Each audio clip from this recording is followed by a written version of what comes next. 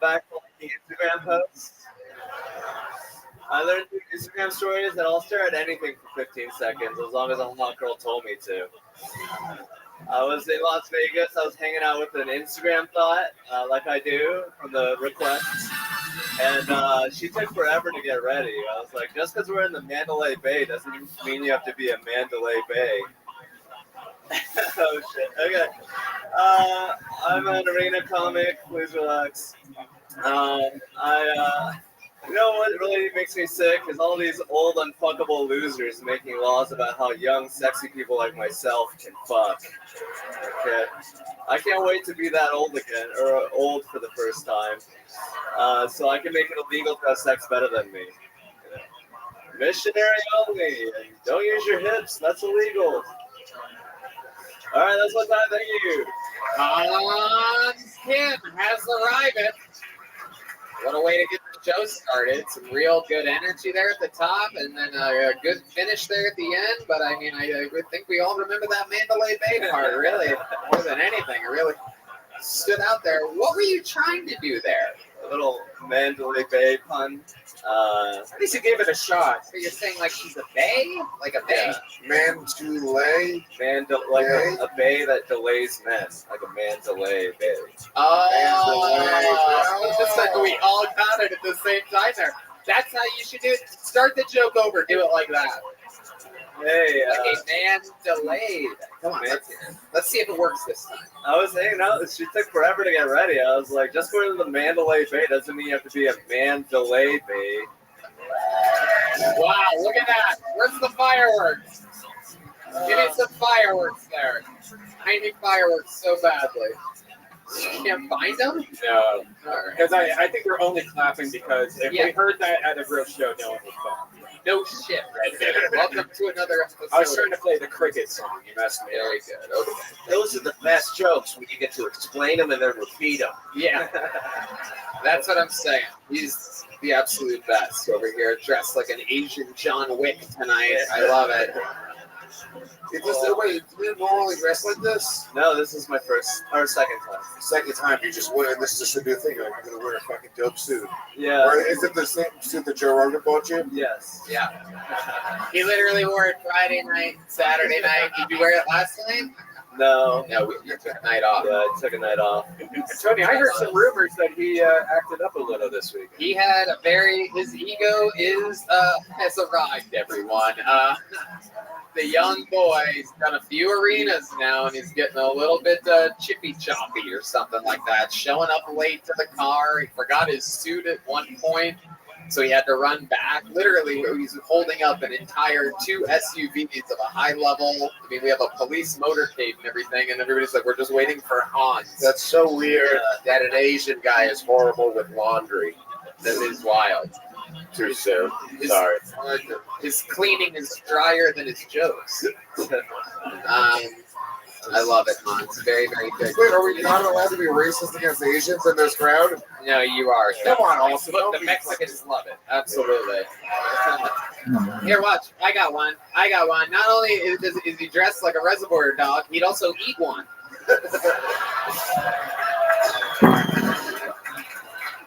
Thank you. Starring in the new movie, Men in Black. Galaxy Defender. I love it, Hans Kim. So, you were in Vegas all weekend. It was the weekend of your life, right? Yes. Best weekend you've ever had in your life. Uh-huh. Right. And we're walking around in a $3,000 suit that you cannot take off. What else? What are some other highlights of the weekend?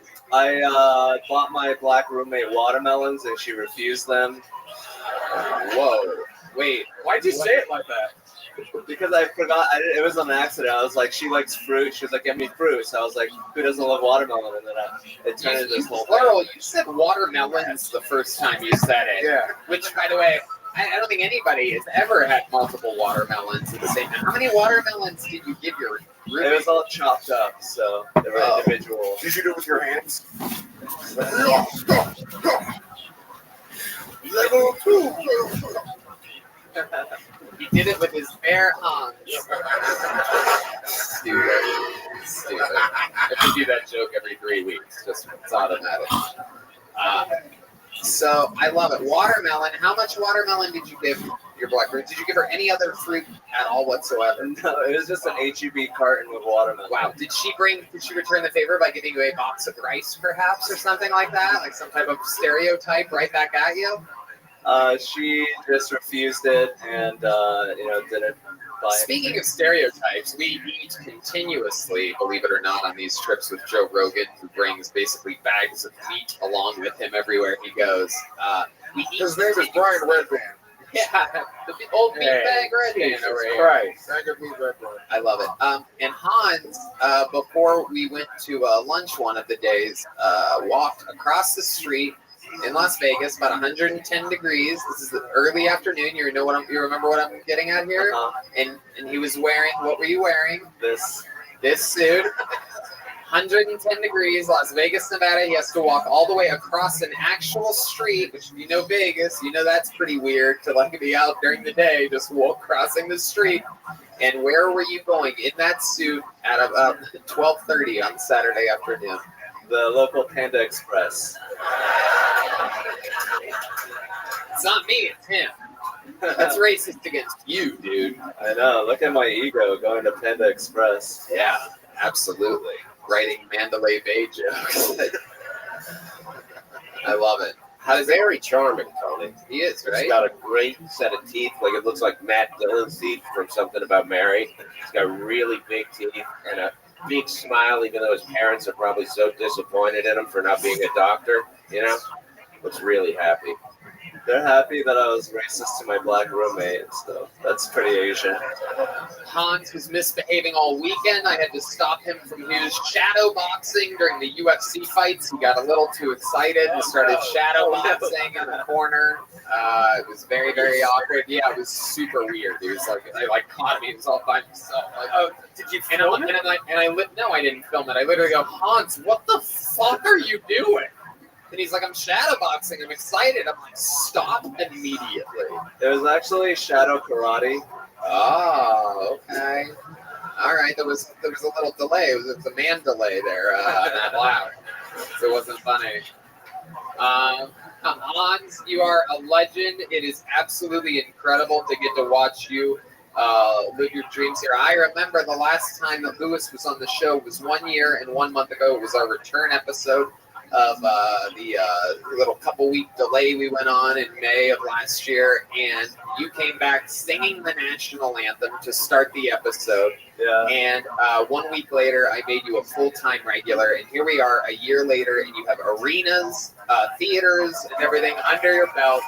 You've taken the ball, and you ran with it, and he still is in a $3,000 suit. Ladies and gentlemen, the man has the same tailor as Conor McGregor now. That is Hans Kip. Thank you. To the bucket we go, ladies and gentlemen. This is where we get to all meet somebody together. All at once. Make some noise for your first comedian out of the bucket tonight. They may have traveled from a far land. They may have been waiting months for this moment. Their name is Evan Suarzo. To get tonight's show started, Evan Suarzo. You guys excited to be here tonight?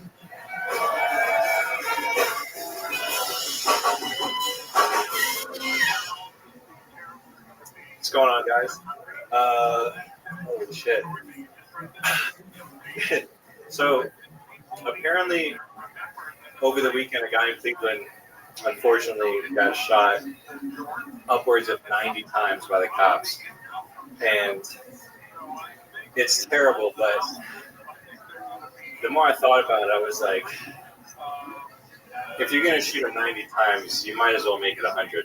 Because when you read the title on the news, it's like, cops shoot unarmed man 90 times. You're like, holy shit, that's a lot. Like, that's terrible. But you read, cops shoot unarmed man over 100 times. You're like, God damn, that's a lot of shots. Yeah.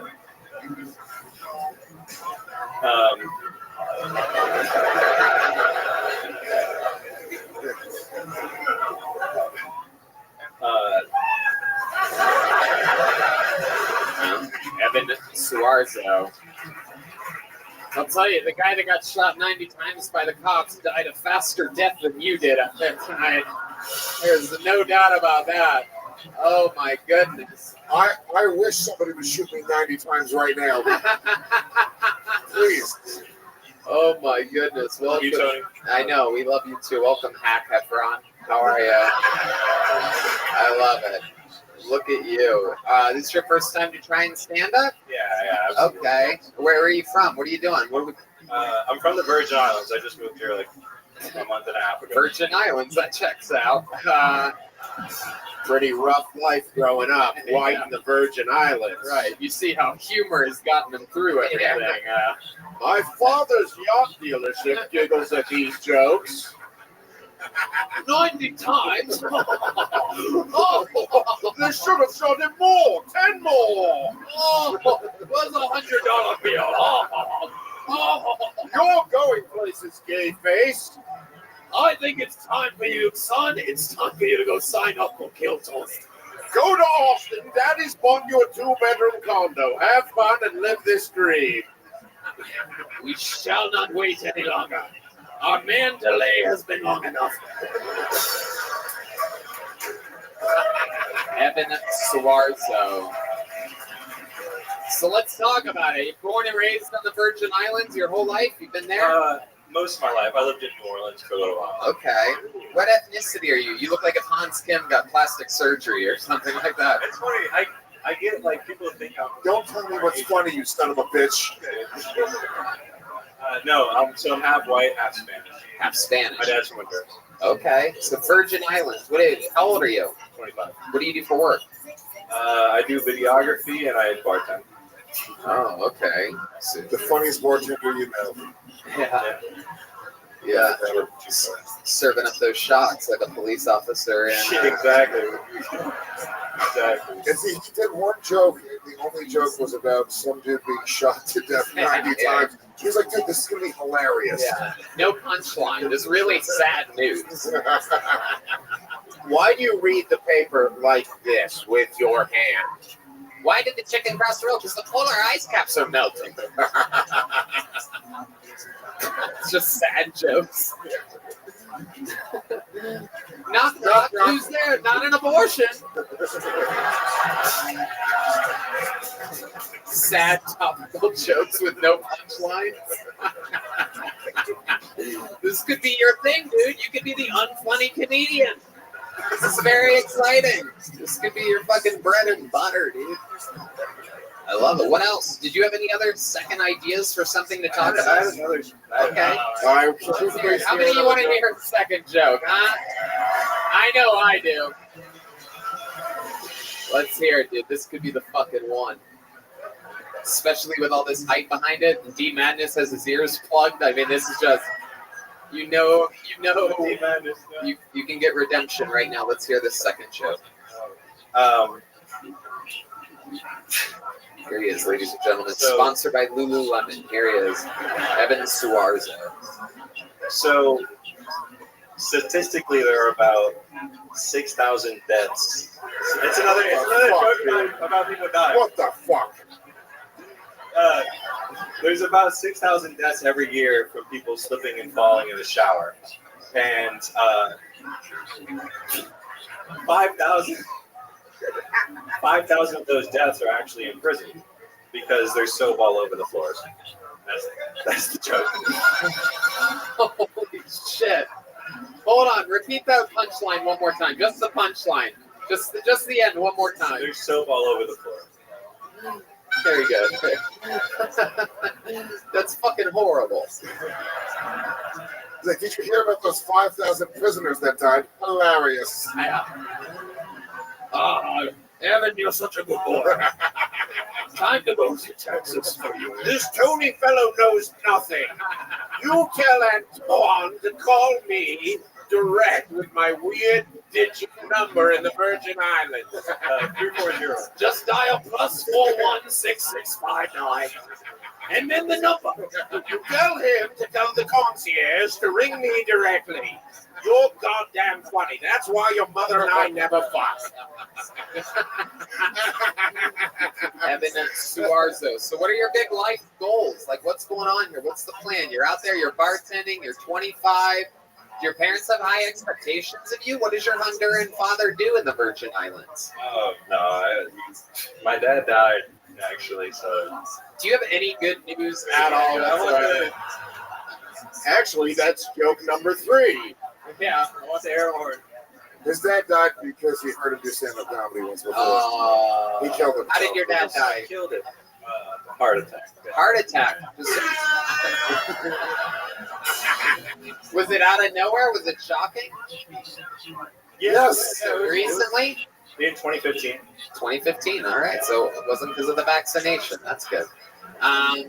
2015. And how about your mom? How's your mom doing? What's the story there? Well, Tony, funny you should ask. She's a quadriplegic. Oh. My mom shot a black guy 90 times yesterday. She's a cop in Akron. Tell us something good about Mama Bear. Mom's good. Mom's good. Mom's good. She's retired, yeah. Heck yeah. Any cancer scares or anything like that? Or? Actually, yes, but she got to take it care of. Wow, look at that. Very good. Absolutely. Little skin cancer. No big deal. A lump in the breast. Just a little nick. You know what I mean? Just the old touch of God right there.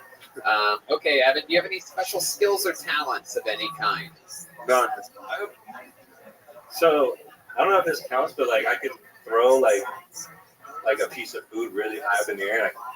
No fucking way. Are you serious? Yeah.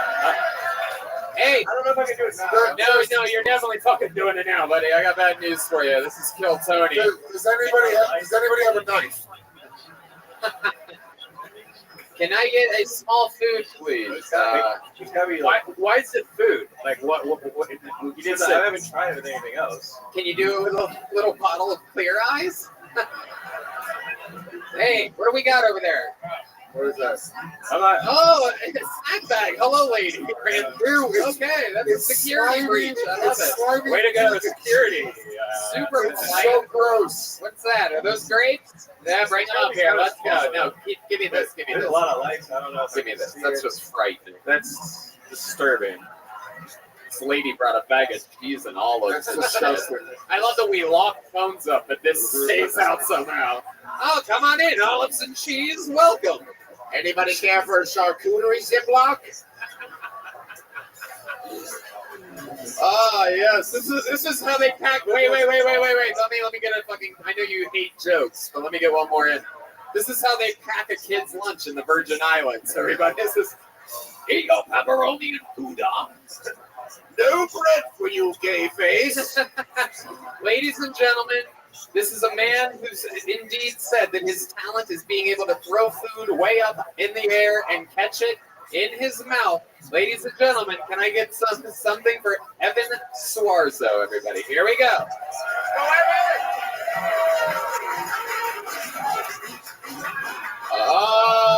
Oh, give him another grape. Give him another one. Just give him one. Here he is, giving it a shot here. Oh, your father would be so disappointed. Oh! Wow. My goodness gracious. We finally found your calling, Evan Suarzo. Thank you so much for coming on the show. Congratulations, your first time ever doing stand-up. How do you feel? I feel great. Okay, there you go. Evan Suarzo. Take a little joke book. You earned it. You ready? Can you catch it in your mouth if I throw it?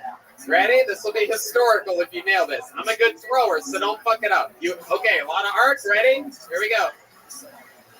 Ah, damn it.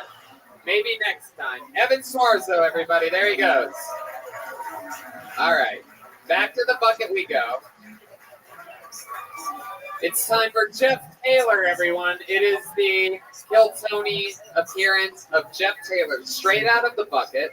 I do believe this is his first time. I normally remember a name if I see it more than once. Here comes Jeff Taylor, everybody. Make some noise for Jeff, everyone. 60 seconds uninterrupted. What is up, Oscar? Let's get it going. I had a girl tell me that cum tasted like uncooked ramen noodles. Very specific thing. This tells me a couple things, though. First off, I can surely afford this date. Secondly, if she does in fact like ramen noodle, I'm gonna get my dick sucked. But I need to know: are we talking about with or without the seasoning packet? Because if your stuff is smelling or tasting like shrimp bouillon, fellas, you need to see a physician right now. No lie. Also, I have other questions like, am I ever going to wake up with my butt cheeks sewn together next to you? There are no illogical questions at this point, I don't think.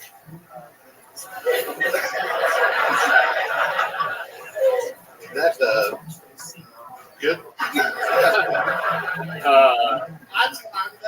No. 57, 58, 59. Now, You hear that? Jeff, did you allot for like laughter in that when you wrote it or something? And pause. when I got up here, it like went so much faster. You're goddamn right it did, didn't it? Hell yeah, absolutely. Jeff, welcome. First time doing stand-up? Yes, sir. Wow, absolutely incredible. How old are you, Jeff? 42. 42. And what made you want to start here now tonight? Man, I've always kind of wanted to do it, and this show kind of pushed me over the edge. I found it a few months ago. Love it. Where are you from? Louisiana? No, Tyler, Texas, East. Tyler. Okay. Almost to Louisiana. How far from Louisiana? It takes me an hour to get to the boats. Wow. Okay. You did the good old boats. We know about that shit. What do you do for work, Jeff? What do you drive for a living? Very, very boring. Read and analyze legal documents all day, every day for 15 years. You're the legal document guy where you're from? Well, I do it all over Texas. Yeah. God damn. That's incredible, Jeff. 42. You have a family? What have you been doing? No, man, not married, no kids, divorced once, never doing that shit again. Right. No, that good. Right. Why don't you have to do divorce again? That rules. Right. Yeah, divorces are worth whatever the fuck they cost, that's for sure. No doubt. Jeff, you're a very normal human being. This is interesting. He's salt of the earth, this guy, for sure. The timing there, it really proves that old saying, time flies when 250 people aren't having fun. You're not lying. Yeah, it goes fast. You know, you were good though. I mean, considering that he's never done it before, I thought he was honestly like a 10-year roadhead. That was the energy. I'll take that. Yeah, going up after Evan Swarzo, everybody seems like. I was praying that my name got drawn after that guy. Whoa! Oh shit!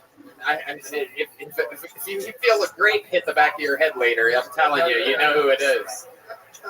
Jeff, what have you been doing for fun for the last 42 years? Oh my God. Storming the Capitol. Yeah, that's the vibe I'm getting for sure. Kissing on legal documents. You heard this Roe v. Wade thing? Man, I traveled a lot. Work used to take me all over the place, but I'm traveling, Hawaii. Hawaii. What's that other? Yeah. Okay. What type of fun things did you do in Hawaii? Oh God, man, we literally did everything possible. We went swimming. Very little of that actually. We went to a A lot of luau. sightseeing. I skip the touristy crap wherever I go for the most part.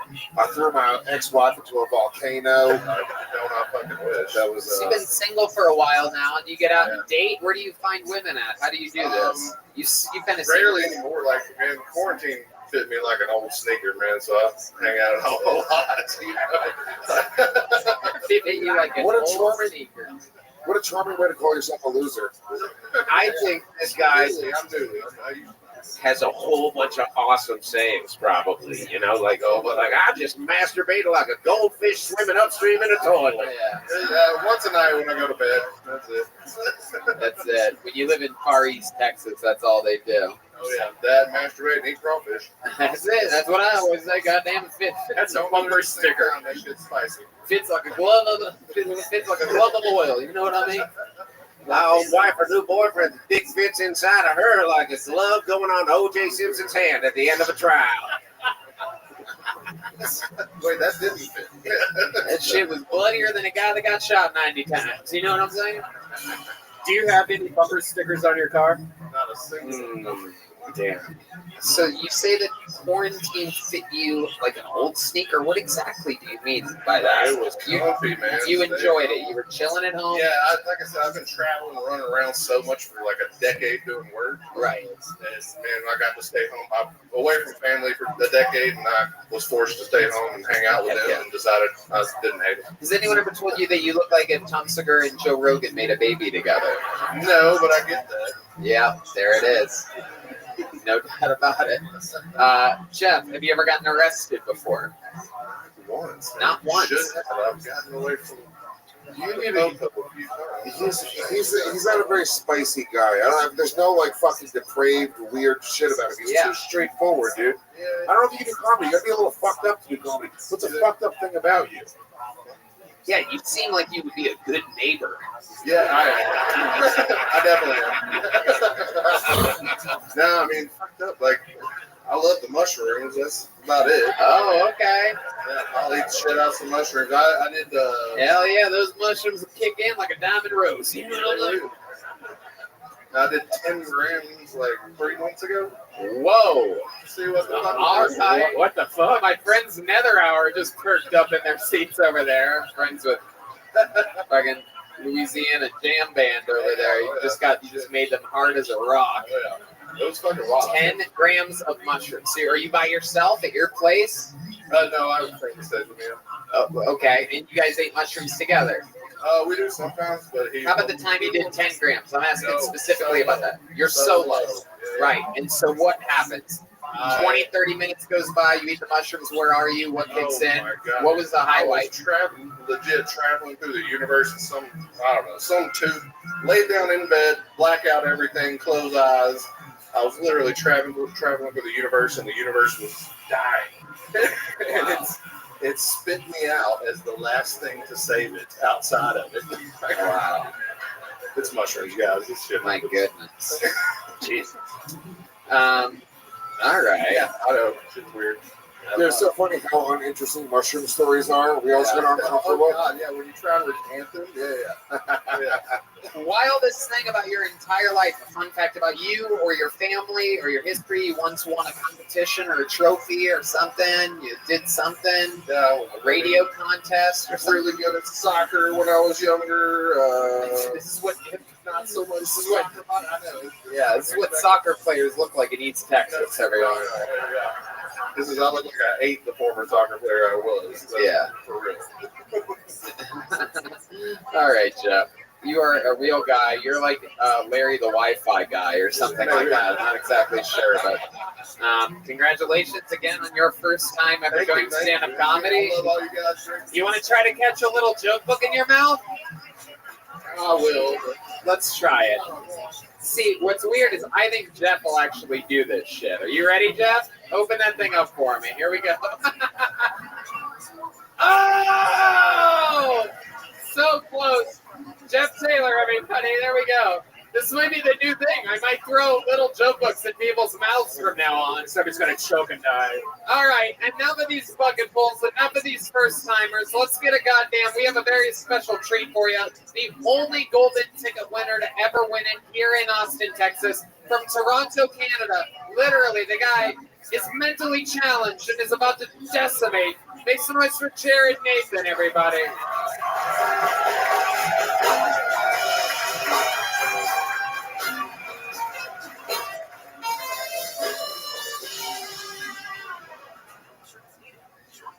I'm a result of forbidden love.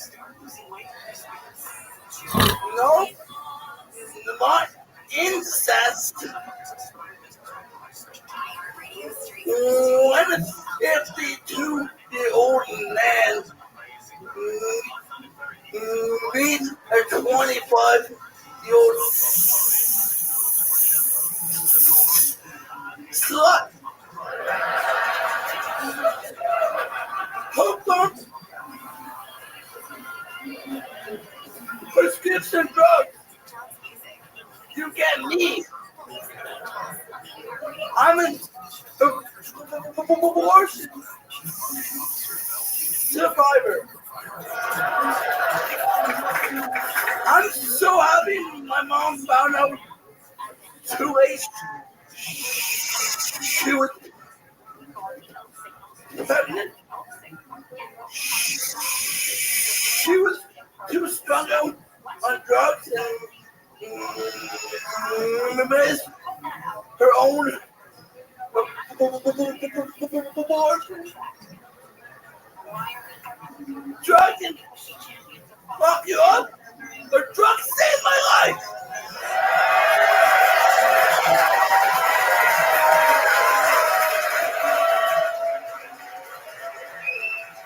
Jared Nathan with a brand new minute that was absolutely fucking great. You did it again, you son of a bitch. You're absolutely on fire, which is something that you like to probably do, set things on fire. Yes. Yeah, you do like that, right? You remember when you first got to play with a lighter? I lost my eyebrow. Is that true? It can be. Okay, Jared, very good. Thank you. Great improvisational guru, Jared Nathan. Welcome back to the show. You did it again. Thank you. Another brand new minute. Tell Luis J. Gomez what's up with you. I'm one hopped up dude. Yeah. Yeah. No, I saw Jared last night, and he did my Depraved show, and he fucking absolutely murdered a rabbit that he kept on petting. And I lost it. I'm so sad I lost that rabbit. Jared, you're taking full advantage of this trip again to Austin, Texas. You're thriving here every time you come to visit. You're famously escaping Canada on a regular basis. Hey? Yep. That's right. Another letter that you never got on a report card.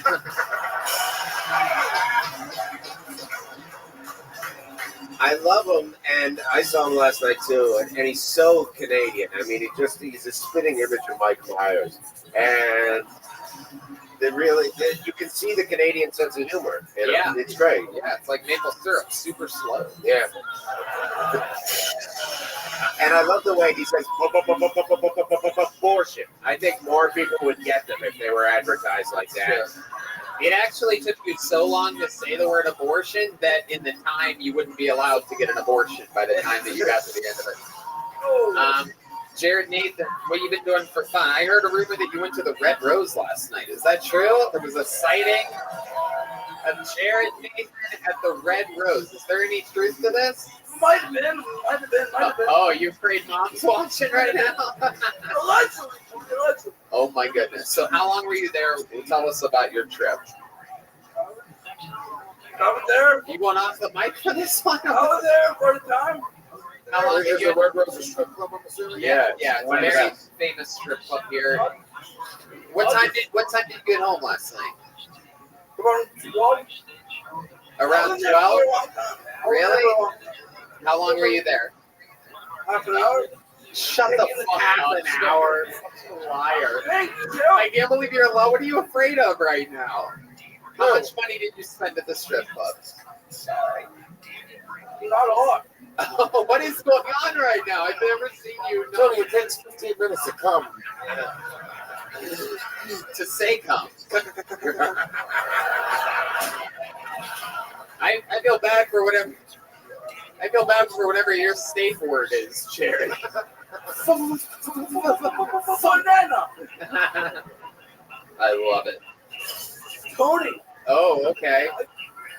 Call you something. Now, if you pull out a gun and shot Tony in the head right now, how fucking hilarious would that Is be? that a Team Jared shirt? I love it. I love it. Thank you. You go what the bullshit up your face. There you go. Thank you.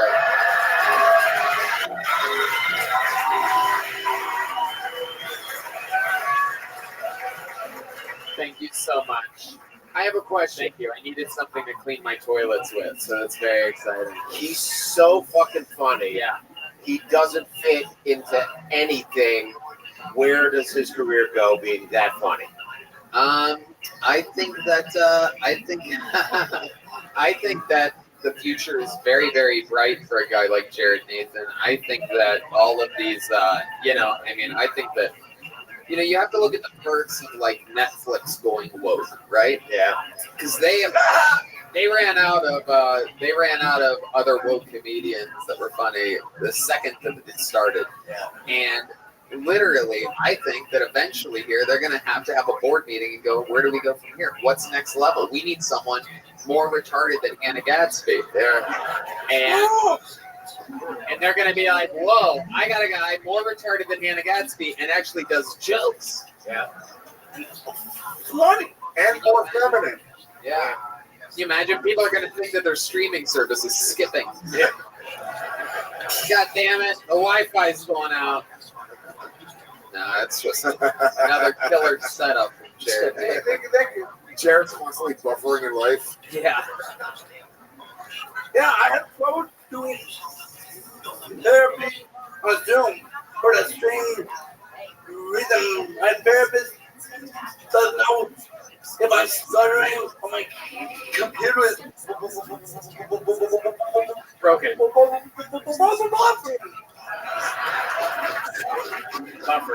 Buffering. Right. 100%. Very good. You definitely are the dial-up comedian, without a doubt. You are so consistent. It's absolutely incredible. For another brand new minute, you do it every single time you're on the show. You're so special in so many ways. We love you. There he is, Jared Nathan, everybody. All right. Back to the bucket we go. You've seen what it is. 2 first-timers ever so far tonight. That's incredible. Let's see what happens now as we all meet Alyssa Westerland, everybody. Alyssa Westerland. Can I get a Buffalo Trace? Oh, yeah, another Buffalo Trace on the rocks. Buffalo Trace rocks. Right in there. So anyway, I don't wear bras. You're welcome. I don't wear bras. People think it's because I'm a feminist, right? But this is not about feminism, okay? This is about social anxiety. I don't wear bras because I hate eye contact. I don't shave my armpits either. I don't shave my armpits because I'm busy, right? And I'm a ginger. Guys keep asking if they can see my bush. I call this the preview. So I was topless the other day, and I learned that when you're topless, everywhere is a crosswalk. I don't tell people I'm a feminist, I just tell them I'm a cunt. And honestly, I don't believe in feminism anymore. I feel like it helped men more than it helped women, you know? Because now I have to work and suck dick. I'm not doing both. Anyway, ladies, so what's the difference between 3 dicks and a joke? I can't take a joke. Thank you. Thank you. All right. Alyssa Westerland is here. Everybody's got to do something nowadays to stand out of the pile. It is incredible to me that Carrot Top has gone trans here. Oh my God. Carrot Top.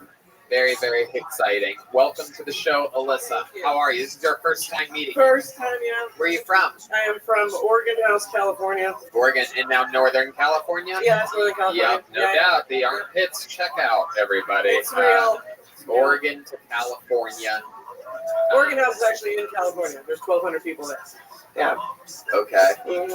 All right. And what do you do for a living? What type of witch's brew do you make, or something like that? I used to grow weed, and I've been doing stand-up for a while, and I basically have had a gazillion. I haven't had a real job in about a decade.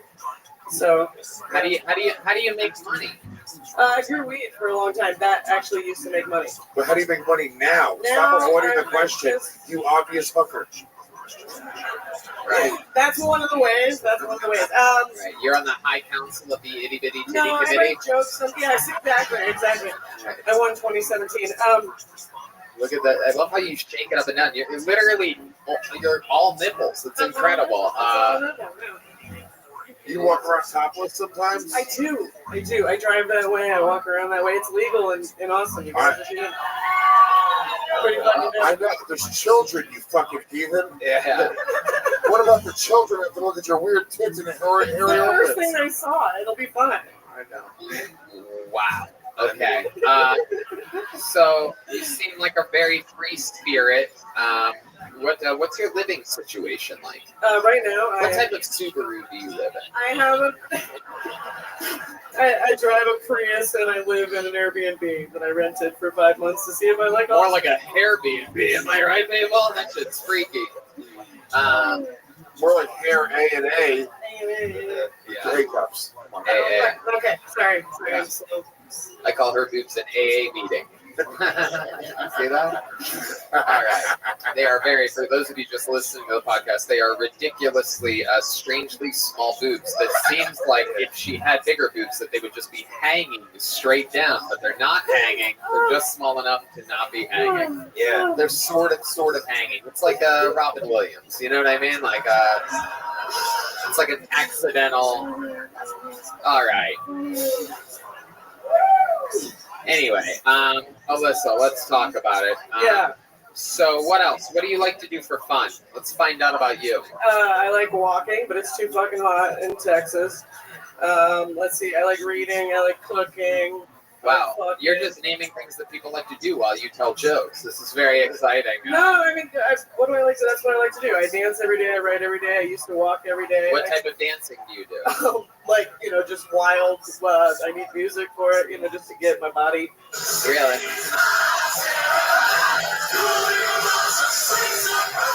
Wow. All right.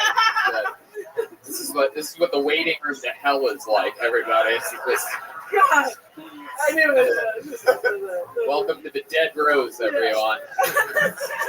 Would she marry Jared if he could get a green card out of it? Would you? No, I don't need a green card. No, he needs a green card. Canadian. How Yeah. much is he paying? Who needs a Canadian? I have a Canadian passport. I mean, I don't know. My dad said not to do that for less than $1 million. So. Wow, look at that. Your dad's got a high price on him. So, Alyssa, what scares you? What are you afraid of? Probably this. I mean, I was nervous as all hell, but I love it. What else scares me? So, razors, brassieres. Oh, I have shit in my leg. I waxed my bush. I just don't do the pits. Why do you not do the pits? I think it's funny because they'll still fuck you. They don't actually care. No, that's not true. I think a lot of us see that go crazy person, and Maybe that's why I did. Maybe that's why I do it. I've had men lick them, so Oh my God. Oh, I don't believe that. Who are these people? I don't believe that. Is there a guy out there that would be willing to lick one of these armpits? Is there anyone? I find this impossible to believe. Wow, look at this. Oh my goodness. This is one of those moments in Kill Tony history. I mean, absolutely incredible. And God bless the security here again. It's all good. Again, he's just kidding. Don't mess with me. Literally, thank you. This is the most interesting episode of Mythbusters I've ever seen in my entire life. By far. It's absolutely incredible. This is my brother. This can't happen. Yeah. I can't. Absolutely frightening, yet for some reason I completely love it. Is it okay? Do we have your permission to get your armpits licked? Oh my God.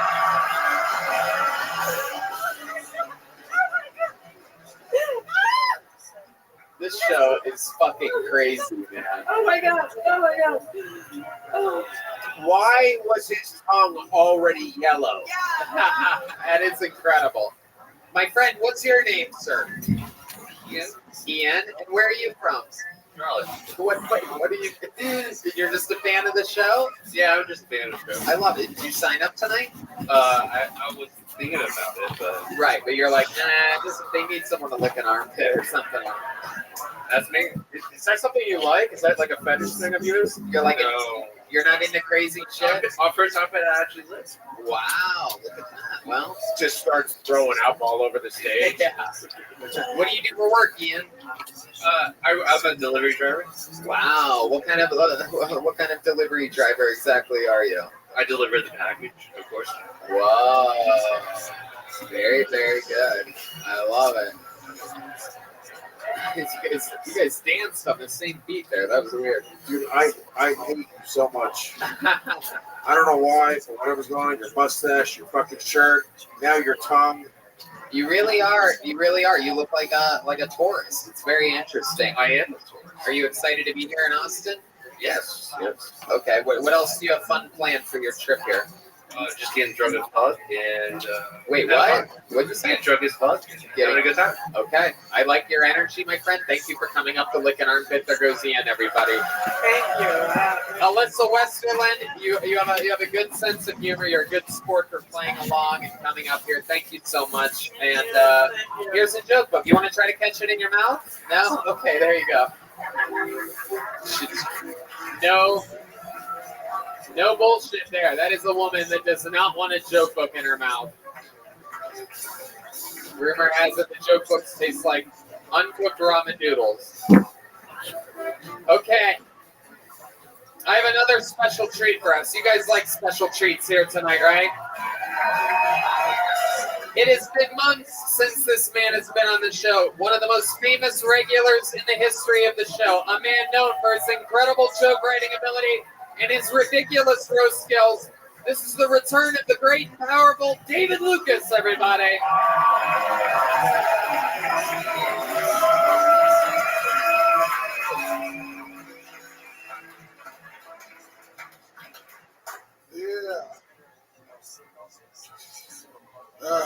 I'm kind of mad they overturned Roe versus Wade. Because if it wasn't for Roe versus Wade, I would have 17 kids. So I'm glad they overturned that shit. When I'm done letting them bitches I don't give a fuck about. You know? But even if they make abortions illegal, they still make coat hangers. What are you scared of? Yeah. Or put a girl in a pickup truck and hit a whole bunch of speed bumps going 80 miles an hour. She was like, my stomach hurt. I'm like, yes. Every girl that fuck with me get Plan B whether she know it or not. You know what I'm saying? But they do. And I make that morning time Plan B smoothie. She's like, oh my God, this is bitter. What's in it? Ginger? I'm like, yeah, bitch, it's gonna clean you out real good. All right, man, thank you. There it is. Another one of the great regulars of the show. Another brand new minute by the great David Lucas. Welcome back to Texas, What's up, my Tony? good friend. I missed you. How are you? Good, bro. I seen you shooting fireworks out of your asshole. Oh, come on. That motherfucker ass cheeks pushed a Roman candle. I was like, what the fuck Oh is my this? goodness. You're already off and going. Here it is. I think it's time. What you got on? You love this. Of course, David is famously celebrating the 4th of July right now. Very exciting stuff. I love this camo that you're wearing. Is that supposed to hide the fact that you keep gaining weight? Damn, bitch. I actually dropped weight, nigga. You know, Rogan put us in this weight loss competition for Red Band. Really? How's it going so far? Man, Looks like you guys are tied at 0. Hey, I just want you to know, I think it's really funny. He thinks we're in the competition right now, but we haven't even started. Well, so he's been losing all this weight, and I've been getting milkshakes with all my burgers. very, very smart plan of action, Red Band. Yeah. Keep chugging milkshakes with all your burgers. Yep. By the way, I did see on your Instagram that you had a moldy burger from Wendy's. You took a picture of it and posted about it, thinking that perhaps Wendy's would send him a gift certificate or something. Yeah.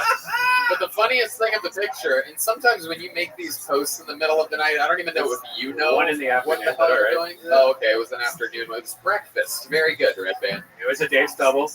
I love it. Dave's double. But a fun fact about the moldy burger that he got is he ate around the mold. He ate half the burger. No, I ate it. I ate this burger. I had like 3 big bites. Then I set it down, and literally this size of green fuzzy mold on the bottom of the burger.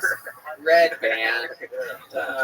Absolutely incredible. I can't believe you brought Louis J. Gomez. Why you talking shit already, you bitch? Oh shit! Here we go. I'm not afraid of you. Louis J. You look look like the strongest nigga in Abu Dhabi. Get your, Oh my that goodness. motherfucker look like he coaching Armenian basketball team. Get your Jerusalem Harlem Globe trying to lick it ass up out of here. What kind of jersey you got on, nigga? Motherfucker look like he might stand in line for a house about you. Get your stupid. I don't even know what he's saying at this point. Fuck him. I'm just trying not to say the N-word right now. Chill. Chill, though, man. So sad. Don't fall for his traps. I know what he's doing. He's too fast. This guy won MTV's Yo Mama before. This guy's fast as shit. Yeah, bro. Appreciate it, bro. You got a steroid fetish. Yeah. Thanks, Patrice. Next meal. Oh, that's a good one. Hey, I see that stupid ass eye you got. It look like you got lemon juice in it, bitch. Probably look like somebody squirted lime juice in his eye. You know what I like about you? You prove some BLs don't have. BLs don't have. Oh, look, Public school. he got a breakfast thinking about that joke. Louis J, get your motherfucking ass out of here, bro. You look like a toenail fungus, nigga. I don't know what your buddy look like. He look like he killed deers and wear the skin home. Get your American sniper looking ass up out of here. Let's go play Surviving the Game. You be Ice-T. You got Afghanistan sand in your boxes right now. Oh my goodness. So fast, this That guy. motherfucker shot a camel for fun when he was overseas. Yeah, that motherfucker sleeping in a sleeping bag. though. I bet you got a camouflage sleeping bag. Oh, dear urine smelling ass. Yeah. You're wearing it as a hoodie right now. Hey, Tony, you testified on the Amber Heard versus Johnny Depp trial, bitch. That motherfucker said, I didn't see anything. Johnny treated me so right. Holy fuck. I love Bob Marley. Hey, but guess what, Tony, man? I brought a special guest tonight. You know who I brought with me tonight, bro? Who'd you bring? My motherfucking mama, man. Yeah, well, the real Mrs. Lucas is here. Oh shit!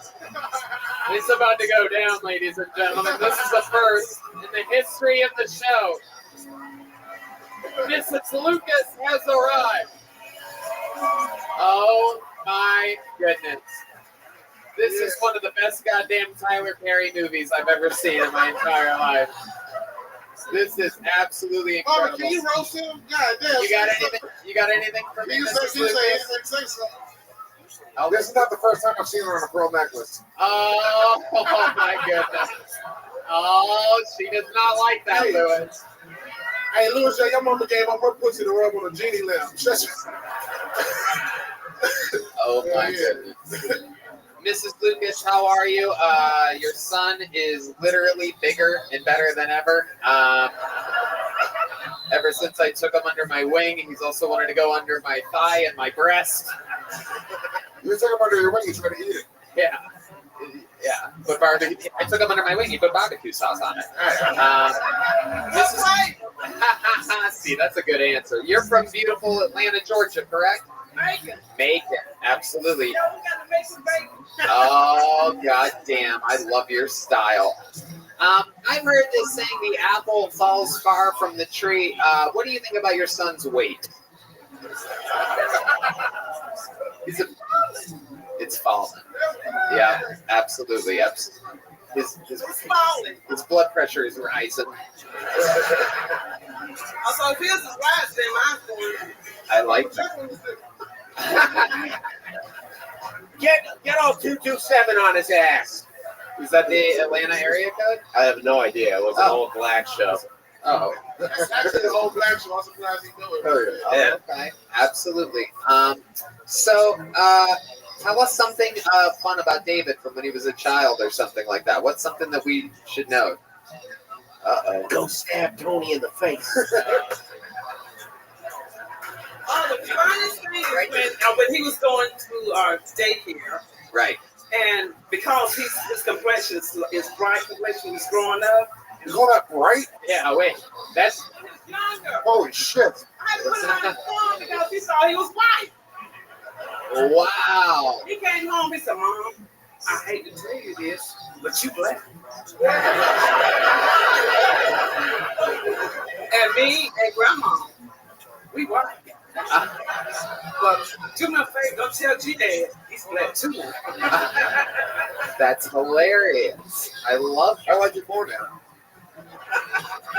Very, very cool. And of course, Mr. Lucas is back in Macon, holding it down. What else is going on, Mrs. Lucas, in life? You excited to be here in Austin? Yes, I'm excited to be here. I just retired May the 31st. Oh, wow. Congratulations. Wow. Heck yeah. I can't believe they let you retire from being on the cover of a pancake bottle.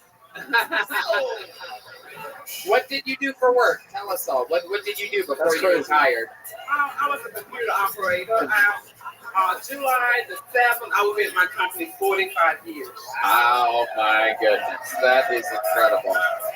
You were a computer operator back when it was a typewriter. That's incredible. Yeah, I had the keyboards machines and all that. I love it. How proud are you of David and his rise to fame?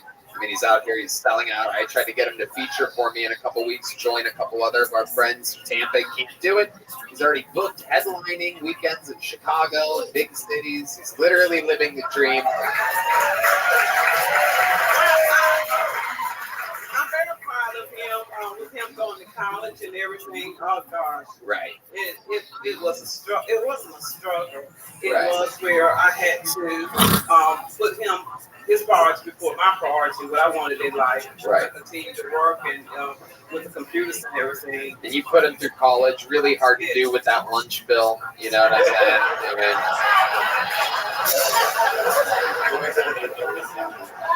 Why you keep breaking these vending machines and taking all the foods out of them?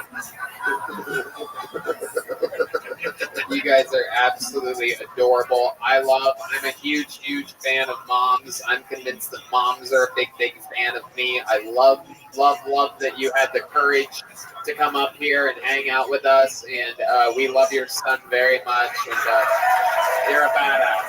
Thank you so much. How about a hand for David and Mrs. Lucas, everybody?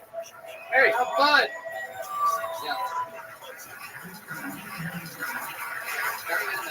Yeah, we'll skip this. It'll be good when we do it. All right, back to the phone. Oh, that was so sweet. Isn't that nice? It was adorable. It's fun to mix in a little sweetness every once in a while. Right? All right, let's get meeting again. Make some noise for your next comedian right out of the bucket. Justin O'Donnell, everyone. Here he comes. Back to meeting strangers. Justin O'Donnell is here. One more time for Justin, everyone. Hey, how's it going, Austin? All right. I'm from McAllen, Texas. If you haven't heard of it, yeah, you know it. It's where every fucked up thing you ever heard about the border happens. You know, migrant caravans, Haitians getting whipped in the face. Es mi casa. And I'm here in Austin, and I like Austin, but I hate the slogan. Keep Austin weird. Austin's not fucking weird. Austin's quirky, right? Like, Austin's weird the way Zoe Deschanel is weird. You know, it's not weird like how a crackhead is weird. In fact, that's probably the weirdest thing about Austin is how many Austinites can just walk past camps of crackheads on their way to drop $3,000 in our artisanal pogo stick. Keep Austin weird. Why is Austin weird? Why are you weird, Austin? Because you had a pop-up bar that looked like Moe's Tavern from The Simpsons? That's not fucking weird. Where I'm from, it's weird. We had a pop-up zoo, and there was only one animal in those cages, and it was little Mexican children.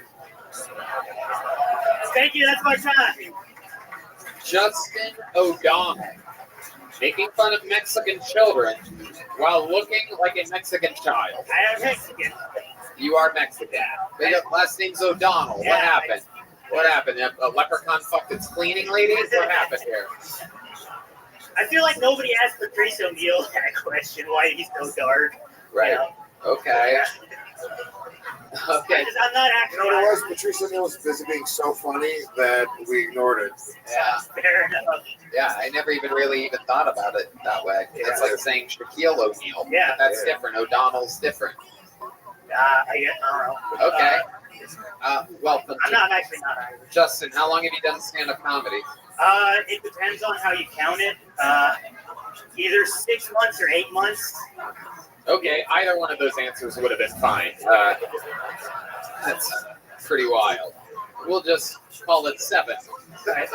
Well, the thing is, after I did my first open mic, I got in a bar fight and got my nose totally shattered. How did this happen? Tell us step by step how this happened. I kind of don't remember the whole thing. The guy Damn, you got fucked up. I had surgery. I was out for like 2 months. So Out of what? it's how it just like was like From a broken nose? Yeah, I had to get surgery. I went to Mexico. And, you know, You got it in Mexico? Yeah. Oh shit. The best surgeons on earth. Yeah. Yeah. Cheapest surgery. Right. Why do you don't remember anything that happened from the night or how the fight No, happened? I do. The guy was like sexually harassing my friend, and then I got in a fight. You're just your friend?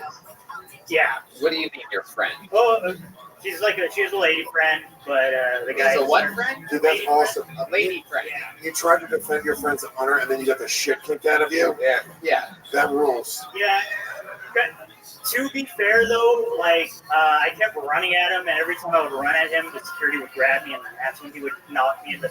I lost the fight for sure. But Yeah. Yeah. Oh yeah, no doubt about it. You went to Mexico for surgery. Yeah.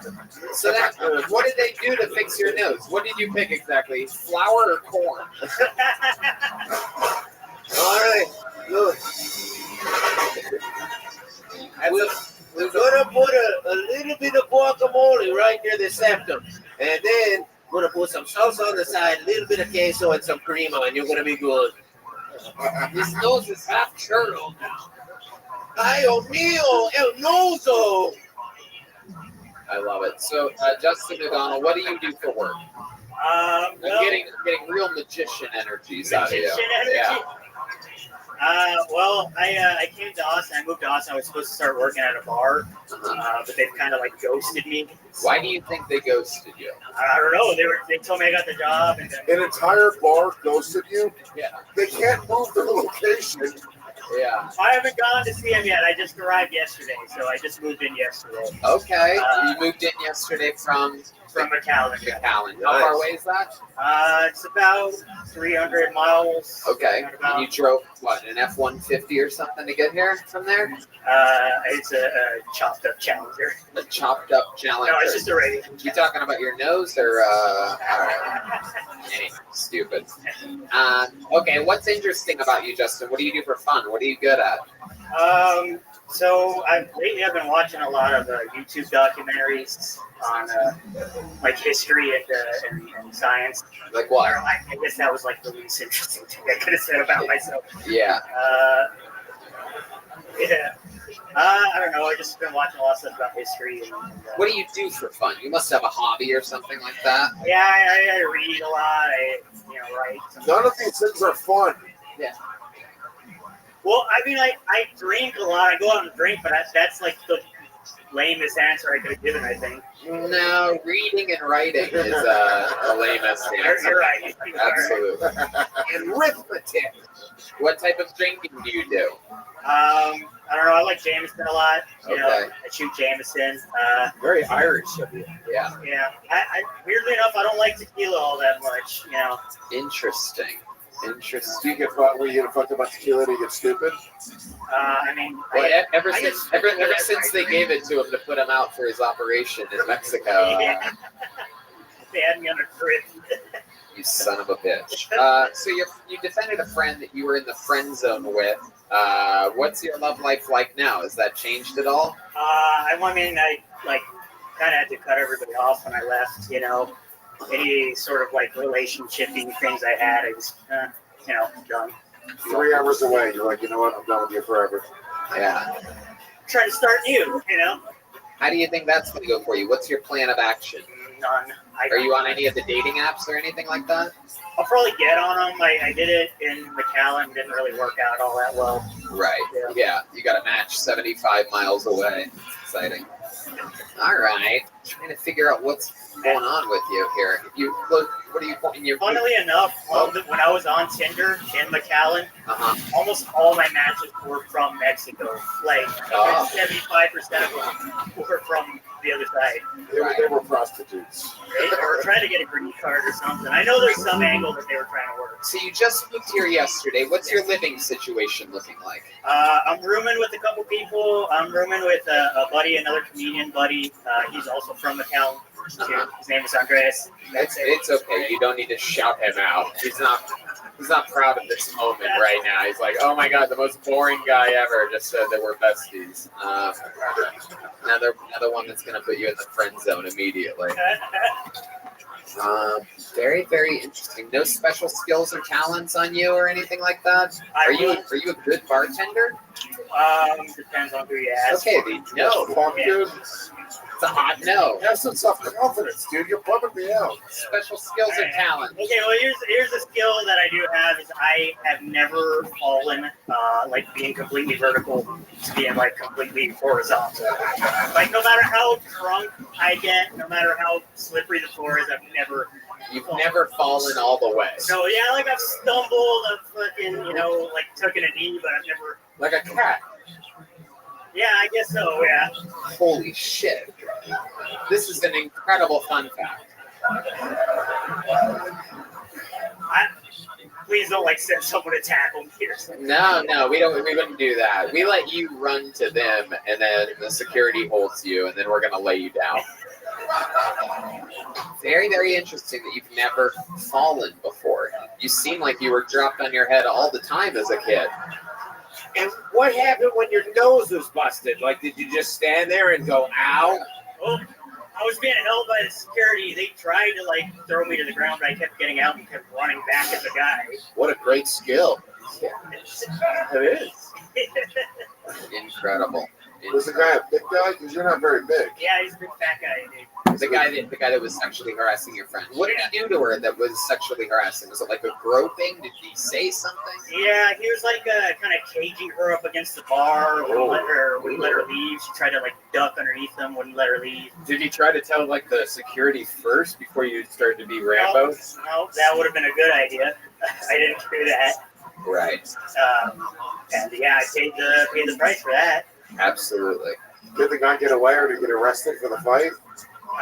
No, they were actually wanted to arrest me because apparently what he did wasn't a crime. But you're such a dork when they arrest you. Yeah. Kinda. They laughed at me when I said she was sexually harassed. That's McAllen PD for you, by the way. Fuck that place. Wow. So at a time out. So the story was, the cop's perspective, he was talking with some chick and then you started hitting him and he defended himself. That was their take. Even though they saw on the cameras that wasn't true, I don't know if the guy was hooked up or something. Right. And did you think when you were doing this, defending your friend who you guys were just platonic friends, did you think that maybe this will help you get laid by her? No. I did not think that at all. I don't believe you. No, the way you just moved your finger, because you're like, well, I go on. I will say this: when I was laid out for 2 months, I got offered the most sympathy, sex, and coke that I've ever been offered. Cocaine, coke for your broken nose? That's the thing. Yeah, what the fuck is up with that, dude? I was like, I can't do it. My nose will fucking slide off my face. Right. Like, hey, we heard you got your arm cut off. Here's some heroin for you. How depressing. Yeah, it was not fun times. But you love cocaine. This is starting to make sense on why you are a bartender that's bad at your job and also seemingly has nothing interesting about him whatsoever. Fair enough, yeah. Okay. I love it. Very good. Do you think you have a drug problem? No, I don't do coke all that much. I just yeah, exactly. All that much. It's a sometimes drug, Tuesdays. Yeah, sometimes drug. Yeah. Dude, just do something interesting. I don't know, dude. You're fucking. This whole thing is bumming me out. I know, it's weird. Maybe he could do something through his nose. Can you put a straw through your nose or something?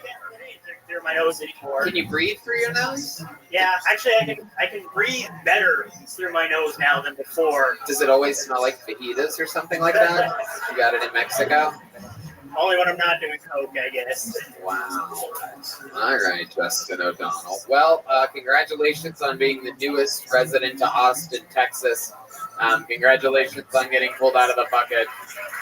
There goes. You want to try to catch a joke book in your mouth? All right, here we go. Ladies and gentlemen, it could hit his nose. And remember, he could also fall for the first time in his life right now. Here we go. Oh, there you go. Justin O'Donnell, everyone. He didn't even pick it up. He's like, oh, yeah, no, he's got it. Can I get another Buffalo Another Trace? Buffalo Trace on the rocks for Louis J. Goman. You guys think we should go to this bucket one more time?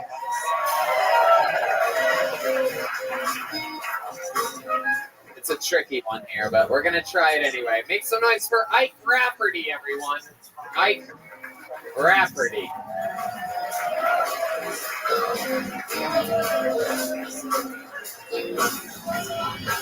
Here he is. Make some noise for Ike Rafferty, everybody.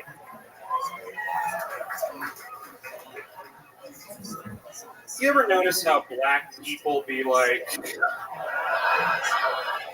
incredibly warm and kind? I love those guys. Last week I was fired from Panda Express for calling all the customers round eye.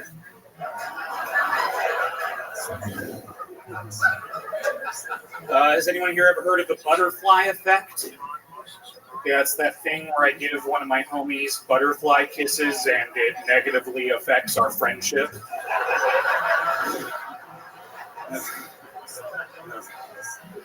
This one's for all the fellas in the house tonight. Fellas, that girl you like, just ask her out. I mean, the worst thing she could possibly say is rape! Rape me! Okay, but like that's it. That's the worst. So just try to avoid that and you'll be good. Fuck yeah, Ike Rafferty coming in, commanding the room, executing his jokes, very well edited, very well executed. This isn't your first rodeo. You've been doing this a little while. Only about 3 or 4 months. 3 or 4 months. Look at you, a natural. You have like a background in acting or like theater. Yeah.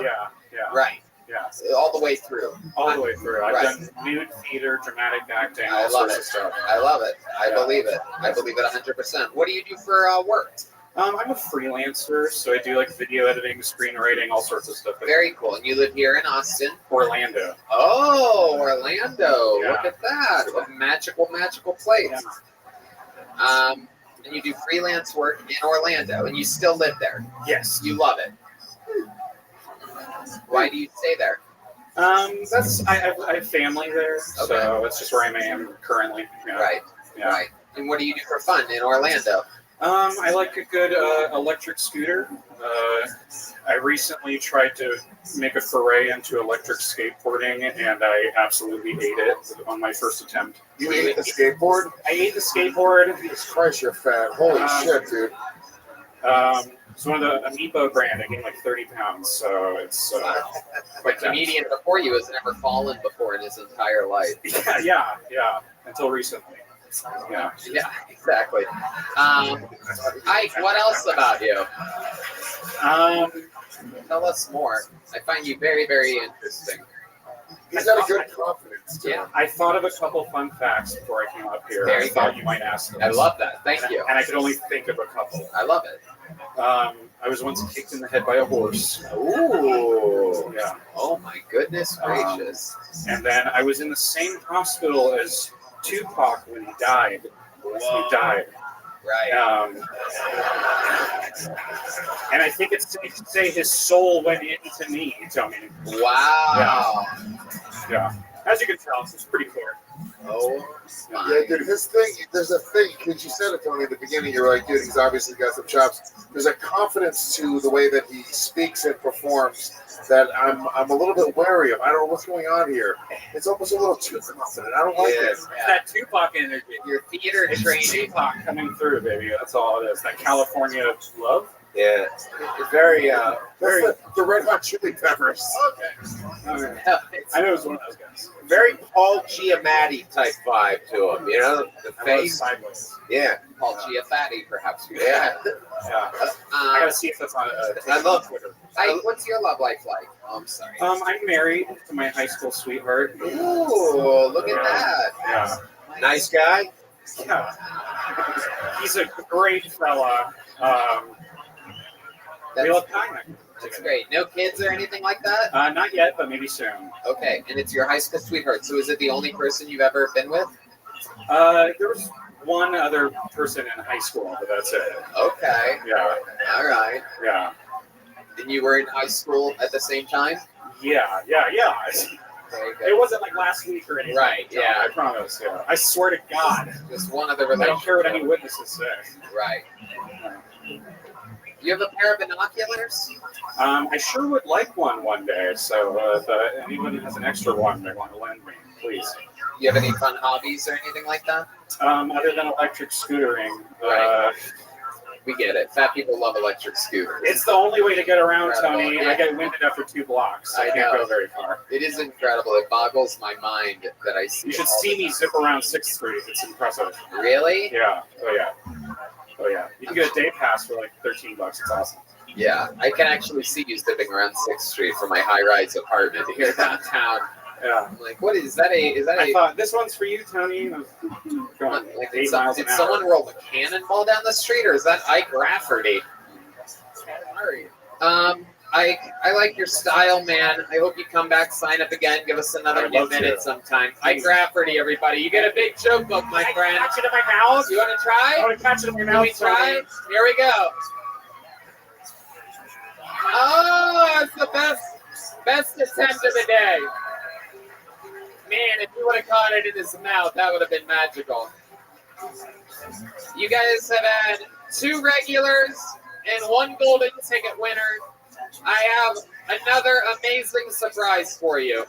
One of the most famous comedians in the history of the show is here tonight. She flew in all the way from San Francisco for this. This is the return of Nicole Tran, everybody. It's a big one tonight. Big one for the longtime listeners.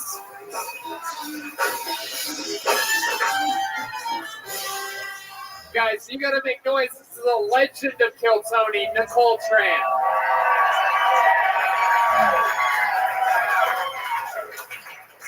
Good evening, everyone. This is my 10th appearance on the Q Tony podcast. Imagine how much money it cost me, Tony. My mother has a nickname for you, Tony. She calls you No Money. My cousin Bing Bing say hello to you, man. Now my cousin Bing Bing wants to marry the president of the Philippines, Bongbong Marcos. The wedding night is gonna be ding bong, bing bong, bing bing bong bong. My cousin Bing Bing should have been charged with a misdemeanor. The longer she goes without a mister, the meaner she gets.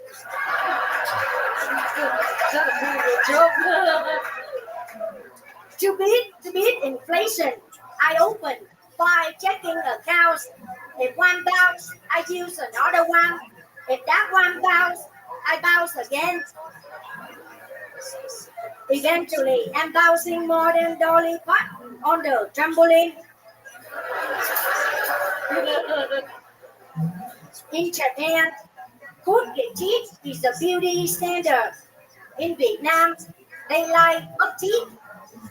In Alabama, the preference is no teeth at all. It's a joke for you all. That's it for me. Nicole Tran has done it again, everybody. There's a lot to cover there. I'm not exactly sure where to begin. You really have a cousin named Bing Bing? Yes. Cousin Bing Bing, man.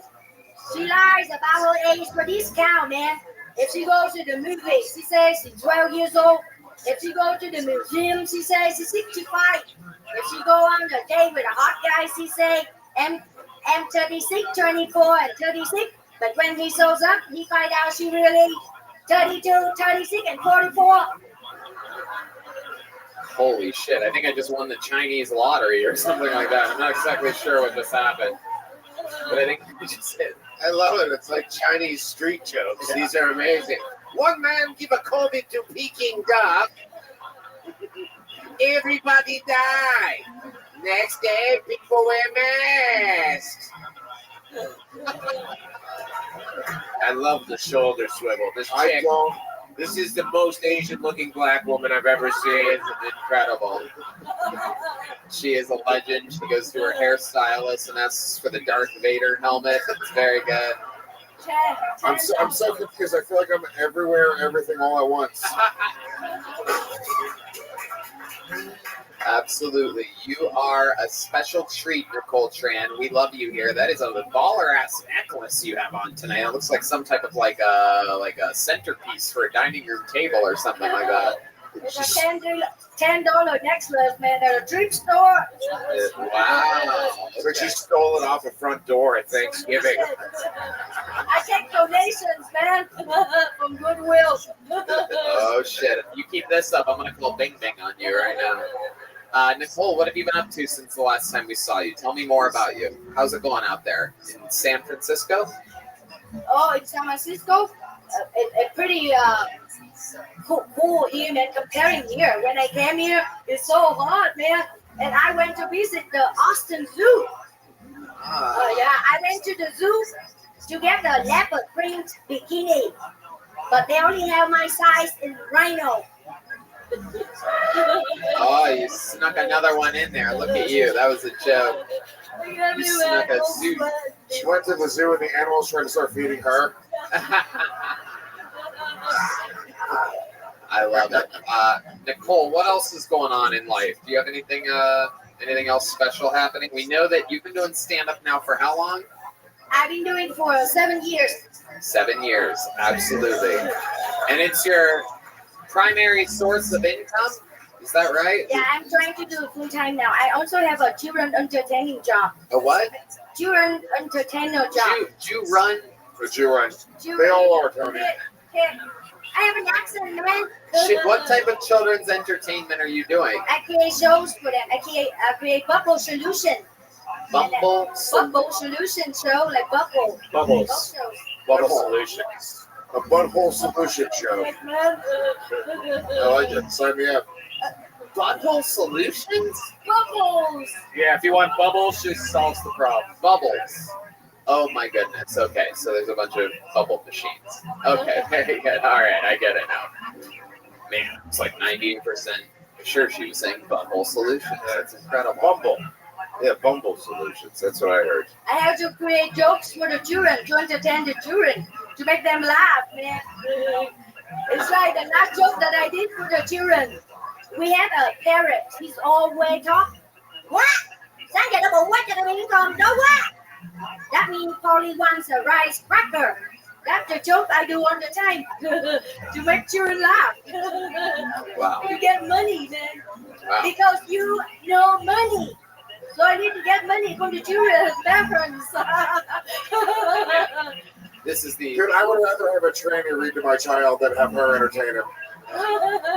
Unquestionably. It's taking me so much energy to not go on another Asian racist tirade right now. This is incredible. Really, I've learned, I've grown from my mistakes in the past. Nicole, on this very, very special Independence Day of America, the greatest country on planet Earth, I do believe you have something prepared that you wanted to do here. Is that correct? On this piece of paper here, you got that? Is that yours? Yeah, I love to sing the national anthem. Ladies and gentlemen, singing the national anthem from behind a giant piece of paper. Yoni, you might want to change your angle of attack there. This might be one of the... With a discount tap, but show respect. Ladies and gentlemen, this is one of the worst English speakers in the history of the show, attempting to sing the national anthem on this, our birthday of America, July 4th, here in Austin, Texas. Oh, say, can you see by the dawn's early light what so proudly we held at the twilight's last gleaming, whose for stride and bright star through the perilous fight. Oh, the rampart was so gallantly streaming. A little bit faster, Nicole. And the rocks of red flame, and the bombers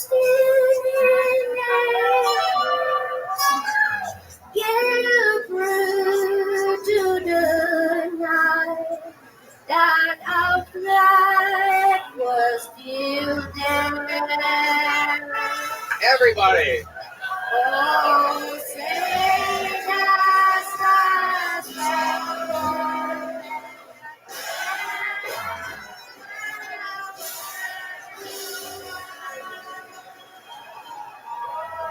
oh, the land of the free and the home of the brave.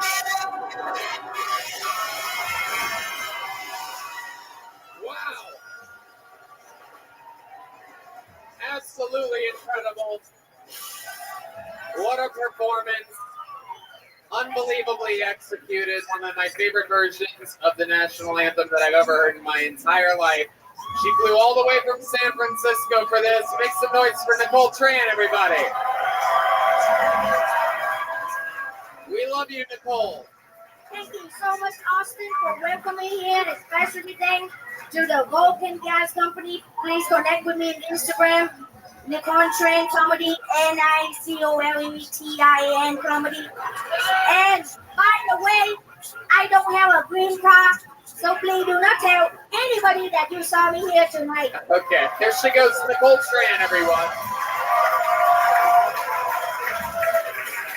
One of the greatest national anthems. The rocket reggae, the bomb bursting in it. There's only one way to end an episode like this, ladies and gentlemen, and it is with the longest standing regular in the history of the show. The man that has accomplished more than anyone ever. The most new minutes in the history of the show. Ladies and gentlemen, this is the one and only, the Big Red Machine, the Memphis Strangler, the Vanilla Gorilla, William Montgomery. Woo! This is it, everyone.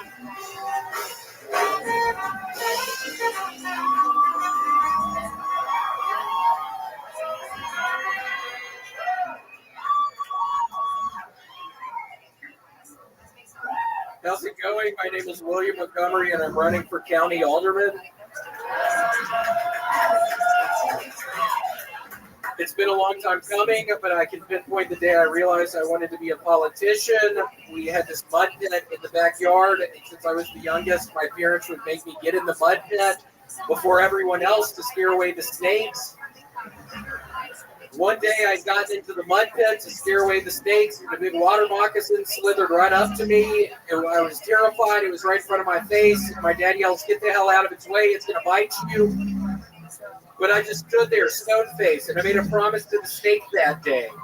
And you know what that snake did? It slithered away. Old Stone-Face, that's my nickname ever since.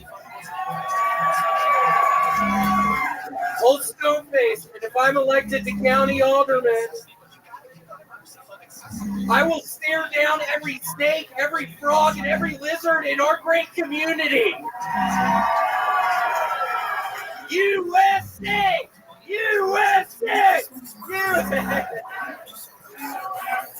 All right, I've got some policies I'd like to go over. Have you all been able to figure this out yet? Is it Santa or your parents? I'm sick of this puzzle I have to try and figure out every December 25th. And if we're on the subject of Christmas, am I the only one totally shocked he still sees Frosty the Snowman on television around Christmas time? Let me see if I've got this right. A group of kids finds a magical top hat and puts on a snowman, causing the snowman to reanimate. Wait, where am I right now? Hell or the Twilight Zone? Get Frosty the Snowman off my TV! We're in America, not the North Pole. If I'm elected county alderman, there will be no mention of Frosty the Snowman after 2024. Okay, I've got like 15 more of these Tony affairs. If we're on the topic of holidays, my policy regarding Halloween is pretty straightforward. Growing up, you know the one day I couldn't go outside, Tony? Halloween. You know why? I was the youngest, so my mom wouldn't let me go out with my brothers, and more importantly, I was scared to death. I wasn't trying to walk around outside with a bunch of demons and vampires. If I'm elected county alderman, you can rest assured we're getting rid of Halloween once and for all. Enough beating around the bush on this issue. I mean, where am I, America? Are the gates to hell?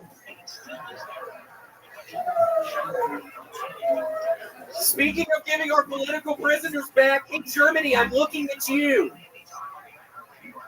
Tony, do you know how many American prisoners of war we still have over in Germany since our involvement in World War II? I don't know either. I was asking you.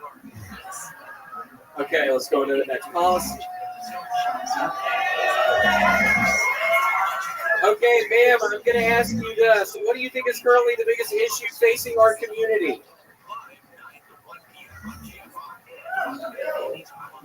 What's the biggest issue facing our community? You're right. It is that we still have elementary schools that stop at the 6th grade. If I'm elected county alderman, elementary schools will stop at the 12th grade.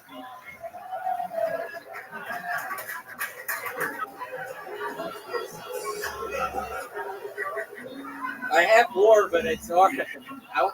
I think we should hear all of them.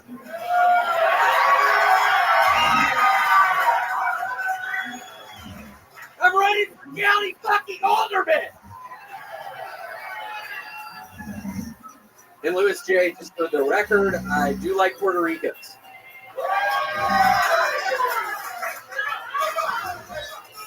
Okay. When was the last time you heard about a Japanese person with a bad back, Tony?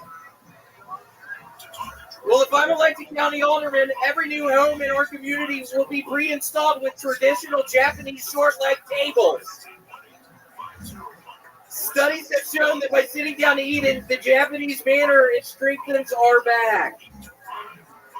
By 2024, I want all newly built houses to have the Chabudai pre-installed. That's the name of the table. It's called a Chabudai, because y'all didn't realize. The little Japanese tables are called Chabudais. If you ask my opponent about all this, you know what he'll tell you, Tony? That he doesn't like Japanese people. I think we're trying to move forward, sir, not backwards. Just because his wife cheated on him with a Japanese guy doesn't give my opponent the right to take his hate speech out of the internet forums and into our community. Okay, let's get to the next one. Yeah, there's more. Is it a better one than the last one? I don't know. We'll see. They've all been pretty screwy. Here we go. And Tony, if we're talking about hate speech in the internet forums, you know what? Let's keep it in the internet forums. Is that so hard? My opponent actually is the administrator for a forum. You know what they talk about in the forum he runs, Tony? What? Japanese people. You know what they say about Japanese people, Tony? That they don't take as big of creative risks as American people?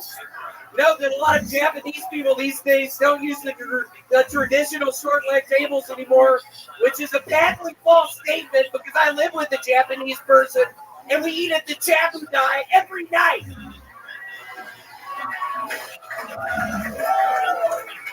Okay, that's the end of my policy. Literally 6 minutes and 25 seconds of William Montgomery. We love him so much. We can never cut him off short. Wow, I've never seen you this sweaty before in the history of your performing on the show. This is incredible. You look like a righteous gemstone that just fell into a river. Tony, I actually smeared my head with Vaseline tonight, so I don't know what I'm going to do before I go to sleep. I guess I need to remember to jump in the shower. There's literally Vaseline all over my fucking head right now. William, you look like how women see Louis C.K. That's a good thing, right? That's a good thing, right? It is true. You somehow look like all the characters in The Big Lebowski mushed together. It's like Fear and Loathing in Austin, Texas, right here. I like the commitment to the bit. I've never seen him before, and this guy went balls deep on this bit. I mean, true commitment is rolling with something that just simply isn't working at all. Yeah, I was a little horrified at the very beginning. I was a little horrified. Lewis, I have to ask you, why did you not invite me to fucking Skate Fest in Vegas, dude? Wait, Montgomery, can I say something right now? You have a fucking open invite to every Skate Fest for the rest of fucking history. You piece of shit. Oh, really? Stop your Yeah, game. you never answered me. Stop your fucking game. You're coming to Skate Fest Vegas. Okay, well, thank you. Yeah, Fucking matter. okay. I love you. Stop it. Too. It's nice to Stop this game, dude. Stop this fucking game. Hey! Dick, dude.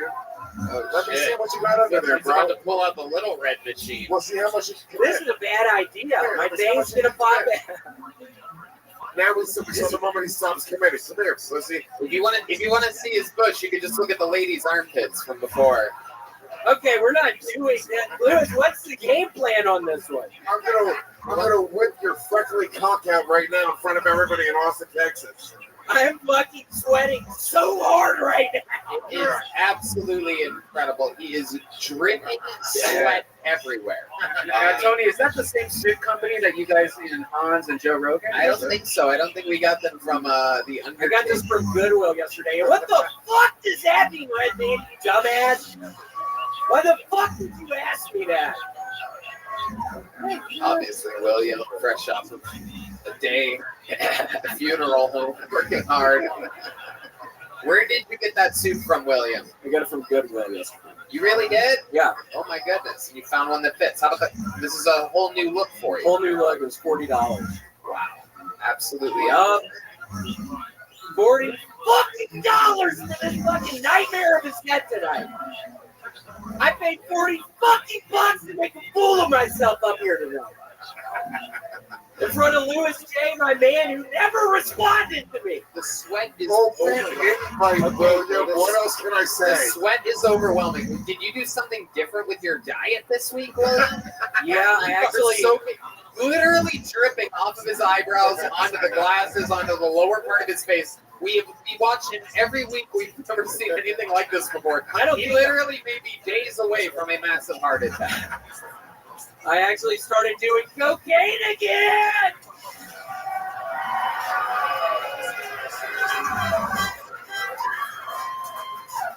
Why the fuck are people cheering for that? That would be very bad. They think you're gonna die here tonight. Is that why people were cheering? Yeah, it's almost frightening how much you sweat. Oh my God! Look at that drop. Well, right there in the middle. feel it. Right now. Did you see that? It's insane. It's literally like a fucking. It looks like Niagara Falls up there or something. My whole body is sweating. Like, what did you do differently this week? You are definitely, your body is trying to tell you something. He's wearing a 3-piece suit in 100-degree weather. It literally looks like in like those old SNL sketches when they would do like, they would have like a tube running off the top of their head, like overly obnoxiously sweating. But this is all natural. This is real. What did you do this week? Tell us the truth. Oh man, do you really want to know? Yeah. You really want to know? Yeah. How many of you want to know what he did this week? You really want to fucking know what I started doing differently this week? I started playing hopscotch. Ah. Yeah, I've been sweating a whole shit ton playing hopscotch. Have you ever played that? It's like a playgrounds game. Yeah. Playgrounds game. The more we mention your sweat, the more it makes you sweat, right? Yeah, I'm literally horrified. That was a nightmare tonight. I spent so much time on it. It was a horrible disaster, and now I literally can't stop sweating. I think it's because of the Vaseline I put on my fucking head. I thought that'd be funny, putting Vaseline on my fucking head, but it's just making me uncontrollably sweat. There are droplets of sweat flowing down his forehead. And I taste it. It's all in my mouth. It tastes like Vaseline in my fucking mouth right now. All he has to do After a horrible fucking set, now all I can fucking taste is Vaseline. You want to get the flavor out of your mouth? Can I throw a grape in your mouth? We haven't made it in anybody's mouth tonight. It's a little bit too much. Here, I got it.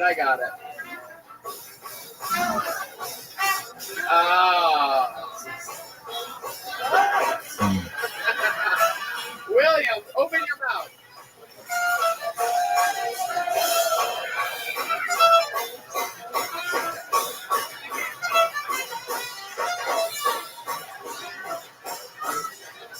Don't throw it hard. Red band. Oh my God. Oh, almost. Open it up. Over here.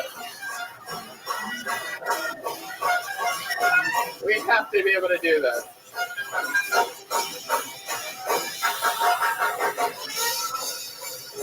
This isn't working! This isn't working! And I can't stop fucking sweating! It's making me sweat so much more!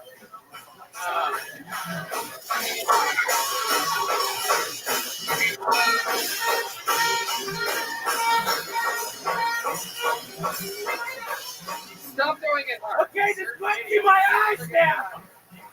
Okay! I can't do it! William, open your mouth.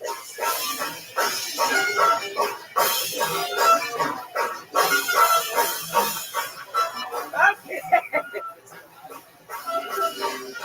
William, I can't do it! William, keep trying. Don't stop playing music. Do not stop playing music. Right Yeah, now. don't stop playing.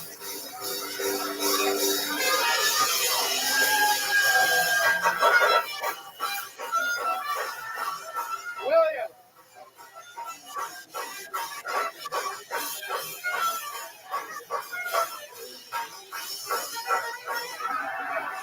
We did it!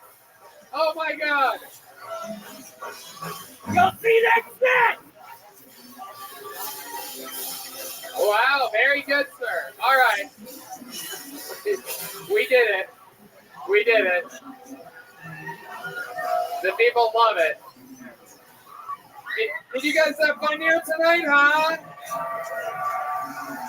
We are the #1 live podcast in the world. Look out. Be ready for everything. There is the 10-year anniversary of Kill Tony, June 2023, coming soon. Big announcement on the way of where and how that's going to go down. It is going to be literally our biggest show of all time. The venue has been locked in. It's all happening. Who wants a bag of charcuterie out there? Anybody? There you go. How loud can this place get for the great Louis J. Gomez and Aaron Berg? Catch them doing stand-up comedy on the Offend Everyone tour. LewisofSkanks.com for tickets. Berg's Base on the Gas Digital Network. And, of course, Legion of Skanks and the Real Ass Podcast with the joke sniper, Zach Amico. Thank you, Lewis, as always. Thank you, Aaron. The drawing from Ryan J. Ebelt is in. It is incredible. He draws every episode. Every print's available at RyanJEvil.com. How about one more time for the band, everybody? Screwball Peanut Butter Whiskey Kill Tony Band. This has been Kill Tony, brought to you by the Yellow Rose and the Red Rose, and, of course, Deep Eddy Vodka. And now also the Hotel Grand Duca, where you can save 25% off by using the promo code Kill Tony when you come to visit on a Sunday or Monday night. The official Kill Tony after party starts now, here, right where you're at. Thank you guys so much. Good night, everybody. Thank you.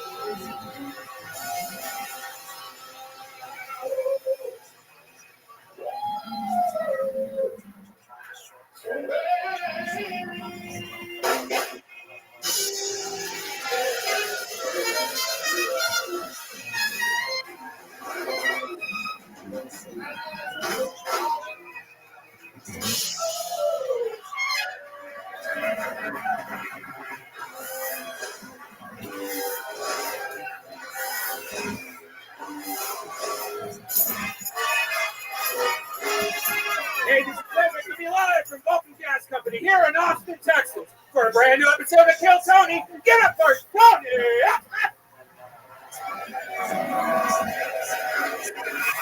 Austin, Texas. So you guys ready for the best goddamn Monday night of your lives or what?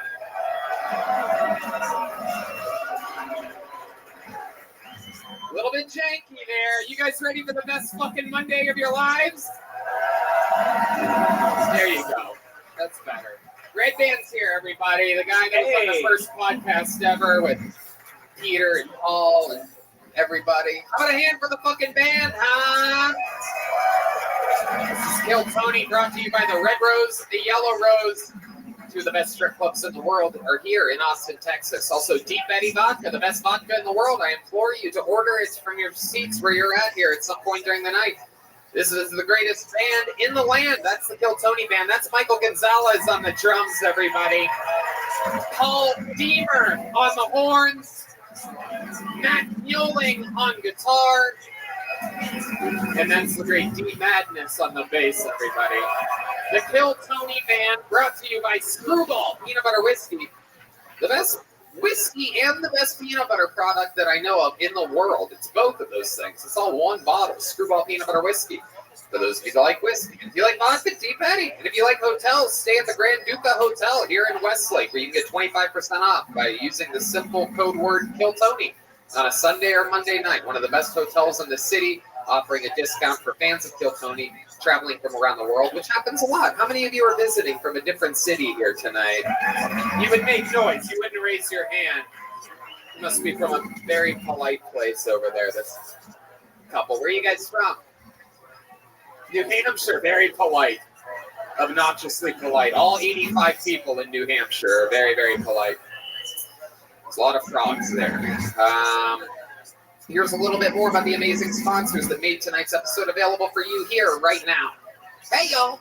Indeed, it is Tony Hinchcliffe here, telling you that I am back out on tour with my stand-up comedy, lugging a bunch of my funniest friends with me. Houston, Texas, July 28th, 29th, and the 30th. Dallas, Texas, the 12th and 13th of August, and August 26th and 27th, San Antonio, Texas. Nashville, Tennessee, making my long-awaited return September 29th, 30th, and October 1st.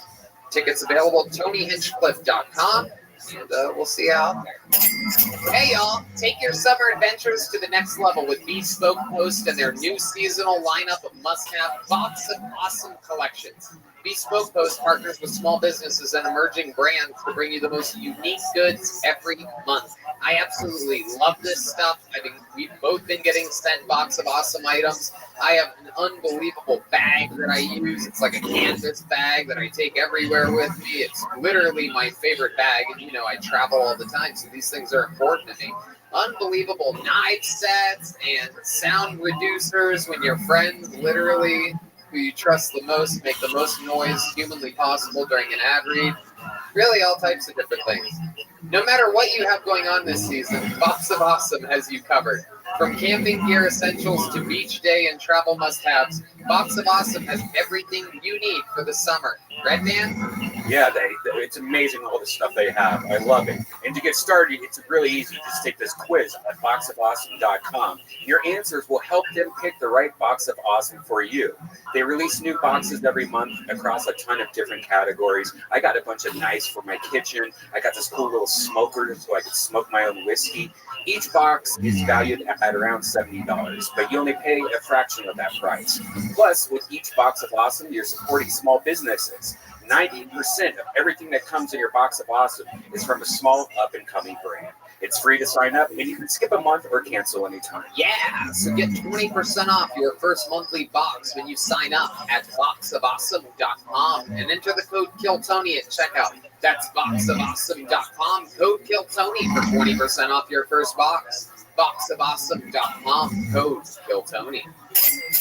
You know, when you use the bathroom, you always close the door behind you, right? You don't want random passersby looking in on you, doing your dirty business.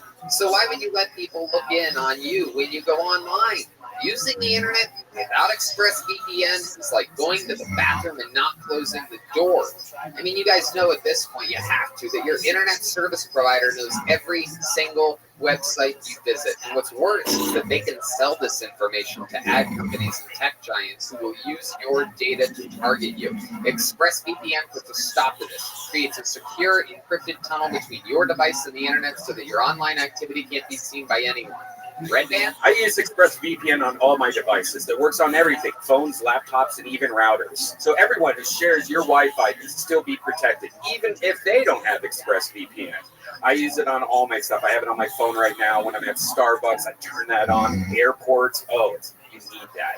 The best part is using ExpressVPN is as easy as closing the bathroom door. You fire up the app, click one button, and you're protected. It's that easy. ExpressVPN is the world's #1 rated VPN by Mashable, The Verge, and countless others.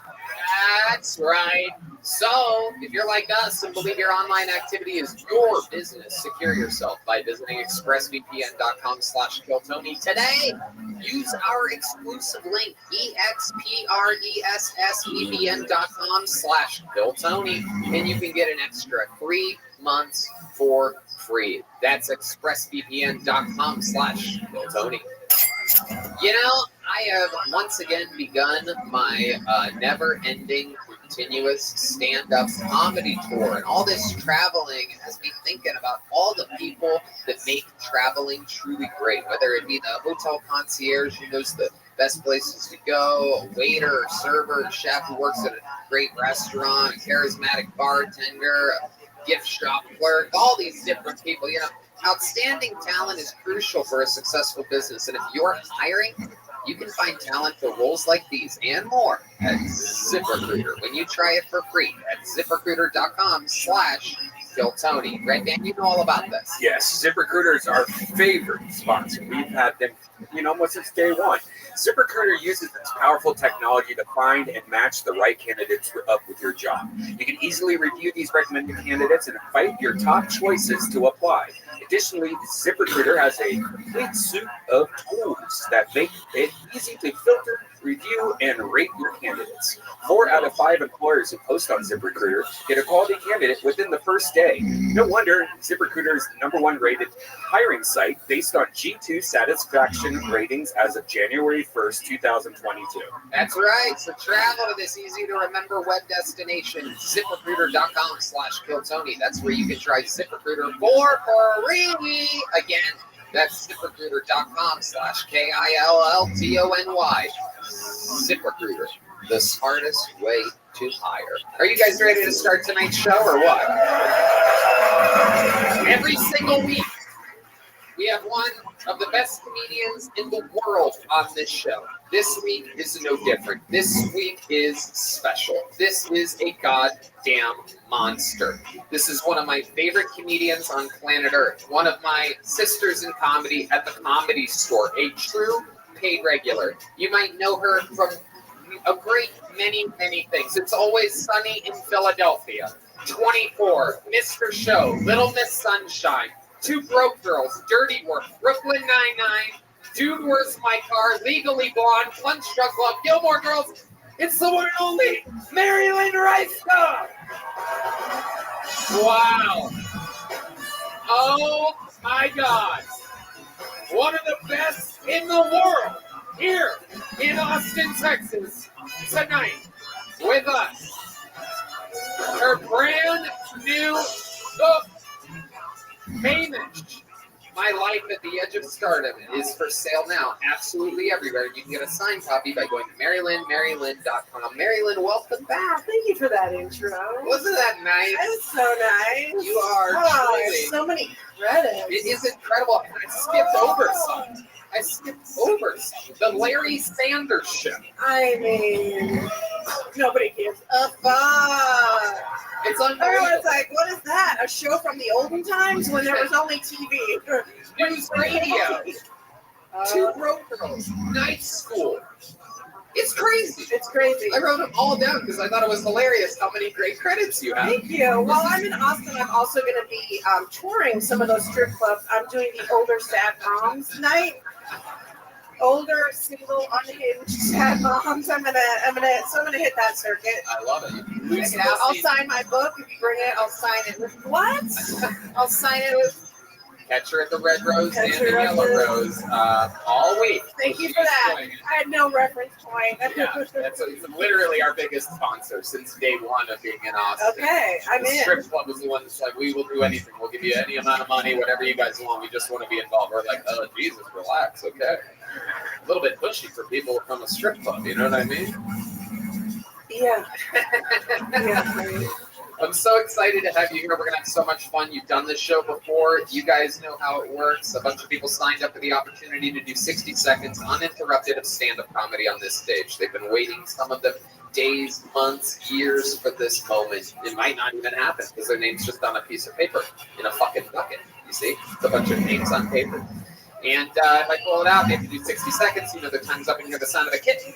That means they have to wrap it up there or else they bring out the Angry West Hollywood Bear, which just interrupts them and it's annoying. It's just a way to get them to stop talking. It rarely happens, but it could happen at any point. And then I interview the people. We talk with them. We find out more about them. The entire thing is improvised. And that's it. You guys ready to start tonight's show? There's a few regulars on this show. This is a prestigious position where you get to watch literally some of our favorite comedians grow right before your very eyes. This young man that is going to kick off tonight's show is one of my favorite regulars of all time. He started on the show a year ago, living in a van. I mean, absolutely, completely poor, struggling, wasn't able to eat, wasn't getting any girls anywhere remotely around him. Now, he's coming off a weekend performing at the MGM Garden Arena in Las Vegas, wearing a $3,000 suit bought for him by Joe Rogan, flying on jets, has a new car, has a new apartment. His life has changed. He's a headliner now. This is Hans Kim.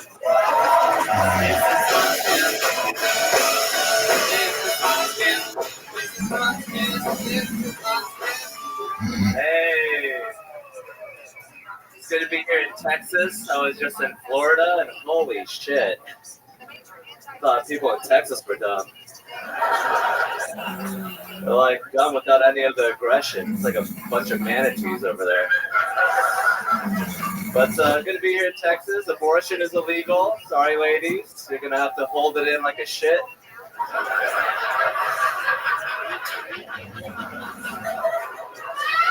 Well, been there. It's not that hard. I'm glad abortion is illegal now. Parents won't be so smug. Oh, I got so much meaning in my life from motherhood, bitch. Everyone on 6th Street is a mother. No one gives a fuck. But love lady, I'm dating online, which is weird because that's also where I jerk off to porn. 1 minute I'm like, ooh yeah, she's got jizz in her hair. I love that shit. Next moment I'm like, where's Amanda? What color is your hair? All right, that's my time. Thank you very much.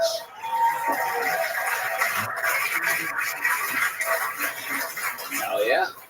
Likes both porn and dating on the internet. I've heard of don't shit where you eat, but that's like don't whack where you snack or something.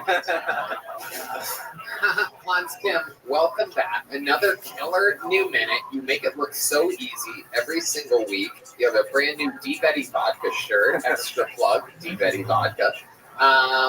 Hello, how are you this week? I'm great. I just got back and hanging out with my ex recently, so that's Which ex? Which ex is this? Is this the murdering stripper from Detroit?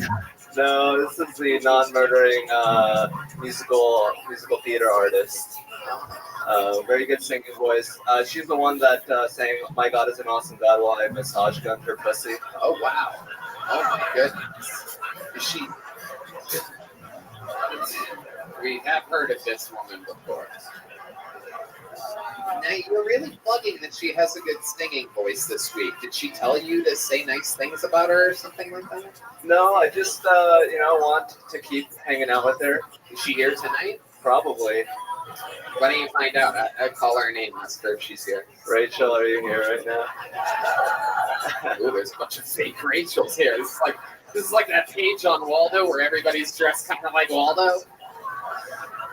She's got a great singing voice. She goes to another hour of karaoke and she always upstages me. Oh wow, which I kind of hate. Wait, quick question. Were you talking about doing stuff on her pussy a minute ago? Yeah, massage gun. Massage gun, thank you. But you don't know if she's here or not. What kind of relationship is that? You just hit it and then you don't know where each other is at. Yeah, I like it. Hit it and forget it. Forget it. What happened last week calling her a bitch, that dumb bitch? I can't believe I broke up with her, fuck her, all that. What? Whoa. Ryan. Red Band. Ryan, we're building bridges, not tearing them down. Red Band. You can't throw him under the bus. It's too much yellow. Oh, come on. Oh, I can do these jokes again now. I'm off probation. It's been a year and 2 months. Get over yourself. I love it. Okay, Hans. So you talked about Florida. What'd you do in Florida? I opened up for the great Michael Yo. He was very nice to me. He's half black, half Korean, so he's what I could have been if my mom fucked a black guy. Wow, that's an interesting way of looking at it. I mean, I hang out with a lot of mixed race people. I never quite think of it that way. I guess we all could have been kind of like that. Do you think your mom's only had sex with your dad? I hope so. Whoa. Wow. Why do you say you hope so? Why is that? You want your mom to have a very, very nice pussy? Yeah. I'm just saying, like, if one... enjoyed by others? Yeah, just one penis the whole time. One Asian penis. She should take her joy from raising me, not cock. Right. Right. Okay. It's very autistic. For those of you that don't know, you can't tell where the Asian starts and the autistic end or something like that. Are you really dating online? No, that was just a hilarious joke. Very good. Yes, I agree. I like the abortion, holding it in like a shit. Big points for that one. And you're hanging out with this girl again. So, like, what is the plan? Like, what's going on with her? Because you guys were together, you broke up. back and forth? Yeah, I mean, we're just playing it by ear, just like, taking it easy and, having sex whenever we can. Right. You always use a condom, right? Yes. You're famous for using condoms. We've talked about this before. What kind of condom do you use? The one that you buy on Amazon. What do you mean? Like the cheapest one in bulk or something like that? We use the skin condoms. She bought the skin with the Y. Skims? Condoms? Yeah, skin. Skims. Interesting. What's so special about the skin condom? It comes in a black wrapper with gold lettering. It makes it seem like we're, right, like Romans. Right. So it's like a magnum, but for small. They're not penises. latex. Hold on, we're going with our senior condom correspondent, Matt Neoling here. We're out in the field. Tell us, what is the difference? He literally hasn't Break it down for us. He hasn't spoken out loud for 9 weeks, but talking about condoms, he's like, well, actually, they have a different diameter than the Trojan condoms. Technically, they're not Roman at all. I love it. Hans, anything else crazy going on? I did the LOL San Antonio. Thank you for coming. It sold very well. Thank you, Tony, for having me and making me lots of money. Right. Your life has completely changed since being on this show, correct? Yeah. And you owe that all to one person and one person only. Mr. Tony Hinch. That is correct. Okay, thank you. We did it again. Kicking off the show, Hans Kim, everybody. That's right. A boy whose life was changed. No big deal. He did all the work. You have to be hilarious to take a ball and run with it like that. He did it, not me. Okay, for the bucket we go. This is where shit gets interesting. We're all going to meet somebody together at the same time. Your first comedian out of the bucket tonight goes by the name of CJ Byron. CJ Byron. Here he is. Oh my goodness. Hell yes. CJ Byron. Holy shit, God bless America, am I right? Oh man, you guys are gonna like this one. So I found out recently the other day I'm not actually the blackest person in my friend group. Now I'm not talking about skin color black, because obviously I'm like blood diamond black, you know what I mean? I'm like Wesley Snipes or something like that. I'm talking about being niggerish is what I'm talking about. So my buddy Sean, he has a face tattoo that probably should have gave it away. But we were going over our Spotify wrap-up playlist, and he was like, yeah, 21 Savage, Young Dolph, all this stuff. And then he looks at mine. He's like, dude, who's Lady Gaga? And I'm like, bro, first of all, you're not going to talk about Lady Gaga like that, you piece of shit. And so we're not friends anymore, but not for the reason that you think. He's in jail right now for, I think, child endangerment, murder, and some other stuff like that. But, yeah, that's just the end of that story. Holy shit. CJ Byron with 60 seconds. Hell yeah. CJ, you've been on this show before, correct? Yeah, I was. You've changed a little bit since last time I saw you. A little bit. At the rate that you're changing, I think you're going to have a Netflix special in like 2 months. I don't know what's going on. This is wild. You're like a trans Francis Ngannou or something like that. This is going to be in my nightmares tonight. This is the man that raped me in my nightmares tonight. Without a doubt. It's not rape if you like it. You know what You're I'm saying? goddamn right. Oops, I pushed back. I pushed back during my own rape. I love it. CJ Byron, you are famous on these streets here in Austin. You are known as Black Jesus. The real Black Jesus, yeah. It's his eye, ladies and gentlemen. You can literally see him going from bar to bar on a nightly basis. He is a giant black alcoholic. Am I right? Yeah. I also like sex too, so. Oh. Not just alcohol. Okay. What type of people are you banging dressed like lamb chops play along? Exactly. Most of the people I bang, I really just bang a lot of white women. Black girls don't really like me. Hey, what's up? Hi. How you doing? You know what's up. Oh, shit. What's your reindeer's name? Mr. Kitty Bibbles. Looks like Mary Lynn's going to be in a whole I, new su- big I support project. the process. Yeah, I got a big project coming up. I'm I love going to be it. in Austin for a little while working on a project. Now, you're gonna move here after this, baby. Whoa! My goodness. I I think Black Jesus is going to give you the second coming. You know what I'm saying? Oh, we've activated the back light. It's going to be one of those long nights, people. praise the Lord. Praise the Lord. I'm just trying to see if I still have feelings down there. So let's go. A first coming would be fine. I'd take a first coming. Hell yeah. Some of that Larry Sanders show pussy down there. Oh, shit. I love it. Okay, CJ, remind us, what exactly do you do for work? So I run my own bar on West 6th Street, Wild. Okay. So yeah, pretty much just do that when I'm not drunk as fuck. Okay. Cool. Our relationship's slipping away fast. Oh, I'm a rapper too. All right. Oh, Really? okay. Are you a rapper? I'm back in. What's your rap name? Black Jesus. Okay, that makes sense. Can you do a little rap for us? You want a beat from the band or something? I'm interested to see what. Oh yeah, I'll do a little razzle dazzle. You want to cook it up? Oh shit. Oh shit. All right. We're gonna start like this. Everybody wave from left to right or side to side. Oh wow, it's I like can't believe I made you guys do that. It's like a yoga. Well, my name is Black Jesus, and that is that. You know, I look a little bit just like Shaq, or I look like I came out of an Oreo pack because I'm black on the outside, and that's that. All my friends are white because I'm dope as shit. White women bow to me and suck our dicks. That's it. Holy shit. My God. Wow. We have come so far from the times of slavery. I'm telling you. I mean, I'm telling you, just a couple hundred years ago, if a black guy was rapping about white girls sucking his dick, I'm pretty sure I think that's happened to Emmett Till or something, they right? would have to find a very large tree for a man like you.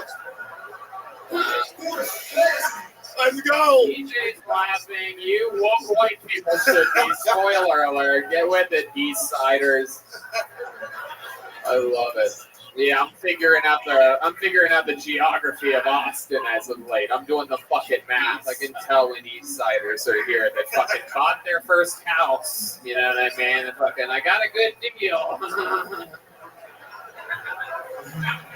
Anyway, CJ Byron. So you like to get drunk? Like, what's like a wild night for you? What's a wild night? I see you have red, white, and blue in your hair. It is like July 21st or something like that. So, like, what would you do for Independence Day? Oh shit. Okay. So, as you can recall from the last time I was here, I like to take shot out of girls' asses. So, we're on the boat, and I stacked these three girls on top of each other and was taking shots out of their butthole and just getting all the, like, water falling. Wow. Fucking America, bro. Wow. So wait a second. Hold on a second. I'm going to quit our relationship before it starts. And also, I'm not sure if I should be here right now. Fine. I gotta go. Yeah, shots out of girls' assholes. Like, that's incredible. I mean, I've heard of D-Bay. Does that mean it goes in and out? Can you explain? No, it's like a waterfall. Like, you just. Oh, like at a wedding. Yeah, so you get under it. So what you do, you want to stand this way so that their pussy blocks your eyes from getting the alcohol in it. Because if you do it this way, the alcohol might jizz you in the eye. Right. So you want to go this way. Then you have pink eyes forever. No, my eyes don't get pink. Right. What kind of alcohol do you use? Do you like a Jägermeister or No, something? Casamigos. I've been trying to get them to sponsor me, but they do not like the I think you asshole should use shot. Screwball. I think you put the Screwball? peanut butter whiskey. I'll pick a peanut butter jelly, baby. You know what I'm saying? These poor girls, man. They have like yeast infections. And Okay, thank you, Red Band. Very good for your contributions to the show. Very good. So, Yeast infection. Am I right, babe? That's just the thing, right, Ben? Comedically speaking, shall we say the style is drunk, energy, outfit. Out of all the people that I know, out of all the comedians that I know take shots out of assholes, you're the best. That's what I think. What else about you? Give me one more thing, CJ. Tell us something we haven't talked about before that sets you apart from all these other humans. I mean, my life's dope shit, so I think that's Like what? Give us another one. Shots out of acid. By the way, where do you did you do these July 4th shots out of acid? Oh, Lake Austin. Lake Austin. Yeah. You're on a boat, because I know you're not swimming. This motherfucker sinks like an anchor, my friends. I promise you that. You know, it's funny. I grew up with a pool, but I can't fucking swim. I bet. I bet. Absolutely. It's pretty crazy. What do? You get floaties and go out there or something? No, so I actually have a life vest that has a picture of God on it that says Black Jesus. Oh my goodness. It's like a thing. I'm very scared of water. Like, is it bulletproof as well? Black Jesus does not walk on water. Noted. Copy that. I'm going to copy that. He turns water into Cavassier. He takes part in the Last Supper. Shit, that's hilarious. Yeah, I can't think of any other ones. Something cool about me. I met the president twice, and the first time I met him, I was in the army, but the second time I met him, he actually remembered me. So he was like, "Hey, CJ." Well, the former president, not the guy. Say which president? Donald Trump, my boy DJ. Okay. My boy. All right. We go way back. You're a fan of him. You've met him. Oh yeah, that's my boy. He met my daughter. I got a picture of him holding one of my daughters and shit. That did not go over well. I probably should have. This all tracks. They were like, oh, yeah, and I was like, I don't even know what any of that means. You just jerk off on your own daughter for a second? That was crazy. So they happy or sad? Did Trump remember you the second? Yeah, the second time. Yeah, it was pretty cool. So like, I always make jokes with him. We love Lord Jesus. We love him. Best Jesus is the Lord's Lord Jesus. We love him. You love him. They put him right in the front row of the T-shirt. Yeah. Get in front of the camera. Black Jesus is for Donald Trump. I love it, CJ. Well, and let's talk about this stand-up thing for a second before I let you go. How many times have you done? You do this regularly? No, only on here. I did it the first time was the last time I was here, and then this time. I love it. This is your second time ever doing comedy. You sort of did it. You're better at the interview part than you are at the. I think this part will be funny. But I love it, dude. You have an incredible charisma. You're ridiculously comfortable on stage. You know what's up, and you did more dope shit tonight. Thank you. You know. There you go, CJ Byron, everybody. CJ, take one of these. Did you get one of these before? Here, give me that back then. You already have one. Take it. Chris Rogers art. Oh yeah, Chris Rogers art. He's another guy that's here. Chris Rogers is drawing tonight. I forgot to mention. Ryan J. Ebelt drawing tonight's episode all the way from Los Angeles, California. Chris Rogers over there starting an iconic picture of William Montgomery. Back to the bucket we go. So together we will meet Lorena Reina, everybody. Lorena Reina is the next. Here, live, Hilltony, Austin, Texas. Here comes Lorena. You guys having fun yet, huh? All right, here she is. One more time for Lorena, everybody. Hello. Never been in a relationship before. Anytime I get close, I choke. Or specifically, I ask to be choked. But, I'm out there. I'm trying. Anybody on more than 3 dating apps? Just me? Okay. So, I feel like guys always say they're looking for someone adventurous, but what they really mean is someone to go to a craft brewery and do anal. Which, sure. But, I think I'm adventurous, but, I learned how to, cook in the dark because I didn't pay my electric bill. not so much living paycheck to paycheck as moment to moment. So, but yeah, I feel like girls, have you noticed there's a lot of guys that have pictures holding fish?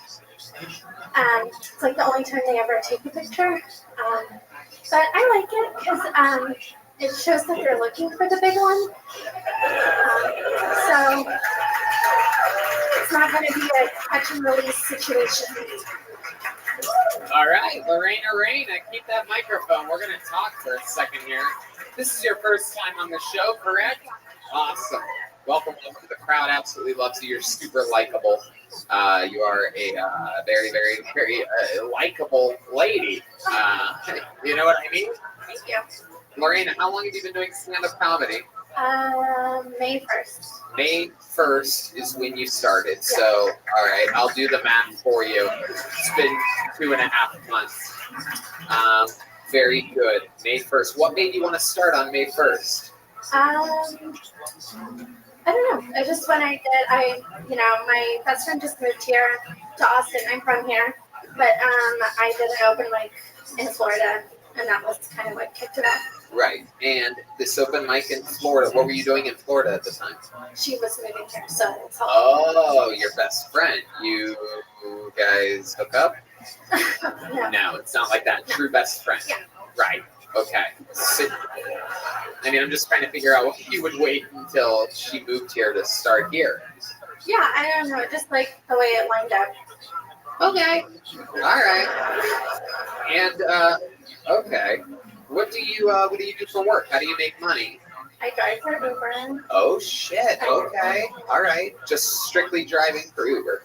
Yeah. Okay. All right. Anything crazy ever happened in your Uber car? What kind of car do you have? So right now I'm driving a Toyota Avalon. Ooh, okay. Yeah. All right. You're Mexican, correct? Yeah. Yeah. What's the other half? White. Whoa, half Mexican, half white. Yeah. Okay, the old flour tortilla. Right. That's my favorite snack. That was a good one. That was a good one. Never said before. That was the first. Thought of it in the moment. That's a whole day's work right there. Lorena. So, which one's Mexican? Which one's white father, Mexican mother?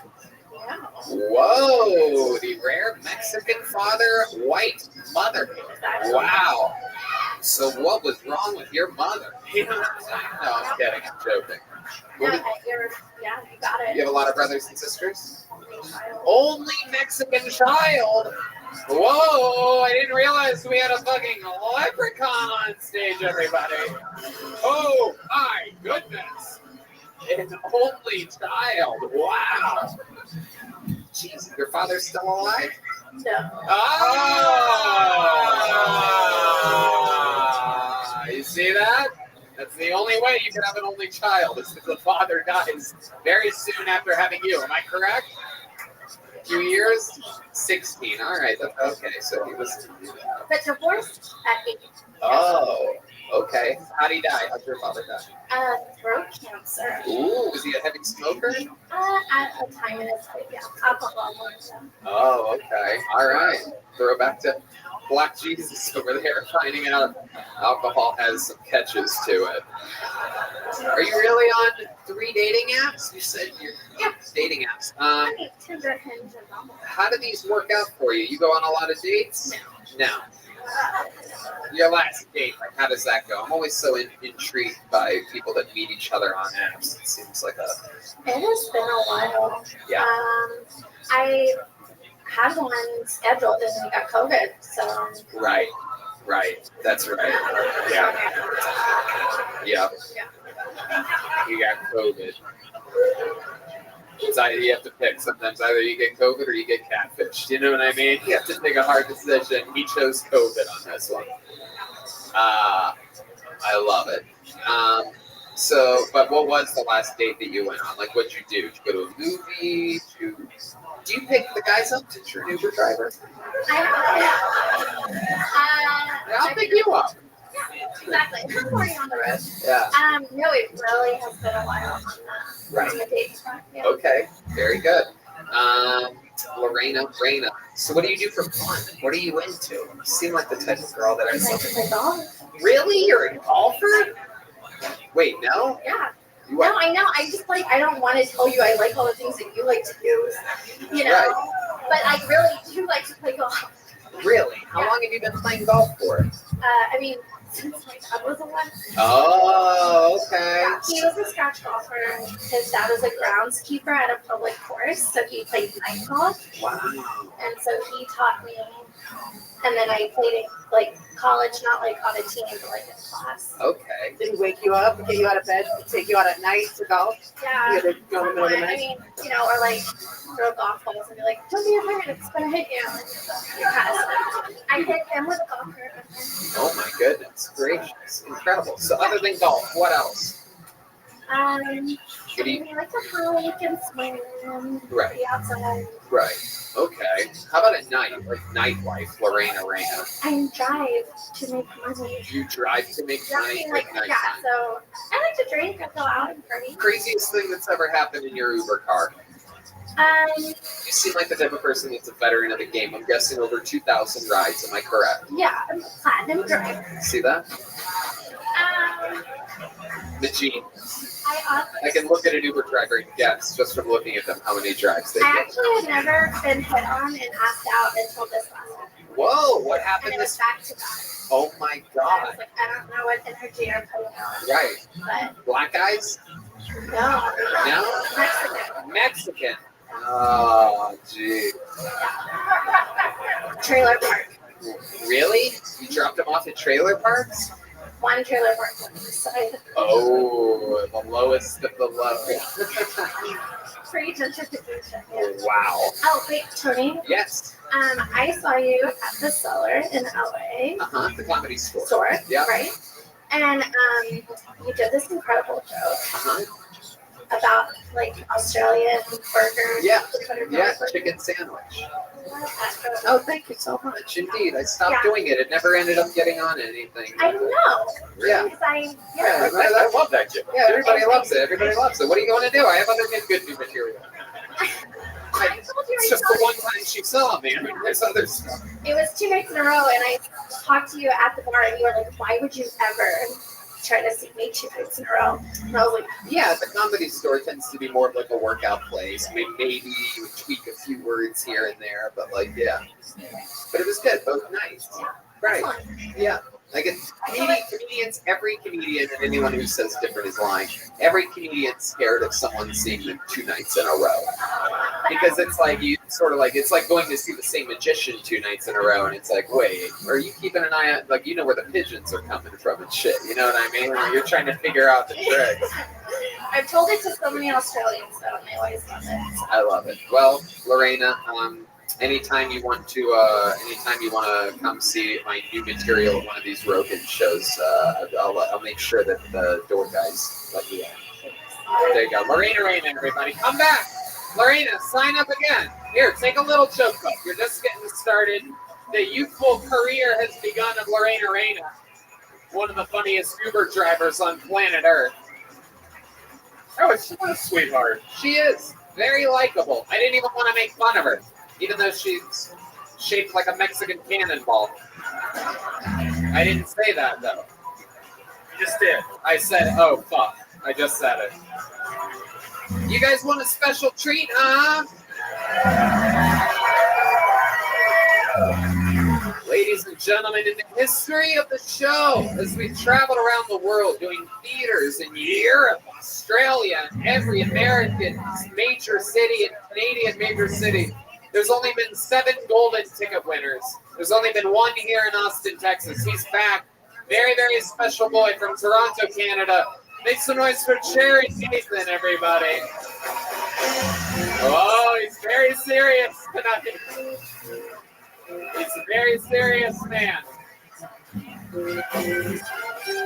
This is a brand new minute from golden ticket winner Jared motherfucking Nathan.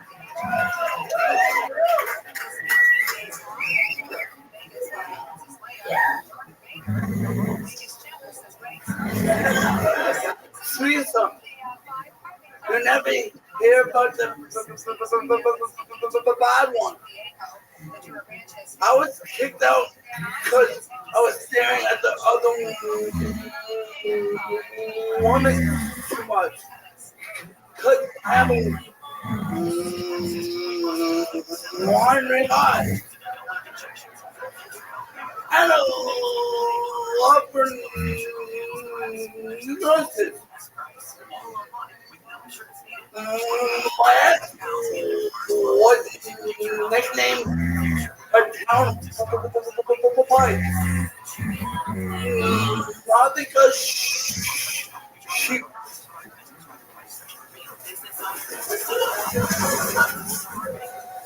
lost everybody. Because she was in a wheelchair. I prefer dating women in wheelchairs because I don't like to drink and drive. I was sitting in a lap, wiping her drool from my face. While the nurse pushed us down the street, it was the word, but it won't be the last. I'll be back with the digest. Wow. 2 minutes of time, 1 minute of material, 1 minute of working it out. You know how it goes? Hell yes. Jerry Hinkman, the return yet again. Welcome, my friend. Thank you, Tony. Was any of that true? And you had a threesome? These girls are all down to the fuck? Yeah, I did it again. Oopsie daisy. Boo. Another one. Welcome. Do what you gotta do if you want to take disabilities, you know? Disabilities, indeed. So this is all. Is that true that you hooked up with a girl in a wheelchair? Based on a true story, yes. Yes, based on a true story. I love this. Based on a true story. So there was a girl, maybe there was or wasn't a wheelchair. There was a wheelchair, but it's based on a true story. So what part is it real? When you say it's based on a true story, that's a true story. You know. No, I don't. You know comedy. Yeah, but I'm curious. Now we're in the post-interview part. I know how comedy works, but I'm asking you, like, what part is embellished? Like, what did you exaggerate or make up? What part of that? Whoa, Jesus Christ!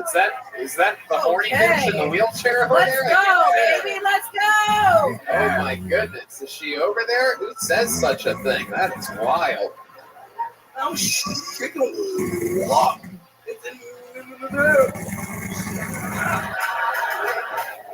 She can walk. She's got legs. What kind of? Why was she in a wheelchair? Like what kind of? What did she? Yeah, what did she have? Yeah. Do we oppose it? Whoa! Oh my God! You guys are gonna get together, and make a fucking pretzel or something like that. Holy shit! Holy shit! Imagine if you got her pregnant, they'd be like, "We need to legalize abortion again." We'll make an exception for this one. Oh, yikes! Your Honor, Exhibit A, Exhibit B. Oh my goodness gracious! I heard palsy girls are easy. Is it true? Wow, Red Man is going to deep waters tonight.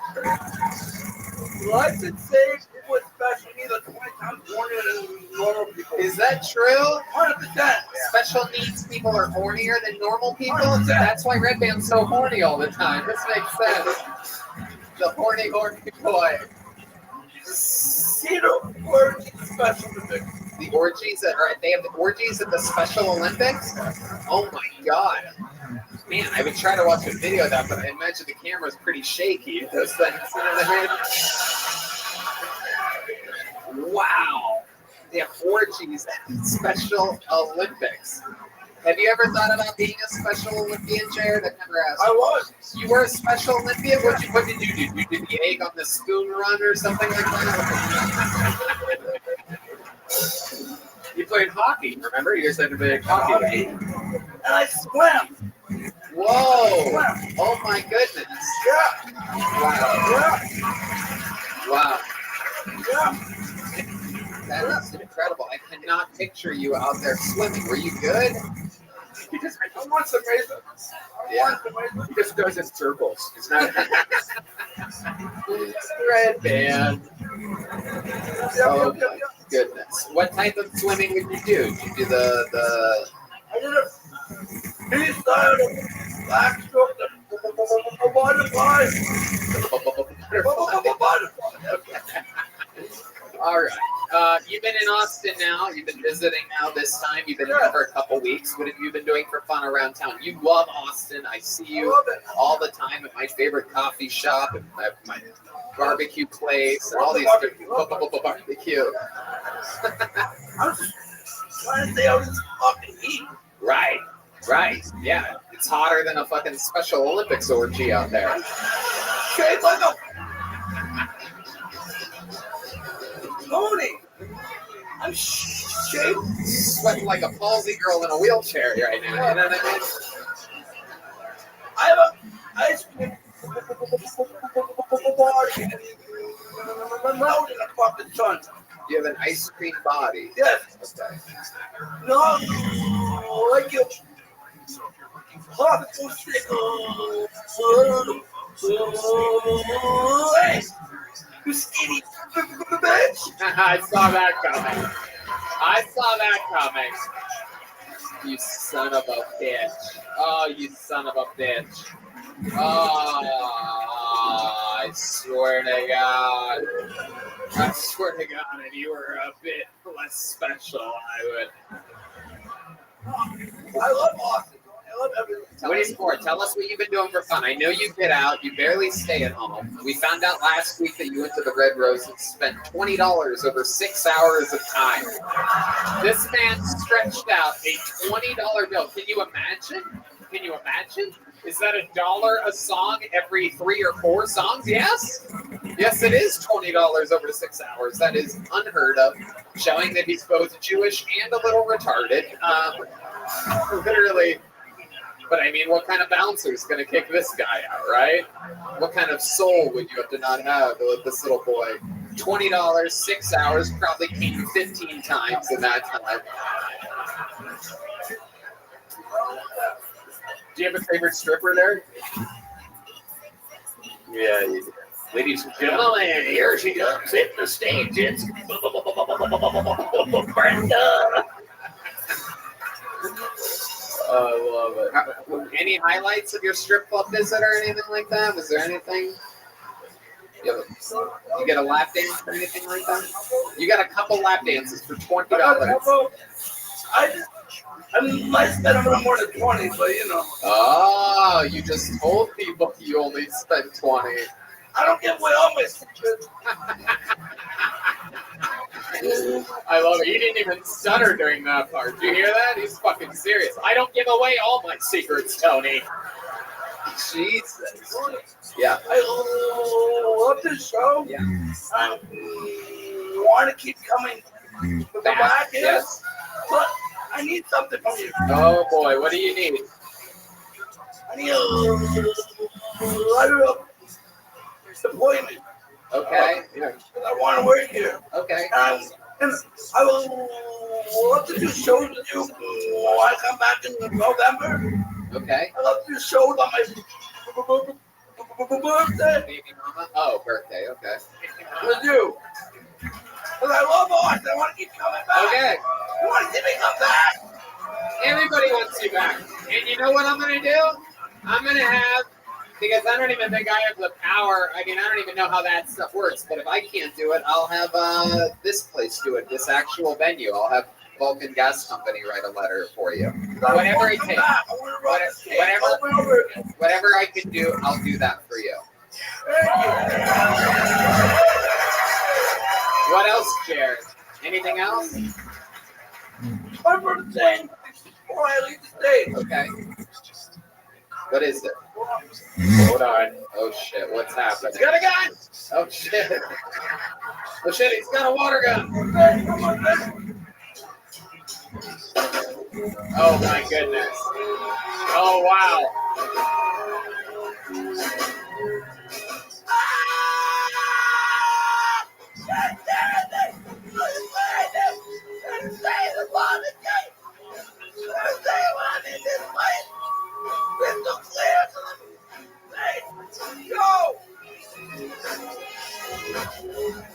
I can't stand it! I just landed! Stage Watergate!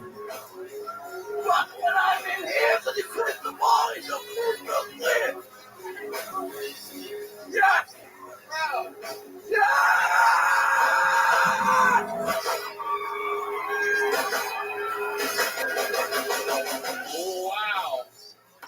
Oh wow.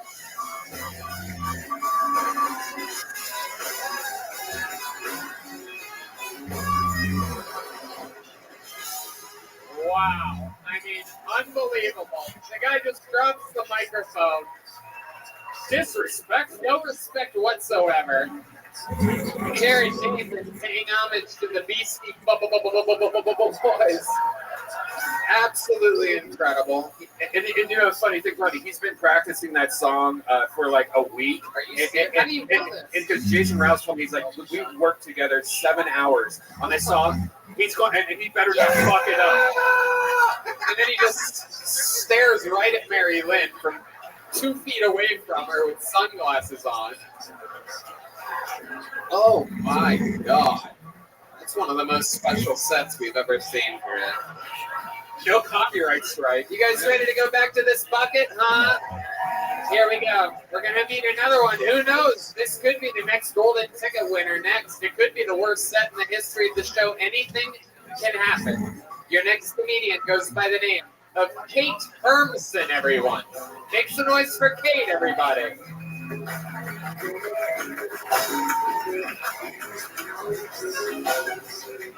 Guys, one more time for Kate Hermson. All right. Been a waitress forever, so you get used to reading people right. You know, Karen Haircut walks in, I'm like, gluten-free menu? Cool. Yeah. And they're just like, yes. Yeah, I have celiac disease. And I'm just like, yeah, well, why do you celiac? Because we both know you're lying. If you have the same BMI as me, yeah, you're not allergic to bread. So, but yeah, I mean, the dad joker tables are always the worst, right? You just go in and you're like, sorry about the weight. And they're like, no problem, it looks good on you. And I'm like, I'm gonna speed this up. I'm gonna drop off that check, right? So I'm gonna go and drop off the check. I'm like, anything else I can get for you? And they're like, you know, about $1 million. I was like, well, what do you want me to say to that? You know? So he's like, oh yeah, oh you're so funny. Can I suck your?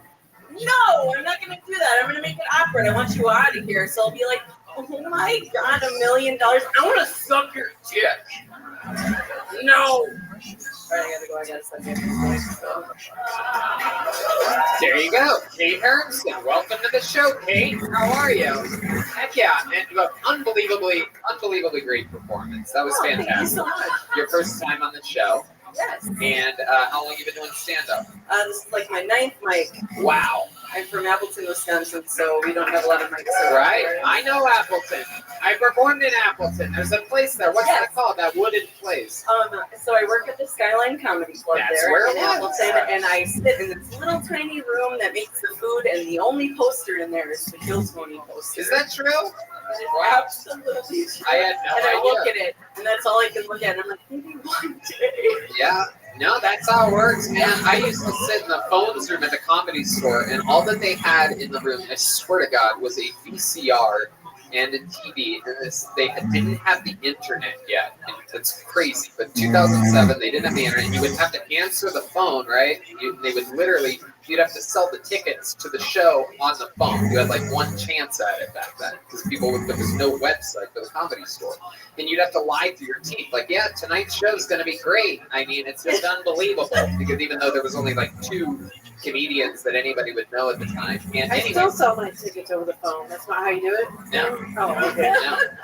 But anyway, there's a VCR and a TV, and all that they had was the 20th anniversary Comedy Store. There was like 50 VHS tapes of just that. So you would just put one of those in and watch it. So sitting in a room that is hellish can be good. It's good to inspire and not be distracted. I find it pretty hard, I think, to, I mean, the internet is overwhelming. Now it's on phones, and that wasn't even, oh shit, D Madness is leaving, everybody. D Madness, D Madness, the only, very good, yes. Okay, give her some weird sympathy moves or whatever you guys are doing. D Madness is the only black guy that walks away when there's a thick white woman on this stage because he literally doesn't know. If he knew what she looked like, he would not be going pee right now. Trust me. Kate, do you hook up with black guys? I do not. Right. No, strictly white. Truly Appleton, Wisconsin. It's I've only had 2 partners in my entire life. Really? Interesting. And you just moved here? I have not. I'm actually just visiting with my boyfriend. He's actually been doing comedy for like 2 years. So. Really? Yes. Okay. And he's here right now? He is. Did he sign up? He did. What's his name? Trevor Klumpner. You guys want to see her boyfriend? Stay on stage, Kate. These people are all the way from Appleton, Wisconsin. Let's see what happens. Make some noise for Trevor Klumper, everybody. Let's do this shit. Oh, stand back there. Here he is. Trevor Klumper. So I think prostitution should be legalized. That way, when my friends tell me they're going to fuck my sister, I can tell them they can't afford her. My grandma's a fun lady. She put all of her 401k savings into Marble Miles. She also used to sleep with a gun under her pillow, so you know she likes to party. I'll tell you right now that nothing sets a 7-year-old straight quicker than hearing the hammer cock back on a 45. One of my fondest memories of her is we were all over at her house to watch Walker, Texas Ranger. And she wasn't a responsible gun owner. Like, she couldn't be bothered with the safety, so she just left it off all the time. And she's digging around looking for the remote. And the next thing I know, I hear a bang. There's feathers in the air, and there's a hole in the TV. Narrowly missed TV. But it did reinforce my faith in Chuck Norris, because I believe on that day, the eyes of the Ranger were upon me. Thanks, guys. Absolutely. Hey, Trevor Klumper. Welcome to the show, Trevor. Big fan, big fan. I love it. I'm a big fan of you guys, all the way from Appleton, Wisconsin. You've been doing it 2 years. You've been doing this a lot in Appleton, Wisconsin. Yep, just about. Right. And what else do you do? What do you do for a living? I work security at the Skyline Comedy Club. Wow, look at you guys, just in there banging in a comedy club. Look at you. Nacho cheese everywhere, man. It's That's great. it. That's it. There's cheese all over Wisconsin. I love it. Were you guys working there when we came by? No, we actually just started. I quit like my big job to just pursue comedy. What big job did you quit? I was the regional manager for a big bread company. Oh, look at that. You were making bread, and then now you're not. Yeah. Okay, Trevor. You're chasing your dreams. And why are you guys staying in Appleton? Do you have a family or anything? What do you why are we here? Why are we now? Why do you live in Appleton? Oh, it's just, I lived there. When I got out of the Army, I decided to move back to Wisconsin, where I was raised. Right. Where did you spend your time in the Army? I was in Iraq, but I mostly was in El Paso or Fort Bliss. Okay. Wow. Both of those places are very scary places to be. My goodness. Do you still have flashbacks to your time in El Paso? Yeah, it's mostly Fort Bliss. Jesus Christ. My God. I stopped off. I was starving on my drive. I think I may have mentioned this on the show, but I stopped off in El Paso because I was starving. I'm like, well, okay, there's an Olive Garden, right? I'm like, there's no way they could possibly fuck this up. waited 45 minutes for one breadstick, people. I've never seen anything. Most depressing day of my life. El Paso, it's like you're in the 40s when you're there. So like all the buildings look just. It's the wild west. It's the first time I saw a guy get stabbed on the street. Right. Yes. Perhaps it was one of the waiters at the Olive Garden. That's why it took forever. Incredible. Okay, Trevor, did you kill anybody in Iraq? Oh, that's a yes, everybody. That's a hot yes. I don't. Bling, bling, bling, bling, bling. I don't have any confirmed kills, but I did throw ladder grenades into orphanages. Wow. Relax, I threw it underhand. Yeah, I like that. Little sneaky one there. I love it. Okay, and how much longer are you guys in town for? Until Friday. Okay, until Friday. What else do you have planned? What's on the docket for your trip to Austin? Just visiting. I'm actually here to meet my biological dad. Really? Oh my God, where's he at? San Antonio. Wow. When are you doing that? I don't know. He's been kind of ghosting me. Again? Yeah. Oh my goodness. He's never met him your entire life. And how old are you? I'm 33. 33 years old, and he's in San Antonio. What do you mean he's been ghosting you? When's the last time you talked with him? Before Father's Day. Before Father's Day. And what was said? That you're coming to Austin? Yeah, we're going to meet up. We're going to stay with him for a bit, and then I haven't heard anything. He texted me yesterday, but then ghosted again. He ghosted again? Well, texting yesterday, that's not really ghosting. That's like more of a haunting or something like that. Like sometimes hearing from underneath your bed, son, I'm here for you.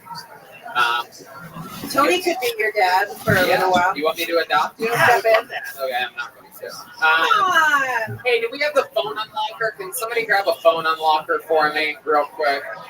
How many of you think we should call his father right now and schedule this goddamn appointment? Yeah. Look at all of these fatherless children going wild.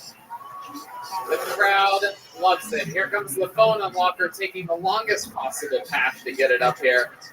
I love it. Absolutely. Tap it right on that mamma jamma. Yes, indeed. The technology of you can't find that in Appleton, Wisconsin. You know what I'm saying?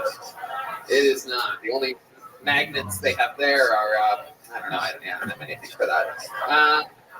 Here we are, Trevor. Now, when you hit send on that thing, put it on speaker and make sure your volume is all the way up. Your volume's on the left side there. You're going to pump the top button. You're going to make sure it's on speakerphone. We want to hear that ringtone. But if it goes to voicemail, end the call, okay? Because we don't want the number being read on the podcast. Do you understand anything that I'm saying? Absolutely. Getting non-responses here. All right. Lower that a little bit. Here it is. No, put it the other. There you go. Right there. Keep it right there. Trust me.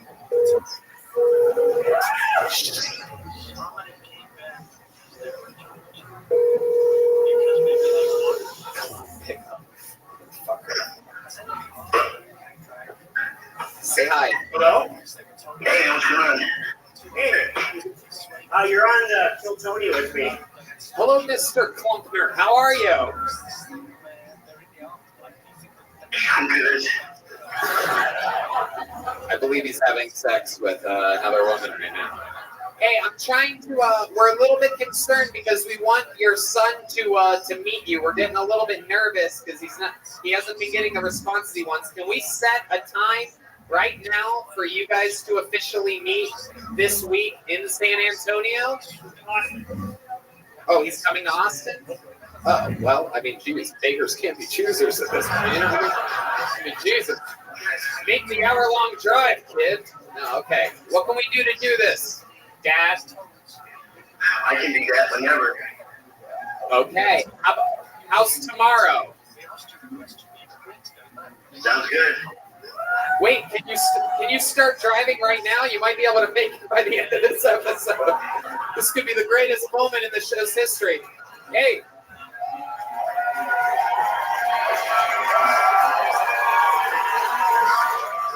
All right, relax. Save your energy. There's a lot of show to go. What is it? It's an hour-long drive. What time did we start? We can't make that, right? No, it's already 9:30. All right. It's not going to show up anyway.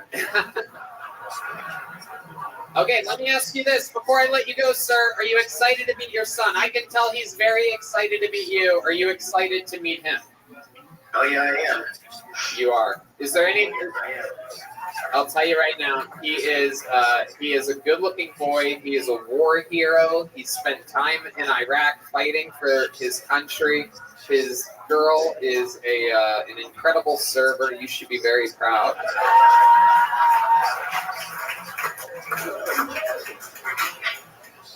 Do you want to tell your son that you love him for the first time ever? Stop putting your shirt over your head, Red Band. I didn't. What did you say? I didn't. Oh, look who can't hear all of a sudden. Oh, dude.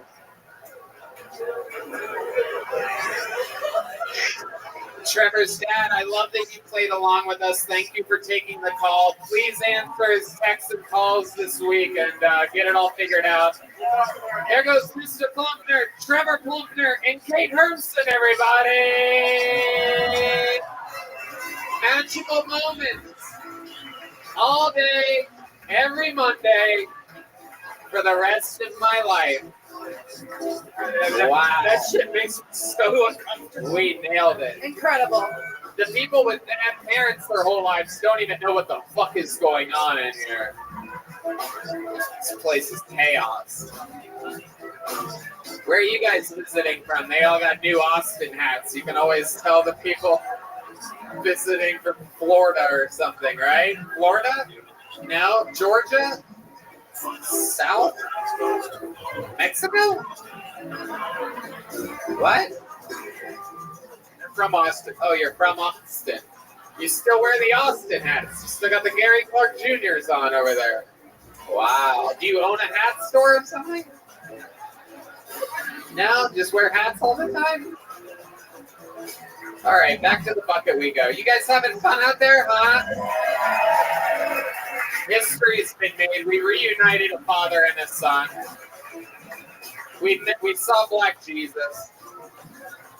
Make some noise for Mikey Greenblatt, everybody. Mikey Greenblatt.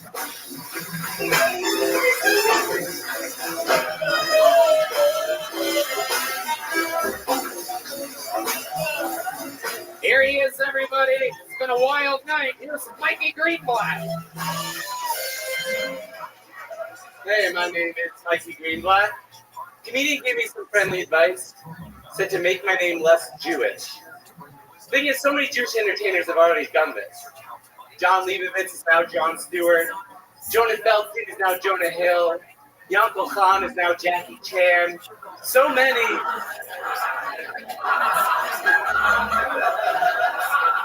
A bit about myself. I work with people who have autism. Yeah, you guys clap for that. Yeah, some of them came out here tonight. Thank you guys so much. You guys are doing great. Thank you. No, I do. I work with people with autism. They're called Gen Zers. Have you guys heard of this group of people? Yeah. I'm a teacher on Zoom. Which was not accepted 2 years ago and is now my entire livelihood. And these kids, bless their hearts, they need to get bullied. These kids need to get bullied. They do. I got bullied all the time as a kid, and it crafted me into the successful comedian that you see here tonight. I was diagnosed with Tourette's as a kid, and not the cool kind of Tourette's where I'm like, kitties. My Tourette's is going like, ah! There you go. He did his time and then some. Mikey Greenblatt, indeed. Welcome, welcome. Like a typical Jew trying to get your money's worth. He got called up here. He's like, I'm going to go until that fucking bear comes. As long as the bear's not German, I'm fine.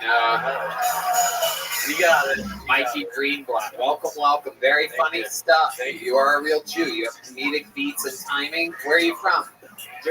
Jersey. Absolutely. The home of Jeffrey Lifschultz, now known as Jeffrey Ross, the Postmaster General. Yes. What part of Jersey? I'm from Bergen County, North Jersey. Okay. Yeah. That's where Joey Diaz is from. Am I correct? You know, one of the great comedians of all time. You don't know about this? Yeah, sure.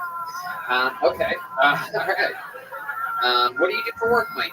You're I a am teacher. a You really teacher. are a teacher. Yeah, I really am. And are you just a Zoom teacher, or do you sometimes go into class as well? No, I'm just strictly remote on Okay. Zoom. Okay, Yeah. very good. Yeah. What are you teaching exactly? Right now we're learning about ancient Egypt. Okay, it's a Jewish school? No, No. none of this like Jews were slaves in Egypt part, just fun pharaohs. Oh, okay. Yeah. Just the real stuff that really Yeah, happened. just stuff that actually Okay. happened. Yeah, you got it. You know, I love it. You're wearing a yarmulke right now. You're extremely Jewish. Do you always do that? Orthodox Jewish. Yeah, Right. extremely Jewish. Yes, absolutely. Yeah. I'm friends with Ari Shafir, so I'm allowed to say whatever I want. Yeah. I love it, Mikey Greenblatt. You wear that every day? I do. Yeah. Yeah, and so you like follow all the rules. I tried it. What's the ones that you bent a little bit? Because you're a good-looking guy. You look like Adam Uber driver. Thank you. What does that do? It's an Adam Driver joke. Yeah. He's a famous actor in show business. I said an Uber driver, and it got 4 laughs. Thank you. So what's your deal? What's up? Yeah. Where do you bend the rules? Just be honest. God doesn't listen to Kill Tony. You don't have to worry. God's up there listening to fucking Bobby Lee and Kalila break up. Tiger Belly. What is happening, people? My friends, they're losing their minds. My friends are losing their minds. Everybody that stayed in LA is losing their fucking minds. Anyway. Except Mary Lynn. Except for Mary Lynn. Mary Lynn stayed in LA, did not lose her mind. Still booking movies. What did I Still miss? booking shows. Nothing. We're talking about he's Jewish, so we're talking about movies. Hey, how's it going? You're Jewish? Are you single? I am. Yeah. Look at that. You just booked another movie. Hey, let's My go. mom would, What? Wow, I'm out. Because I'm not Jewish. I'm not Jewish. I'm out. You just made her pussy drier than the Egyptian desert that you were teaching about. What if I convert? Why don't you open your heart a little bit? Okay. Do you exclusively only date and hook up with Jewish women? Yes to the former, not to the latter. I'm gonna have to start drinking now. Thanks a lot. So you've hooked up with you've hooked up with Mary Lynn. We'll get you a drink. Come back. What do you want? Tell us what you want. Got a couple shots of tequila, right? Yeah. You want to do Here, like a blue love moon. a beer. Love a Thank good you. local Austin beer for you. Thank you, local Austin beer. So let me ask you this. So you've hooked up with Jewish girls almost exclusively, but you've also hooked up with a couple, the devil's children, right? Let me ask you this. When you're hooking up with a normal, non-Jewish, I guess normal's not the word. When you're hooking up with a human, no, I'm kidding. When you hook up with an infidel. No, I mean, okay, no. When you hook up with a non-Jewish woman, is there something sort of fucking extra naughty and you can't last that long? Am I correct? Because it seems like in the game of sex that I find from my history of talking with people that that what is wrong sometimes is the more enjoyable thing. Your retort. It's my retort. Yeah. Yes. So Jewish girls, they're fucking like a porn star. You could just last forever. You're flipping them around. They all look exactly like you. It's like fucking yourself. Yeah, it can get a little weird. Right. Yeah. But then every once in a while, You get that Irish, Polish shit. What's What's up? Put you in the motherfucking gas chamber. Okay. From the gas chamber to the ass chamber. Oh, shut up. Man, Tony. Shut the The gas chamber is the gas chamber. Bye-bye. Hey, I like that. No! You activated the black light.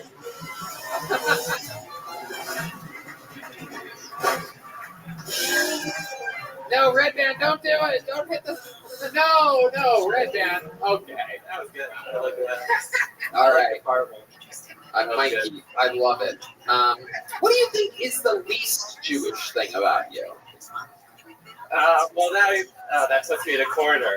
All right. Because if I say one thing, then it's like, then we perpetuate. It's a tough question. I'm 75% Italian, 25% German, so it's not my first time putting someone like you in a corner. Oh, yeah. So let me just tell you that it runs in my blood. The least Jewish thing about me. You have like a tribal tattoo, like above your You have ass some or something. secret. I play a lot of sports. Oh, that is non-Jewish. I played college volleyball. Oh, Not a lot of people wearing football on that team. right. Okay, yeah. Volleyball is not a Jewish sport. Do you eat bacon? I don't eat bacon. No, you never tried it. I've never put bacon in my mouth. Can we get some It just so happens we have a strip. How many of you think you should have his first piece of bacon? This is the most fun show on planet Earth. It's so funny we can go from let's call your father who you've never really spoken to. It's the only show where you can go from calling a father to should we have a meat bacon? Crowd goes wild. Oh my goodness. And that when that guy's father gets here, he'll eat bacon at the same time. Both that's Oh my god. Have you ever thought like I'm not gonna Jew anymore? Like you ever want to get out of it? Yeah. What are the times where you want to give up on it? Well, like, is there anytime I pass like a Wendy's or a Burger King or anything, anytime I pass anything, I'm like maybe I should. Right. Maybe I should stop now. Right. Yeah. That's easy. Have you ever thought about like things you would do on your deathbed if they told you that you have 1 month to live? Right? Like, does that mean that you would eat bacon, or that it's like the final time to not eat bacon? Yeah, no, I made it this far. I'm not gonna with that last month. Very, very interesting. Very that point. Huh. All right. Yeah. Huh. Yeah. Any other questions, comments, concerns, please? What do your parents do for work? My dad was in construction litigation, lawyer, and my mom works for a battered women's shelter. Whoa! Look at that! Wow. That's very Jewish of her. Yeah, so that's the least Jewish thing I guess about me. Is that your mom? Yeah, works at a battered women's shelter. Right. Right. No, that makes sense. Do you go to I had to think of the word temp. Do you go to temple a lot? Yeah. Every day, every week, or Yeah. once a week? I try to go as often as possible. Here it's a little harder because there's less of a. So in Shabbat Shalom, less of us Shabbat Shalom. Very, Very very good. interesting. I don't get to see many Jews now that I live in Texas. But I know this well from 16 years in Los Angeles. Do you chill on Saturdays? You take Saturdays off? Yeah, that's Shabbat, so that's the day of rest. So you really do. You do that. Yeah. Wow. If I converted, how long would the process be? For an Orthodox conversion, it could be a few years. See the attitude? Yeah, it's literally like it's not. You don't have to. You could if you want. It's just it's a couple years. It's a long. A couple years of like what? Like, do I count calories? What milestones? No, you don't. Am It's I like doing not all- calorie counting religion. Stop eating bacon right away. It's a process. I have to prove. It's a journey. Get branded. You have to get branded. Yeah. Okay. Yep. You do have to get branded. You're like numbers? No. Red band. Wait, what's branded? Red band. What's son of a bitch? Branded's like a tattoo, right? You're just visiting from Jersey, or did you move No, here? I live in Texas. I live in Austin. How long have you lived here? 4 months now. 4 months. Absolutely. Welcome. And very, very good stuff, man. How long have you been doing comedy for? About a year. Wow. Yeah. Very, very good stuff. Oh yeah, really good stuff. Appreciate it. Would you like to open up the secret show Thursday? Oh, that'd be cool. Yeah, that's a real gig in showbiz. Well, I have a wedding after the talk. Okay. You have like 5 minutes you could do or something? No, I do. It's just my cousin's wedding. Okay, well, look at this guy. Make the choice. What's more important?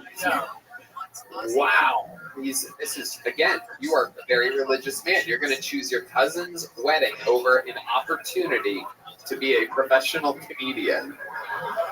I mean, Yeah, you have to like. Connor's wedding. Leave the wedding. Leave the wedding. Leave the wedding. Come do a set. How many do you think you should call his? Who is it? Your brother? My first cousin, Hannah. Your first cousin, Hana. He has to go. They have to carry the Making the chair. right choice. Right. I have to carry, yeah. Are you the one that breaks the glass under the napkin or whatever? If I was marrying her, yes. Oh, okay. I don't know. You have to carry what? Sorry? You said you have to carry. I think Red Band. Yeah, carry the chair. Oh, that's like 4 guys on Yeah, there. 4 guys. I like I'm your trying to style, understand. Mikey. I liked your style, Mikey. Here's a big joke from the great Bonsai, Adrian Cavazos. That's a big one there. Mikey's the first one to get a big one tonight. All right, we're getting into deep waters here. We could end it, but we should get one more bucketful, right? We started a little bit late. You guys want to get one more bucketful up here? All right, you asked for it. The people in the Austin hats are having a good time tonight. All right. Eddie Major is your final comedian of the night. Obviously, anything can happen here. Oh, you guys aren't even going to clap for him? The final guys waited all night for that. Eddie Major, here he comes, everybody, making his way to the stage. Hey,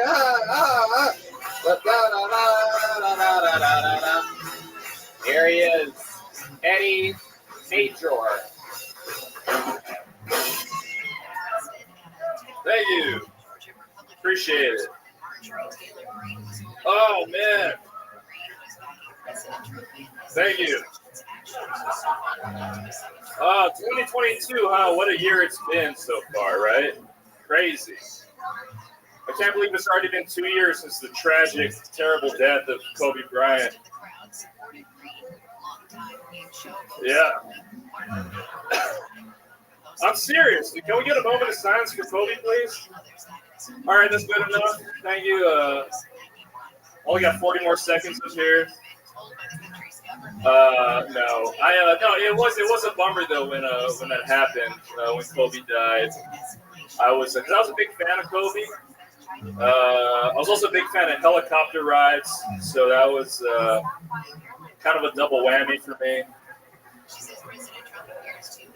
I thought the two together would crush, you know. I mean, they did kind of, but not in the way I was hoping.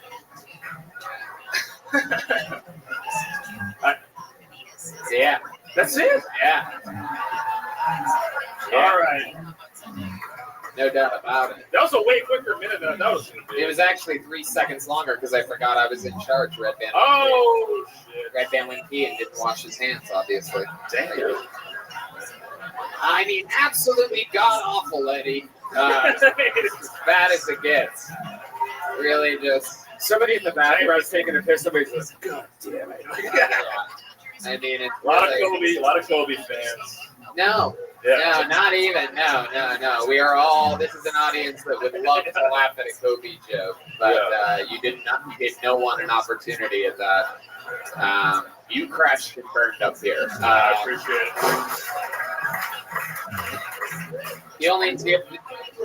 The only difference between Kobe's death and your joke is that at least his death made some noise afterwards. You know what I mean?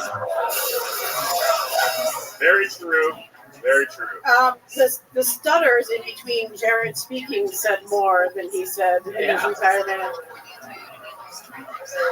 I mean, I'll take it. That was absolutely incredibly bad. Your first time doing stand-up, I hope? Yes. Really, though? No. How long have you been doing it for? Like almost 5 years. 5 years, Eddie Major. Eddie Major. Yeah, hell yeah. Oh, my God. Hell yeah. But meanwhile, you're one of these guys that comes up with your Modelo, taking a sip while you arrive. Like, you do this to look cool. No. I was about to take a piss, and I heard my name called. I'm like, shit. I was upstairs. I got to run down here. So it wasn't planned out. See, I know. The show, literally, I pulled names out of a bucket. Nobody 100%. Knew that they were getting up tonight except for Jared Nathan, and even he probably forgot he was going up tonight. Exactly. So you're using the age-old excuse of, I had to pee. I gotta piss right now, like that. Like, Eddie, no one gives a shit. I know. I'm just saying. You just took a shit on the stage. Why do you need to piss? Eddie, You've been doing this You're right. 5 years. You're right. You got pulled out of the bucket late in the show. Let me ask Totally you this. 5 years in the game. Tell us one joke that you have. Could I finish the Kobe joke? Is there really something coming? Here's the thing. Uh-huh. I didn't think that I timed it out before. I did not think that was good. I thought it was like 30 seconds. Uh-huh. Well, you spent most of your time going up here. Okay. You're right. You're right. Thank you. You're right. Are you You're a big, right. Are you a big Mark Norman fan? A little bit. I can tell. Yeah. You're right. You're right. I was like, little, You have to stop listening to him. if you little want to do autistic, that. little gay. Oh my goodness! I know. Wow, I know. I've always wondered what it would be like if Mark wasn't funny at all. He is hilarious. You I are know. doing him a great disservice. Oh God. No, don't do that. Don't do that either. That's it too. That's literally the other thing that he does. Incredible. You have two out of the 3 things. I'm also from Louisiana, which is crazy. All right, very good, Eddie. Yeah, I'm not. Eddie, stop. Yeah. Finish the Kobe joke. I want to hear how low we can go. Hopefully, Team Madness. Jesus. Eddie, shut the fuck up and do your joke. All right. Jesus Christ. I forgot where I stopped. It was Kobe. It's all bad. It was all bad. It was all bad. I was gonna say I never got to the NBA because I was HIV positive. I mean, literally, is that the end of the joke? Yeah, no. I also got cut from the high school basketball team, so coach fucked me twice. Oh, it's so bad. It's a true story. Oh God, it's so bad. Are you really? So you're telling us that you're HIV positive? Yes. You're really HIV positive? Sorry to say. There's no way that you're HIV positive. How did you get HIV? I don't know. That's the fucked up part. This is literally the worst lie I've ever heard in the history of. Like, I mean, Eddie, 5 years in the game. What do you think? What do you think is wrong with you? 5 years in the game, you have nothing funny to say. You've literally taken Mark Norman's cadence. I know. Yeah. So what's a redeeming quality? Give us something here, because you've taken us to a lower place than even Kobe Bryant landed. So it was a crash. So it was the ground. That's low. That's a callback. Deserved much more than what you gave me, but I can't blame you with the momentum that Eddie Major has left me with. Yeah, I don't know, man. I don't know what a redeeming quality would be. I just came up here, had to take a piss really bad. Oh wow! Again, you think that this will save you, and no one gives a shit. I have to piss so bad right now. You ever hear like Tom Brady, like, well, where do you think the game went wrong? Well, I had to go pee-pee out of my wee-wee. Like, what the fuck are you talking about, dude? You've been doing this shit 5 fucking years. Quick joke. What's your one-liner? Quick joke. Yeah, Set up punch. Let's go. 5 years. One quick one? Your best quick joke, 5 years in the game. Your very best quick joke that you've ever written. Come on, Eddie Major. No, don't sip the beer. That's not cool. You literally, Modelo will pay you money to never drink them again. This is a reverse sponsorship. Modelo's stock just crashed. I'm an alcoholic. Very good. All right. So are a bunch of funny comedians. True. Yeah. True. Here it is. 5 years. I still think it's crazy that Bill Cosby raped all those women.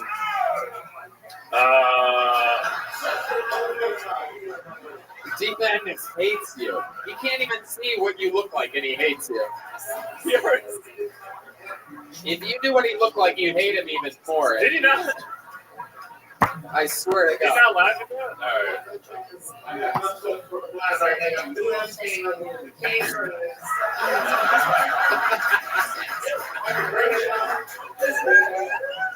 Please. Oh shit, Michael is handing D Madness the cane. Literally. Anything can happen. Oh my goodness. Oh my goodness. Oh my goodness. Finish the fucking Cosby joke, Eddie. You're putting more people asleep than Cosby did. I'm sorry. You see what I mean? You see the difference? You see the difference in 5 years and 16 years. Hell yeah. You suck. Cosby. You fucking suck, dude. Eddie, I'm gonna get you out of here. We gotta move it on to the comedy portion of the show. There goes Eddie Major, everybody. Eddie, have a little joke buzz. Have a little one, Eddie. Take one of those. Lock the bathroom. Write something. Write something in that fucking thing. Oh my god. Well.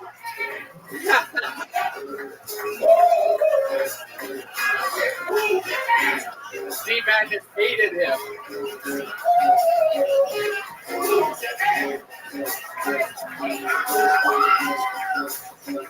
Ladies and gentlemen, there's only one place to go from here. You've seen how low it can go.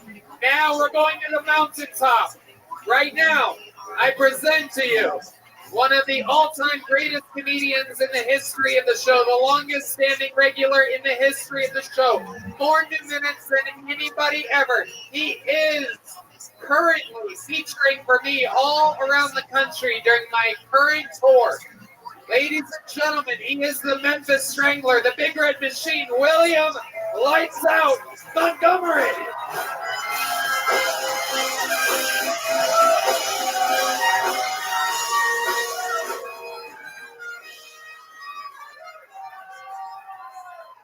Wait, hold on. Does that guy really have HIV?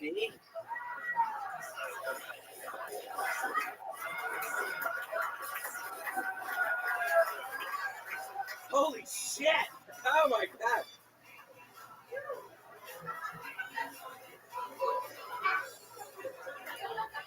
I heard on the news the other day that mermaiding is on the upswing around the world, which is really crazy because I used to date a mermaid.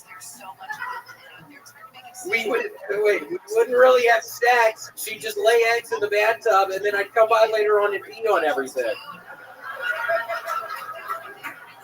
You haven't really lived until you're slipping around the bathtub trying to pee on thousands of fish eggs while some lady dressed like a mermaid is watching you from the far corner of the bathroom. It's the worst fucking 5 years of my life.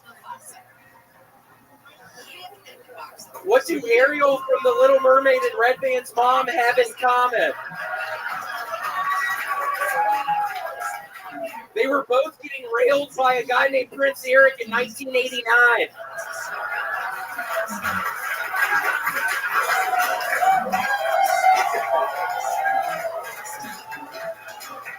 Hunter Biden doesn't know who to root for in the Russia-Ukraine conflict because on the one hand, he slept with Russian prostitutes, but on the other hand, he slept with Ukrainian prostitutes. Okay, that's it. 1 minute, 32 new seconds of the great William Montgomery. Man who, like Hans, comes in and shows exactly how it's done. William, I must say, you've been making some real money for the first time in your career this past year, and this is the first time we've ever seen you in a coordinated outfit like this. I have some really good news. I got the call from Adidas a couple days ago. I'm sponsored by Adidas. Wow. Look at that. New sponsorship. 2 years, $700,000. Wow, that is incredible. What do you have to do for them? Just wear their stuff? Just wear this, and it's been hot as fucking hell here in Austin. It's been a fucking nightmare. That's all they gave you is that tracksuit, no shorts or a t-shirt or anything? This is all I literally got in the mail. I just got this fucking track. It's literally so hot outside. It was, 110 yesterday? Yeah, and today, yeah, very, very hot days. Oh my God. But it is incredible. You're wearing Adidas shoes, Adidas pants, Adidas jacket. This is incredible. Why do you think Adidas chose you to be their new spokesman? Normally they go with extremely... Well, it's actually, I don't have to guess. It's because they saw some videos of me playing basketball. I'm really... Really? Yeah, the kind of basketball where you're dribbling real fast and you do the crazy passes. I'm actually really good at... Why is that so fucking funny, dumbass? Oh, shit. William is going... You haven't fucking laughed at anything, and now you're cackling at the idea of me being good at basketball? William, that's hot. He's just jealous. It's really, really hot. Go on. Thank you, and nice to see you. Nice to see you. Oh, my Dribble it just a little bit. Hell yeah. Why are you wearing fake Adidas though? Why are you wearing fake Like you're Shut the fuck up, dude! Those aren't fake Adidas. Yeah, Let's these aren't talk fake about this dribbling. I mean, that is incredible. I thought the best dribbler on the show was Jared Nathan. To find out that Adidas found a dribbling video of you is absolutely incredible. I know, it's crazy, and they're literally sending me $700,000. It's a 2-year, $700,000 contract. Yeah, I just pretty much have to wear this and keep on doing the dribbling videos. Okay. Very interesting. I saw that you wiped off the microphone to prevent HIV. I did. I'm a little horrified. I already have a compromised immune system. I'm a little. Is it safe for me to be using this after that guy? Yes. It is? Yes. I thought that was transferred through spit. And much like jokes, he did not have HIV. So your set was about peeing on mermaid eggs, and somehow you managed, with your style, you are able to make that work. Yeah, I was a little worried. I wrote some mermaid stuff a couple days ago, and the whole time I'm thinking, is this going to be funny? Yeah. Is this going to be a fucking disaster again tonight? God, you remember last week, the county alderman? Yeah. That was rough. Rough as hell. Luckily, Adidas didn't see that video. Yeah, it's a damn good thing they didn't see that video. Right. It really is. It's a damn good thing. It's a really good thing. I swear to God, if Adidas saw that fucking video last week, there's no way I would have gotten a 2-year, $700,000 contract. No way. From Adidas. I mean, literally, there's zero way I'm getting a 200. The episode with your parents came out. The episode with your parents as guests came out last week, and it is considered one of the most critically acclaimed episodes of the show in its history. That was a great one. Have you talked to your parents since last Monday? Have you talked with them about this? Are they excited? Do they feel good? Yeah, they are excited. My mom actually is leaving my dad. Some guy started messaging my mom on Instagram. My mom has pretty much fallen in love with this piece of shit down in Fort Lauderdale, Florida. So she's really excited right now. Yeah, you can say that. She's pumped, man. Huh? She's pumped up. She's starting a whole new life. Yeah, she's excited right now. I like your attitude a lot. Cool. I like yours actually. So. Oh, William, I've never Very seen strong. you. I've been watching William deal with different guests of different shapes and sizes for a long time. I've never seen him so smitten. I like the anger. It is so nice to see you again. It's been a little while. Yeah, it's really nice to see you too. You guys know Do you like older women? Huh? Do you like older women? Say that. Okay, cool. Wow. All right. You William. can say that again. William, I can't really picture you being sexually active. It's disgusting to What think would about. be the first thing you would do if you given the opportunity to have an evening with a woman like this? Acclaimed and beautiful is the great Mary Lynn Rice Cup, whose brand new book, Famous. Don't fuck this up. Okay, I mean, I'd probably bring you back to my apartment. No, you don't start there. Huh?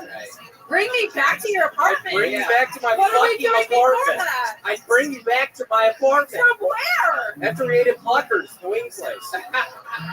Now probably we're take- talking. Yeah, I'd probably take you to Yeah, we Pluckers. start at fucking Pluckers. I'd take you to Pluckers. You'd be sweating in that suit. Sweating like a motherfucker. You get me whatever Eating I those want. hot ass wings. Getting the fucking wing stuff all over my new trash. William, are you gonna let me get whatever I want at Pluckers? Yeah, as long Anything as on the menu? yeah, anything you want. How much? Anything you want, girl. Like, what if I get a lot of food and a lot of drinks? Will you pay for it, William? Yeah, it depends on how much, but probably. No. How much money were you thinking you were gonna spend? $700 fucking dollars, There's William. no way. I heard about your endorsement. Yeah, I have a serious. Why are you asking me how much money you pay? I just want to know if I can TT on your fish eggs. I'd get your ass back to the apartment. I'd make your ass lay some eggs in the bathtub. And I'd fucking go in there and TT all over it. I swear to God, I'd love to be on your eggs. Can Can you pay for all these mermaid babies, William? No, there's no way. What? Can you pay for mermaids go to private school? I don't know if you know that. Not mine. My mermaids go to what? They to fucking go to a private school? Yeah, it's an ocean school. They have to be in water. That's a stupid idea. It doesn't have to be in water. Hey, this is your world, man. I'm entering into your mermaid world.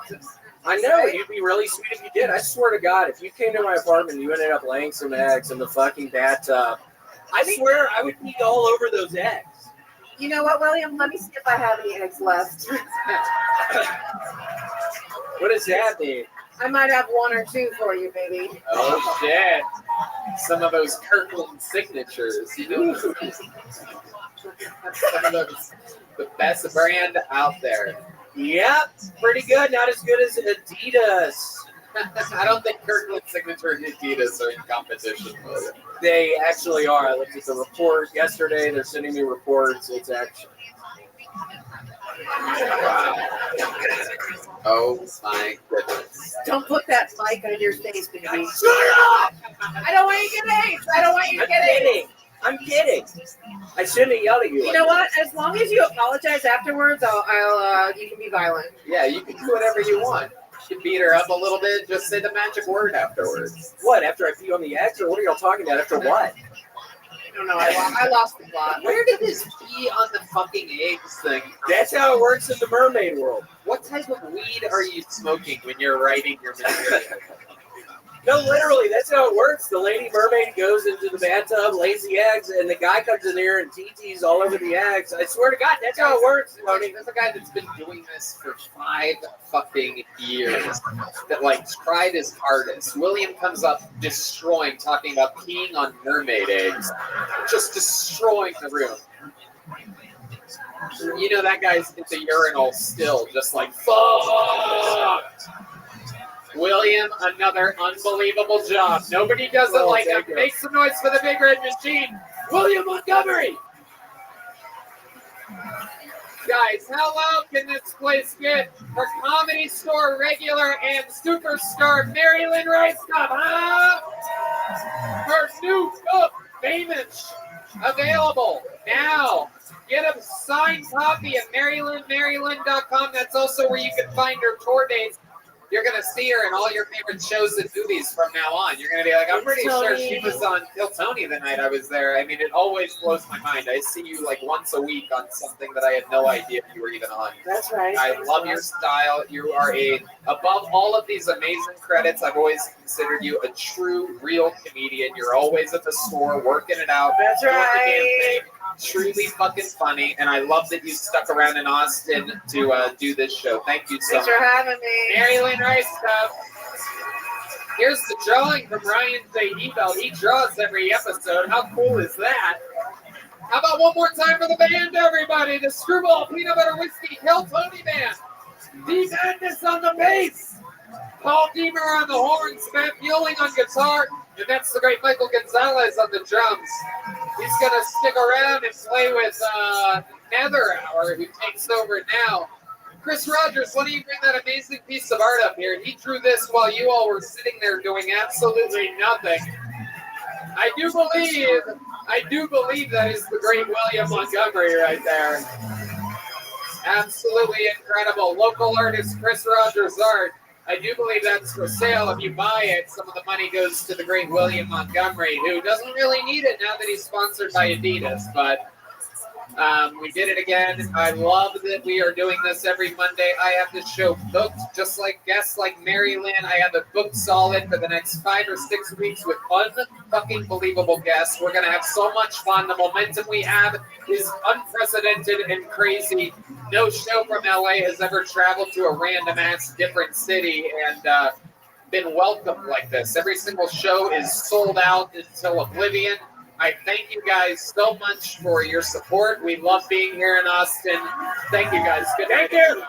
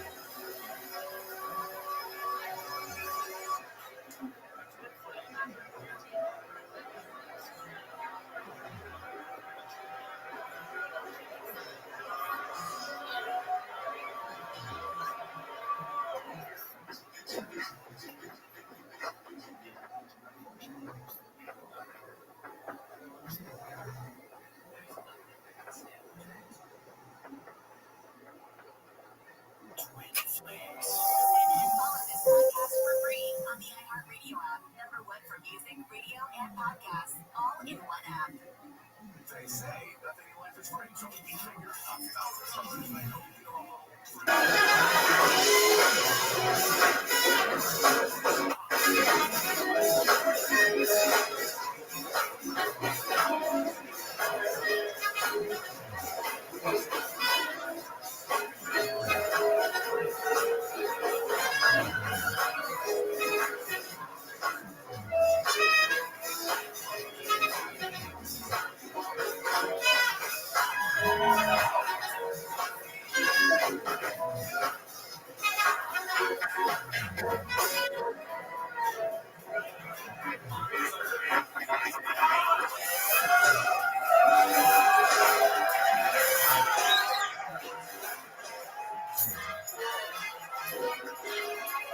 this is Rabbi coming live from Vulcan Gas Company here in Austin, Texas for a brand new episode of Kill Tony. Get up for Tony!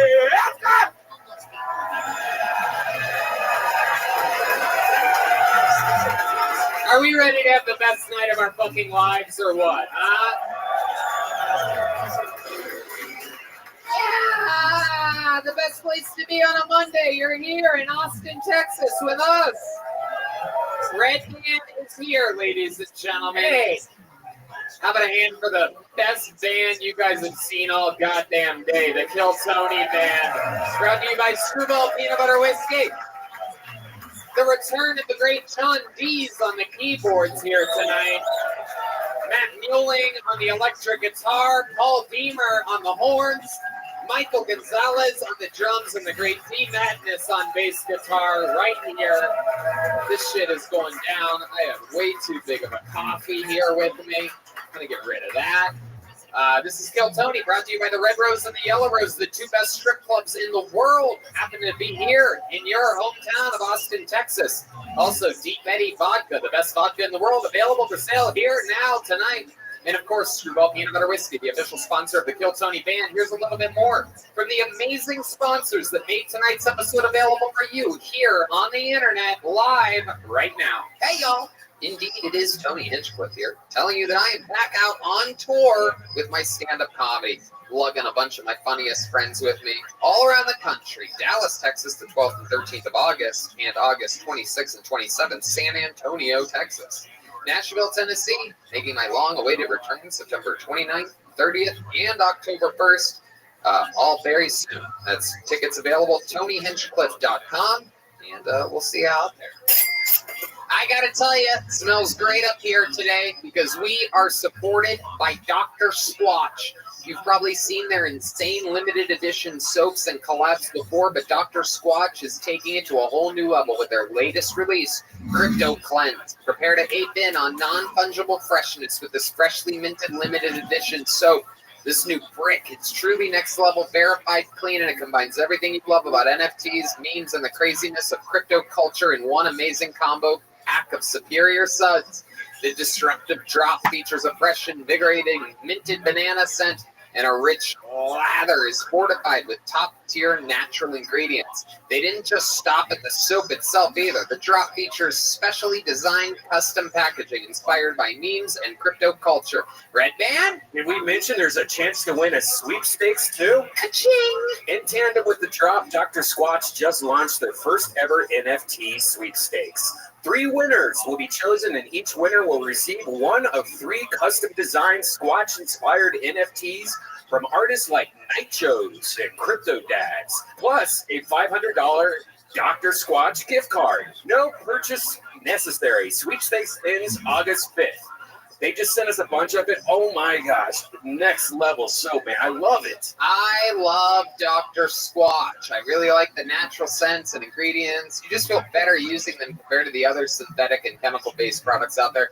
And I've even tried a lot of the natural things out there, and they just simply don't work. Let me tell you, this Texas heat really lets you know where you stand on the levels of stinkiness. And Dr. Squatch eliminates all worries. Dr. Squatch is the absolute best. And now, new Dr. Squatch customers will receive 20% off any order of $20 or more with the code DSQKillTony at the link in description. That's all one word, DSQKILLTONY at the link in the description. go get yourself some Dr. Squatch. You need soap anyway. Get 20% off, $20 or more. DSQ, Kill Tony. Are you guys ready to start tonight's episode or what? I think you guys could do a little better than that. Are you guys ready to start tonight's fucking episode? That's what I like. Let's keep it there tonight. Ladies and gentlemen, every single week, one of the funniest guests in the world is on this show. This week is as special as it fucking gets. We've been doing this show for almost 10 goddamn years. It started at the Comedy Store in June of 2013.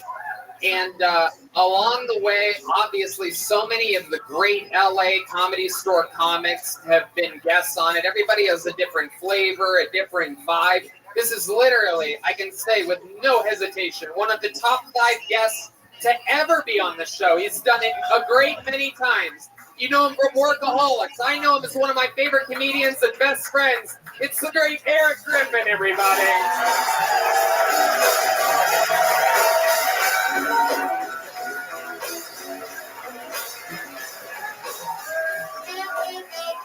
I love it! Woo! Yeah! Eric Griffin is here, ladies and gentlemen. Woo! Playing the theme song! Yeah! Love it! Griffin with Griffin, chin to chin, touring the country, selling out around the world. Tickets at ericgriffin.com. That's Eric with a K. Yeah, it's good to be back, dude. Wow. I know, right? I remember when Kill Tony was in the back of a Toyota. You're goddamn right. We fucking did it. You know what I mean? Texas appreciates a good goddamn thing. They sure do. Fucking hey. Same You're fucking the biggest Los Angeles. Where they're Look like, how oh, and what? We got fine girls in the crowd. Hell yeah. Absolutely. Ever in LA. Every week we had a bunch of hideous monsters in Los Angeles. Yeah. It was a bunch of warlocks in LA. Yeah. They all look like Red Band. You know what I mean? Hey. Thank you. Ow! Red Band is one of the hottest bitches in LA. Everyone knows that. LA really struggling. All the hot ones. Wait, is this guy a promoter? What are you doing with these fucking hot chicks? You the pimp? What's going on here? Any questions? He comes every week. He's Really? there. I love him. He laughs at only when people are like truly dying their hardest guess. I mean, he only laughs when people are really struggling. Is that Elon's dad?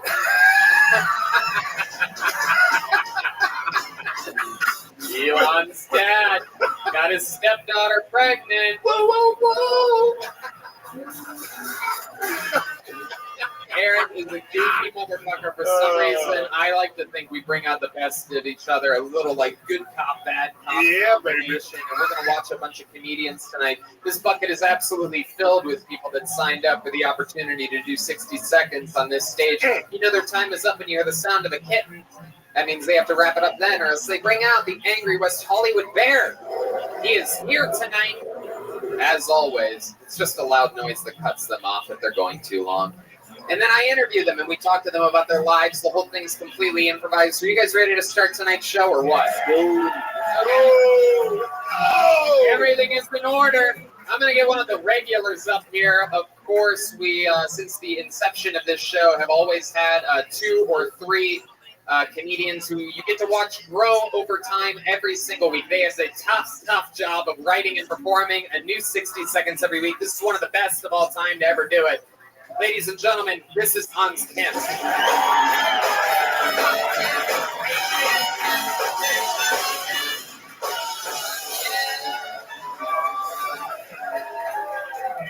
What's up? I'm having a lot of sex recently. You couldn't tell. I love when I'm fucking a woman and she's like, "Can I touch myself?"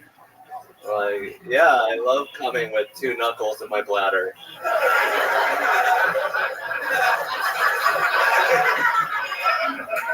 That's perfect because I have a 90-degree bend in my lower back, so I can just fuck you like a Tetris piece. Yeah, a lot of cool things are happening in the news. I don't believe it when people tell me that they hate Biden. How can you hate Biden? He's barely there. It's like hating Cuba Gooding Jr.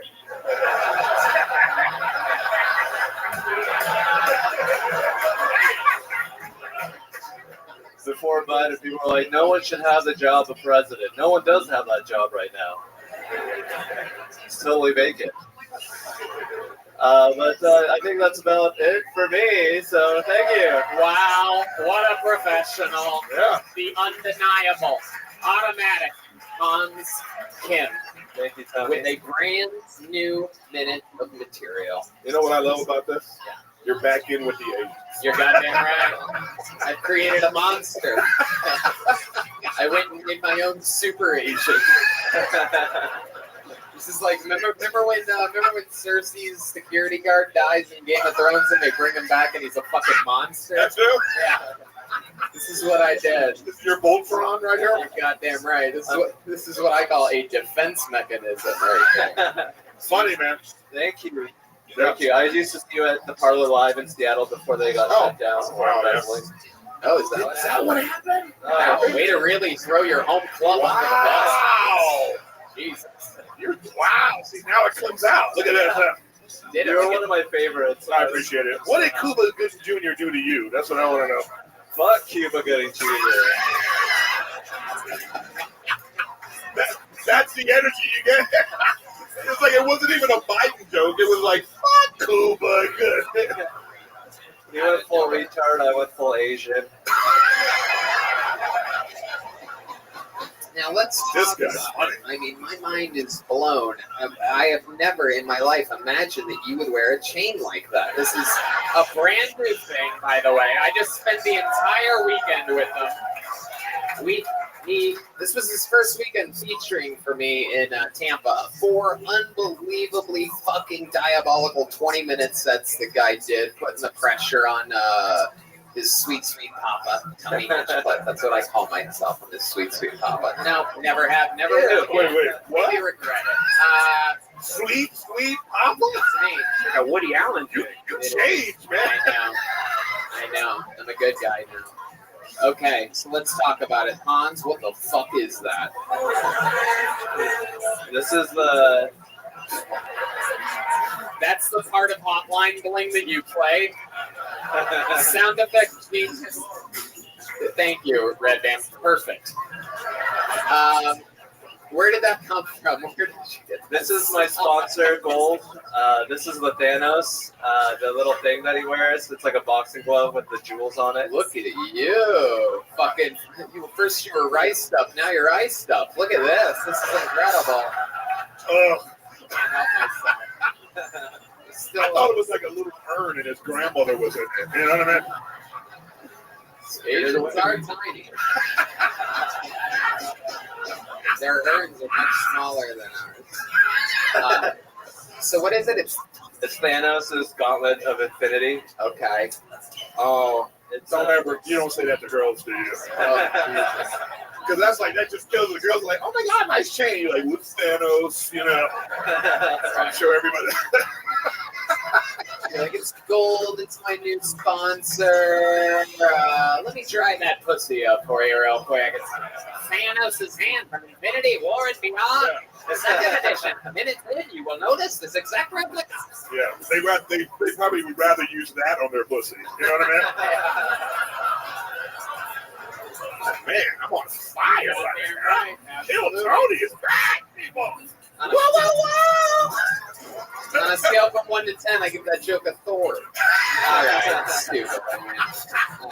We're just trying to work that stuff here. We're gonna have to go on the road. I don't know why we're not doing shows. It's a new shirt. You're wearing the shirt of an Italian mob boss. This is very exciting. That is the classic. That's the guy that actually runs stuff shirt. Is that new?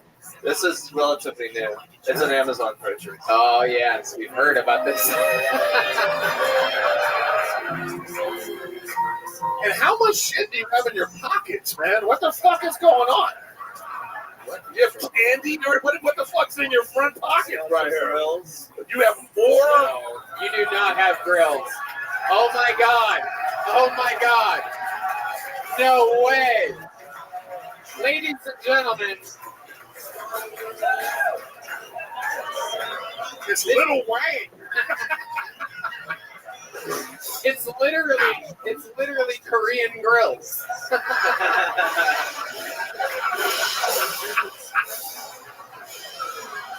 Michael Gonzalez on this. Oh, I feel like we should all bow. You know what I mean? How do these grills work out for you? I cannot believe that this is a thing. Can you talk with them on? How many of you want to hear Hans's minute again with the grills in his mouth? Yeah. Ladies and gentlemen, doing the minute that you already saw him do. Ladies and gentlemen, this is Hans Kim. This is Hans Kim. This is Hans Kim. Oh my God. Hey. What's up, guys?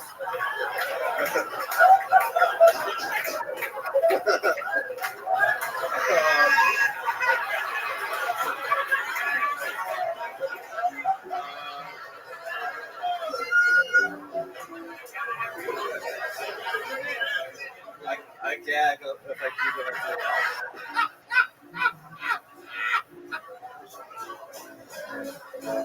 Dude, if you throw up while doing your minute, I will give you $1,000 cash. He said he can't do the grills because they make him gag. This is incredible, Hans. Oh shit, he's going for the $1,000. I have a lot of sex. I'm like, great. Yeah, girls are always like, can I touch myself? I'm like, yeah, that's great. Because, yeah, I love coming with two knuckles in my bladder. You did it. You did it. We're letting you off the hook. We don't want you to actually throw up. Hilarious. Oh my God. Legendary appearance, Hans. Thank you. Thank you to Gold, your newest sponsor, for giving us literally comedy gold. Ladies and gentlemen, that was Hans Kim. Thank you. Hans Kim. Hilarious. That Wow. was Hans Kim. Woo. God, who's gonna follow that? I'm telling you, it ain't easy. But he gets the party started every week. How about one more time for my good friend Hans Kim? I'm going to pull a name out of the bucket now. It is a tough job trying to follow this. Ladies and gentlemen, make some noise for your first comedian out of the bucket. We're going to meet them all together. 60 seconds uninterrupted goes to Jake Baker, everybody. Here we go. Jake Baker. There he comes. One more time for Jake Baker, everyone.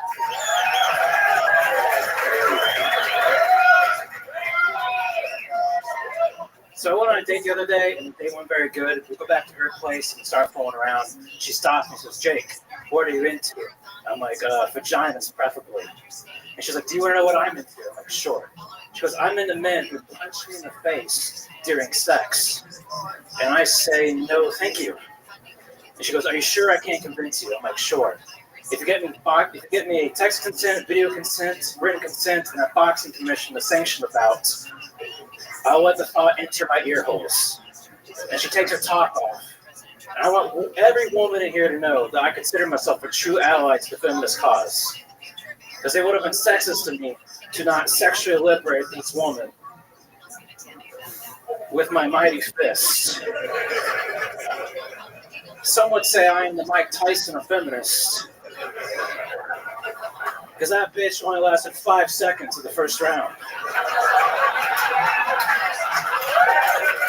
Jake Baker. All right. Welcome to the show, Jake. All right. He ran up here. I thought somebody ordered a pizza or something like that. Like, this guy is at 29 minutes. He's running up here 30 minutes or less. Used to run track. Absolutely. You're a little speed demon. Look at you. Texas Tech, you ran track. Am I correct? Yeah, I did. High school, not college. Oh, okay. I'm white. Right. Absolutely. Yeah, that is the cap. You know what I mean? But hey. And by the way, good for you coming up after all that energy and still powering through that. And I'm about to shit myself. Yeah, you did good.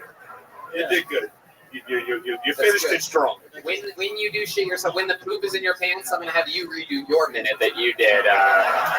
We're gonna Tell see. you I'm chronically constipated, so it'll take a while. Wow. Yeah. Okay, is that true? Yeah. Okay, thank you. I'm glad we got that out of the way. That's one, Red Dan's one fart noise that he's allowed to do per Yeah, episode. we did one an episode. Yeah. Is he just waiting? Oh, I want to do it. Trust me, if I let him do whatever he wanted, it would be the whole fucking show. Everybody's theme song would just be. Anyway, Jake Baker, let's talk about it. How long have you been doing stand-up comedy? You remind me of the youngest brother on Succession if he wasn't as funny as he is. Never seen that show, but Right, you'd have to have HBO to do that. I'm poor. Right. Yes. I got YouTube. Okay, yes, the constipated man's HBO. Yeah. Under 3 years. Under 3 years, I love it. And what do you do for a living? I'm currently trying to find a job. Oh, wow. What's your employment experience? I can help you get a job. How many do you think I should help them get a job? Okay. I worked almost 10 years in my family's roller skating rink. Oh, perfect. Perfect. I'm friends with so many roller skate rink owners that are. Hey, open with that. That's the info we want to hear about. Yeah. Do you have material about that? Because that's awesome. Yeah. Are you like good at guessing? I know those people what their job entails, and are you good at guessing like people's shoe sizes just from looking at them? I'm pretty good. Really? I'm also dyslexic, so I get it wrong. Oh, okay. Should we do our feet? Yeah. All right. Look at Eric's shoe. Let me get a good guess on what you think you got there. So he's renting roller skates from you, and I would action. say size 10 or 11. Motherfucker! Wow. These are 12, baby. Yeah. I was close. Nah, that's pretty wrong. That's pretty wrong. He's terrible. It's not really that close in the shoe, bro. All right, I'm holding one. So what do you got for that? 11 or 12. 6 girls. So 11 and a half, you homos. Thank you.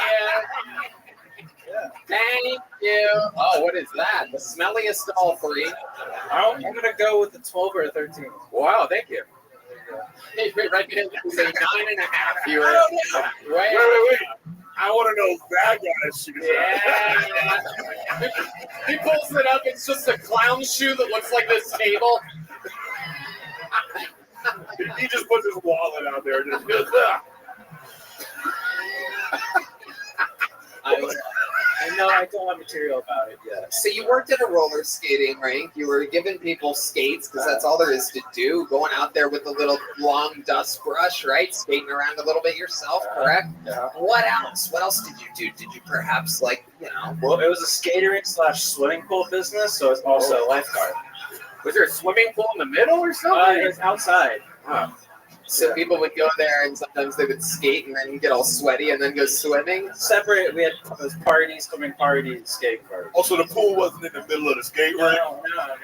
So people fall. That would be better, I think, right? That would be costly insurance. Yeah. So pizza was served at the venue that you've worked for 10 years. For a time, but we bought it from Sam's. We did not make our own pizza. Sam's. Sam's is a pizza place where you come from. No, it's a Walmart brand. Sam's Club. Oh, wow. You just call it Sam's for short. Okay. Very poor people stuff, everybody. Oh, Sam's, of course. Yes. But did you pawn it off like it was like special pizza? Yeah. Oh, you ain't shit. You ain't shit. You ain't shit. No, I'm kidding. You're a good kid, Jake Baker. I like you. What's something that you do for fun? Roller Let's find you a job that you'd actually enjoy. Really? I love roller skating. No, you stop. You serious? I really do. Can you roller skate backwards and can we see what it would look like? Red backwards? Stop. I don't stop. Get your fucking hotline bling ready, okay? I love roller skating. I used to do figure skating. Shut the fuck up. Really? Roller hockey. I did roller hockey. Can you do like any of the figure skating like jumps? Can you like do like a double Lutz or whatever? I used to, but now it's just more of like I do it very slowly and then I fall down. Right. Yeah. Okay. Figure skating, huh? I used to when I was like 10. I did it to meet girls, and I found out there was any girls. It was just gay men. Right. So I quit that. Yeah. Right. Yeah. It was just a bunch Did you quit right away, or was it like after a few days? He's just in there dropping the soap. Nobody's fucking him. I'm taking my skates and I'm going home. all these other guys are gay. You would have been the first ever straight figure skater. So, what else? There's got to be something that doesn't involve skates. Give me one thing in your life, Jake Baker, that you do that doesn't involve skates. Or hitting women. Because I got to be honest with you. Be honest, Tony. I got to be honest. Right now, you're skating on thin ice with me. Oh. No, I'm kidding. Just all this talk about skating. Go ahead. I like to stop it, you guys. I like to draw. You like to draw? Uh-huh. Okay. Because I used to be in special ed, and so I couldn't. See, there you go. That right there. No, let's fuck the drawing for a second. Okay. Why were you in special ed? You're a very interesting man. You're a straight guy that likes figure skating. You seem smart, but you're retarded. That's like a plethora of freaking material, and you went with domestic violence? Yeah. You were swimming, skating, making pizza, drawing, retarded, and then you... It's a lot of things. Yeah. All right. I have severe dyslexia. He's got writer's blockers. He calls it constipation. I have severe comprehension dyslexia. Oh, what exactly does that mean? I don't understand things very well. Right, like the question, what are you into other than skating? Right, Yeah. now I get it. Yeah. I think a lot of people that come on this show have that, actually. Yeah, I was just diagnosed with it. Really? Yeah. Recently? No, in like first grade. Oh, okay. They told me I was never going to be able. Hold on. You just said I was just diagnosed with it. No, I mean, and then you were like in first grade. So are you in like third grade right now? He's literally talking about his disease and showing us it at the same damn time. There you go. Unbelievable. It's real. Yeah. It's like asking a person with Tourette's what that's like, and they're like, shit. Yeah. All right. Jake Baker, you are a boy. You ended up getting, congratulations, your first time on Kill Tony. You've been doing it a few years. Come back, sign up again, will you? There he goes, Jake Baker, everybody. Take a big choke, Jake.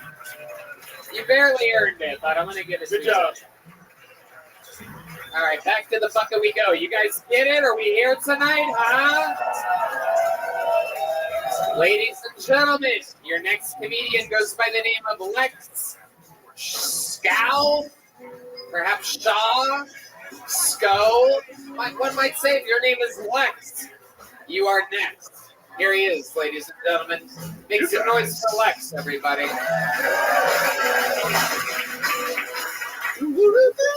Holy shit. Let's talk cocaine. Has anyone caught this side of themselves in the mirror and been like, you have got to get back on cocaine? I am pretty new to being fat, though. I'm like 3 years in.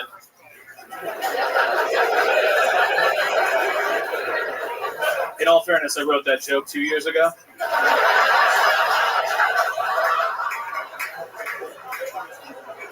I have started to make all sorts of weird fat noises, though. I'm not sure if you caught it, but as soon as I got up those 3 stairs, I was like,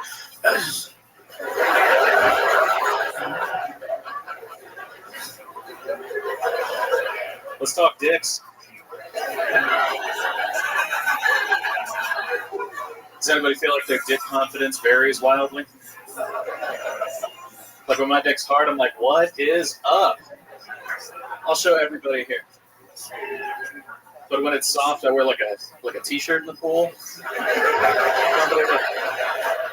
Anyhow, yeah, that's it. All right, Lex. Absolutely. Welcome. Is this your first time on the show? Yeah, first time on the show. Heck yeah, you look like so many comedians. I know. I Googled comedian. And Yep, absolutely. This is what it looks like. It's like Fat Galifianakis. Yeah. So welcome. You used to do cocaine? Yeah, I used to. Say Fat Galifianakis. Fat Galifianakis.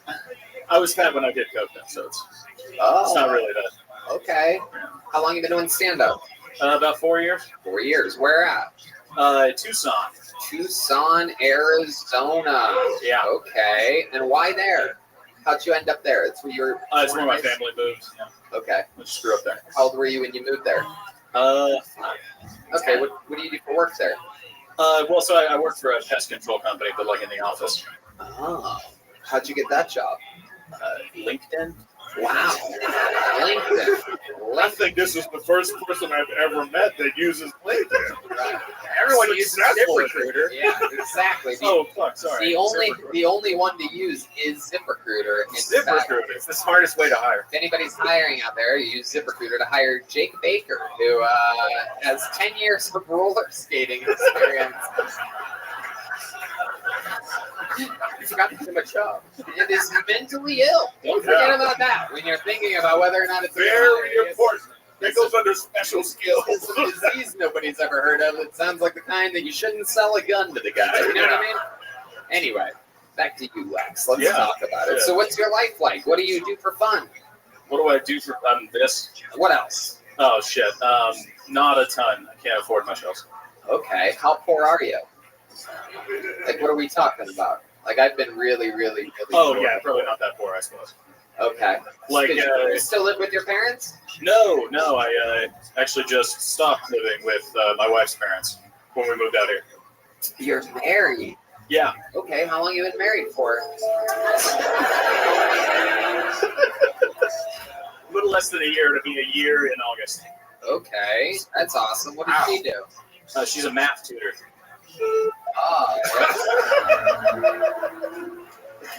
This is looking rough. Looks like you're. I was going to say probably not a lot. They're living with her parents.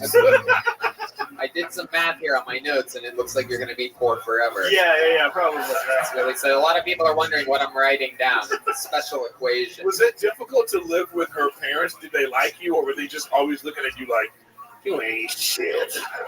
For the most part, yeah. No, but I can cook, so. Oh, nothing better than the food cuisine by the pest guy. Yeah. Yeah, with some those roached eggs. Yeah, with those fat fingers. I love it. So, what do you cook? Oh, I mean, what is there? Wow. Yeah. All right. Damn. Very confident, oddly enough, in that answer. Way too much. Well, it just depends on who bought the groceries. If her parents, her parents bought the groceries, you were like, oh shit. Right. Hey, If you buy it, I will cook. Right. And if you buy it, you will microwave it. Lex, do you have any other special skills or talents other than cooking? Oh, fuck. No, I threw shot put discus in high school. Whoa. It's fun that the other guy did track and I did field. Okay. Yeah. Well, that is very, very interesting. Discus is the sport where the lesbians play, right? Yes. Okay, to throw the heavy ball. Oh, that's shot put. Oh. Discus is flat. Right. Of course. Yeah, that makes sense. That makes sense. Why not get a job in like cooking, like be a chef or something? Oh, I'm lazy. Yeah, I wish I could work that hard. I don't have it in me. D-Madness, what'd you say? What are you talking shit back there? What's going on? You know you're ugly when the blind guy's like, I don't like it.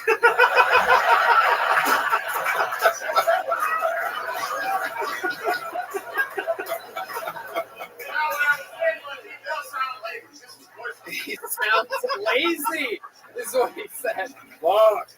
Oh my goodness. God damn. And you know he has an ear for that shit. You know this grown-ass man has an ear for that. Literally. Damn. We gotta do a benefit show for you now. That's what you did. Oh my God.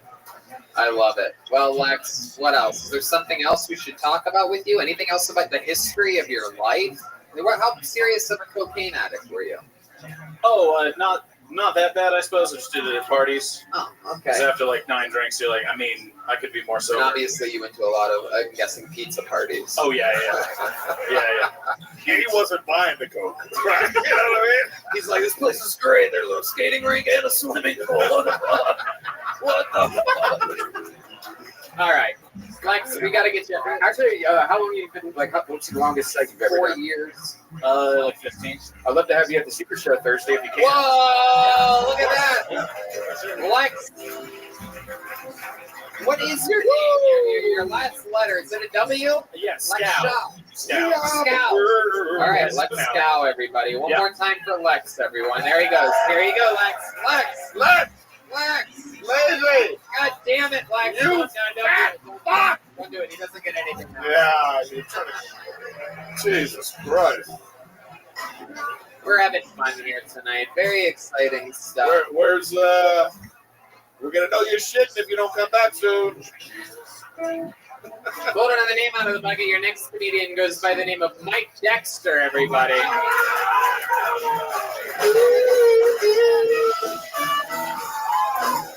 Here he is. Mike Dexter. So my friend told me that if I stop one of these being so gay presenting, I need to stop having my eyebrows threaded. I told him he wants to stop being so gay presenting, he needs to stop hanging out with me.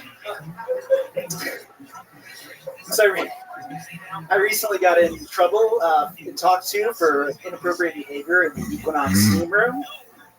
I said, what's so wrong with blowing a few finance pros in the shower? I'm just trying to save the economy. I've been having trouble having an orgasm lately, so I've just discovered that I can only come in outdoor locations.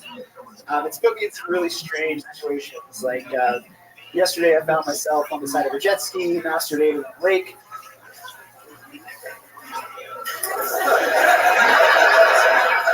There is no punchline to that one. And that's all I got.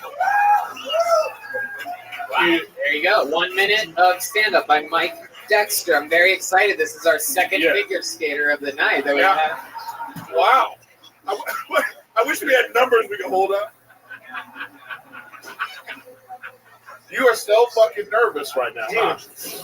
Now, are you nervous about the comedy? Dicks just fell out of your mouth. What just happened? You guys? Whoa! That was incredible. There were dicks all over the stage. You can't, I don't know. Are you nervous about the comedy or nervous about being gay on stage? I'm not sure. In the middle of Texas. Yeah. Dude, Which one is it? I mean, All right. Well, you gotta chill, man. You'll be all right. We want to support you, but your own nervousness is making leave somebody's in the closet gay dudes. You know what I mean? Yeah. This one over here is like, that'll fuck the shit out of that boy. Yeah. But you just gotta relax, for real. Relax. Anyway. I love it, Mike. You are nervous. Is that your first time doing stand-up? Very first time doing Wow. Good for you. You popped your cherry. Good for you. I'm guessing it's a chocolate-covered cherry that we popped here tonight. There was 2 cherries and a banana. Wow. Mike, I love it. Where are you from? From Houston, Texas originally. Okay, that's because you like it in your Astro. Love it. Wow, nothing on that. A Houston Astro joke. We got it. That's their professional baseball team, but I guess not with you homos. All right, Mike, let's talk about it. You're from Houston. You're just visiting Austin? Well, I live in Brooklyn, New York. Okay. So, yeah. Oh, wow. Awesome. Visiting Austin from Brooklyn on the Heck yeah. Texas tour. Yeah. And you decided to start stand-up here in Austin. not New York. Literally here in Austin. It was like, we're here, we're doing this. Let's do it. Right. Okay. And all right. Are you on like a gay cruise or something? Like who are you with? Where's the rest of your tribe? Can you stop that? Oh, right. I just saw they just went like this. Did you come with those guys? Yeah, the Axl Rose lookalike, and then the other. I got it. Why are they claiming you? What is going on over there? Outside, so Oh, okay. They love you. Good for you guys. I can't. So I get why you're nervous now. You're from New York. You're in Texas, and you're like on stage doing this thing. And so good for you, man. That's brave. Absolutely. Bravery. We have a special pin for bravery that we give away on this show. You might get because you're gonna get your ass beat outside. It's like, no, don't punch my asshole.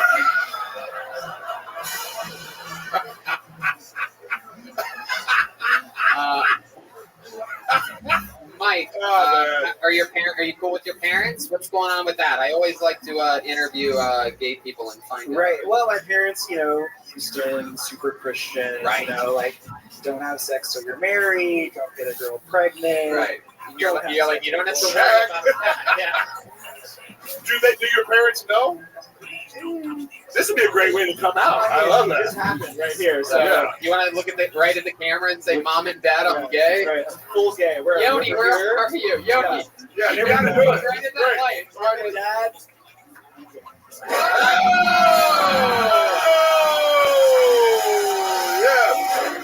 Woo. Come on, YMCA. Hill Tony history has been made. You are the first person to come out of the closet in the history of the show. I love it. What do you do for work, Mike? I remember you when you were a member of the Crack Street Boys, but it's not that. It's all downhill since then. No, I work in like an advertising and marketing agency. Oh, okay. What do you love about Brooklyn? Oh yeah, all the boys, all the girls, all the days, the bees, the thems, All right, yeah, that's the part where you lost me. Yeah. Okay. I was wondering, like, oh, okay, there it is. Yep. Okay. What exactly brought you to Texas? The show, little of the families here. It's summertime. Part of living in New York City is like getting out of New York City. So, Right. and I'm from Texas originally. I love Texas. I always have a special place for this in my heart. So, Love it.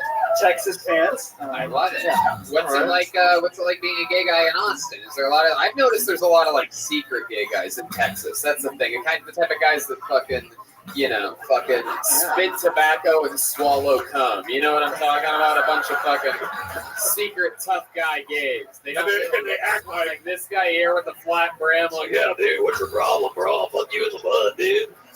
These fucking guys. real mad about it too. Look what you're making me do to you. You're making me do this. Stop it. I didn't want this from you.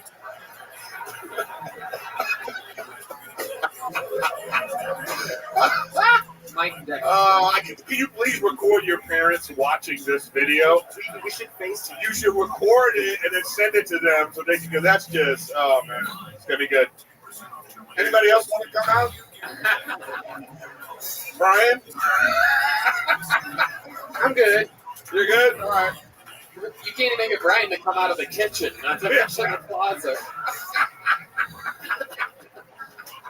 So, Mike, what are we talking about? What are your plans for gay dudes here in Austin? You have you on the apps or something? Well, so I recently got on the apps again, like yesterday, actually. Oh, what made you get off the app? It's just, it's a lot. It's right. Yeah. Your asshole needed a break. Well, when you go, you're just like, ooh. Every time he sat down, he was like, oh, I got to get off the apps. Oh.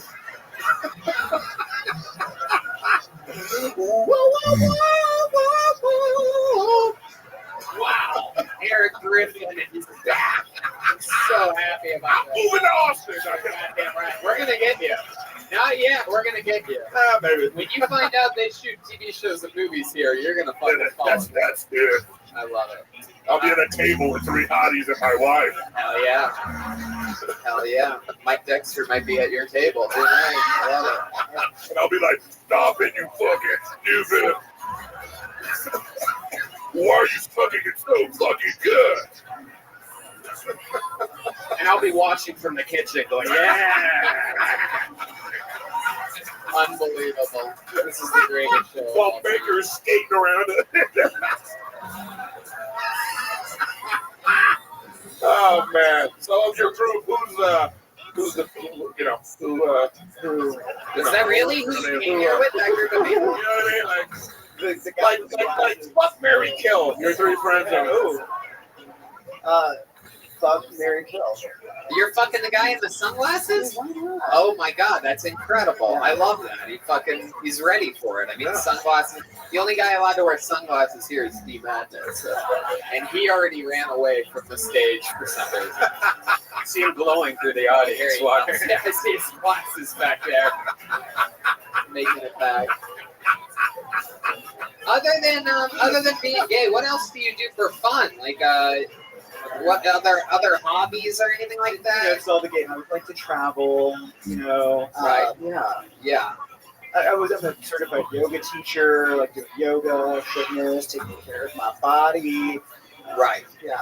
Right. Water sports. Do you really fuck outside? Never mind. I can see. Yeah. It's fun. I was in Spain recently. Okay. A lot of nude beaches there, a lot of gay beaches there, a lot of just outdoor All right. fun. Looks like Dude, you're gonna get robbed. Tone it down, Jesus. Just when I was in Spain, I was in a bukkake. super duper gay. I'm like, what else other than being gay? You're like, I like to travel. Yeah. I like hikes with men. Yoga with dudes. Dude, like, what are your all his hobbies involve balls? I sing in an all boys choir. Mike, you're fucking awesome. I love your style. I love your sense of humor. I love that in this world of fucking haters and people that are scared of things, you came here and fucking literally came out with a big smile on your face. Like, you know, people have it all twisted that this is some, wacky fucking whatever. You get it. I love people of all different shapes and sizes. I love you being here tonight. Congratulations on your first set. We're going to give you a little Kill Tony. Oh, you got a little one. But wait. Come on, ladies and gentlemen, the comedy debut of Mike Dexter. YMCA. Just dance. YMCA. Hell yeah. With no pedal. I get it now.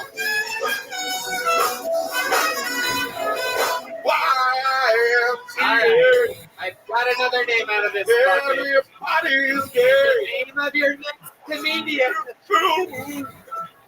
We got it? Is Kyle Antonio, everybody. Kyle Antonio.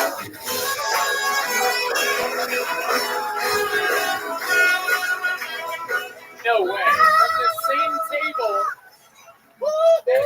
Unbelievable.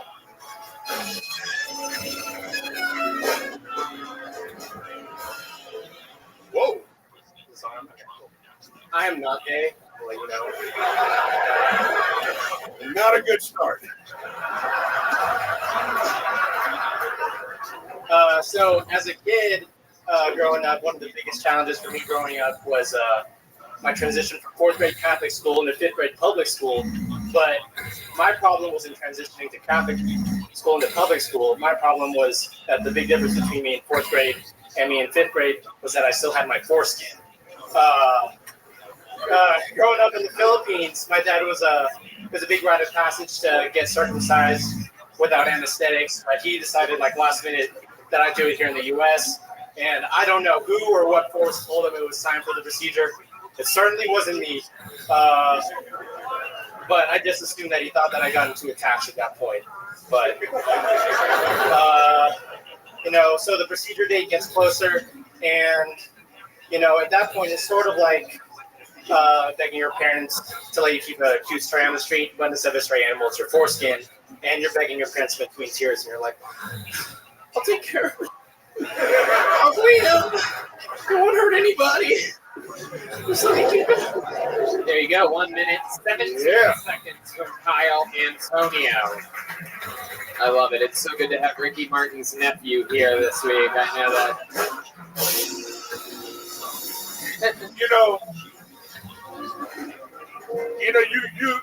You can't come on and say the first thing you say is I'm not gay, and then your whole set be about cock. Yeah. I just had to get it out because you just labeled this whole table went. Oh. Right.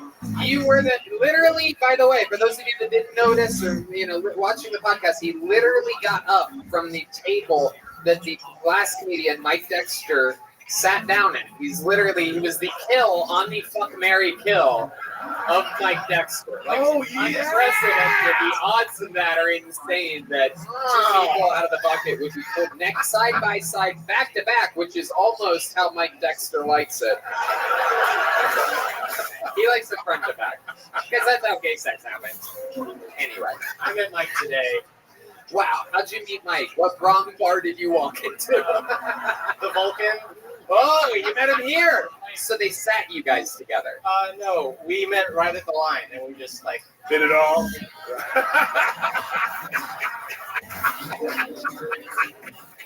yes. Mike's like foreskin, more like more skin. Let's go. Whoa. More for my butthole. We probably should have given Mike the big book. He looks like a size queen, you know.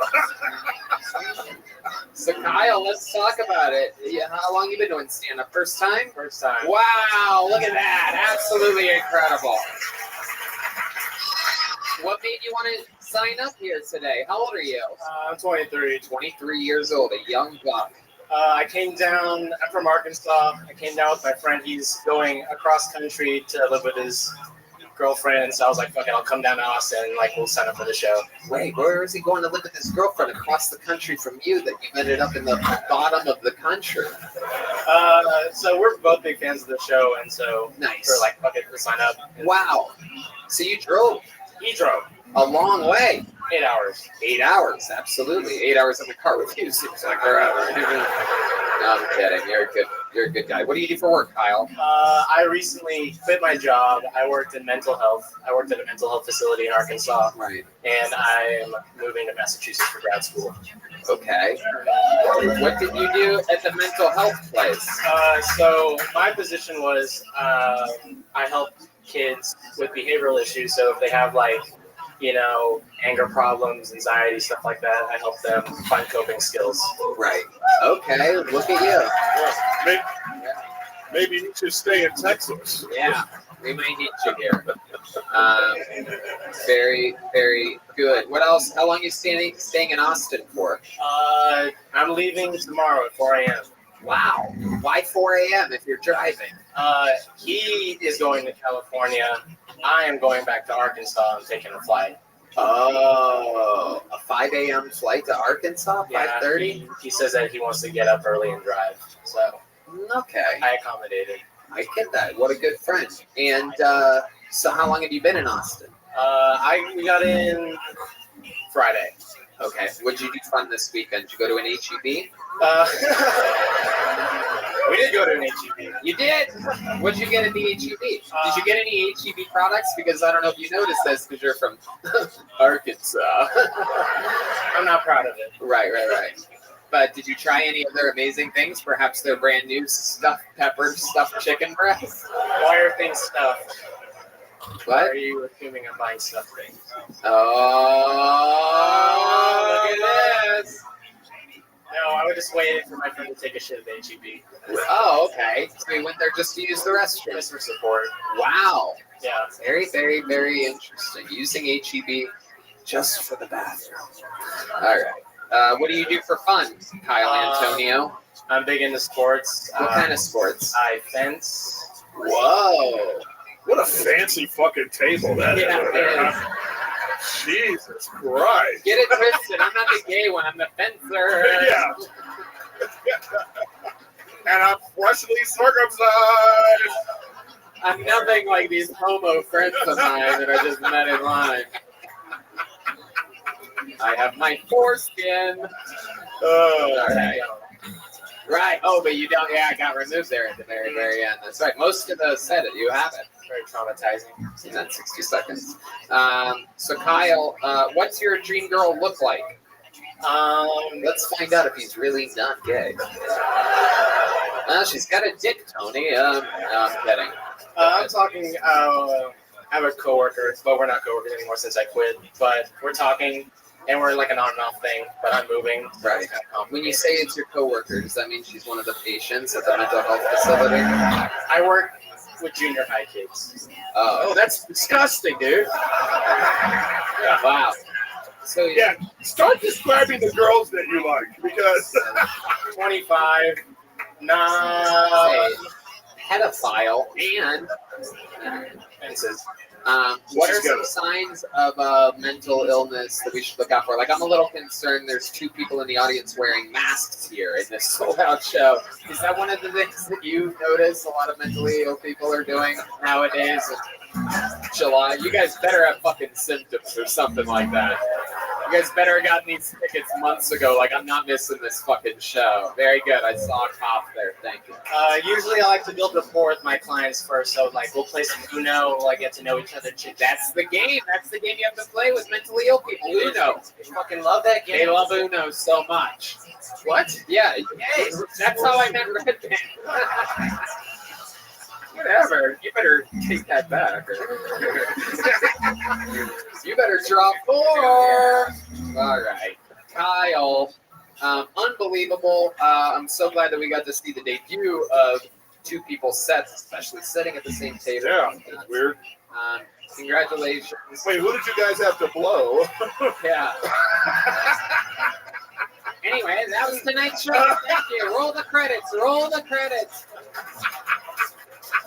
Roll the credits.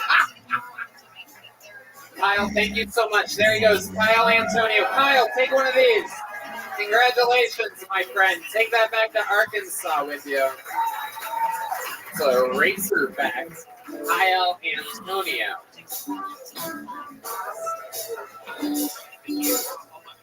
Make some nice to your next comedian, Christian Moran, everybody. Christian Moran. Christian Moran. Not seeing any movement here. There he comes. Here he comes, everybody. One more time for your next comedian, Christian Moran. So I'm trying to look at this with a win-win mentality. So the way I see it, at least if I bomb, I can go really hard on "Lose Yourself" by Eminem. That's the first half when he talks about sucking.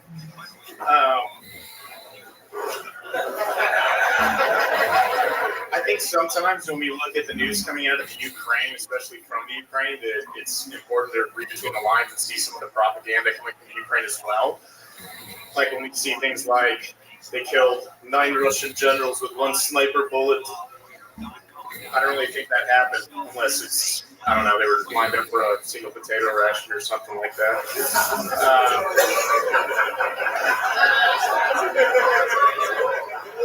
I get a lot of attention from gay dudes because I have a really big ass.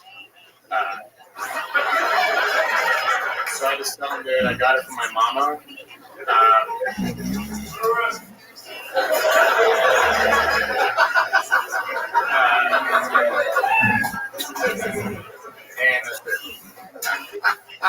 Christian Moran. Take the mic. Christian, how are you? Is this your first time on the show? It is. Okay, welcome, welcome. Nervous. Yeah, definitely. Yeah. I'm getting Penn State vibes from you. Am I correct? So when you're nervous, you like to play with your dick in your pants? Is that what you do? Yeah. That's like a nervous thing. You're right there just like, ugh. Very unorthodox approach to stand-up comedy. You had about 2 or 3 feet between you and the microphone. That's very interesting. Really got everybody to sort of lean forward so that you could really hit them with that nothing that you had. Very, very interesting stuff. You remind me of, you're very young and charismatic. You reminds me of Justin Bieber, but just the right side of his face. You know what I'm saying? Too soon, man. What do we have, a bunch of Bieber fans? Yeah, we love Bieber. Oh, fuck you guys. Fuck you, sir. I love it. Okay, Christian, let's talk about it. How long have you been trying to stand up comedy? It's my first time. First time ever, 3rd in a row. Virgin. This is a cherry Sunday. It's the first time. How old are you? 27. 27. What made you want to start it here today? I've been pursuing acting for a little bit here in Austin, and it's pretty fucking dry, and I just felt like I'd rather lean into the funny side of things. Those are than the dramatic and serious. How long have you been acting? Like 2 years. Do you ever change your expression? I've been told that I'm pretty stoic. Yeah, man. There you go. Put a smile on your face. This motherfucker's like, and then I was, You're like, hey, bro, you won the lottery. That's so good. Yeah, do all the characters that you act, that you play on things, are they all just that? Are they all just kind of serious, and then they're jacking off at the same time? I did have a really weird audition request recently where I was chosen to audition for a short film. There's a lot of weird short films going on here in Austin, which is part of why I'm getting out of it, but a short indie film called Titty Boy, where I would play... Did you get an email from Mike Dexter for this? Is that what happened? Titty Boy. But wasn't that Redman's nickname in high school? No. Titty Boy. No. Titty Boy, Redman. I'm a titty boy in a titty world. Okay, so what was the character description of Titty Boy? Yeah, it was a young male who had man tits. I can relate. I don't think I have man tits, so I didn't really know if they were gonna put on man tits. Oh man. Pornhub sound effect for those of you that missed it there. Yeah. The Redman hit for the first time in the show's history. What? Yeah, so it was like, I thought it was going to be a comedy, just making fun of a guy with man tits or something, but it was more like, I don't know, I read the sides for it, and it was me in a locker room, and the guy, I don't know. The main thing was I didn't know whether or not they were going to put on fake titties on me or not, so I almost wish I went for it just to figure that out. Maybe you should have. It's kind of judgy, don't you think? You know? It could have been a meaty role for you. Yeah, I love that. What a fucking... So, what have you acted in? I guess the coolest thing I was in, I had a really small featured extra thing here in a Linklater movie called Apollo 10.5. Wow, that's a real movie. Yeah. Okay, what did you play in that movie? I didn't have any lines. I was a featured extra. But... Okay, what did you do? What face did you make? Look at the camera right across there and make the face that you made. And what were you doing in it? You were in the background. You were in the jury or something? No, it was a part of the movie where they're fucking around with the arcade, and he's talking about how the Woodland Boys used to like rig the arcade machine to get free tickets and stuff. And you were in the back like this. Yeah. Exactly like that. Really? Yeah, exactly. Okay, so that's the coolest thing you've done. What's the worst thing that you've acted in? He was a featured extra in an arcade. The same thing. What's your least favorite character that you've acted? Did you do plays in school and whatnot? I did plays in school, yeah. In high school, but I didn't act throughout college or anything like that. Okay. It was something I wanted to later. All right. How do you make your money? I worked as an expo at the Vince Young Steakhouse. An expediter. Okay. Very good. No, that's a different job. Vince Young is an athlete. Wow. He just heard a man's name in the word young and ran with it. Very, very, very interesting. Does Vince Young ever go into Vince Young's Steakhouse? I think it's a part of his. He goes in like once. Yeah. Oh wow. Okay. Very, very good. All right. An expediter is the person that makes sure that everything on the tray is all set and everything's ready before it goes out, so that they're not like, oh fuck, we forgot your corn or whatever. Exactly. Right? And how long have you been doing that? For about 2 years. Okay. An important job. It's a lot of yelling. All right. Can you really do the first part of Eminem's song? I don't know if I can do that. I was saying that if I bombed, that I can really probably repeat that part the next time. You did. Yeah. Next time. See that? That's the biggest laugh of the night for him. It's because it's all built up the whole time when you're looking around like that. So when he finally gets to the laugh, he just fucking explodes. All right, Christian. Nice to meet you, my friend. There he goes, Christian Moran, another stand-up debut. Christian, take one of those. Oh, shit. Ready. There you go.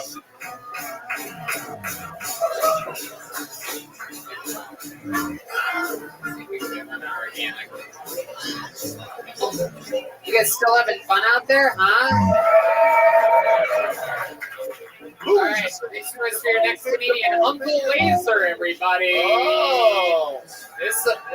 That's a fun one. This should be exciting. Uncle Laser. Here he is, everybody. Next one is for Uncle Laser. All right, well, you can tell by my aggressively bull-dyed lunch lady haircut I'm not from these parts, okay?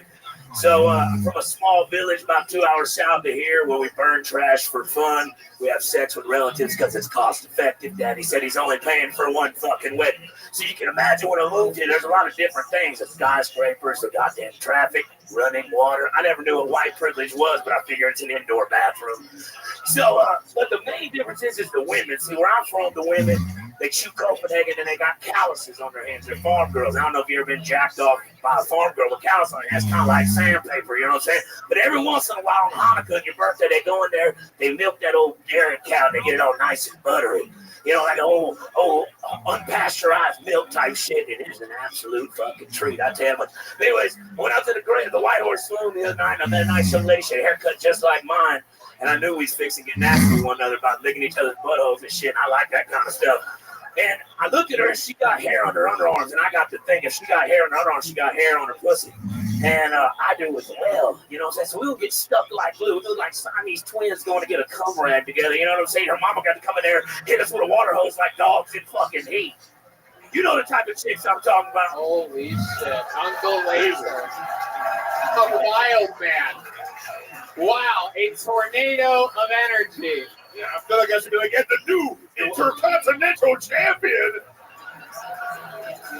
What a bundle of energy you are, sir. This is very exciting. I've always wondered what it would be like if Penny Powers had a baby with Beetlejuice. Oh, no. This is very exciting.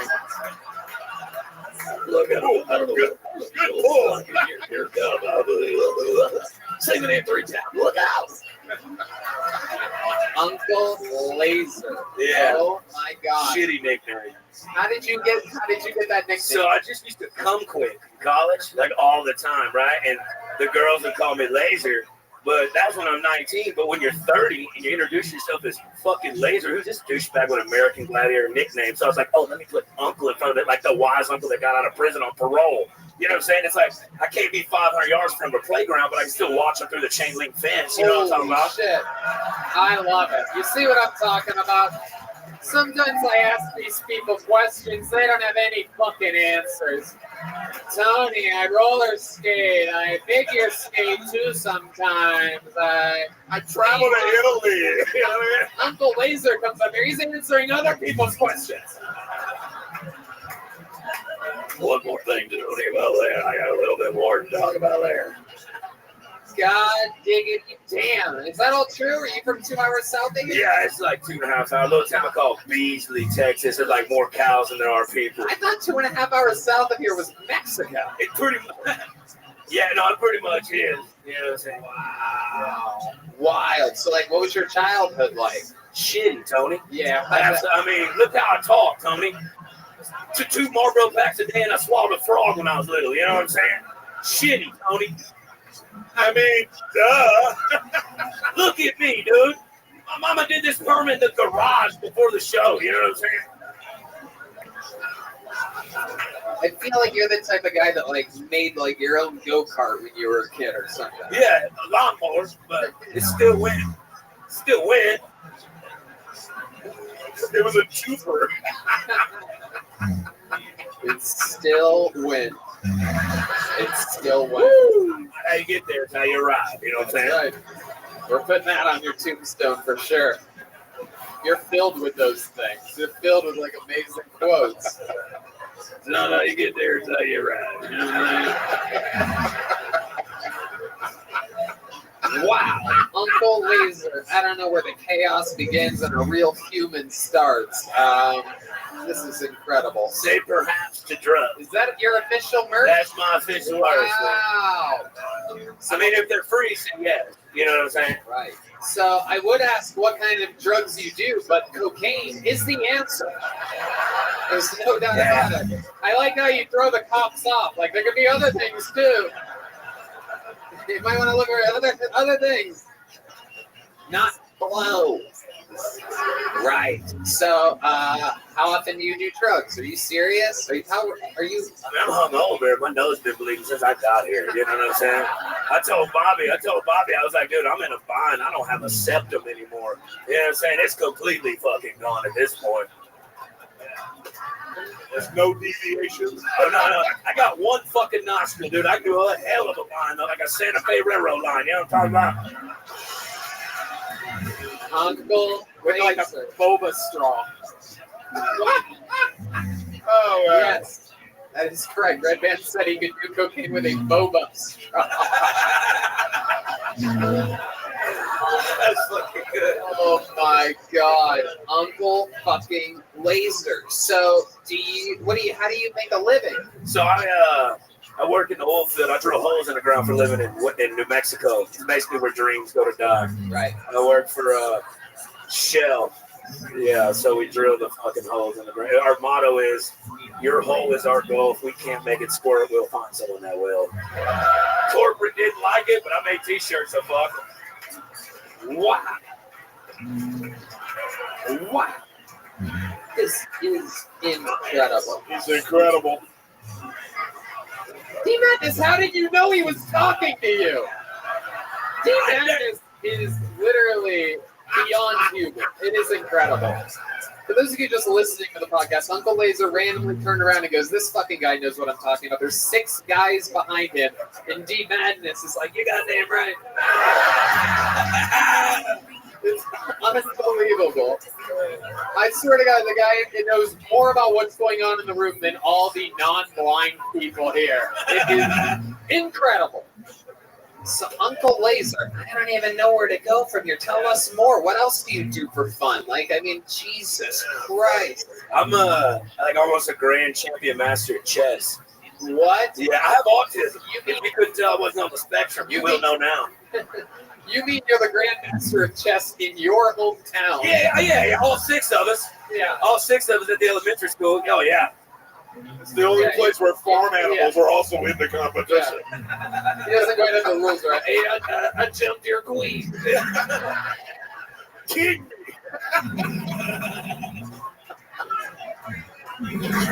D-Madness says he can beat you in chess.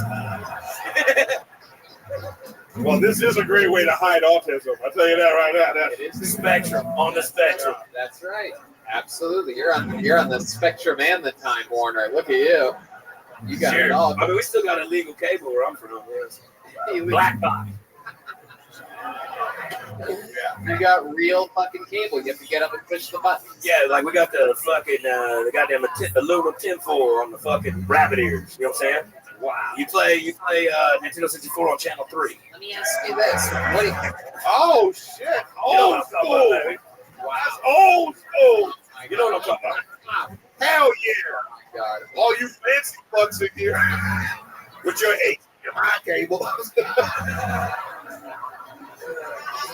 What do your parents do? I mean, I imagine being raised 2.5 hours south of here. My mom just retired from Frito-Lay, the chip place. She made chips for 30 fucking years, you know. And now what was the other Frito-Lay place? Right. It varies, bro, buddy. It varies. But she just retired, and now she's got retirement money, whatever that is. They pay you chips? Yeah, they pay you chips. Yeah. So me and my brother had to share cereal with us, share milk together growing up. You know what I'm saying? We were pretty poor, but now she got all money. She's redoing her countertops. She's got a green thumb. She's Martha fucking. So the back door looks like Rainforest Cafe. I mean, like, I'm like, Mom, you're doing well. She's like, yeah, I got a matching microwave and stuff. I'm like, where the fuck was this at when we was little? I might have turned out a little bit more proper if that had been the case. You know what I'm saying? And she worked at Frito-Lay for how long? 34 years. Wow. Yeah. Well, one Dorito closes, another one opens. Fucking it. That's an official product of Frito-Lay. I was also going to squeeze in if I figure out a way to say Cheeto, but I couldn't get it out. That was beautiful. Both ways. Thank you. Thank Our you. breast milk was made of Cheetos for sure. Indeed. Okay, how about Dad? Was Dad part of your life at all? Yeah, he's cool. They divorced when we were 9. We had 2 Christmases. That's fucking tight. But he's a good dude. He's funny as fuck. So you have other family? Oh yeah, I mean, look, we keep it all in the family around them parts. You know what I'm saying? I mean, yeah. But now he's cool, good old dude, got a mustache just like mine. You know what I'm saying? Like, yeah, just hardworking dude, redneck, blue collar, all that shit. Wow, we had 2 Christmases. It was great. Oh, fucking phenomenal. They're amazing. You ever woke up twice for Christmas in the same day, dude? My mom would. We do Christmas in the morning at her house, and she takes my daddy's in the afternoon, and I have to go back to sleep so Santa can put the presents under the table.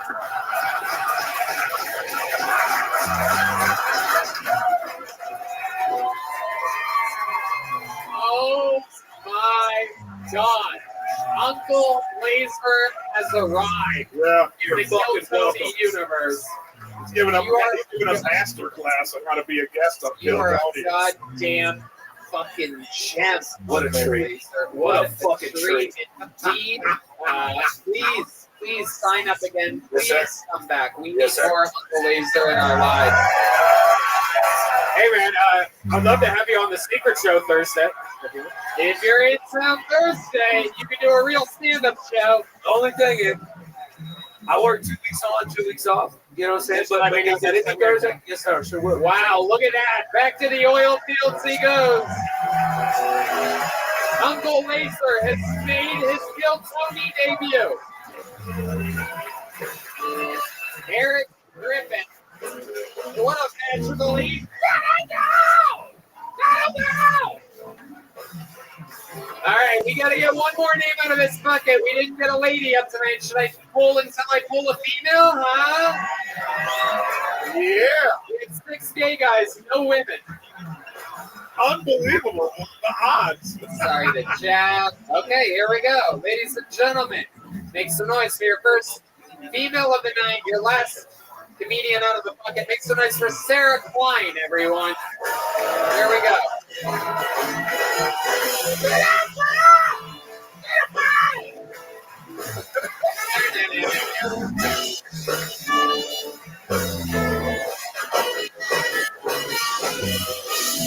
One more time for Sarah Klein, everybody. Come on. I was talking to this guy that I've been sleeping with, and he asked me, where do you stand on anal sex? I was like, usually behind.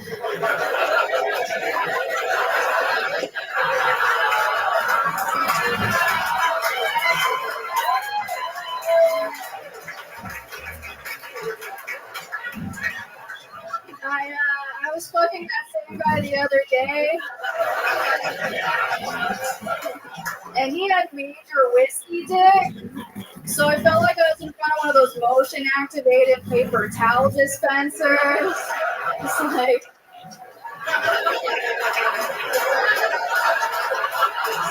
hello? Do something, dispense something.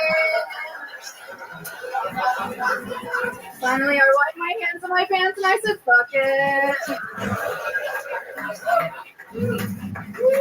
Absolutely. Sarah Klein, ladies and gentlemen, with her first time on Kiltony, correct? Yes. Welcome, welcome. You are absolutely hilarious. Thank you. How long have you been doing stand-up? 3 years. 3 years. All of it here in Austin? Some in Austin, some in Dallas. I love it. Absolutely awesome. So 3 years. How's it going for you? Good? Good. Yeah. What's the longest set you've ever done? 20 minutes. 20 minutes. That's good. Do they have you? You have a home club here, like in Dallas or here? Dallas, Comedy Arena. Oh, okay. That's different. All right. They're or something like that. I've never even heard of that place before. How far away from the downtown Dallas is that? Like 20, 30 minutes north. Okay, that's not that bad. Right. So, Sarah, how do you make a living? I don't. Living with my parents right now. Oh, cool. How old are you? 24. 24? That's not bad for living with parents in 2022. You're right on schedule. Yeah. If this was 2001, we'd be like, get your life together, lady. Jesus Christ. Oh, man. You got like 6.5 more years. You're going to be fine. Oh, my goodness. What's it like living with your parents? They're still together? Are they sort of like Christian-y as well, these Texas parents? No. It was awkward though. I get my packages, there, and my dad opened up a package of Plan B recently. That was for me. Oh, shit. Right. You should have blamed it on your mom.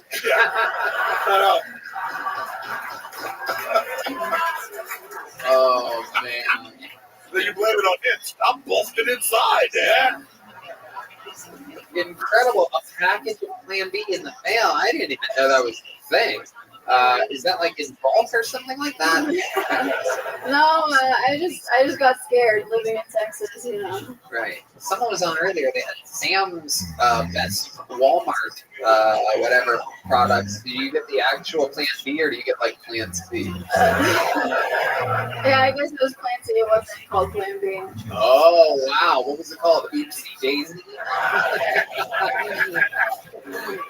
So you don't get any condoms sent to you. You just go right to the Plan B, huh? Hell yeah. From whiskey dick to the risky dick. You know what I'm saying?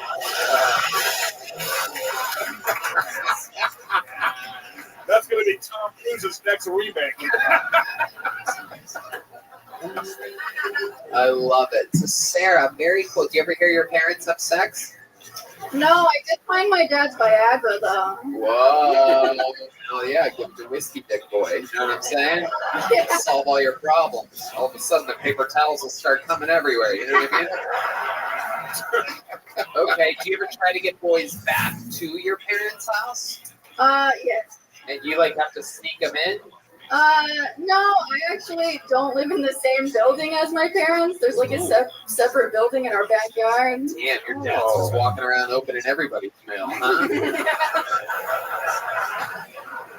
Separate building in the backyard. Okay, so it's probably pretty easy then. Do you have like a barking cock block of a dog or anything like that? I do have dogs. My dad also has cameras, but I just don't care. Right. Let dad watch. Yeah, sure.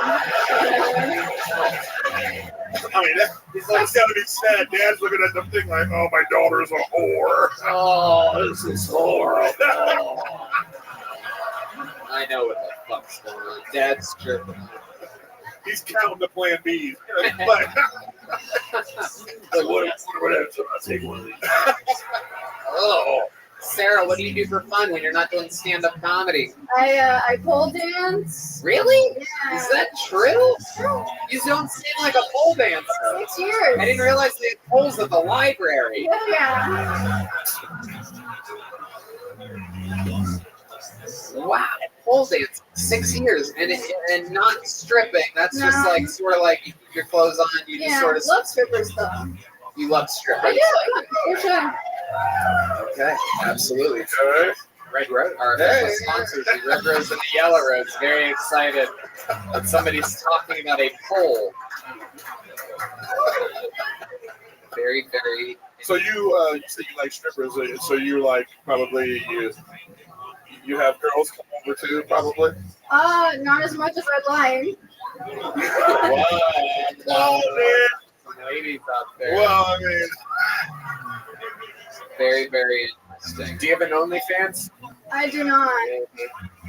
Whoa, Red Man's being suspicious of this. I think he's a subscriber. Okay. Sarah, what else about you? What else in your entire life? You ever win a trophy for anything, or like? Not really. Something about me though. I have 2 vaginas. Shut the fuck up. I'm in. Wait. Look at all these jealous bitches out here out there. But do they have different period cycles, or are they? No. I literally have 4,000 more questions after this. So. Yeah. Are you talking about your butthole? So you have 3 holes? Oh my god. So the 3 of us do. My goodness. Let's do it. Wow. Amazing. Wow.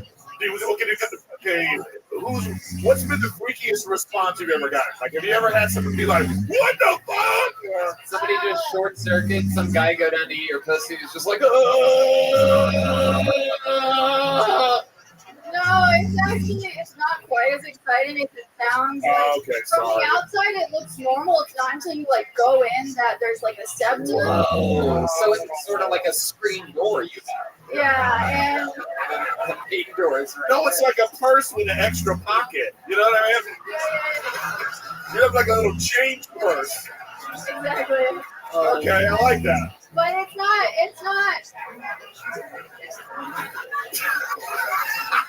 The blind guy got it. Yeah. You got this. It's loving this shit. One of them is actually like infant size though. It's ooh, stop teasing us. Oh my god. So you wait, you have a tighter pussy in your tight pussy. Yeah. I mean, that's not the dream. You're like, baby, this pussy's not tight enough. Keep going. Cody, are you here tonight? Cody, the GM of the Yellow Roses here. Cody, I'm pretty sure I just found your fucking Michael Jordan here. This bitch will have to go to the ATM all night. Like, what the fuck I'm seeing? Incredible. The vagina inside vagina. Yeah. Unlike a lot of comedians tonight that have penises inside of their butthole. With foreskin.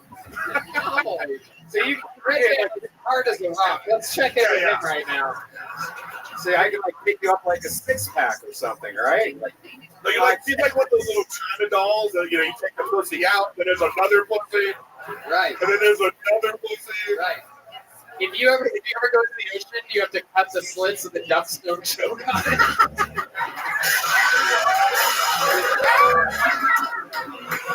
Oh man. So you don't live here, right? No? Not currently, no, Dallas. I'd love to have you on the secret show anytime you're in town.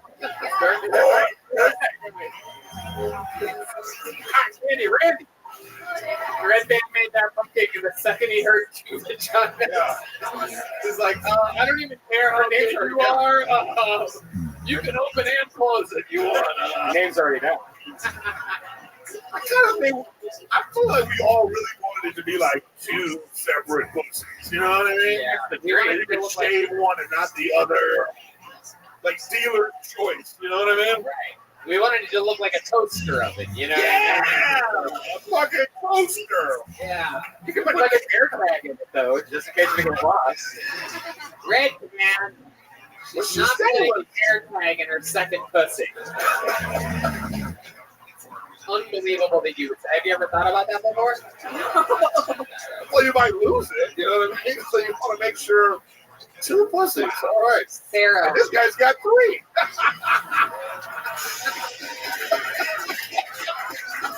God damn it! I knew I had to keep you here for this. He headlined all weekend here in Austin. Oh, I'm so glad I did. Monday for us, and Sarah did an amazing way to get us out of this bucket part of the show. Sarah Klein, you are without a doubt one of the funniest comedians, and of course one of the funniest females that we've ever had on the show. Your interview, your minute, incredible. You got to get 1 for each pussy.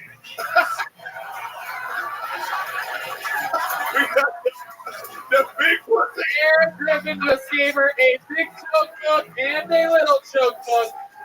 One for each No pussy. doubt about it. From the Great Bone side, that's real Texas leather. Yeah. How low did this place get for the Bill Tony debut of Sarah Klein? Sarah Klein. Oh, Thank you, Sarah. What? What? And episode. This is chaos here tonight. And there's only one way to end a show like this. And it is with the greatest regular to have graced the show.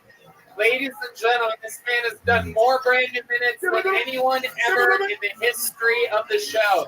He's currently headlining his own show here tomorrow night. This is William Montgomery. The Big Red Machine. The Business Strangler. The Vanilla Gorilla.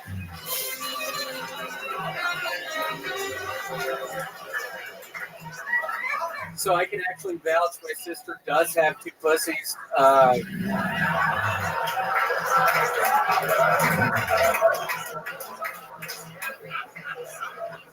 The women out in the ooh, let me start this one over.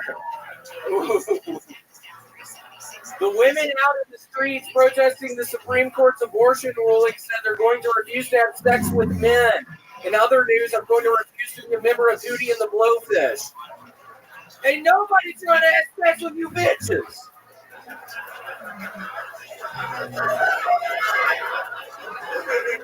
Arch Manning has committed to play quarterback for the Texas Longhorns. The next question is, what defensive player will we lose the Heisman to? That's a good Peyton Manning joke for anybody curious why that one's funny. Green Day Billy Joe Armstrong said he's renouncing his U.S. citizenship and moving to London over the Supreme Court's abortion ruling, which is actually sad because I really liked Green Day when I was fucking 6.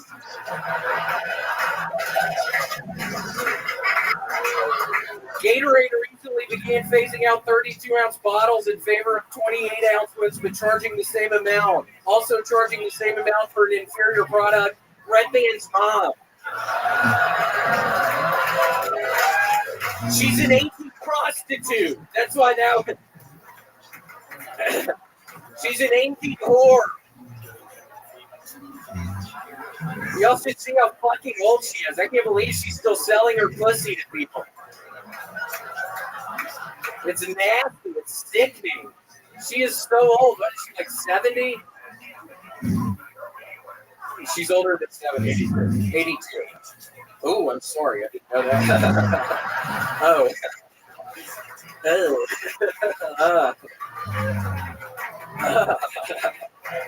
She's 82. Oh. 56, man. You're 56? Okay, I didn't fucking know that. Why are you fucking telling me that shit right now? If y'all found out Apex Twin burned CDs using lighter fluid, you'd all be like, he's such a genius. Okay, I'm into with the Apex Twin joke. That's it. Wow. William Montgomery. The living legend, the Vanilla Gorilla, the Memphis Strangler, the Big Red Machine. You are back. You are wearing an Adidas tracksuit for the first time ever. And I cannot tell if there seems to be something a little bit different about you. What do you mean? What do you mean? You have two beards like the girl had two pussies.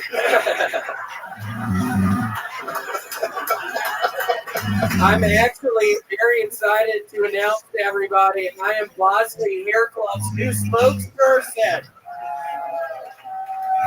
It's a multi-year, $100,000 contract. I'm not only a client, I'm a player president. Yeah. Yeah, this operation, it only took me 2 days. I was literally under the knife for 2 days for this to happen. But I think it looks pretty realistic, don't you all? That's a match. It's two different Yeah, colors. it matches. It's the same color. What are you talking about? William. It's definitely two different colors. It's not two different colors. Yeah, it's definitely two different colors. It's not two different Yeah, colors. the beard and the eyebrows are the same color, but the hair on top, I think they accidentally did a different color or something. No, I think this was on purpose. I mean, it cost me $30,000 for this operation. It's the same haircut. It's the same color. Yeah, thank you. Matt Muelling, who literally never says anything, just said that it's cinnamon and honey mustard. He hasn't spoken in 7 months, this guy. He's making a real point to say cinnamon on the top and honey mustard at the bottom. I don't think that's very accurate. That's why you don't fucking ever talk and keep it fucking that way. What the fuck are you talking about, dumbass? Why the fuck would you say cinnamon and what did you say? Cinnamon and honey mustard. That's hilarious, dude. Stick to playing the fucking guitar, man. It doesn't look like fucking cinnamon and honey mustard. Why the fuck would you say that, dude? Oh shit. William is mad about this. Yeah, definitely. Thank you. Deep Madness is literally the only person in the room that thinks it's the same color. This is absolutely incredible. It's definitely two different colors. I think it's the same color. I don't know why you're talking about the those. hair of Chucky from Child's Play at the top and fucking graham cracker cookie crust at the bottom. It's totally two different colors. It's not two different colors. Did he do? Can I just take a guess here? Yeah. That you said that it was a 2-day procedure. Did one surgical team do the beard and eyebrows, and another one did the hair? It was two different surgical teams. It really was. It's weird you said that. Yeah, it was two teams. I mean, it was a 48-hour surgery. Wow. The first set of doctors get real tired. I mean, it's literally a 48-hour fucking ordeal. I was under for 48 hours. Well, from the looks of things, he was the fucking surgeon.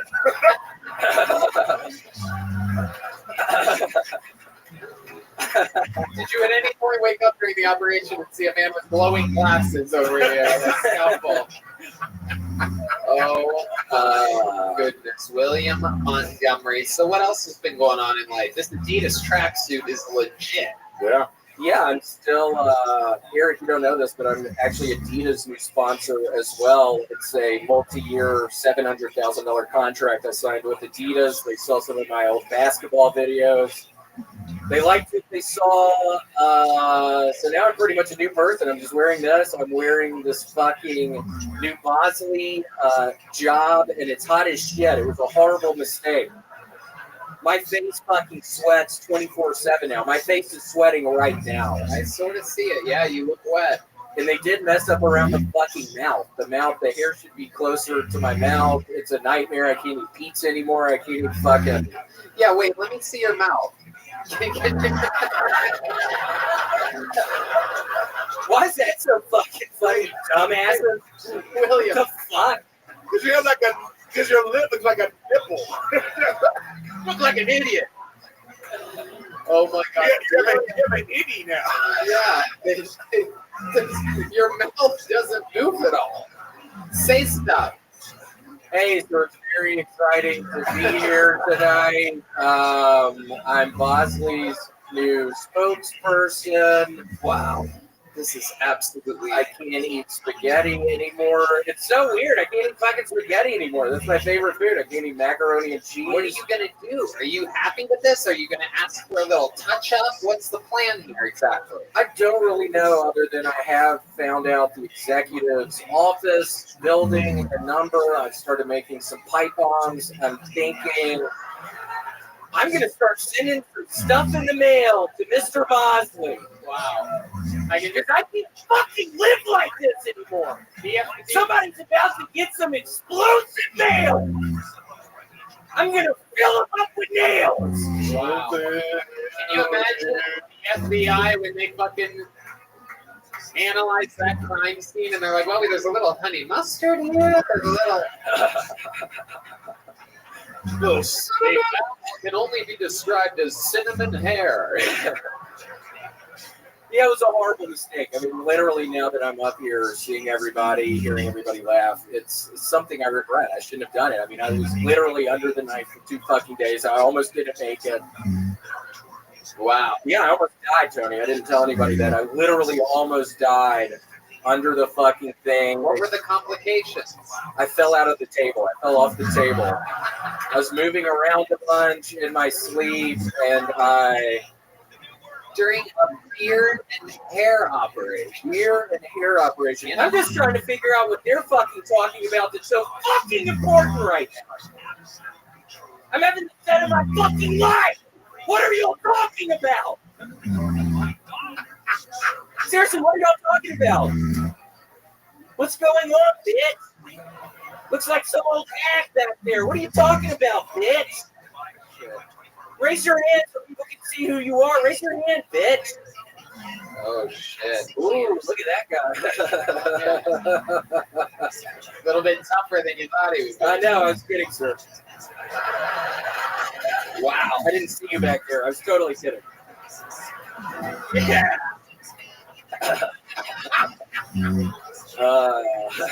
He's still under the bed.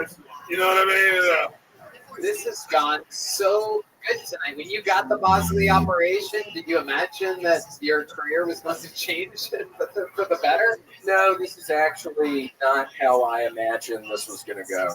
I thought I was going to be able to come out here and parade around and be happy in front of all you people, but when I woke up and I looked at myself in the mirror, I could tell it was a horrible mistake I had made. I mean, I quite frankly don't have $30,000 to be throwing around at beard or hair plugs. I mean, seriously, I don't have $30,000 to be throwing around like that. Now I'm in debt. It's just a whole. So you literally dreamed about this.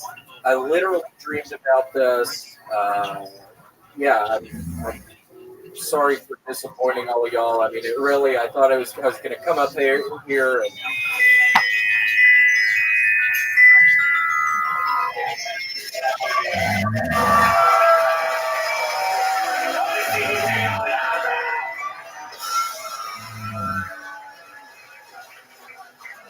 Oh, shit.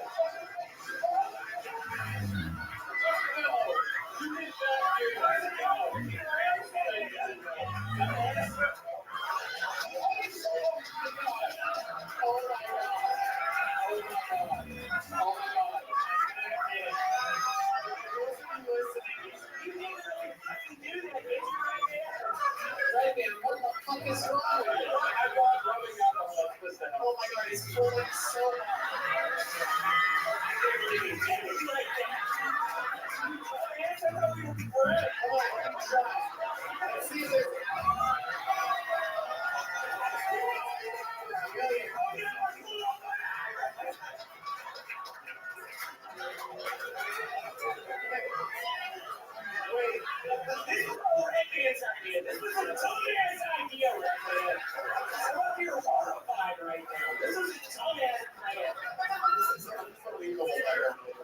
We're gonna keep people here for hours. This is so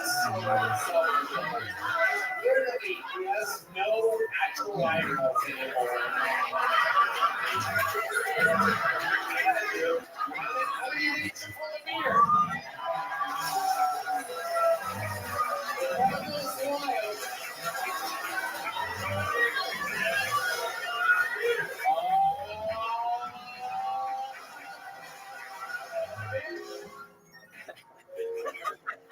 By the way, Tony, we didn't have like the stuff to stick it on him earlier, so I gave him Gorilla Glue. Wait a second. You did that?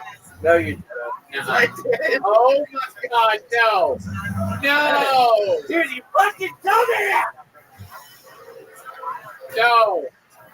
Red Man has got this revenge. I got the one off. That just hurt. Why would you do me like that? Oh, ouch. Oh, there's a chunk missing for sure. Wow, it's the same beer. I was fucking around. Now you're real. Now you're all cinnamon.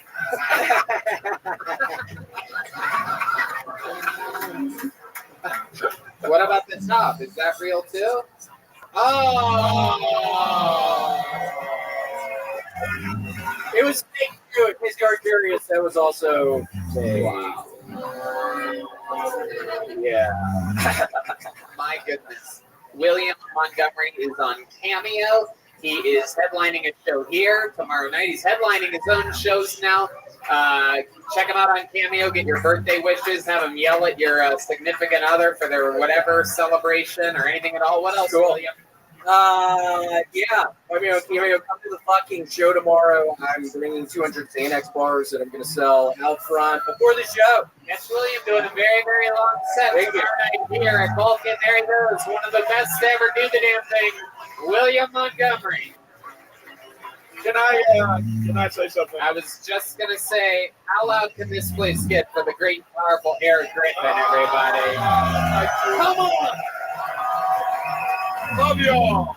One of my true friends, one of my true comedy school brothers. Yeah, We're man. very, very different, but we crack each other up. I absolutely love that you stuck You around. too, man.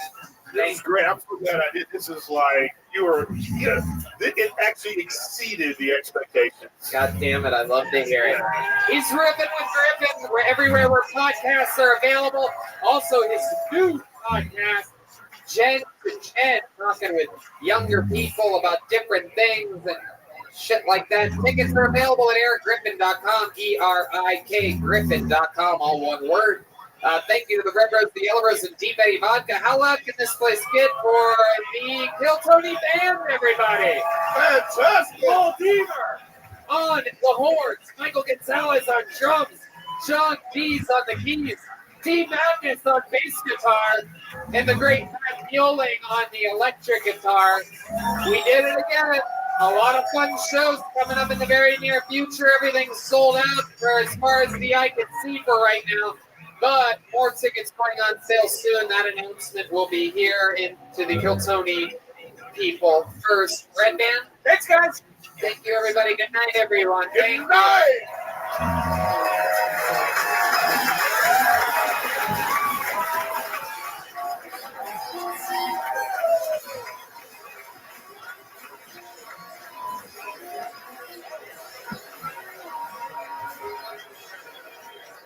Ladies and gentlemen, I forgot to mention local artist Chris Rogers was drawing during that entire episode. Let's see what he did. Started with a blank canvas in the beginning. Oh, I do believe that's the grilled up Hans Kim, everyone. That piece is actually for sale. So go up to Chris Rogers and make an offer. He splits the money with him and Hans Kim since it's his space. So get a picture of Hans Kim with a grill. Take it home with you. Make it the best offer that you can. Again, thank you. Good night, everybody.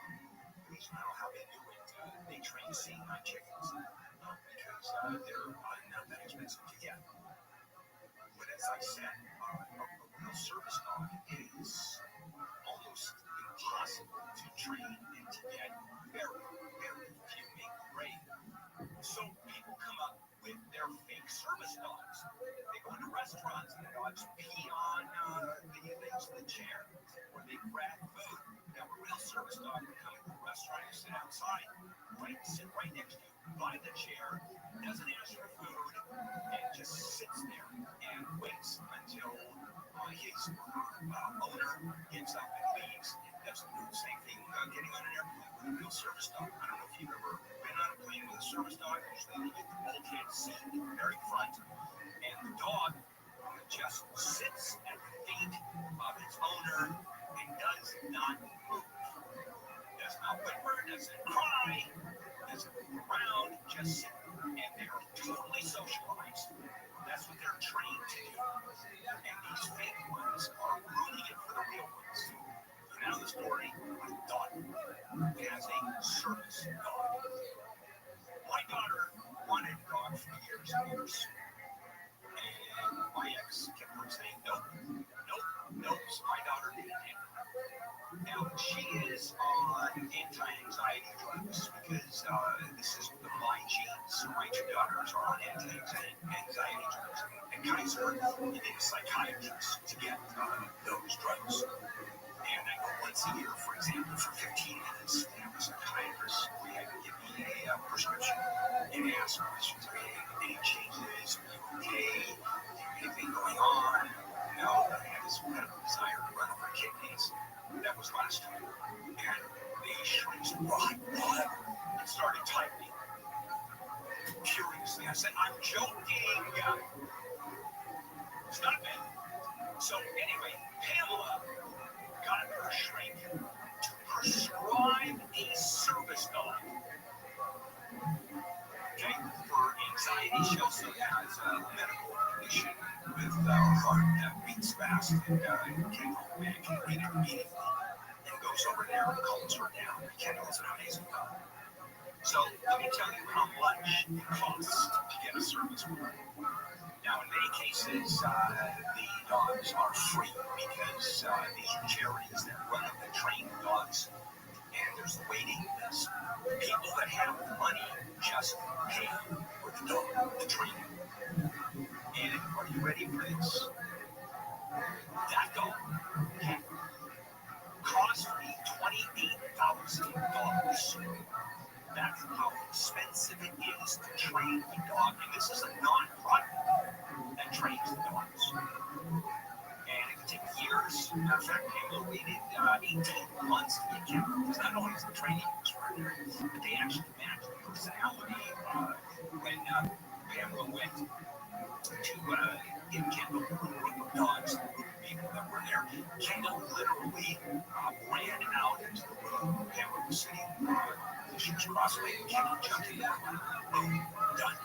She knew. So let me tell you about the end of this. By the way, it was a non-profit, so I was at least able to deduct money. And that is that these dogs are so highly trained that the owner has to keep on working with the dogs. Now, then you have to practice over and over again and work with the dogs. And my daughter doesn't do that. So, you know what I have? You know what she has? She has a $28,000 dog.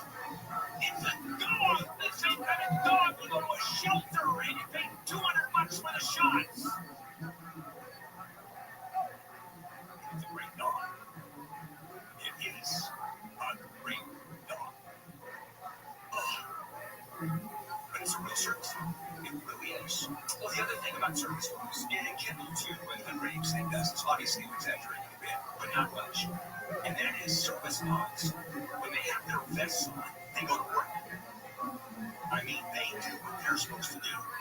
Take that vest off, and they're just dogs. And they walk, and they play, and they have a good time, put the vest back on, they go. And they're extraordinary. They really are extraordinary. I should put a picture of him walking around. Okay, coming up. $1 million in overtime last year. They don't want to. And the sheriffs get all this money, don't they want the money? And I'll explain why that is happening. The second they need live PJ by 24-hour news. A new report says 1 out of 3 fires in LA have been started by homeless people. An internal memo from the Los Angeles Fire Department shows that just over 30% of the fires over the last 6 years in the city involved a member of the homeless. ABC News says the memo is now scheduled for discussion at the LAFD Commission meeting next month. Union president says the department remains understaffed and under budget to handle all the homeless calls. Jason Campidonia, KFI News. LA County's budget for the new fiscal year is estimated to be $1.3 billion less than the current budget. County CEO Fetsy pandemic report tells the Board of Supervisors slow revenues, mounting legal bills, and wildfire recovery have taken a toll. In response, we are making 3% cuts in departmental budgets, eliminating hundreds of vacant positions, and trimming millions of dollars from services and supplies. She says the county estimates it'll need $2 billion to cover wildfire recovery and a tentative $4 billion settlement of sex abuse claims involving juveniles in probation facilities. No layoffs are planned, but government programs could have fewer resources. The California Department of Fish and Wildlife has released its black bear conservation and management plan. It aims to protect the black bear population by making sure the bears are healthy, there's a diverse population of them, and their habitat is preserved. The Department of Fish and Wildlife also plans to offer hunting and viewing opportunities and to efforts to reduce human-bear conflicts. California has about 60,000 black bears, giving one of the highest bear populations in the U.S. A person's been taken into custody in connection with a shooting at a high school in Dallas. ABC's Mariah Villarreal says 4 students were hurt. Terrified students running out of this Texas high school after multiple shots fired. First responders swarming the scene at Wilmer Hutchins High School in Dallas around lunchtime. She says 1 student was shot in the leg, 3 others were injured in the chaos.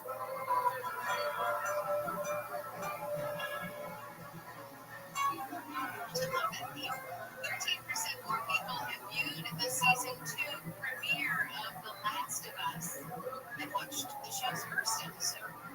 The new season drops Sunday. At least the first episode had 5.3 million people have watched it so far. The show's already been renewed for a 3rd season. New episodes are available on Sunday nights. Southland weather from KFI becoming partly cloudy after some areas of low clouds and drizzle this morning. Low to mid-60s for a high at the beaches, Metro LA and Inland OC. Mid to upper 60s for the valleys and Inland Empire. 50s and 60s in the Antelope Valley. Clouds with a chance of showers Thursday and Friday. Highs in the 60s. Back to sunny skies for the weekend with highs in the 60s and 70s. It's 56 in Brant, 54 in Mission Viejo. And we've got a crash still slowing you down in Woodland Hills on 101. Yeah, this one is just a crash. 101 freeway northbound right before the 2 right lanes. Traffic slow back to 405. Also, we've got a new problem in Wild Heights. This is going to be on 5 northbound right before Guadalupe Vista. Left lane blocked right there. You are slow back to 710. Problems in the Rona. Well, it just got cleared actually 71 southbound before you hit Butterfield Ranch Road. Everything just got back red, but still very slow from Pine. And if you are headed to the 55 southbound, 55 from Orange, right before the 22, the crash that the right lane is blocked. It is slow from Catella. With some California dispatching traffic reports, I'm Will Colesrun. The championship is back in the Bay for the first time in 40 years. On the new limited podcast series, The Dynasty, we hear from head coach Steve Kerr on how Steph Curry almost never even joined the Warriors. Jack, I thought we had a draft debut opportunity to get in here for Phoenix. For the entire behind-the-scenes story, Golden State's incredible 10-year run, open your free iHeartRadio app, search The Dynasty, and listen now. The free iHeartRadio app is #1 for music, radio, and podcasts all in one. Discover a new podcast from our library of hundreds of thousands of titles. Here's an iHeartRadio podcast preview.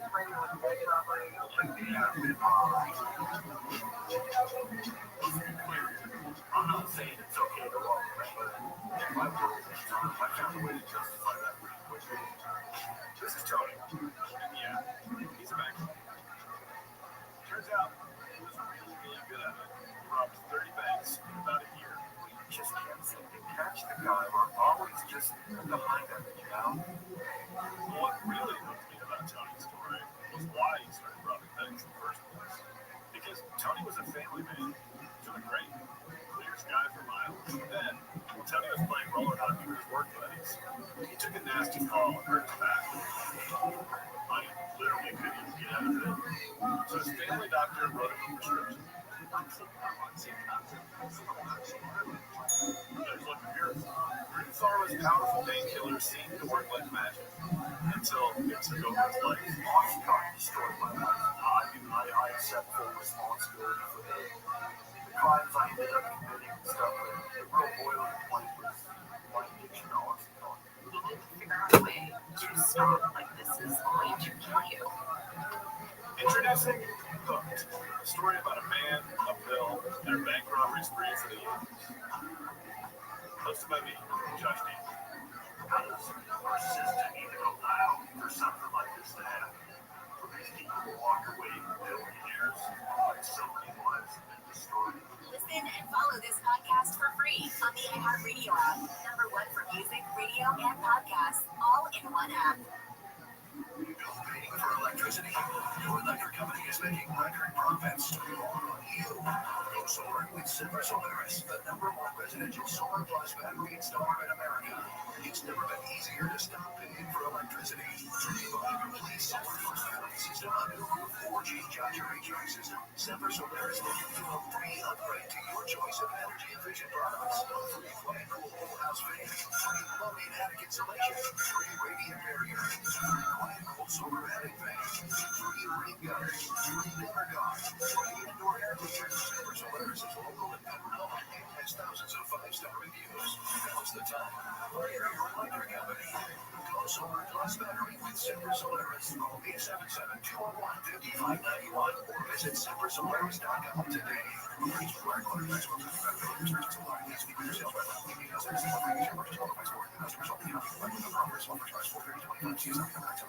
Get your revenge body by summer with Future Health. Future Health weight loss. Your one-stop for advertising. Call 844-844-IHEART. GFI. Drive everywhere on the iHeartRadio app. Or steal anytime. That's the sound that I want is. That's the sound that I miss. That's the sound that I want is. That's the sound that I miss. That's the sound that I want. AM 640 here on a Monday, Wednesday, April 17th. Coming up at 8:30, Dr. Jim Keeney. Coming up at 7:50 next segment. I'm going to talk about something that's so treacly, so cloyingly sweet that it's actually vomit inside of what we usually do stories like this. And, and then there's an article in Atlantic about Katy Perry having blown on Blue Origin, Horizon, whatever Bezos calls his spacecraft. Anyway, great story, making unbelievable fun, which is now, it's gone viral. The whole concept. So let me tell you about the LA Sheriff's Department.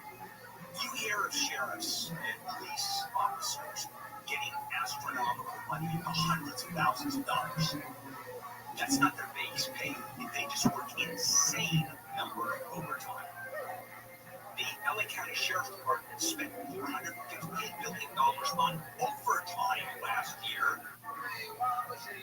Why? Why so much overtime? I mean, this is crazy. Well, because there aren't enough sheriffs, and the work still has to be done. And these cops, the sheriffs, are not just given overtime, they're mandated to work overtime. And they're not particularly happy. Now, they make a lot of money when you reach a point, and they have reached the point where they're saying, we don't want the overtime. How many people say no to overtime?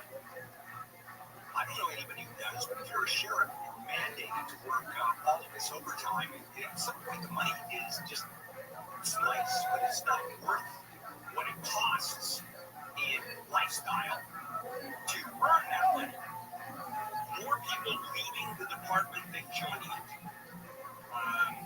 In March, 1,461 of the roughly 10,000 deputy jobs sat in. They couldn't fill the jobs. Like 1,500 jobs. Additional 900 plus were held by people that were out on leave. And if they're out on leave, that means their work still has to be covered, and that is overtime. So some of these sheriffs are working dozens of hours forced overtime each month. Now here's a figure. Last year, deputies worked more than 4.3 million hours of overtime. Richard Pippin, who's president of the Association of LA Deputy Sheriffs, the union that represents sheriffs, is worried about the effect on public safety. He said in 35 years, I've never seen anything this bad. Deputy morale is at rock bottom due to enforced overtime, not just because of the Black Lives Matter movement and the murder of George Floyd, which put cops on a whole different level in terms of how they're perceived by the public. It is not easy to be a cop anymore. They used to be admired. They also were a bunch of racists too, but it used to be that cops were admired. They were looked up to. Gone those days. At the same time, where all of these jobs are not being filled and the overtime is happening, the number of people leaving has exploded. More than 60% has increased more than 60% from 2019 to 2022. This peaked in 2022. More than 600 deputies left the department. It hasn't been filled. Those jobs are still empty, and the sheriff's department shrank. And by the start of this year, there's a 12% drop last year, and way under. Same thing with LAPD. There is a huge struggle to get 10,000 cops on the street. It's, well, let me give you an idea. LAPD, we have a city of, I don't know how many people in Los Angeles, but if you look at per capita, if you look at the number of cops per the population, LA has the fewest number of police than any police department, any major police department in the country. Houston has more cops than LA does. New York has, I don't know how many thousands more cops. You know what a blood shortage of powdered sugar is in New York? You know, that's a joke about cops in New York going to the donut shop and having donuts because they're not working. I'm going to get to work this way. Yes. That is a joke about police officers. I see. Okay, thank you very much. So, fewer people are able to work. Overtime costs skyrocketed. So, let's go year to year. 2020 to 2021. The department spent $180 million on overtime. The next year, it was $297 million. A year later, it was $397 million. Last year, it was $458 million. Almost $500 million in overtime. That's crazy. And there's just more work on top of it. Think about this. You've got body cams, additional work for deputies. They have to review video footage before they can write incident reports. Better data tracking that has to be done, which the cops have to do themselves because of combating racial profiling. More paperwork every time a cop pulls someone over. I mean, on and on. I give you example after example of how difficult it is to be a cop, to be an LA County Sheriff, to be an Orange County Sheriff. I mean, it doesn't matter. More paperwork, more difficult, more overtime, fewer people doing the work. It is not fun. They have to reverse it because, frankly, no one wants to be a cop anymore. And, thank goodness, the standards are still pretty high. I don't think they've reduced standards. I mean, a few things they've reduced. Tattoos are now allowed. They're going for more women, certainly in ethnic groups. Gay women are now allowed to wear mustaches, which in certain ethnic groups they do.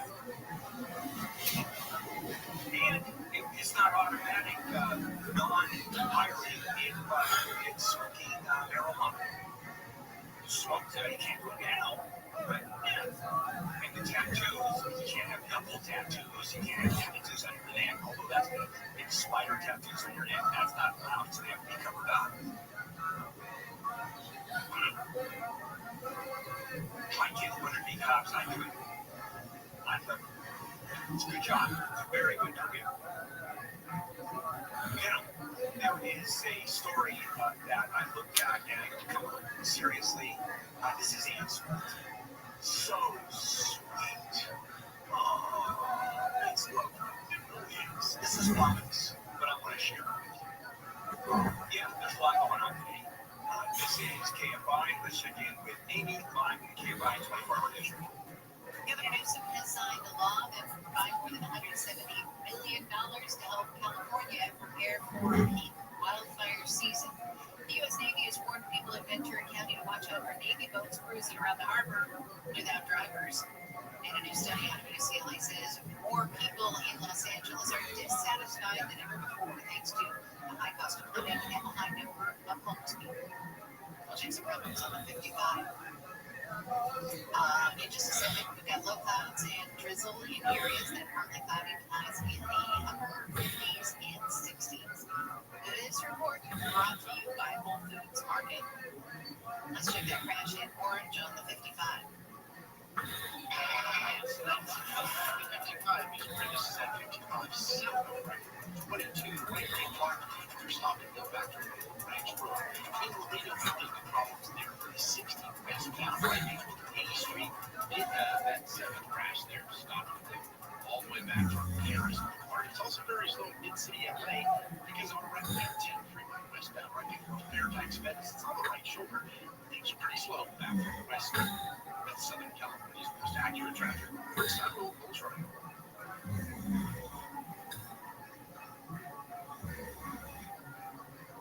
Everybody has. I mean, at this point, I don't know anybody who is either not drinking bottled water or is now some kind of culture. And I'll tell you about my culture. I've talked about this for over a dozen years. It's a life source water system. It's a whole house water system, which means water is filtered outside of the house.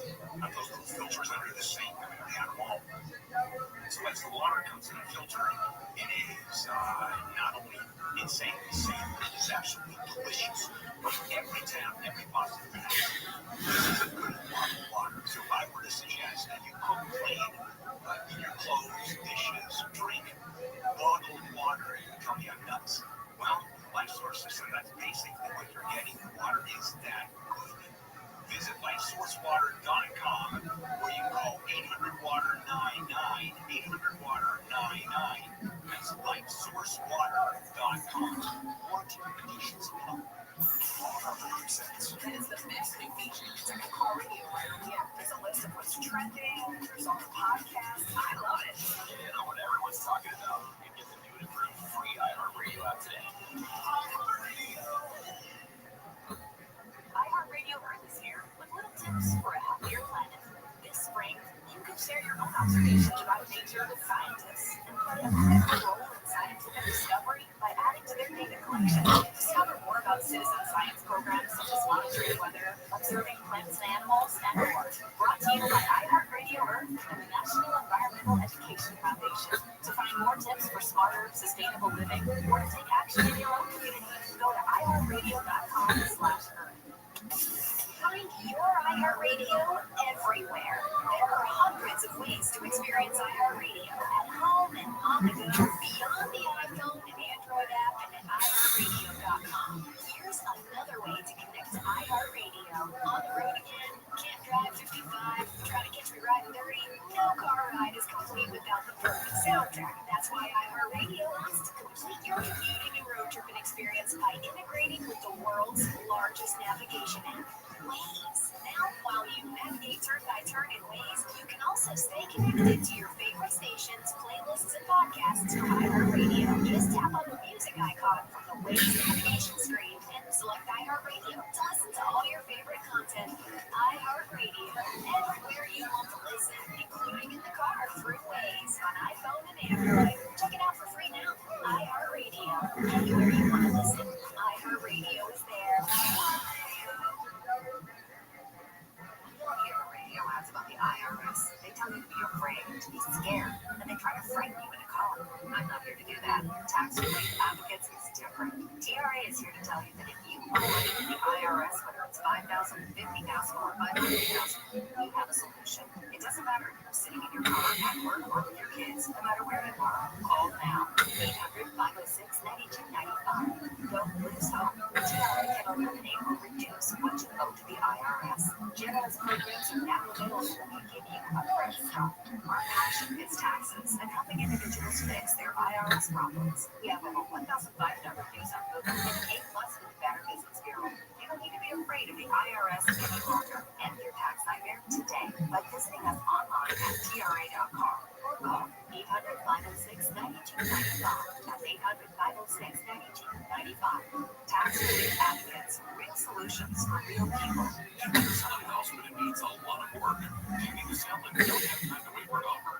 Ridgewood Homes is actively buying homes in Southern California for cash with no fees, no agent commissions, no listing contracts. It can be done in as little as 3 days. Make your next move with Ridgewood Homes. No matter the situation, they will help turn your home to cash. It's easy. No repairs, no cleanings, no showings. The Ridgewood Homes team of dedicated professionals will hold your hand throughout the process. Unlike other cash buyers who make an enticing offer and take a quick cut, Ridgewood Homes won't do that.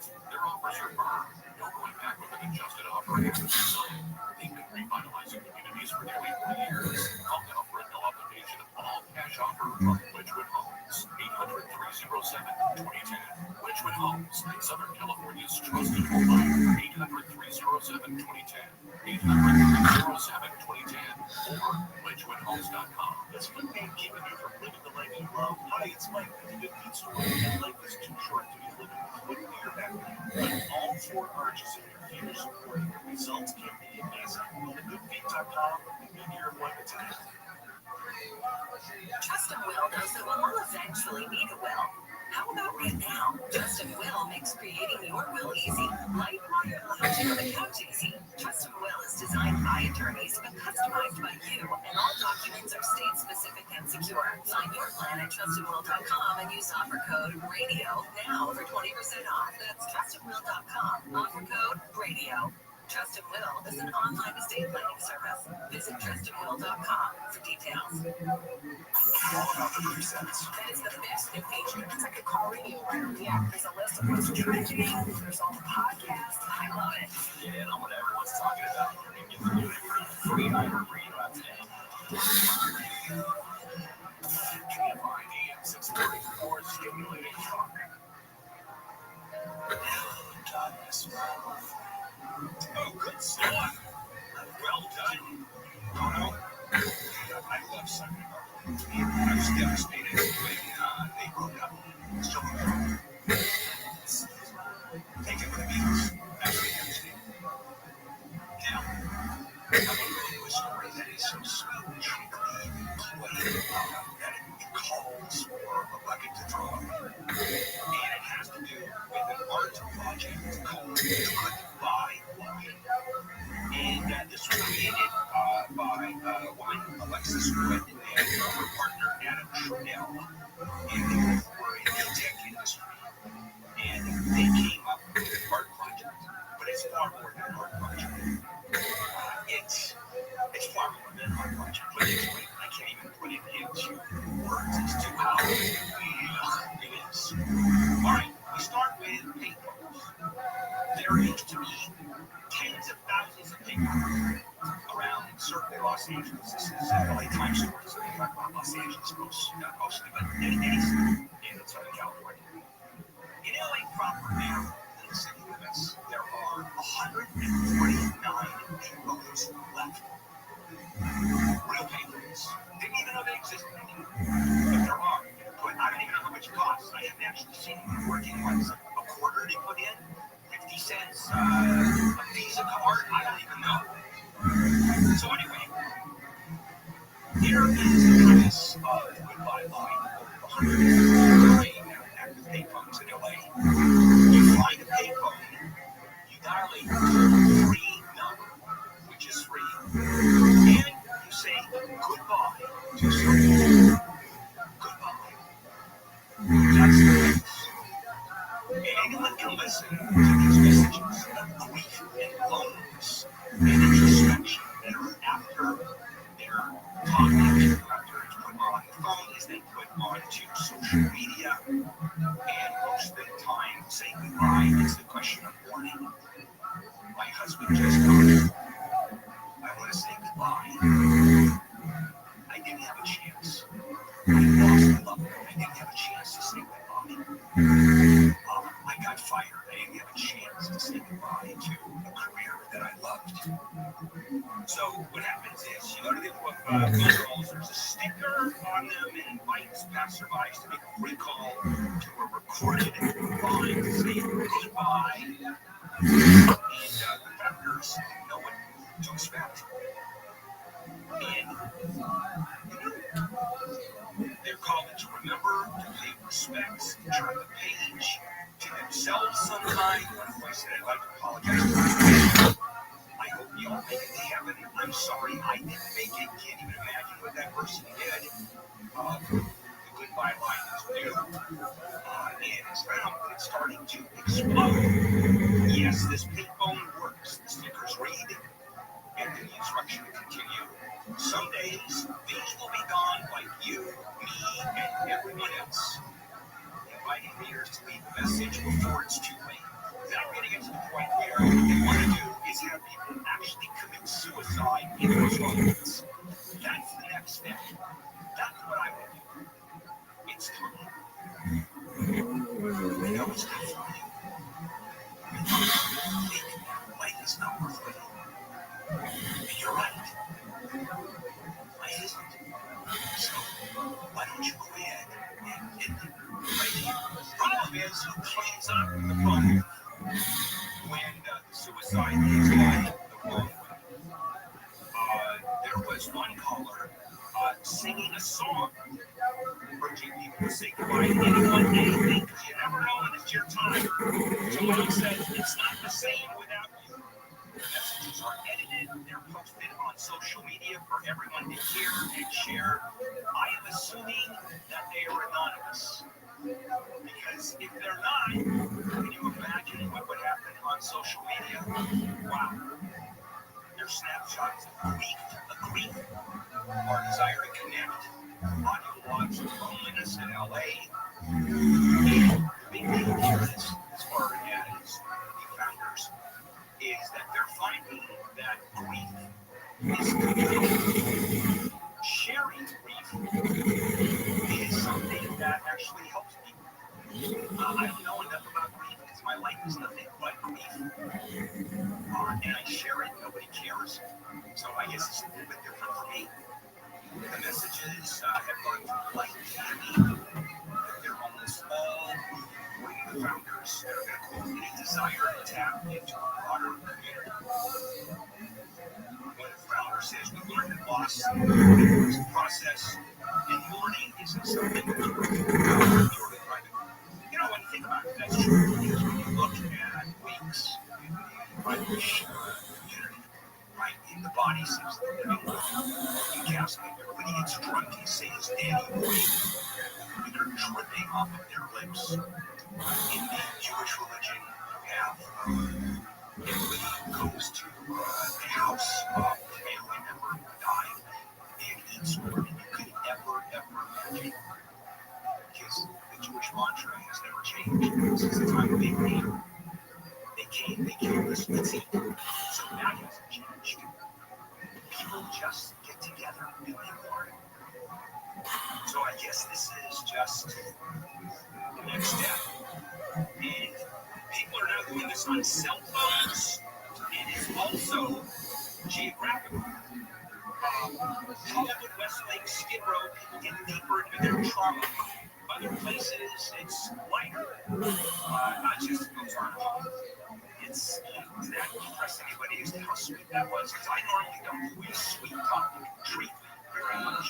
I live around those areas that have payphones. Still, they're not the best areas. No. There's no one in Beverly Hills going and crying down the phone. Or saying, oh, you know what? I forgot.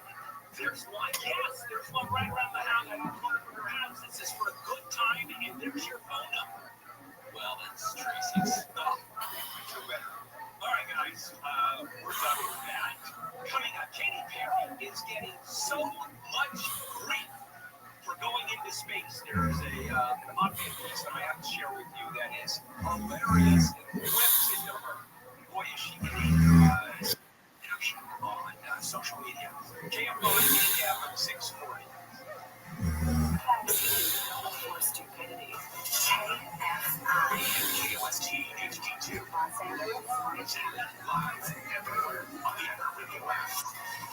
Toxic test results. I'm Amy King live in the K-Line 24-hour newsroom. The city of Pasadena has issued a public health advisory in connection with the results of soil testing following the Eden fire.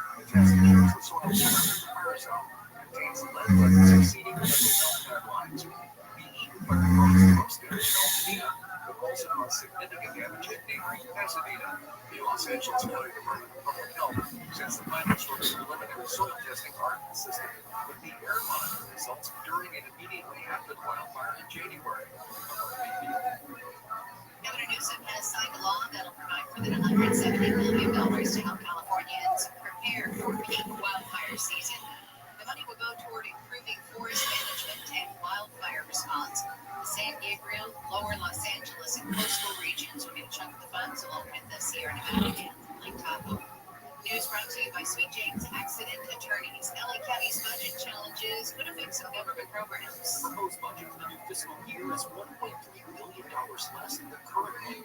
County CEO Lucia Davenport tells the Board of Supervisors it's just the beginning of the problems. We are facing mounting budgetary pressures that, taken together, have the potential to seriously destabilize the county's budget. She says $2 billion in wildfire recovery costs and a $4 billion sex abuse settlement will run for years to come. It's her plan, but Davenport says some programs could have fewer resources. Michael Brooks, KFI News. Folks in Ventura County. The Navy says it'll be remotely piloting small unmanned boats in and out of the Ventura Harbor and Channel Island Harbor. The Navy's alerted residents that they may see the drone boats without drivers through August. A federal judge is giving the Trump administration 2 weeks to prove it is working to return a wrongly deported man from Maryland back to the U.S. ABC's Rachel Scott says Kilmar Abreu Garcia is into his second month in prison in El Salvador. According to comments in the Oval Office, Salvadorian President Nayib Bukele, a pro-Trump ally, declared he would not release Abreu Garcia. She says a court order was issued in 2019 barring Abreu Garcia from being deported to El Salvador. Another Columbia University student has been taken into federal custody by Department of Homeland Security agents. Mohsen Madawi moved to the U.S. in 2014. He is a legal resident. He was an organizer of pro-Palestinian protests on campus last year. His attorney says the arrest violates his client's First Amendment privileges. Airlines in China have been told by the country's government not to take any more jets from Boeing. ABC's Rihanna Alley says it's an escalation of the trade war with the U.S. Bloomberg says Chinese airlines were ordered not to take any further Boeing deliveries and to stop buying airline parts from U.S. companies. She says President Trump appears to have confirmed it in a post, writing, China just backed out of a big Boeing deal. A UCLA survey shows people's concerns over the high cost of living has kept satisfaction of life levels at record lows for a second year, also adding to people's feelings of pessimism, worries about the pervasive problem of homelessness. The UCLA Luskin School of Public Affairs Quality of Life Index reveals that despite the sunshine, beaches, and excellent tacos, living in LA is essentially a downer. Respondents' surveys hit this low point in 3 out of the last 4 years. Baristas at Starbucks have been told to tone it down. The company says beginning May 12th, baristas at stores in North America will have to wear solid black tops under their aprons, a change from employees being allowed to wear any colored shirt. In a statement, Starbucks said the new uniform guidelines are designed to make the company's iconic green apron stand out more and create a sense of familiarity for their customers at all Starbucks locations across North America. Deborah Mark, KFI News. We're going to check some trouble on the 5 next. American Vision Windows. 25 years in business, 25% off this month for windows and doors. Now, you've been hearing about American Vision Windows for, I don't know how many years here on KFI. Does it? Maybe 15 years. Neil has been telling you about them for years. Bottom line, it's easy to tell you that they're great windows. You probably know that by now. It's their value for money. What I like about this company, and as a small business person, my entire adult life, is that when this company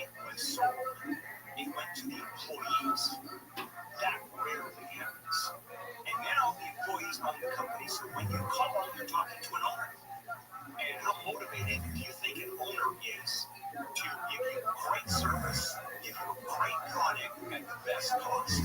That's ownership of the company. That's American Vision Windows. 25% off per month April on windows and doors. 25 years in business. Call 888-686-8249. Visit AmericanVisionWindows.com. Southland weather from KFI becoming partly cloudy with highs in the low 60s at the beaches, mid 60s for Metro LA and Inland Orange County, mid to upper 60s for the valleys and Inland Empire, 50s and 60s for the Antelope Valley. It's going to be mostly cloudy tomorrow with a 20% chance of showers, highs in the 60s. Slight chance of rain continues Thursday night and Friday with highs in the 60s again. And the clouds are going to clear out. It's going to be sunny for the weekend. Highs warming back into the 60s and 70s. It's 55 in Diamond Bar, 58 in Newport Beach, 51 in Palmdale, 56 in Hollywood. The KFI market report, the Dow trading down 119 points, the Nasdaq up 335, and the S&P 500 is trading down 58.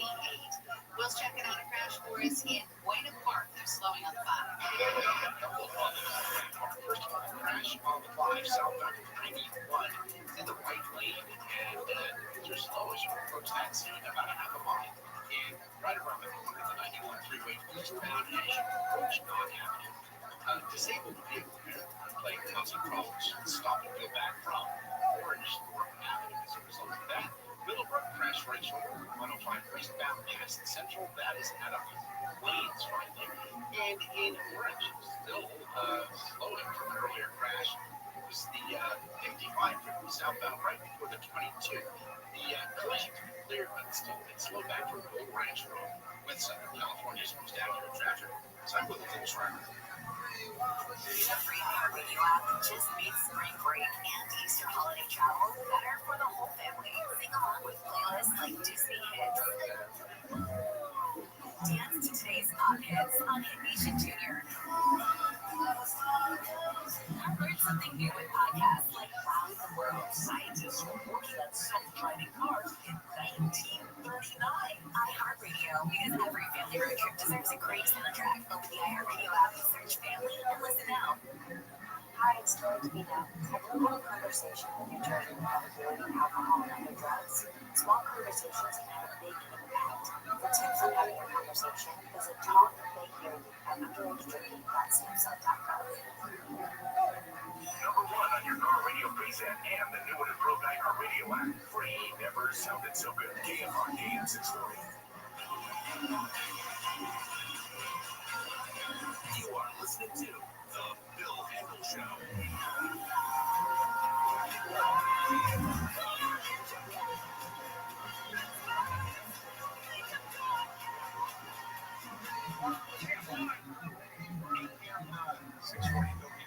Music just cut.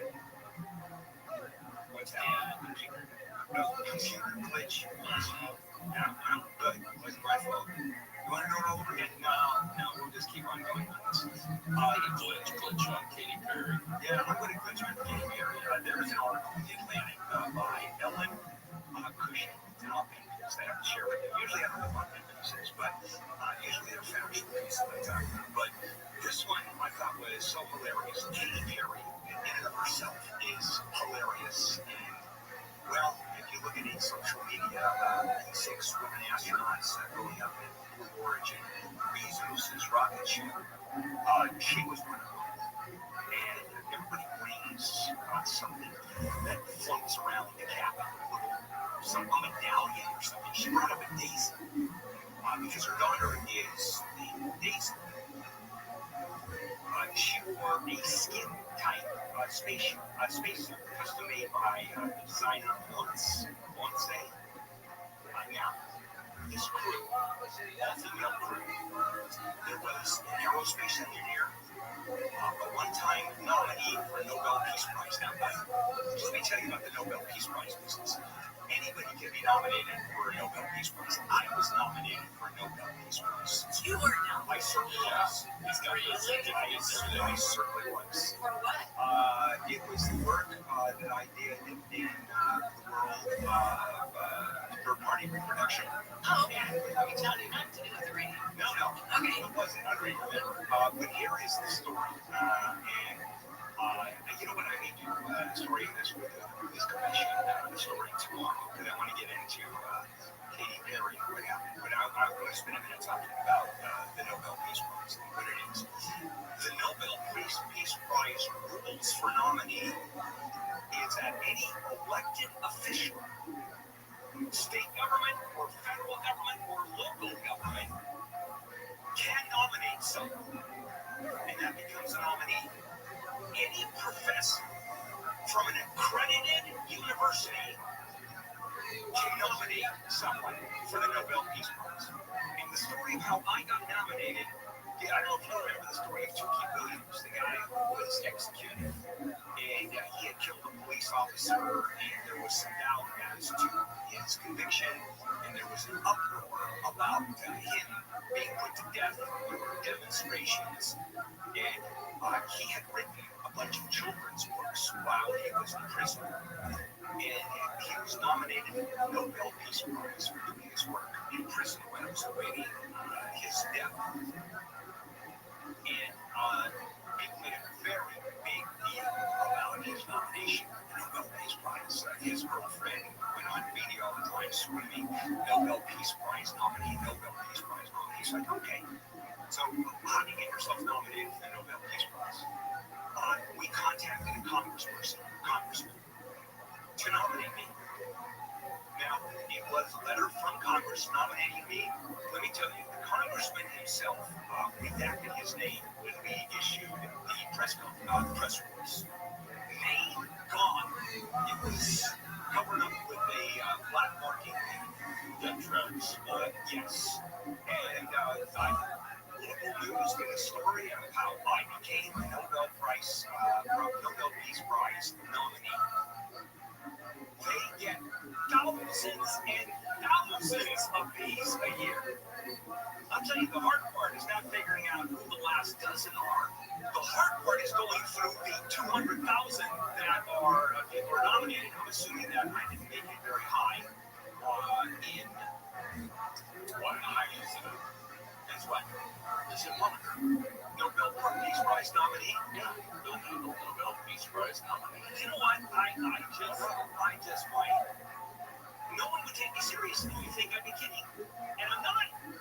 I'm a genuine Nobel Peace Prize nominee. A congressman nominated me. And then felt shitty. Yes. Oh, yeah. His name could not be used. There's no question. I mean, it was used when it was sent to the committee in Sweden. That was legitimate. But you were like Coyote, he didn't shoot off his arm out to have his name. So anyway, there was a Nobel Peace Prize nominee. I don't even know who it was. In any case, I'm going to come back and go into the Katy Perry story and the grief she is getting, and rightly so, and who she is. And man, the social media part of this has gone berserk. And rightly so, I am. I will be back. In the meantime, let's check in with Amy live here by 24-hour newsroom. One in 3 fires in LA are connected to homeless people, according to the interim LA fire chief. A federal judge says the orders for terrible testimony by Trump administration officials to determine if they complied with her orders to facilitate the return of Kilmar Abrego Garcia, who was deported to prison in El Salvador. And LA 28 has confirmed more sites for the 2028 Summer Games. The triathlon will be held in Venice Beach, and that will also be the starting point for the marathon and some cycling events. Those stories and more coming up at the bottom of the hour. We've got some trouble in Mid-City on the 10th. We'll tell you about that in just a second. First, look about some drizzle in areas that form the cloudy highs in the upper 50s and 60s. This report is brought to you by OpiumLaw.com, the Southern California Toyota Dealers Traffic Center. Save more at the pump with Toyota's full lineup of fuel-efficient vehicles. Now let's check that crash in Mid-City on the 10th. The good news isn't just clear to the right shoulder, 10 freeway westbound. Very nice, but it's up the front side traffic, slow little back to Western Avenue. Downtown LA, right shoulder westbound side, 10 in Santa Fe. That It's a bad still on interchange. Trying to get you downtown LA on the 110 northbound connector to the 10 Michigan West. The crash there on the left. There is a crash on the left lane of that connector road. Things are slow. Also in the couple gaps, crash in the center lane there. It's going to be the 138 eastbound after 15, not the 15 itself. 138 as you get eastbound towards I-15. It is a parking lot with Southern California supposed to be accurate traffic. What's up with those? You know, people look around, they think, if I've got termites, I'm going to be able to tell. And you can't. You really can't. I mean, maybe after years and years, you see little pellets around, you go, I think I've got termites. But the reality is, you need a professional to come in and do an inspection, and that's where the Bugman comes in. The Bugman is offering free termite inspections, and you need to jump on this because if they find them, you know, hopefully they don't. But if they do, they'll get rid of all your termites, and they'll do it without attempting to not to do all that garbage. And my favorite part is they repair any damage caused by those pests. Because keep in mind, they're eating your house from the inside out. It's not like when you take a bite out of a sandwich. We can all see that. Yes, you can. So I've used the Bugman for years. I'll love it. They protect my home. They can do the same for you with a free termite inspection. All you need to do is dial pound 250, say the Bugman. You'll also receive a 1-year maintenance program with a complete inspection and service. That's free deal. So get that free inspection from the Bugman. Dial pound 250. That's easy. And say the Bugman. The free iHeartRadio app just made spring break and Easter holiday travel better for the whole family. Sing along with playlists like Disney Hits. Dance to today's pop hits on Hit Nation Junior. Learn something new with podcasts like Out in the World. Scientists were working on self-driving cars in 1939. iHeartRadio, because every family road trip deserves a great soundtrack. Open the iHeartRadio app to search family and listen now. Studies show children's mattresses can be releasing harmful chemicals impacting the brain and body. That's according to studies released from the American Chemical Society. Findings found plastic like phthalate chemicals and flame retardants in children's bedrooms removed from the mattresses. These chemicals can negatively impact the nervous and reproduction systems. Some recommended actions to help fight those include changing sheets frequently and avoid bright-colored sheets. Johnson & Johnson CEO says tariffs on pharmaceuticals can cause supply chain disruptions and shortages. The CEO told investors Tuesday that healthcare companies should work with the Trump administration to try to get ahead of the problem. He recommends using tax policy instead of tariffs, like the heavy ones imposed on China, where a lot of raw ingredients from pharmaceuticals are sourced. The Virginia Department of Health says the state has more cases of sexually transmitted diseases than cases of the flu. This comes as the agency says there's been a rise over the past 5 years. Health Update, I'm Scott Clement. Find your iHeartRadio everywhere. There are hundreds of ways to experience iHeartRadio at home and on the go, beyond the iPhone and Android app and at iHeartRadio.com. Here's another way to connect to iHeartRadio. If you've got a Roku TV, then you've got iHeartRadio right there in your living room or bedroom. iHeartRadio is available on every Roku TV, Roku Smart Soundbar speaker, or Roku players. And with Roku's voice search, you can easily access your favorite artists or radio stations with simple voice requests. Your iHeartRadio music, radio stations, and podcasts now on your big screen TV with Roku. Check it out for free now. iHeartRadio. Anywhere you want to listen, iHeartRadio is there.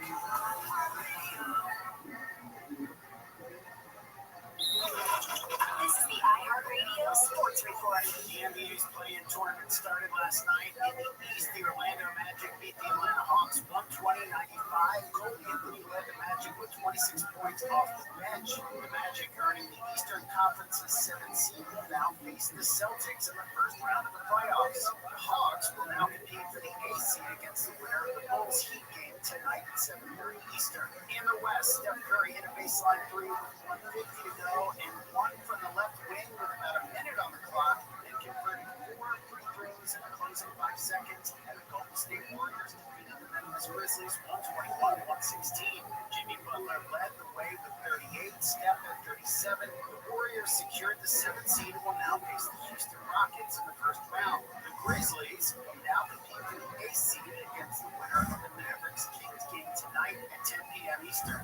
And in the NFL, two-way star and top draft prospect Travis Hunter says if the team that drafts him won't let him play on both sides of the ball, he'd rather not play. We shall see. I'm Andy West with your iHeartRadio Sports Report. Need more? Open the free iHeartRadio app for the best sports stations in the country and the most sports podcasts with the biggest personalities in the game on demand.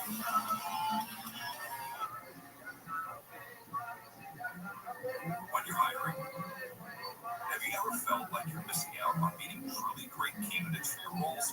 It seems impossible to find them. They have to be out there somewhere, right? Well, they're not hard to find when you know where to go. That place is ZipRecruiter. And right now, you can try ZipRecruiter for free at ZipRecruiter.com/radio. ZipRecruiter helps 10 million people with their job search every day. And because these people are actively looking for jobs just like yours, it's easy to find the right person right away. In fact, 4 out of 5 employers who post on ZipRecruiter get a quality candidate within the first day. But if you're not using ZipRecruiter, you're missing out. So see what it's like when the impossible is easy. When you go to ZipRecruiter.com/radio right now, you can try ZipRecruiter for free. Once again, that's ZipRecruiter.com/radio. ZipRecruiter.com/radio. Never miss out on great candidates with ZipRecruiter.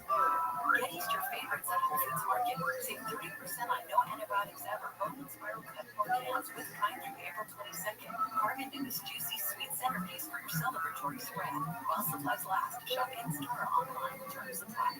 The free iHeartRadio app just made spring break and Easter holiday travel better for the whole family. Sing along with playlists like Disney hits. Dance to today's pop hits on Nation Junior.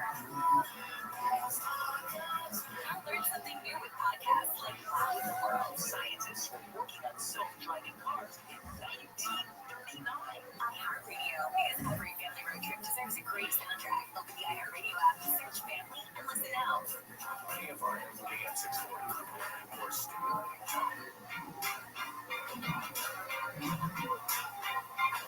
It's coming to play after 4 p.m. And I love paper tickets. But you go to a concert, no paper ticket. Sporting event, no paper tickets. And now, another part of our lives, you're taking away the paper ticket. Yes!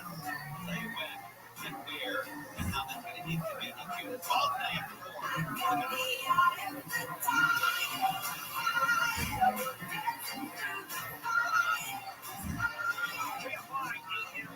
640. Going home. It is a Wednesday morning, Monday, April 16th.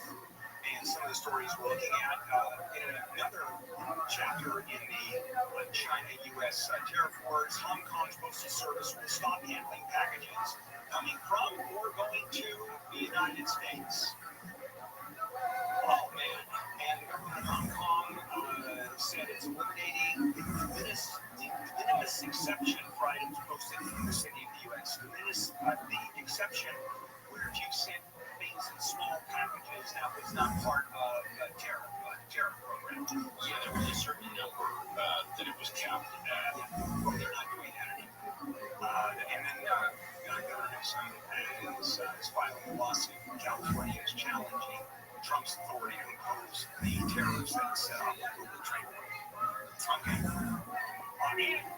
Also, I want to remind you before I jump into Katy Perry, tonight is Korean Heritage Night at Dodger Stadium. If you're going to go there, the Dodgers take on the Rockies tonight at Dodger Stadium. First pitch at 7. This is every play on AM 570 LA Sports Live from the Outland Motors broadcast booth. Stream all games in HD on the iHeartRadio app. Keyword is AM 570 LA Sports. Tonight, you will be one order extra Dodger. Okay, now.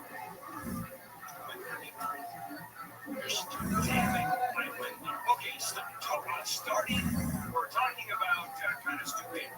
Katy Perry is the topic of an op-ed piece in the Atlantic. Usually I don't think a single person writes an op-ed piece, but based on the fact that the response to Katy Perry going up in the Blue Origin rocket ship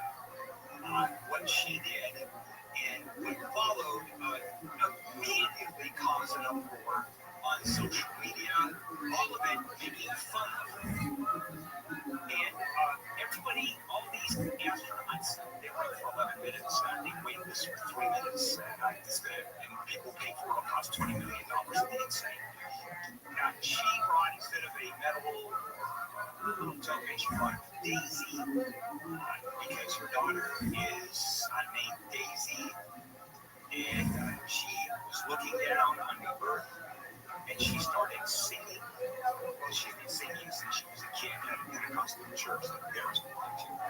And she talked about singing from her heart and what was before her eyes, the world. Okay, many people do that, except she sang about the world. Right? It's a whole new world. Disney song. She lands back on Earth, kisses the ground, much like the Pope does. Yeah, right. Little drama. Yeah, that she sang about. She said, "I kissed the world," and I'm like, that's great. And after being an astronaut reporter, because she's now officially an astronaut, astronaut space, you go about whatever number of miles from the Earth. She said that the experience showed her how much love you have to give and how loved you are. What, by going up in space, almost like you're loved for 11 minutes. And people have been mocking her like crazy. Also, she said that she was studying string theory to prepare for her trip. Really? That's what she's quoted as saying. One engineer said, as an engineer, I'm disgusted. By the way, string theory is probably not a prerequisite for going up into space and just sitting around. It's hilarious. Barry became famous 20 years ago, as you know. And this story is about what happened 20 years ago. And it is true. 20 years ago, pop music, well, it was dumber. And it was. The world got a lot more sophisticated. She didn't. At some point, all of us started demanding, for example, from celebrities who were voting for what their views were. New crop of singers, Chanel, Rowan. You've got Sabrina Shuffle, Gordon Chapel. Sorry about that. Billie Eilish. They're just sharper. They're just more in tune than the pop stars 20 years ago. I mean, you go back, way back. It's just, Moon, Spoon, June kind of stuff. Vermouth's recent album is described as a bouncy, brain-dead piano hand to pleasure and uncomplicated empowerment. I have shared this with you because I live with this writer saying its lead single, Woman's World, has lyrics like an ad for panty liners and a beat like the preset on a child's electric keyboard. Oh, you got it, man. That's Casio's. That's pretty out there. That really is. Did she announce what the song list was for her new album there? It's just, wasn't just like a big PR thing for her. I don't pay attention. I was just looking at this article, this op-ed piece. Now, let's talk about sophistication, okay? A couple things about what she has done. First of all, she showed up at a Met Gala dressed like a hamburger. Okay, not the end of the world. But during her act in Las Vegas, you talk about sophistication. Now, keep in mind, you've got Taylor Swift that has production that is beyond insane, and you've got other rock stars. In Las Vegas, part of her act was she sat next to a 16-foot toilet, talking to a turtle, talking to a guy dressed like. Yeah, that just described my job. It does. Oh, that's right. And where's your toilet? All right? See, that's not true. Right? That's not true. See, get the facts right. Coming up, Jim Keeney, we've got some things to talk about. The autism story, full body MRIs. Got a story to share with you. Boy, this morning is full of personal stories, isn't it? And that's different.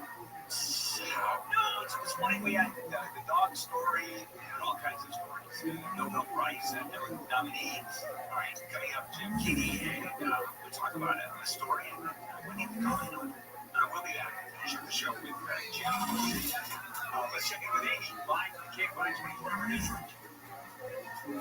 Nearly a third of all fires in Los Angeles in the past 6 years have involved homeless people. A new memo from interim LA Fire Chief Ronnie Villanueva says Close to half of all trash fires involve homeless people, and in the past decade, those trash fires have increased a whopping 475%. The LA Fire Commission was supposed to talk about the men yesterday, but it put off the discussion until next month. The city of Northern California is soon opening a safe sleeping site. San Jose Mayor Matt Bahan says homeless people will be able to stay in tents, have access to bathrooms, and get 3 meals a day, along with receiving city services. Our goal is to stabilize folks, assess their needs, connect them to case management, and help them move on to a longer-term setting within 30 days. Mayor Mann says the site will be fenced and have around-the-clock security, cost $1 million to build, and will cost $2 million a year to operate. Critics are questioning its effectiveness in actually helping those trying to get off the street. An investigation report shows Gene Hackman's wife had searched the internet for flu-like symptoms and breathing techniques in the days before her death. She died of hantavirus at the couple's home in New Mexico. The rodent-borne virus can have flu-like and respiratory distress symptoms. Gene Hackman died about a week after his wife of heart disease and complications from Alzheimer's. Tensions are simmering between Harvard University and the Trump administration over federal funding. The government has frozen about $2 million in grants to the university, and managing editor of the Harvard Crimson, Tilly Robinson, says it could affect the medical school, where research teams rely on federal dollars. Harvard is clearly racing to weather this kind of storm, whether that means taking legal action, whether that means diverting funds from elsewhere in the university to support the continuation of this research. Harvard's refusing to change its stance on student activism, which is what the administration wants it to do, among other things. Spotify has experienced a major outage, according to Down Detector. More than 40,000 users report having issues accessing the music streamer just after 6 this morning. Something is back up now. Spotify says any reports of issues being a security hack are not true. LA 28 has confirmed more sites for the 2028 Summer Games, including in Long Beach, Pomona, Orange County, and throughout LA. Dodger Stadium will host baseball events. Boxing will be at the Peacock Theater and Crypto.com Arena. The triathlon will be held in Venice Beach, and that will also be the starting point for the marathon and some cycling events. Long Beach will be hosting 11 events, including beach volleyball, water polo, and coastal rowing. Squash makes its Olympic debut at the Universal Studios. Southland weather from KFI, partly cloudy after some areas of low clouds. Lows in the low to mid 60s at the beaches, Metro LA and Inland OC. Mid upper 60s for the valleys and Inland Empire. 50s and 60s for the Inland Valley. Cloudy with a chance of showers Thursday and Friday, with highs in the 60s. We'll be back to sunny skies for the weekend with highs in the 60s and 70s. It's 59 in Costa Mesa, 56 in La Habra, and we've got a crash in Moreno Valley on 60. Westbound past Cox Street. It has been cleared off to the right shoulder, but it is still slow. That was a big stuck there in the slow lane. And a crash in the Bellevue Pass, not on the 15, but on Highway 138. It's just outside right there at the 15. Looks like things might be getting better because we don't have the same backup that we did a little while ago. It was really awful a little while ago, about an hour ago. But now it looks a little bit better. The 15 is still pretty slow getting away from Ranchero Road as you get south there. So be ready for those delays if you are heading from the high desert down into the Inland Empire. The Rampart Red Crash 5 freeway is going to be the southbound side, just past the 91. Crashing right lane under Silver Beach Boulevard. With Southern California's most accurate traffic reports, I'm Will Rothschild. U.S. Vets invite you to take steps to end veteran homelessness at the Steps for Vets Run, Walk, Run, Fun Again. Be there Saturday, April 26th at Hollywood Park in England and make an impact on veterans experiencing homelessness in Los Angeles. Learn more at usvets.org. The free iHeartRadio app is #1 for music, radio, and podcasts all in one. Discover a new podcast from our library of over 350,000 titles. Here's an iHeartRadio podcast preview. In 2005, investigators in Palm Beach, Florida began uncovering a dark secret. A lot of girls knew about it, and a lot of girls were doing it. If anybody asks if you're over the age of 18, just go ahead and go with it. There was a wealthy man in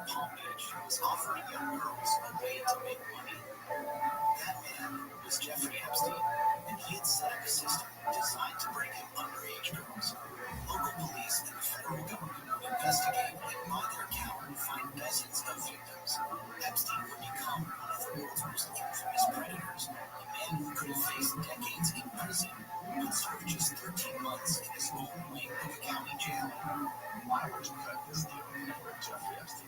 Epstein's abuse would span years and cross state lines. New York, Palm Beach, New Mexico, Paris, Virgin Islands, and each one of those residences is an alleged crime scene.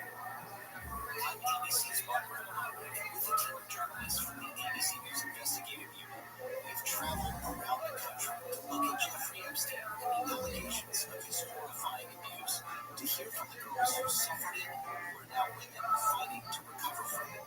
Truth and Lies, Jeffrey Epstein. Listen and follow this podcast for free on the iHeartRadio app. #1 for music, radio, and podcasts, all in one.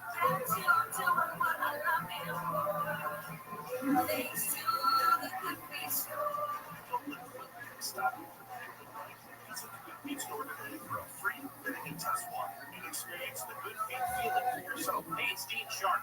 Now is the perfect time for that new dream kitchen, because the best place for kitchen cabinets in all of Southern California, the Kitchen Store, is having its big sale. The Kitchen Store is right off the 405 in Culver City with 12 months same as cash financing, pricing that beats the big boxes, a totally free in-showroom consult with an expert kitchen designer, and happening right now with a big sale. So start your new kitchen right by dialing 310 Kitchen. That's 310 Kitchen. Find them on the web at 310kitchen.com. Planning for your Easter dinner? Visit the Stater Brothers Meat Counter. Fresh beef loin flat beef for carne asadas, only $6.99 a pound. And bone-in ribeye roasts are just $7.99 a pound. Stater Brothers Markets. Fresh, affordable, community first. Rapid radios are instant push-to-talk walkie-talkies offering national LTE coverage and no subscription number. Business owners can now keep in touch with up to 200 staff members at one time. Go to rapidradios.com now for up to 60% off and free shipping. U.S. Vets invite you to take steps to end veteran homelessness at the Steps for Vets Run, Walk, Roll 5K. Be there Saturday, April 26th at Hollywood Park in Inglewood and make an impact on veterans experiencing homelessness in Los Angeles. Learn more at usvets.org. Get your revenge body by summer with Future Health. Future Health Weight Loss. Your one-stop for advertising. Call 844-844-IHEART. Hey, follow us on all the things and KFI AM 640.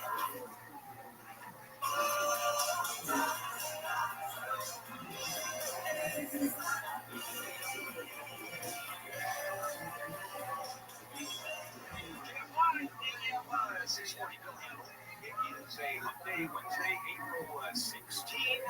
And some of the stories we are looking at on postal service, no packages coming in or out of the Hong Kong to the United States. Okay, trade wars, tariff wars continue, and U.S. shoppers, no surprise, increased shopping last month because of the new tariffs. They're starting to kick in. So big ticket items, gadgets, and cars, big sales now.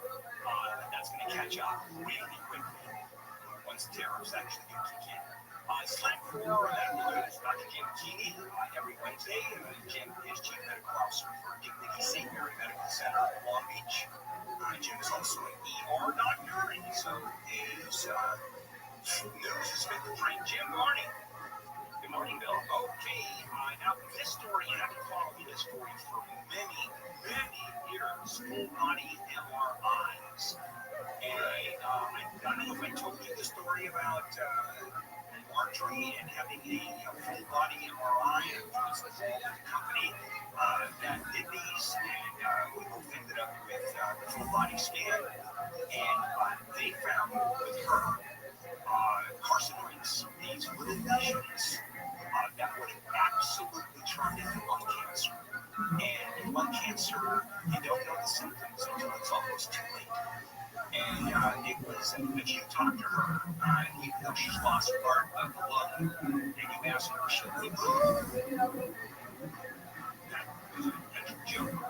And the lung didn't work, but we tried. Anyway, the argument is, or the question is, are they more harmful than good? And you and I talked about this before. So I want you to comment on full body MRIs.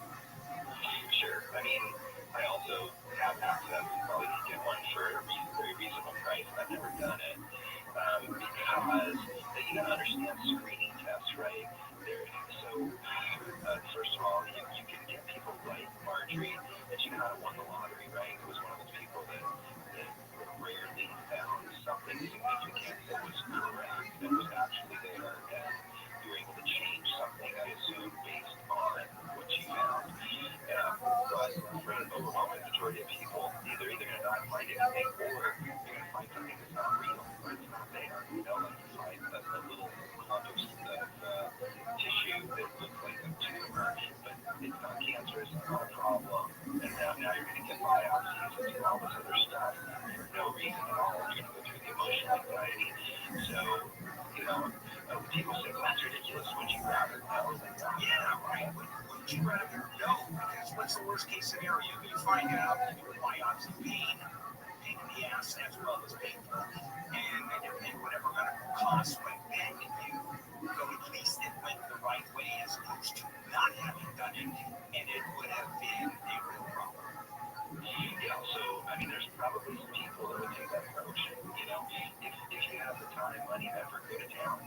But I don't want my health insurance premiums to go up because a bunch of people want to feel better about themselves after getting this MRI. Because number one, the MRI is a big view, right? It's not a focused view of your lungs or your liver or your kidney. It's not an overview of the body.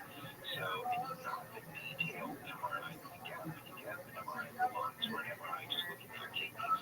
It's completely different than that. So it can, number one, so if you think about a screening test, it's like a Venn diagram or some overlapping circles, right? You got two overlapping circles. You got a part on the left by itself that would be false negatives, right? It was negative, but we missed it. There's something there. Then you got the far right, it's false positives. You know, it was positive, but it's not real. You're wasting your time. And then the overlap is the true findings, right? The true positives, true negatives. And you hope that the circles perfectly overlap, so everything is either true positive or true negative. But that's not the case in any test. There's no such test like that. And this test is particularly low on its what's called sensitivity. It has a high false positive rate, and it has a relatively high false negative rate as well. So you may be reassured that it's just, you know, and the advantage is it's magnetic radiation, so probably nothing bad will happen to you just by getting this thing. It's the problems that happen afterwards, that when you get a biopsy, by the way, they get a chunk of your tissue out of your body. So it's a procedure that definitely has the liver. The liver is so filled with vasculature that your chances of getting artery are kind of high. And now you have bleeding, you have blood transfusions, you have all, it's open surgery to try to stop the bleeding. I mean, bad things can happen. All right, listen, you just convinced me I need more to do that. Thank you. Absolutely. All right, this issue of autism and our education here is going crazy, calling it an epidemic. And if you look at the stats, they are frightening. It's gone from 1 in thousands to 1 in 31. And RFK's NC proof that autism is on the rise. Then a lot of doctors, you know, a lot of medical experts going, no, not true. So, Jim, I want you to come back to that and finish the show. This is K5 checking in Navy Live, K5 24-hour news. 2 Marines from Camp Pendleton have been killed in a rollover vehicle crash near the U.S.-Mexico border. A third Marine was critically injured. NASA says it needs your help and wants Alaska to represent its Artemis 2 crewed mission to the moon that's planned for next year. Those stories are coming up at the top of the hour. Mix of sun and clouds today with highs in the upper 50s and 60s. This report brought to you by the Los Angeles Dodgers. From the Southern California Toyota Dealers Traffic Center, save more than up with Toyota's full lineup of fuel-efficient vehicles. We've got mud on the roadway in South Pasadena. Will, please tell us why. Well, I can't tell you why, but there's gravity and there's mud and water. It ended up there, I guess. It's the 110 freeway southbound. The right way is shut down between areas. And First protocol to move this mud off the road. No reports of anything busted water main or anything, so I don't have the details as far as where the mud came from, but it's there and they got to get rid of it. Ground is slow as you approach. Also being technically crashed, left lane connected from the 110 northbound to the westbound 10 on top of that. And also downtown LA, the 10 freeway westbound Santa Fe crash differential, which California is supposed to have your traffic reports on.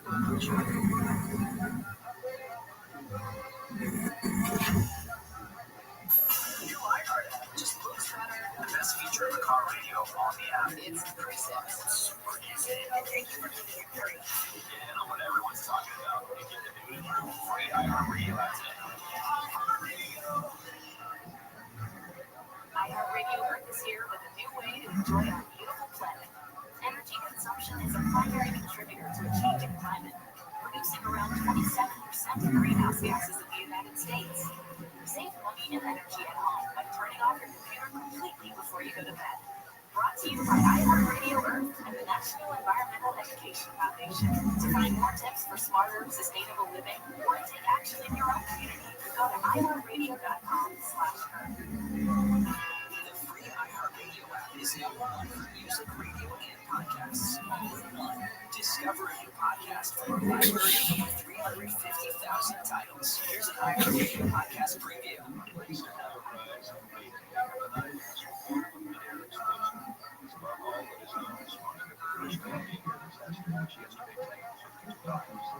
I really want to know what happened, and it makes me extraordinarily angry. It has always been a big secret. The four leading suspects. Gambler on plane insured for $125,000. One or two murder charges against him. He was here.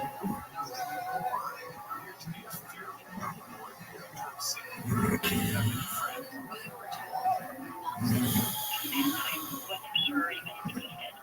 But you know what? I got nothing to say. Like the guy? The guy.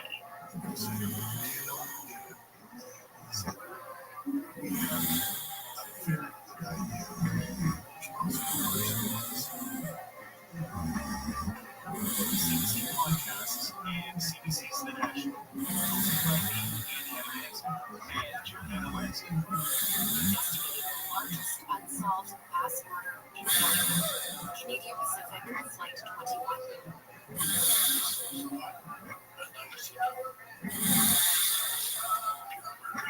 Uncover Season 2. All on board. Listen and follow this podcast for free on the iHeartRadio app.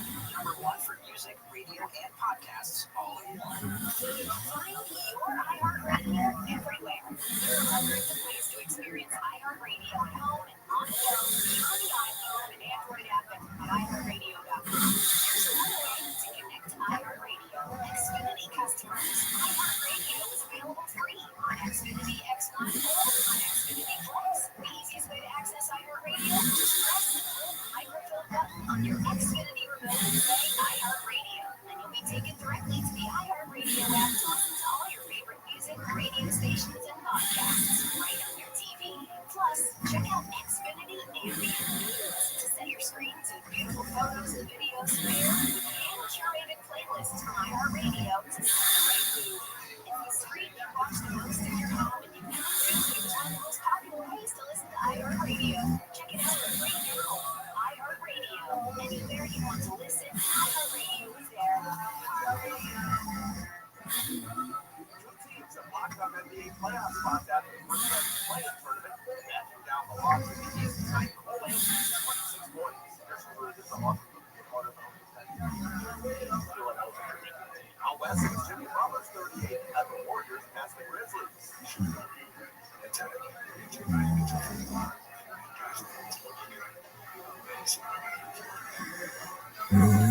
Golden State don't face the 17th first round, while Orlando moves on to face the reigning champion Celtics. The play-in tournament continues tonight. The Heat will visit the Bulls. Kings will host the Mavericks in elimination games.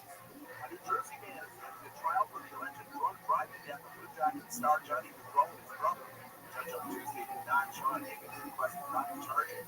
And Heisman Trophy winner Travis Hunter says he'll quit football if an NFL team wants him to play just offense or defense. He's expected to play both ways in the NFL. And that's Well, last week you did this again. We downloaded and searched international minerals and found a zillion of them in the streets from our layout. Then my sister and I escaped from the Eagles walking. I went back to my seat to report for safety. Then we told stories to the park, and the Big Dipper led us all the way home. We went to the forest. It's not that far away. Ask your parents, you and your friends. The forest this week is closer than you think. Check out discovertheforest.org. Brought to you by the U.S. Forest Service at the Ag Council. This is the story of the one. As a maintenance specialist for university housing, he knows how students can major in wear and tear. Plus, housing so these students doesn't leave a lot of room to house all the supplies. That's where Granger comes in. With over 30 industrial grade products and fast and full delivery, Granger carries the quality products he needs so he doesn't have to. From a new door hinge to a new faucet. Call Granger.com or just stop by. Granger, for the ones who get it done. New iHeart just looks better. The best feature of a car radio on the app. It's the presets. Super easy. Thank you for getting it free. Get in on what everyone's talking about and get to do it in your free iHeart Radio. That's it. Portions of the following program are pre-recorded. KFI, AM 640, more stimulating talk. Coming up on the next Gary and Shannon show. So we know the TV and movie production is down throughout LA, but why exactly? That's coming up today at 10 on Gary and Shannon.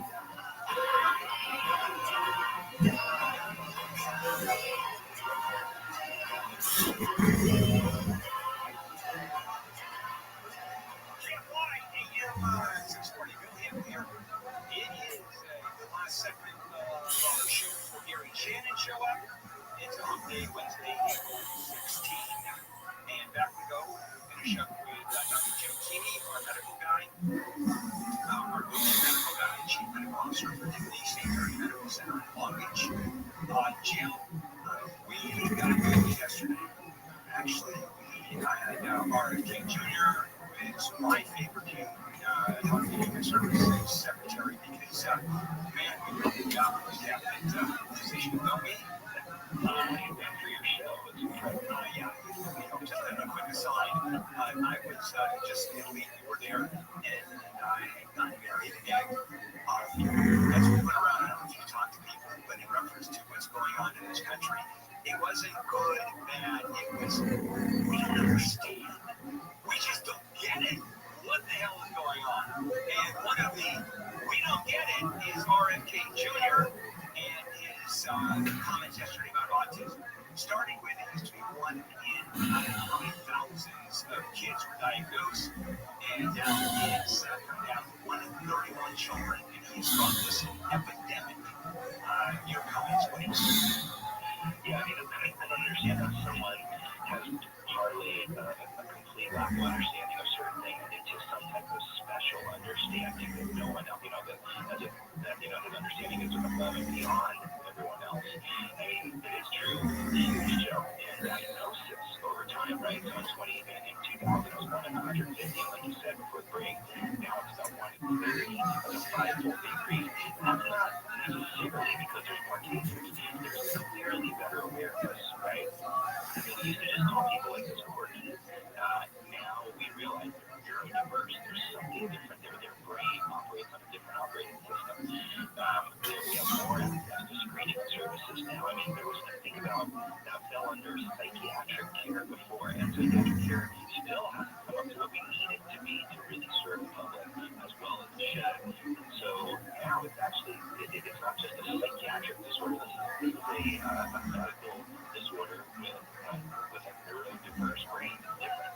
And then we broaden the definition of Asperger's, they call it Asperger's spectrum disease or autism spectrum disease. And that was broadened in 2013. So, because of all these things, we're getting more diagnoses. But actually, you should have, what's her name? Mary Temple Grandin. You should have her on the show. She is incredible. She's an autistic woman who is well spoken, and she really explains how neurodiversity is just a different brain. I think it's much more common than we think. There's probably a lot of people running around who are high functioning who are operating on this different operating system. And so I think the diagnosis of autism spectrum disease further. But we may find out it's not. Let me tell you, when you're autistic, dealing with a neurotypical person can be challenging if they don't get it. And vice versa, right? When you're neurotypical, dealing with someone on the autistic spectrum may be challenging. But it's because they're different with each other. It doesn't mean that one is right and one is wrong. I'm really not convinced that the autistic ones are the broken ones because they're the ones like Mary Tupper they're inventing new and amazing stuff. She actually says if there were no neurodiverse cavemen, we probably still be sitting around using stone utensils and not using fire to cook our food.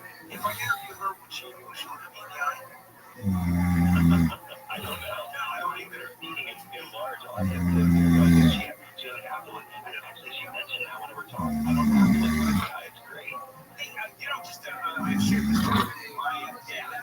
It turned out in retrospect was severely bipolar. And that didn't exist as a diagnosis. No one knew for bipolarity, and certainly there was no medication to deal with it. And here was someone who, had we had the information, would have been part of this world of psychiatric disorders. So, if we go back, as I pointed out, if we go back 20, 30, 40 years ago, the number of people who were autistic, had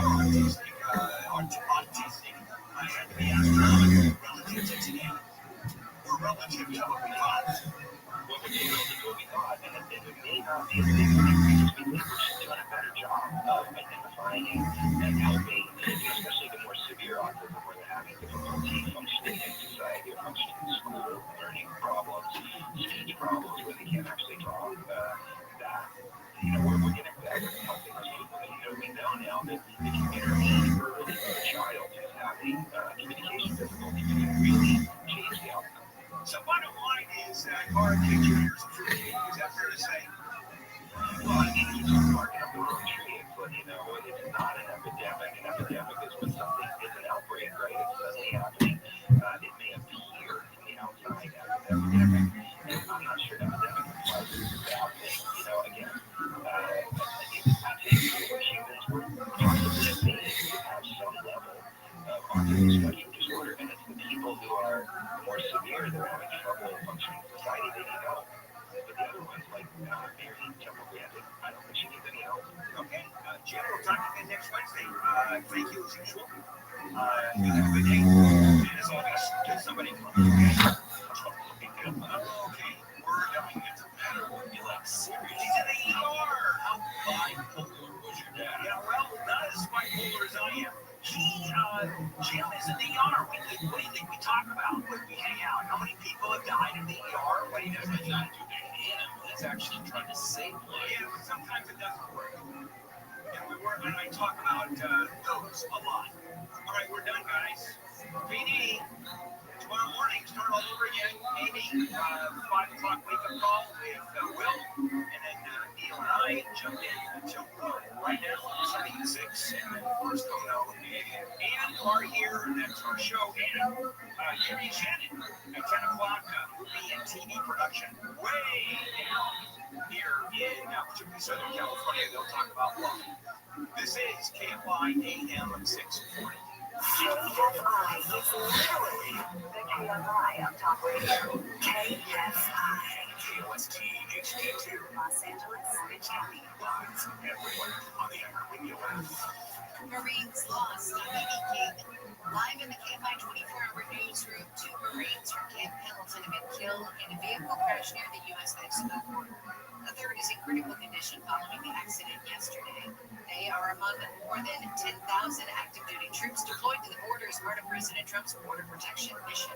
LA County's budget for the new fiscal year is estimated to be $1.3 million less than this year's budget. County CFO Chef Davenport tells the Board of Supervisors slow revenues, mounting legal bills, and wildfire recovery have taken a toll. In response, we are making 3% cuts in departmental budgets, eliminating hundreds of vacant positions, and trimming millions of dollars from services and supplies. She says the county estimates $2 billion will be needed to address wildfire recovery and a $10.4 million settlement over sex abuse claims involving juveniles in probation facilities. Billy layoffs are planned, but government programs would have fewer resources. A bipartisan group of state attorneys general, led by California's Rob is urging Congress to address the impact of pharmacy benefit managers on rising prescription prices. They say federal laws should prevent so-called PBMs and their parent companies from owning. The attorneys general highlight that CVS, Caremark, Optum, RX, and Express Scripts control about 80% of prescriptions and often manipulate discounts, which pushes up the cost of meds. Family members of Eric and Lyle Menendez have court papers claiming the LA County District Attorney's Office needlessly showed a bloody crime scene photo without any advance warning during a court hearing last week. The attorney representing 20 family members say the entire district attorney's office, including DA Hoffman, owes the family an apology for what he calls their scandalous behavior. The next hearing for Eric and Lyle Menendez happens tomorrow. Maryland Senator Chris Van Hollen is headed to El Salvador. He wants to try to help bring back home a mistakenly deported man. He posted a video from the airport this morning. The goal of this mission is to let the Trump administration, to let the government of El Salvador know that we are going to be fighting to bring Alfredo Garcia home. The Democrat plans to begin setting up meetings upon arrival. He has hopes of visiting Gilmar Abrego Garcia at the prison where he's been held since late March. He's also seeking meetings with Salvadoran officials to discuss Abrego Garcia's release. 3 people have been arrested at a town hall that Georgia Republican Congresswoman Marjorie Taylor Greene was holding in Atlanta. She was backing President Trump and his administration's actions so far into his second term.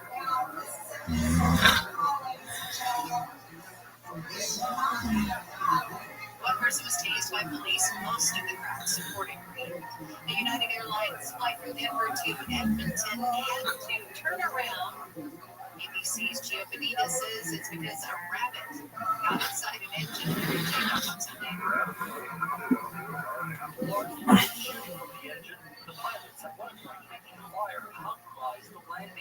FAA says there were more than 20,000 wildlife strikes in the U.S., but only 4 of those were rabbit strikes.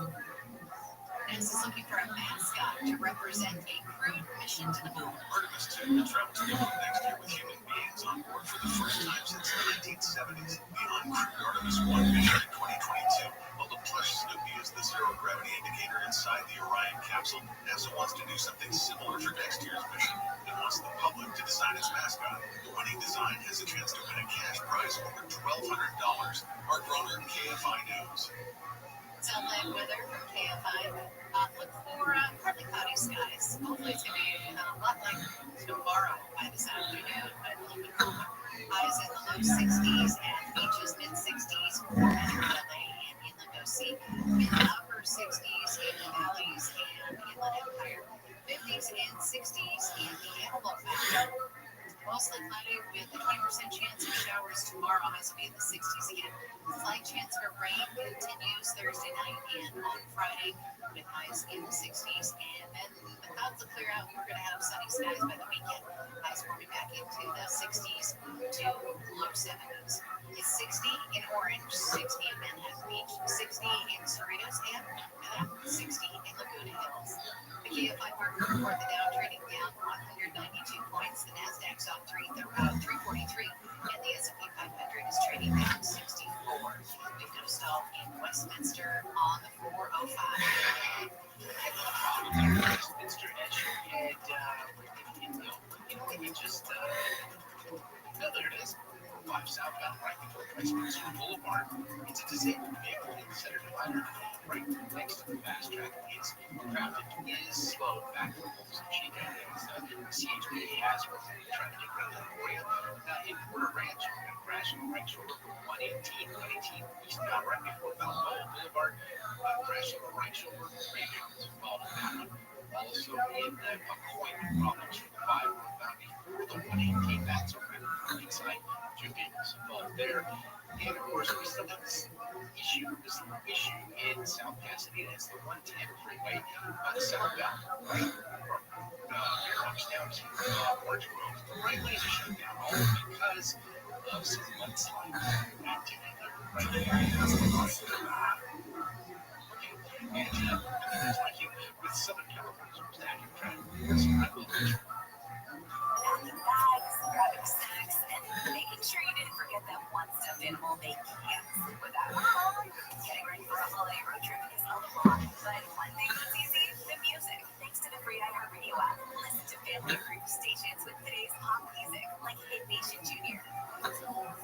Carefully curated and safe playlists like Disney hits and podcasts where you and the kids can learn something new. The iHeartRadio app, search family and find your family's next preset now. Widespread racism against the Asian American and Pacific Islander community is a serious and devastating issue that is impacting the lives of millions every day. It's up to all of us to stand up and speak out and put an end to this racism. Stop AAPI Hate is a national coalition that tracks incidents of hate and discrimination against the AAPI community across the United States. To report any incident or learn more about what you can do to help, visit stopaapi.org. The free iHeartRadio app is #1 for music, radio, and podcasts all in one. Discover a new podcast from our library of hundreds of thousands of titles. Here's an iHeartRadio podcast preview. How much do you know about the person you love? This is a story about a young couple who fall for each other despite everything. How could you be so sick? It's a story of manipulation on a big scale. This case, oh my god, where to start? What the hell is going on?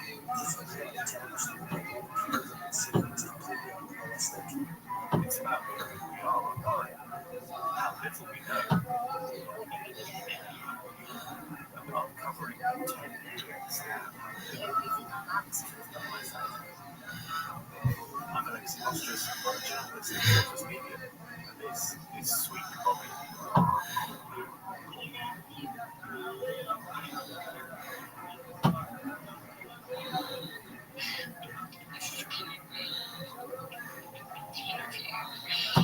Listen and follow this podcast for free on the iHeartRadio app. #1 for music, radio, and podcasts, all in one app. Records, milestones, first, last, everything in between. What happened today in sports history on iHeartRadio? What's happening, fellow sports fans? And Danny West, let's look back on this day in sports history, April 16th. We'll start off in 1940. Indians pitcher Bob Feller begins the season in historic fashion. It was opening day, and the 21-year-old throws a no-hitter against the Chicago White Sox, becoming the first and only pitcher to throw a no-no on the first day of the season. Feller later threw 2 additional no-hitters, making him one of only 3 pitchers to throw more than one in the 20th century. The others are Sandy Koufax and Nolan Ryan. Jumping ahead today in 1996, the Chicago Bulls win their 70th game of the season, surpassing the 1971-72 LA Lakers for the single-season record and reaching a plateau never before attained in NBA history. The Bulls would finish the season with a record of 72-10. And today in 1999, Wayne Gretzky announced his retirement.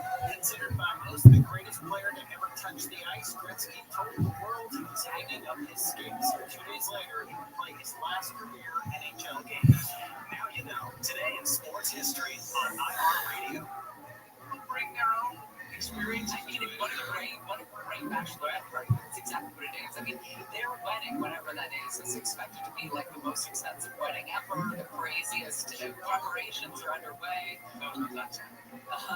So yeah, exactly. Of course, you all do your makeup, you put on your outfit, usually matchy and go out, or you go to space, or whatever it is for your income bracket. There you go. I mean, each of those women have different individual stories about whatever they've done, however they've made their careers, or maybe they the idea that they have broken ground somewhere. Well, and Gail came to go after all the haters today. Says, well, we follow the same path that Alan Shepard followed. And it's like, I just wish there was one person on the stage, and maybe there was. I didn't listen to it long enough, and maybe it's only the most tone-deaf quotes that are being taken out of all of this availability. But if I was on that stage, I'd be like, okay, tap the brakes. It was awesome. It was so much fun. It was super cool. It was really awesome and intimate to be up there and to be in space and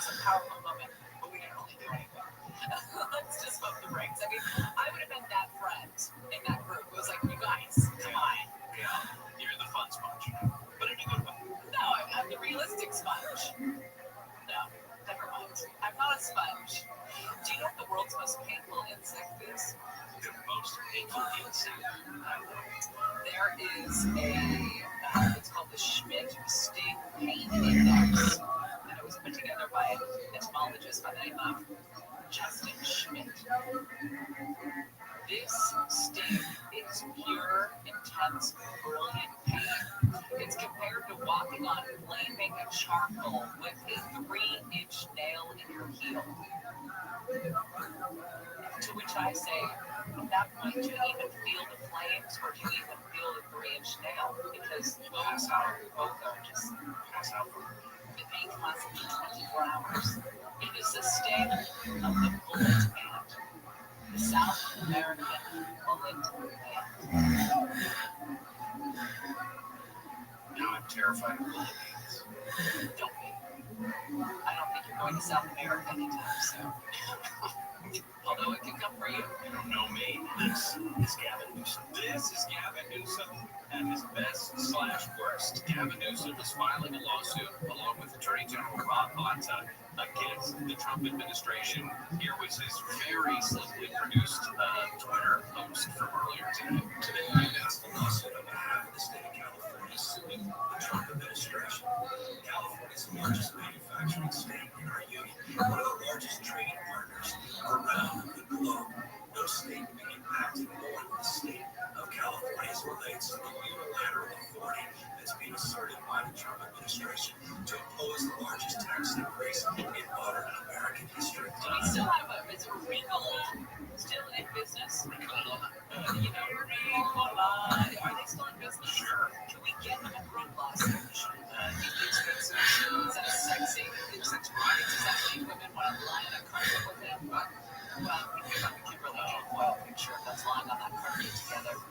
Gravitas. Oh, that's what it is. It's gravitas. I guess that's the only reason why you continue to lean into that voice. How's It's very easy? Holmesy, kind of like. It is. It is.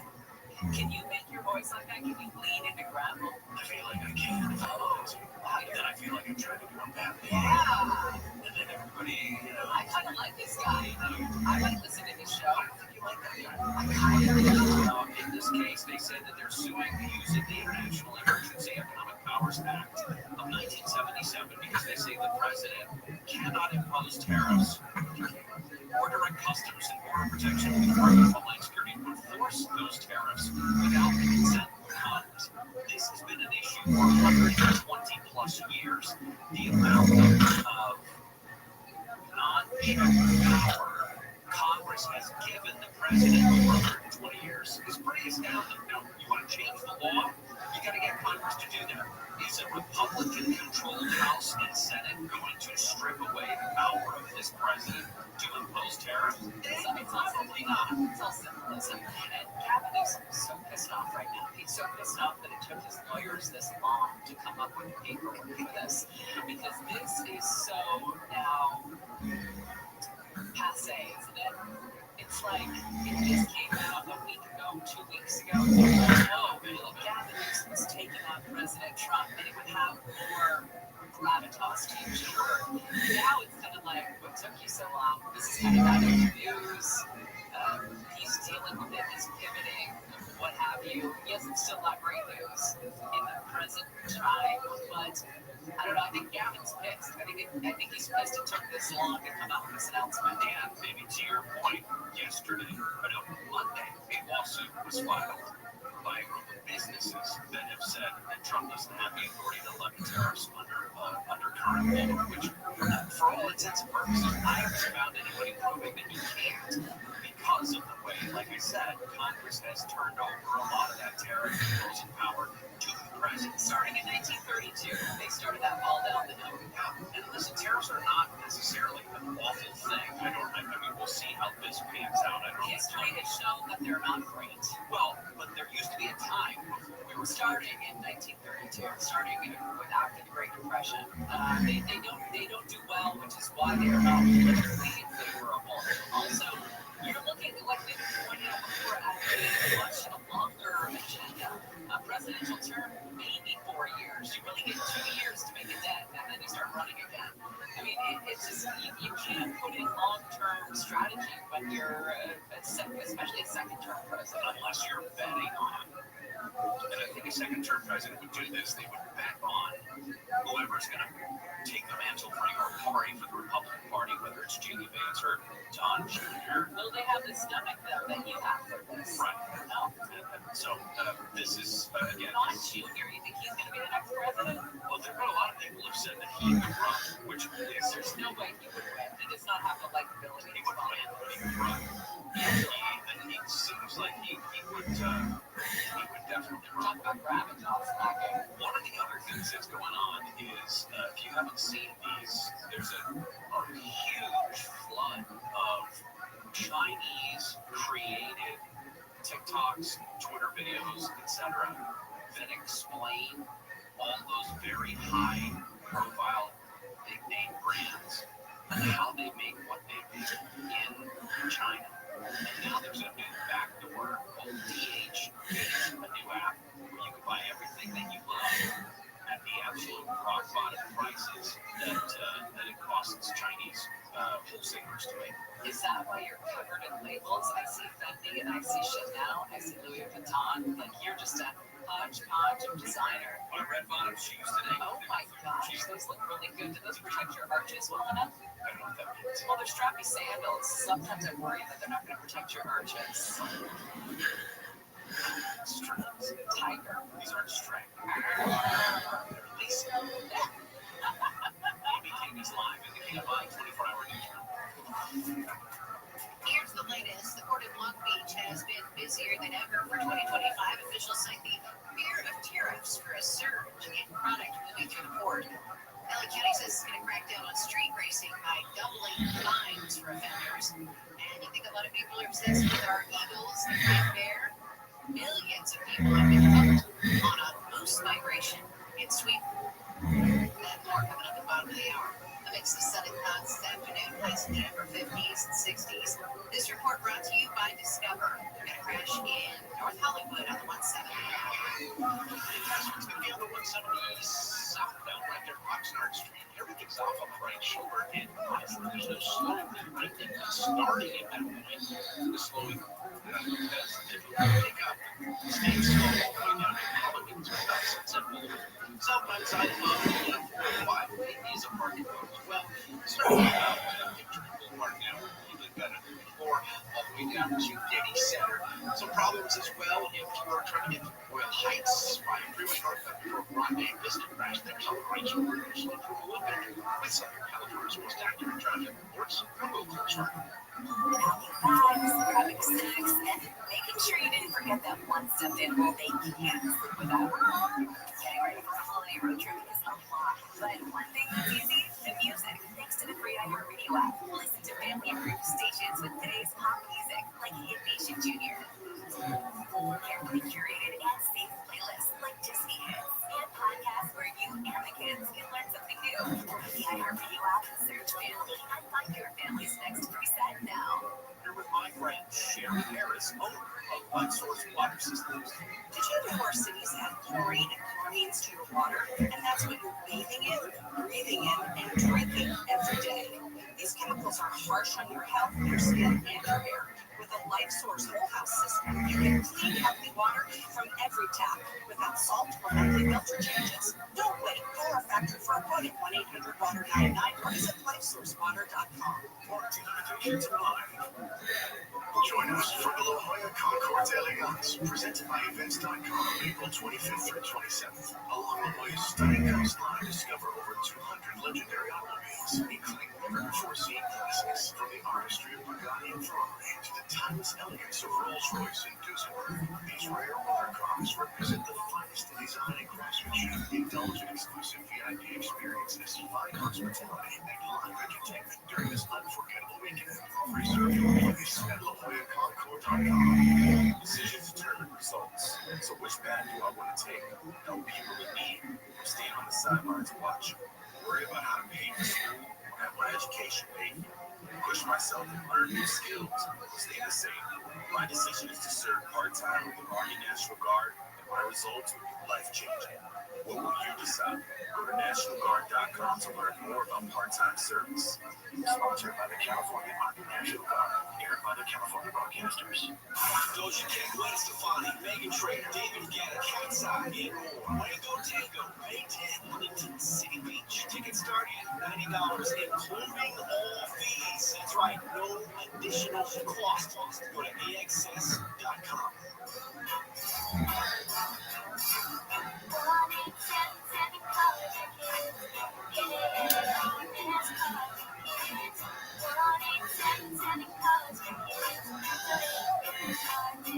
Donate today at carsforkids.org.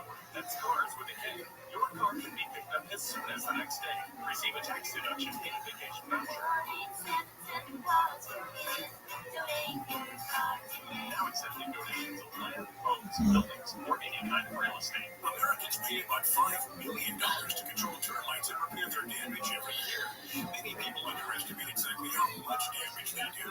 Call Pacific Coast Termite today at 800 Pacific for a free home inspection. Certain restrictions apply. No tinting, no double bagging your food, no pet sitting.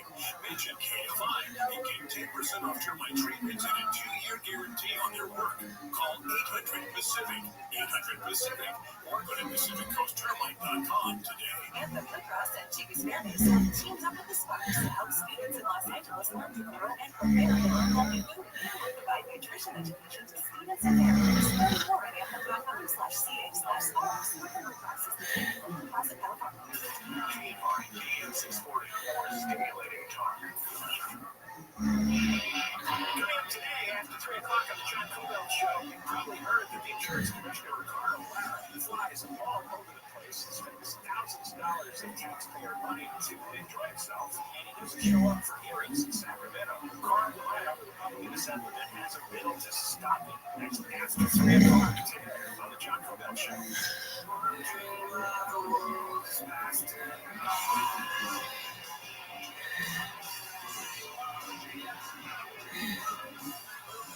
Is it the normal one? Sprinkles? There's no performance. And there's one that's like cinnamon. I like the original. Gary and Shannon can't find AM 640 live everywhere on the iHeartRadio. You have the stupidest conversations. Really do. We have a chance for you to win $1,000. Oh, I'm sorry. We have a chance for you to win $1,000. You mean I slowed down. gravitas with gravel? A chance for you to win $1,000. Now, your chance to win $1,000. I've never been to nationwide keyword on our website. Money. That's money. MONEY. Enter it now at KFIAM640.com/cash. Powered by Sweet James Accident Attorneys. If you're in an accident, winning is everything. Call the winning attorneys at Sweet James. 1-800-9-MILLION. That's 1-800-9-MILLION. Or SweetJames.com. That keyword goes on the website. And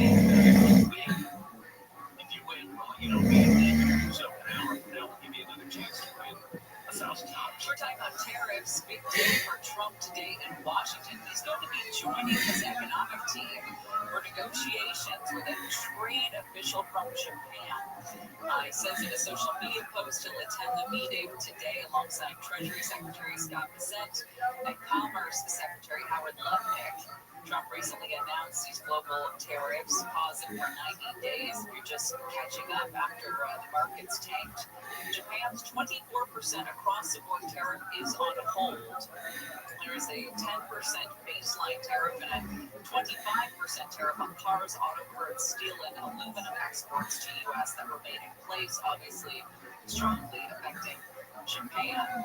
Chinese President Xi Jinping is visiting Southeast Asian nations and promoting his country as a more reliable trade partner. So, big day today in the penis contest. DH Gate is a new app that is now, as of today, #1 in the Google Play and the Apple App Store. DH Gate is a platform for cross-border commerce, and it is surged in popularity since there's been a bunch of TikTok videos, Twitter videos, etc., where Chinese users explain how luxury Western brands, think handbags, yoga pants, whatever it was, how they're made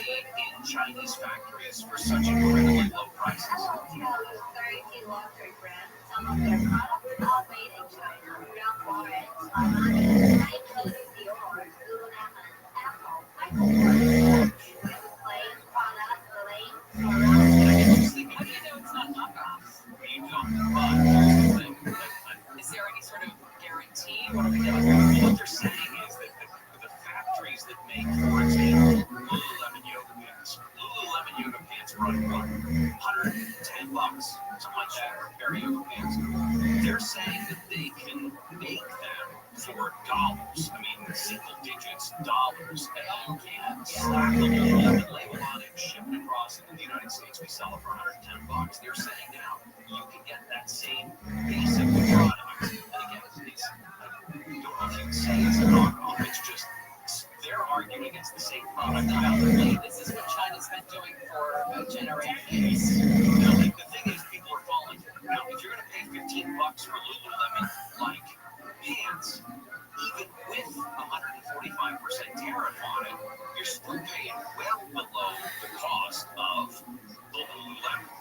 So that's what they're arguing. You know that you're not wearing the real thing. Well, that's the point. Their whole point is, we've fooled you for decades. You think that Louis Vuitton handbag was made in 100% Italy or France? So what they're saying is, if you're willing to do that, if you're willing to $3,500 on an Hermes, what do you say? Hermes? Yeah, thank you. You'd be willing to spend $1,000 or $800 on that same bag and get the I got this tank top, like brothers and sisters in my dresser from Target. Is it made in China? Let's check the tag. Maybe Vietnam, maybe India. My parents bought me a Rolex for $10. Wow, In China. Lucky. Pretty cool to have it. Do you still have the green marks on your wrist?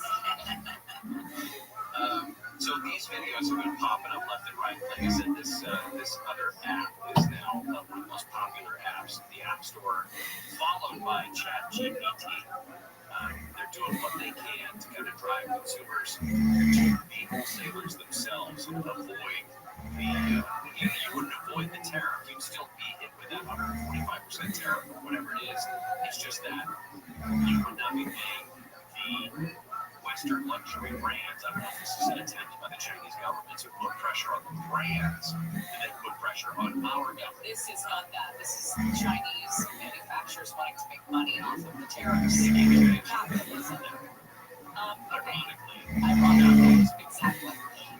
Okay, so San Andreas Fault gets all the attention, right? We've got to get this topic out of the way before Dr. gets here. The Elsinore Fault, the fault that is to blame for our San Diego excitement this week, that will kill you as well. We'll talk about it when we come back. Carrie Chen, and we'll continue. And Amy King is live in the KFI 24-hour newsroom. The County Board of Supervisors has given initial approval to a nearly $48 million budget proposal for the 2025-26 fiscal year. The proposed budget for the new fiscal year is $1.3 billion less than the current one. County Senator PCA report tells the Board of Supervisors it's just the beginning of the problems. We are facing mounting budgetary pressures that, taken together, have the potential to seriously destabilize the county's budget. She says $2 billion in wildfire recovery costs and a $4 billion central settlement for years to come. No layoffs are planned. Davenport says some programs could have fewer resources. Michael Brooks, KFI News. The County Board of Supervisors has also approved a motion to double fines for street takeovers and sideshows. The crackdown targets people who take part in them, as well as those who organize and promote them. Street racing and takeovers have been problems in the county since the 1980s, with supervisors say promoting them on social media these days has taken it to a whole new level. The recommendations, including recent fines of $500 to $1,000. News brought to you by Sellers Advantage. A surge in cargo volume in March has led to the Port of Long Beach's best first quarter on record. Reports saw a 25% increase in units moved over the same month last year, and it had its busiest first half of any fiscal year on record. Officials say the figures and tariffs are behind the recent surge in the port. United Airlines is offering two profit outlooks for 2025. ABC's Christiane Cordero says that's an unusual. The airline now taking the staff are offering gas warning the economy is impossible to predict this year with confidence. Just as the airline's already announced that it is cutting back flights. The person has been taken into custody in connection with the shooting at a high school in Dallas. ABC's Mariah Villarreal says 4 students were hurt. Terrified students running out of this Texas high school after multiple shots fired. First responders swarming the scene at Wilmer Hutchins High School in Dallas around lunchtime. Just as one student was shot in the leg, 3 others were injured in the chaos.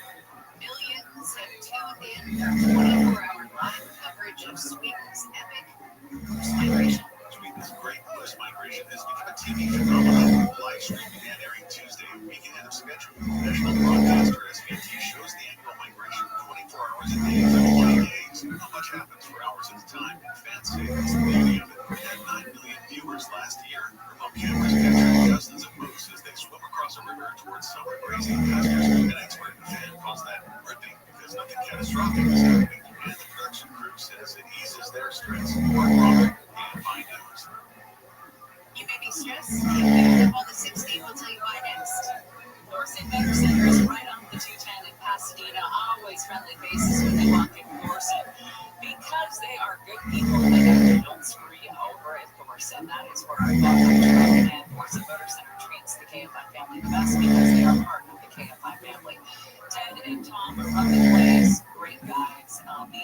They are the guys that helped with the Boston. They step up. They totally took care of the community. When the fire broke out right up the street there in Altadena, just give me. If you're in the market for a car, you need parts or service, go talk to my guys, Tom and Ted over at Thorson Motor Center in Pasadena. Right off the 210 there in Mondring. Make sure to call the GMC. Right now they've got a massive inventory of GMCs, and Hummers, and if you're KFI family, you the best hookup. ThorsonMotorCenter.com. Southline weather, KFI partly cloudy, highs in the low to mid 60s in the beaches, Metro LA, and Inland Orange County. Mid to upper 60s in the valleys, Inland Empire, 50s and 60s for the Antelope Valley. Cloudy with a chance of showers tomorrow and Friday, highs will be in the 60s. Back to sunny skies for the weekend, highs in the 60s and 70s. It's 59 in Fullerton, 55 in Rancho Santa Margarita, and there's a crash in Chino on the 60. Just outside the 60 right there in Reservoir Street. Crash, not sure how many vehicles involved, but it is definitely slow as you get away from the 71 heading eastbound on that 60. Still a lot of slowing on the southbound side of the 605.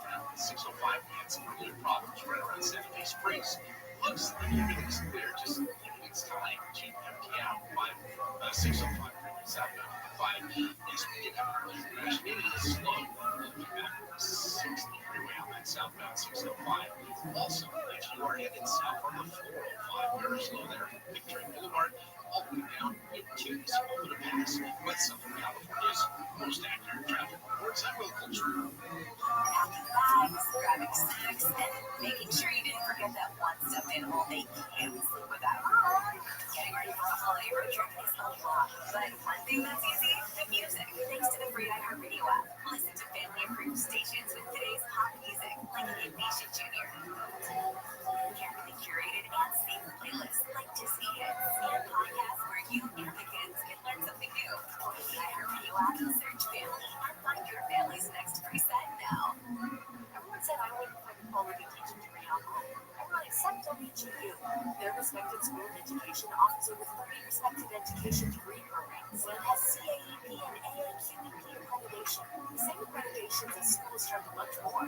Their unique model lets me use what I know to graduate faster. They also provide a path for teacher licensure in any of the 50 states. Learn more about WGU and apply today.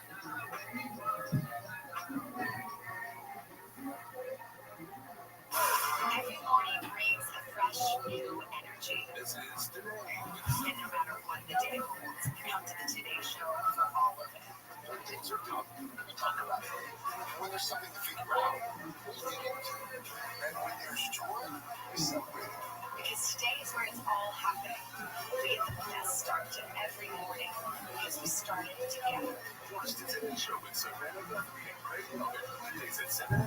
on ABC. Business owners, 1099 contractors, and self-employed professionals, April 18th is the first critical deadline to secure your second family leave tax credits for 2021. Anyone who didn't file an extension for 2021 tax taxes must act now or risk missing out. SETC Pros has recovered over 140 million credits nationwide. Their expert team makes claiming your credits fast, easy, and risk-free. Don't wait. Visit SETCPros.com. SETCPros.com and claim your credits today. Did you see Congressman Derek Trent just voted to let taxes go up by $4 trillion? What? He's even going to tax the rich. Well, I'm not rich, and my family's going to have to pay up to $3,000 more in taxes if Congressman Trent has his way. Our small businesses would be hit with more taxes, too. Why would they vote for this? The Democrats always say they are going to only soak the rich, but bring your umbrella because we're all getting drenched. Tell Congressman Trent not to raise taxes. Make the Trump tax cuts permanent. This ad was paid for by Unleash Prosperity Now. Get your revenge body by summer with Future Health. Future Health Weight Loss. One stop for advertising. Call 844-844-IHEART. The House Whisperer meets the Horse Gambler. Dean Sharp joins Tim Conley Jr. every Thursday evening at 6:20 on KFI.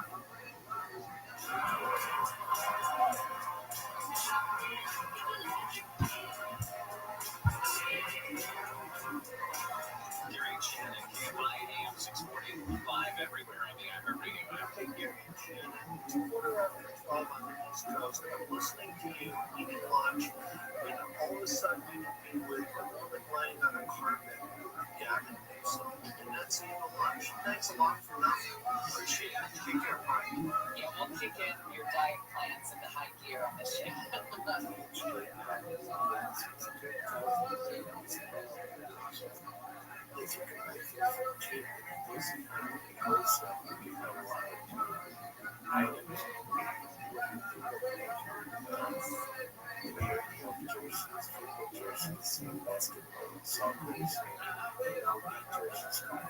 Look at you in your cheap shoes from last season.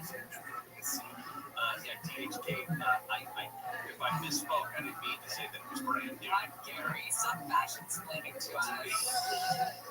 It was founded 20 years ago, launched 20 years ago. So, but it is one of the more popular apps right now. You mentioned the measuring contest that we were talking about. How about this one? New York Attorney General Letitia James, who, when she went after Donald Trump, said no one is above the law, was hit with a federal criminal referral for instances of alleged mortgage fraud yesterday. The Federal Housing Finance Agency director sent this letter to Attorney General Pam Bondi, alleging that Letitia James had falsified records to get home loans for a property in Virginia that she said was her principal residence in 2023 while she was still serving as New York State prosecutor. Also, same characters. New York Attorney General Letitia James is now in the preliminary stages of looking into whether President Trump's recent reciprocal tariff pause included insider trading violations. They're all crooks. All of them. She said that she's looking at whether or not Trump or anybody close to him may have had advanced knowledge of the tariff decision. Of course, the pause that we saw in the stock market surge last week, up 15-20% after he made that announcement. All right, San Andreas Fault. I mean, hell, there's movies called, San Andreas. This is the fault that caused the 1906 San Francisco earthquake. Movies, video games, books, T-shirts, collectibles. Everybody knows the San Andreas. You may know the Newport Inglewood Fault if you're from the LA area. That was the one to blame for the 1933 Long Beach earthquake, the deadliest one in Southern California's modern history. But the one on Monday that we all felt together, that's due to the Elsinore Fault. Elsinore Fault, part of a larger seismic zone that experts say you should know about. It should be right up there if you're in this area. The Elsinore Fault zone is actually one of the largest in Southern California, but in historical times has been one of the quietest. And Lucy Jones and Deborah Hart will tell you quiet. It's not always good. That inactivity means that it hides a very violent secret, that the fault itself would be capable of generating a magnitude 7.8. I love the term violent secret. That's really good. That's a good title. The name of our new podcast that you can hear every Saturday morning. I really like that. Violent Secrets. This Elsinore Fault runs from the Sonoran Desert up in Imperial County through the western edge of riverside communities like Temecula, Murrieta, Lake Elsinore, and then by the time it reaches Corona, it actually splits into two other parts. The Chino Fault heads out towards Chino Hills, and then the Whittier Fault, which is near the Whittier, La Habra Heights, Hacienda Heights area in Brooklyn and down in Orange County. And they said that a particularly frightening possibility would be an earthquake that goes up the Elsinore Fault northwest into the Whittier Fault. And basically, according to Dr. Lucy Jones, it puts all of that energy, funnels it straight into the LA Basin, one of those scary ones. Yeah, for example, magnitude 7.8 on the Elsinore, including the Whittier Faults, in the zone including the Whittier Faults, they say could bring violent shaking. We're talking buildings jolted off their foundations over a massive area. El Monte, Hacienda Heights, Roland Heights, Pico, Whittier, La Habra, Brea, Yorba Linda, Ascension, Chino Hills, Corona, Lake Elsinore, Murrieta, Temecula. I mean, it would be a wide swath decimated. Okay, and that's just the area that would be decimated. Then you think about the next zone, right? Then you're thinking downtown LA, East LA, Long Beach, Alhambra, West Covina, Pomona, Ontario, Riverside, down in Norwalk, St. Anna, Murray Grove, Anaheim, Orange, Irvine, Holiday, Lake Forest. That would be the next circle, which would still be damaged, just maybe not foundations or buildings ripped off their foundation kind of damage, but damage. The last magnitude 7.9 quake happened in 1857, centered somewhere near Fort Tahoe, up over Grapevine. They said that the starting location of the earthquake was up in Parkfield, but it's considered the Fort Tahoe earthquake because that was the location of the greatest damage. That was along the San Andreas Fault, which is to give you an idea that all of these different faults here in California have the ability to bring with them violent seas. Yes, there's a whole suite of active faults that are accumulating strain, is the way that it has been described. Monday's 5.2, a nice little reminder of the power. No reported injuries, damage, but they say that this thing is capable of a lot more. Monday's earthquake, by the way, resulted in at least 9 aftershocks of magnitude 2.5 or greater, including a magnitude 4 about an hour later. I think we saw that one. I don't think we did either, but the 3.3 happened the day before, the foreshock. It was 3.3, and then on Sunday, and then 5.2 on Monday. It was 9 aftershocks. I have a good news story. We didn't do a lot of those good news stories yesterday. What I thought was going to be a good news story about the guy volunteering in 50 states. It turned a little dark. Doesn't get cancer. And then we have this shooting. Right, there's that. So this one is a good story. A dog rescues a baby. Hey, I'm a big fan of cooking stuff on morning shows, but lamb, I don't know, lamb at 9:43. I know this is an East Coast morning show, so it's later in the day, but I guess it's just that they would have aired it at the same time on the East Coast. Yeah. They're showing lamb with some arugula salad and red wine, and it's the morning. And I can't think of anything I don't want more than lamb right now. But it's just crazy.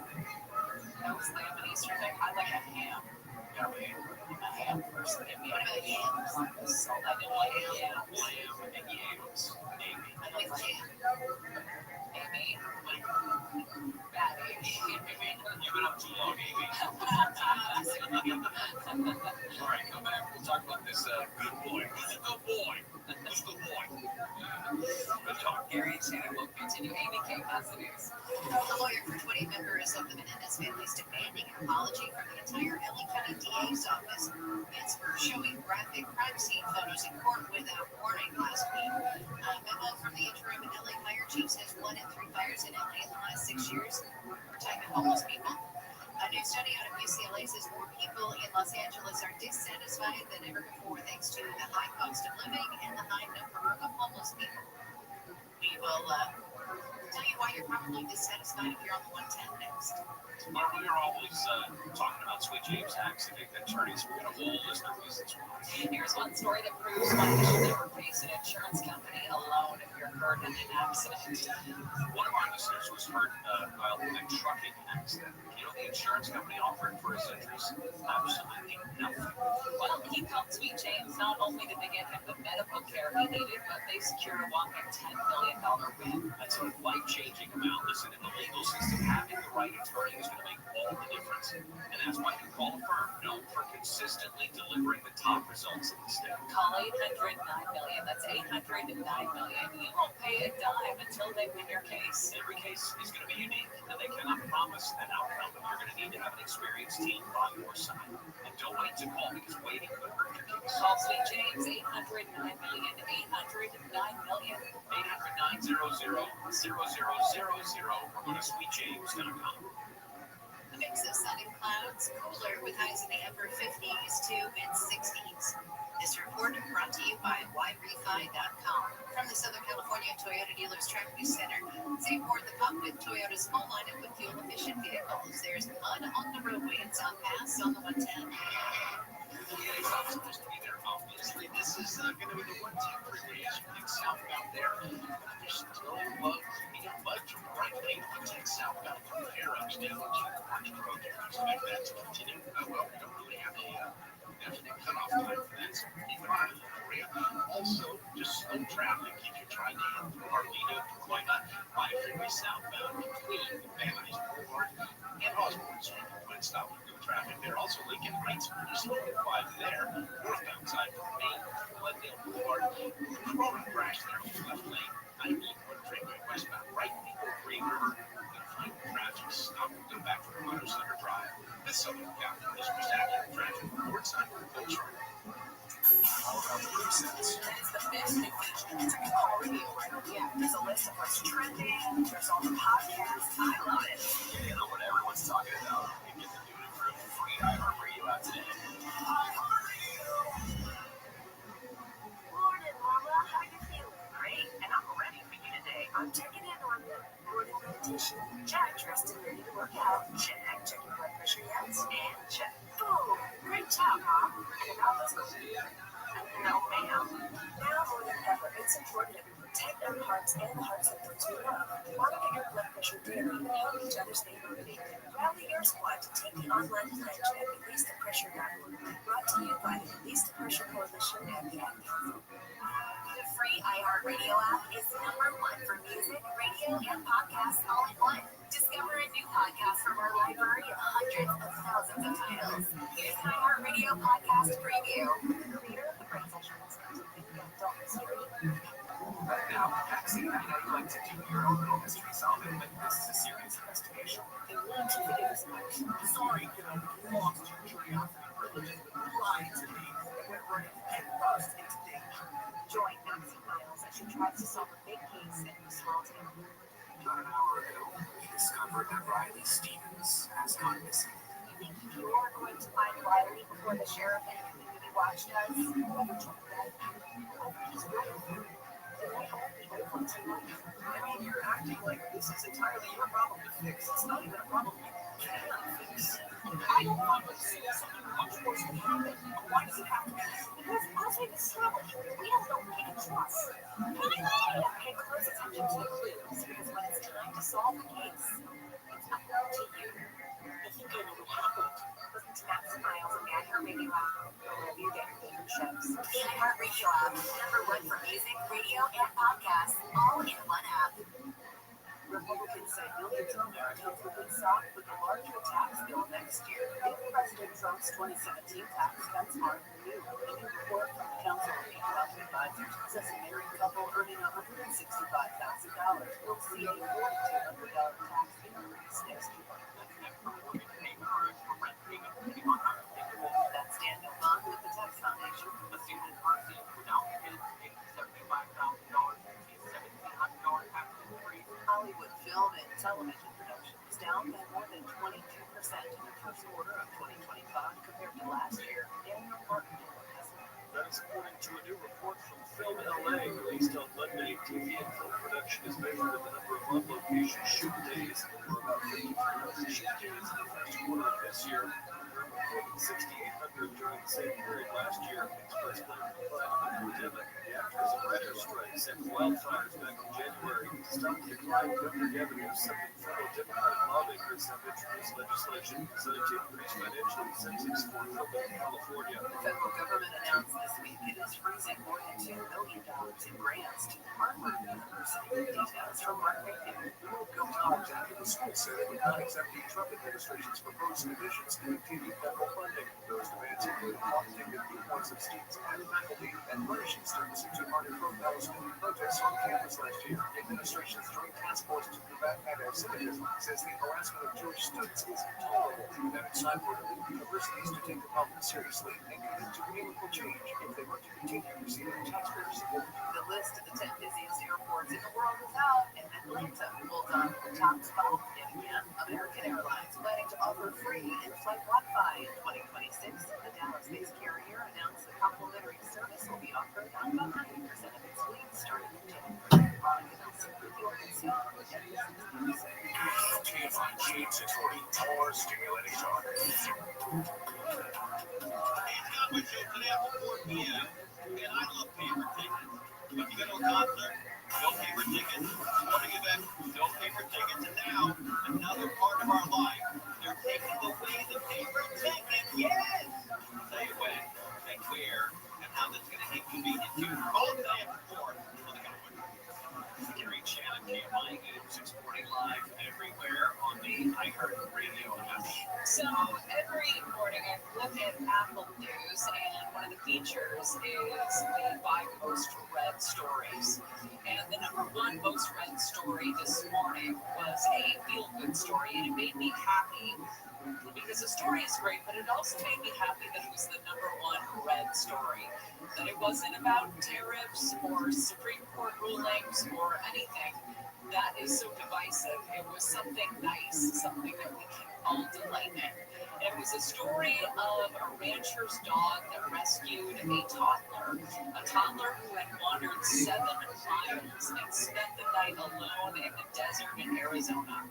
Just before 5 o'clock Monday night, Yavapai County Sheriff's Office said on social media that they had a missing kid. And they shared a poster, identified the little boy, Bowden Allen, last seen wearing a tank top and pajama pants, and that was it. He wandered off from his home in a town called Sealand, up in northern Arizona. Population less than 1,000 people. Immediately, everybody jumps in on this thing Monday night. Yes, 40 search and rescue team members, several deputies from the sheriff's departments. The search continued overnight. They had a rescue helicopter crew that spotted 2 mountain lions in the area, but still no 2-year-old Bowden Allen. Temperatures overnight, high 40s, low 50s, and again, the kid's just wearing a tank top and pajama pants. They didn't find anything. But on Tuesday morning,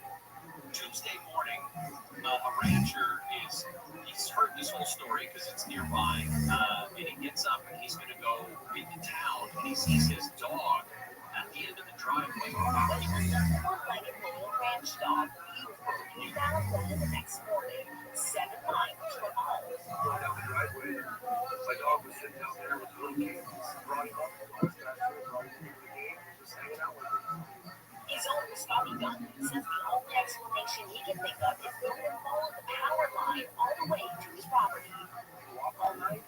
No, I slept under a tree, and I said, well, did my dog find you? He said, yep. Power line lines out right to his house 7 miles away. So the sheriff's office says they can't explain how the 2-year-old walked 7 miles, but they're relieved he was found safe and in good spirits. As for Buford, he's back to work tonight, but not without him. Oh, he's getting steak dinner tonight, but my party says, yeah, no, he did a great job. Because he's a good boy. That Buford is a good boy. They said Scotty did that Buford is a guardian dog. Patrols within a half mile of the house at night, keeps coyotes away from the property. Scotty said that he believes Buford came upon the toddler and protected him while bringing him to safety when Scotty brought in the toddler. He asked the toddler if he had walked all night. The boy said he had slept under a tree. Scotty says he believes the tree is in his horse pasture there on the property, and asked if the boy, if the dog was the one who found him. The boy said yes. The dog, by the way, Buford, is an Anatolian Pyrenees. Pyrenees. It's a big. How big is that dog? It's probably about an 80-pound dog, 90-pound dog. By far bigger than the kid.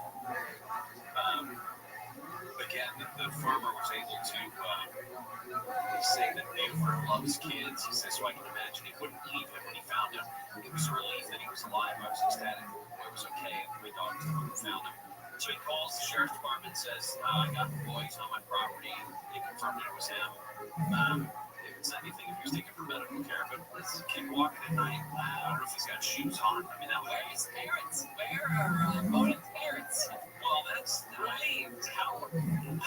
So they reported him just before 5 o'clock on Monday night. How long did he keep it out there? I don't know how long. I don't know how fast the kid is. He's 2. I know, but I mean, that's the whole, like, how do you walk 7 miles at the age of 2? I don't know. I prefer not to deal with the facts of the case, just the facts of the dog. Buford is before. What a great story. All right, coming up next, we have a massive 11 o'clock hour. We have seen more of a decline in film and TV production in LA. Heather Brunner will join us and tell us why the fires kind of, what did I say, 11 o'clock? Whatever. We also have a big 11 o'clock hour, but we have a big 10 o'clock hour as well. Yes, there's more of a decline in film and TV production. Fires one reason because of that, but Heather's got more reasons as well. Also, LAPD Chief Jim McDonald will be joining us. The LAPD has a new recruitment campaign. Do you think I could get in there? Yeah. You do? I'm going to ask the chief. Ask him. It'd be great to go in with a letter of right from the chief. Right. Just a quick update out of D.C. A federal judge. Oh, never mind. I was going to read it. Oh, there it is. Advertisements. A federal judge has said that he has found probable cause to hold the Trump administration in an attempt because they did not turn around those airplanes carrying illegal migrants to El Salvador last month. The judge in this case, James Boasberg, ordered the Justice Department to answer additional questions by April 23rd, so a week from now, if they want to purge the contempt. But as of right now, found probable cause to hold the Trump administration in contempt. More of that in this one question. Jerry and Jen will continue right after. There's a lot of misinformation out there, and none of it is allowed here. KOST HD2. Los Angeles. Live everywhere on the iHeartRadio app. Guess why there's so many fires? I'm Amy King live in the K-Line 24-hour newsroom. 1 out of 3 fires in LA in the last 6 years has been started by homeless people. An internal memo from the Los Angeles Fire Department shows that just over 30% of the fires over the last 6 years in the city involved a member of the homeless. ABC News says the memo is now scheduled for discussion at the LAFD Commission meeting next month.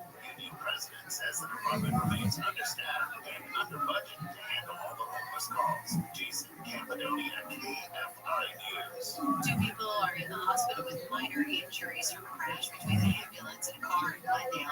The crash happened just before midnight near the intersection of South Central and West Colorado. Police in Glendale said the ambulance was taking a patient to the hospital when it collided with a Toyota Prius.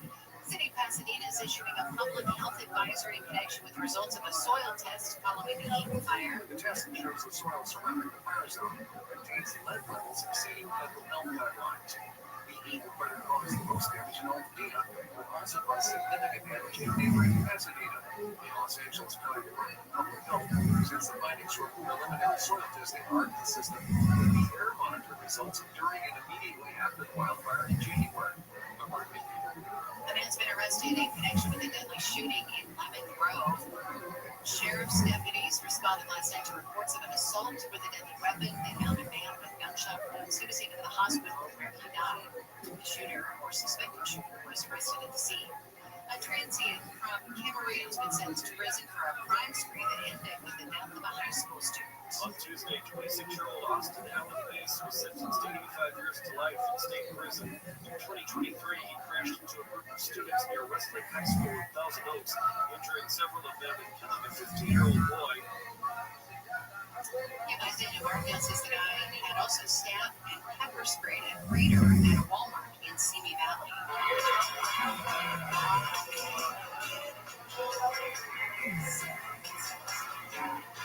The UCLA survey shows people's concerns over the high cost of living have kept satisfaction life levels at record lows for a second year.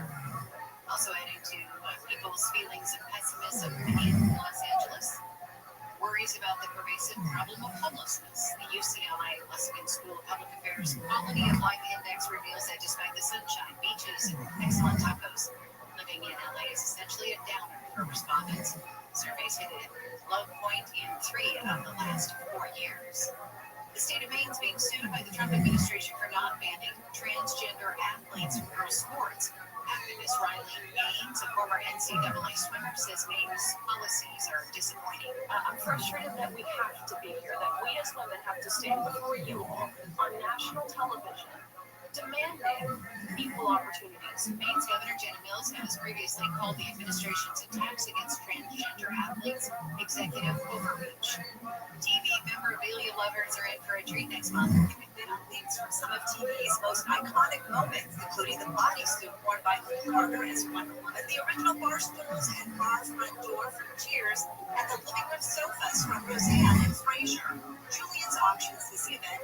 Channel surfing will take place live and online May 7th and 8th. It'll feature more than 600 props, costumes, set pieces, production materials, and more. Deborah Mark, KFI News. NASA needs your help. It wants a mascot to represent its Artemis 2 mission to the moon. That's planned for next year. The uncrewed Artemis 1 mission in 2022 had a plush Snoopy on board to track zero gravity on the spaceship. NASA says it wants to do something similar for next year's crewed mission and wants the public to help design its mascot. The winning design? Chance at a cash prize, over $1,200, and the mascot gets fish space. Southline weather from KFI. Partly cloudy this afternoon. Highs in the low 60s at the beaches. Mid-60s for Metro LA and inland Orange County.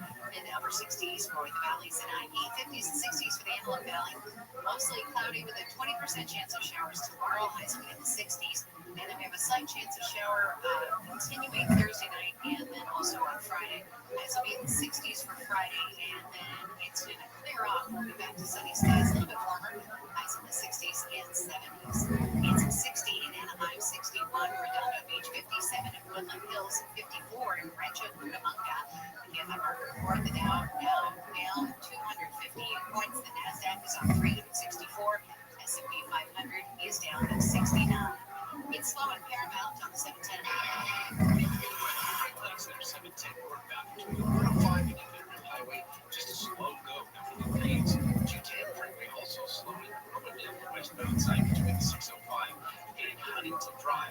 We still have that little blockage in South Pasadena. It's the 110 freeway southbound from Fair Oaks down to Orange Grove. The right lane is shut down because some mud fell on the roadway this morning.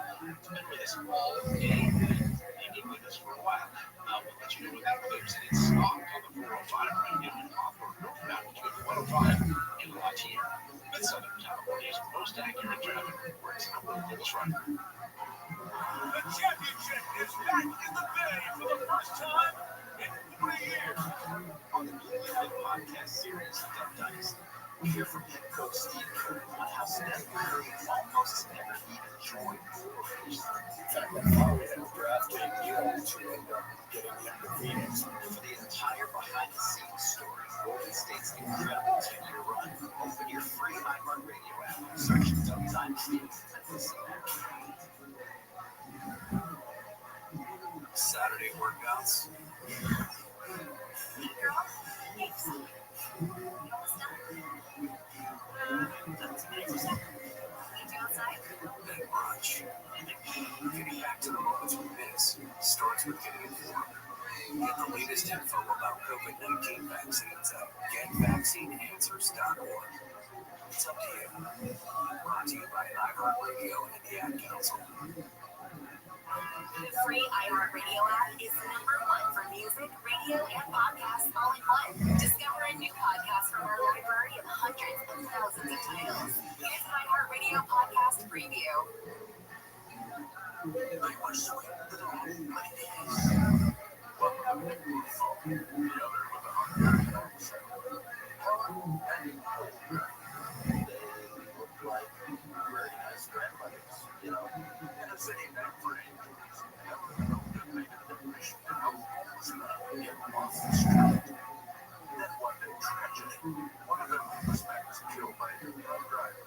And then another. So sad.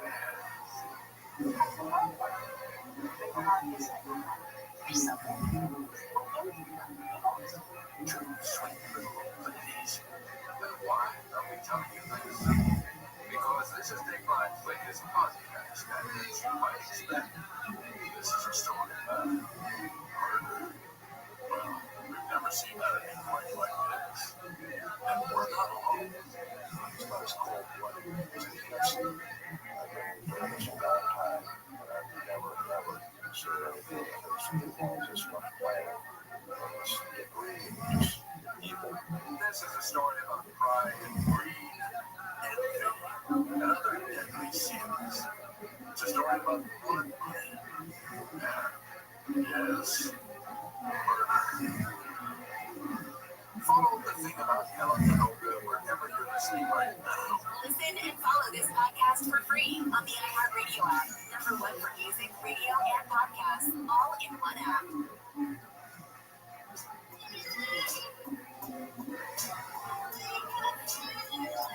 Jeremy and Shannon, KFI AM 640 live everywhere on the iHeartRadio app, keeping an ear out for what's going on in Washington and beyond. Donald Trump was meeting with a economic advisor from Japan, along with his economic team today in Washington. Chinese leader Xi Jinping is meeting with Southeast Asia leaders.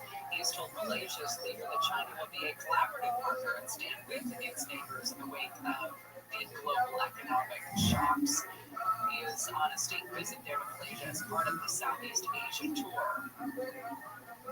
So we'll see what happens there. Each trying to get more people on their own respective teams, so to speak. There's more activity when it comes to this issue of the migrants that have been sent to El Salvador. The federal judge says she's going to order sworn testimony to determine if Trump officials complied with her order to facilitate the return of the guy named Kilmar Garcia deported to this El Salvador prison. Some people had said he should not have been deported. She said that the judge said that the Trump administration defied a clear Supreme Court order.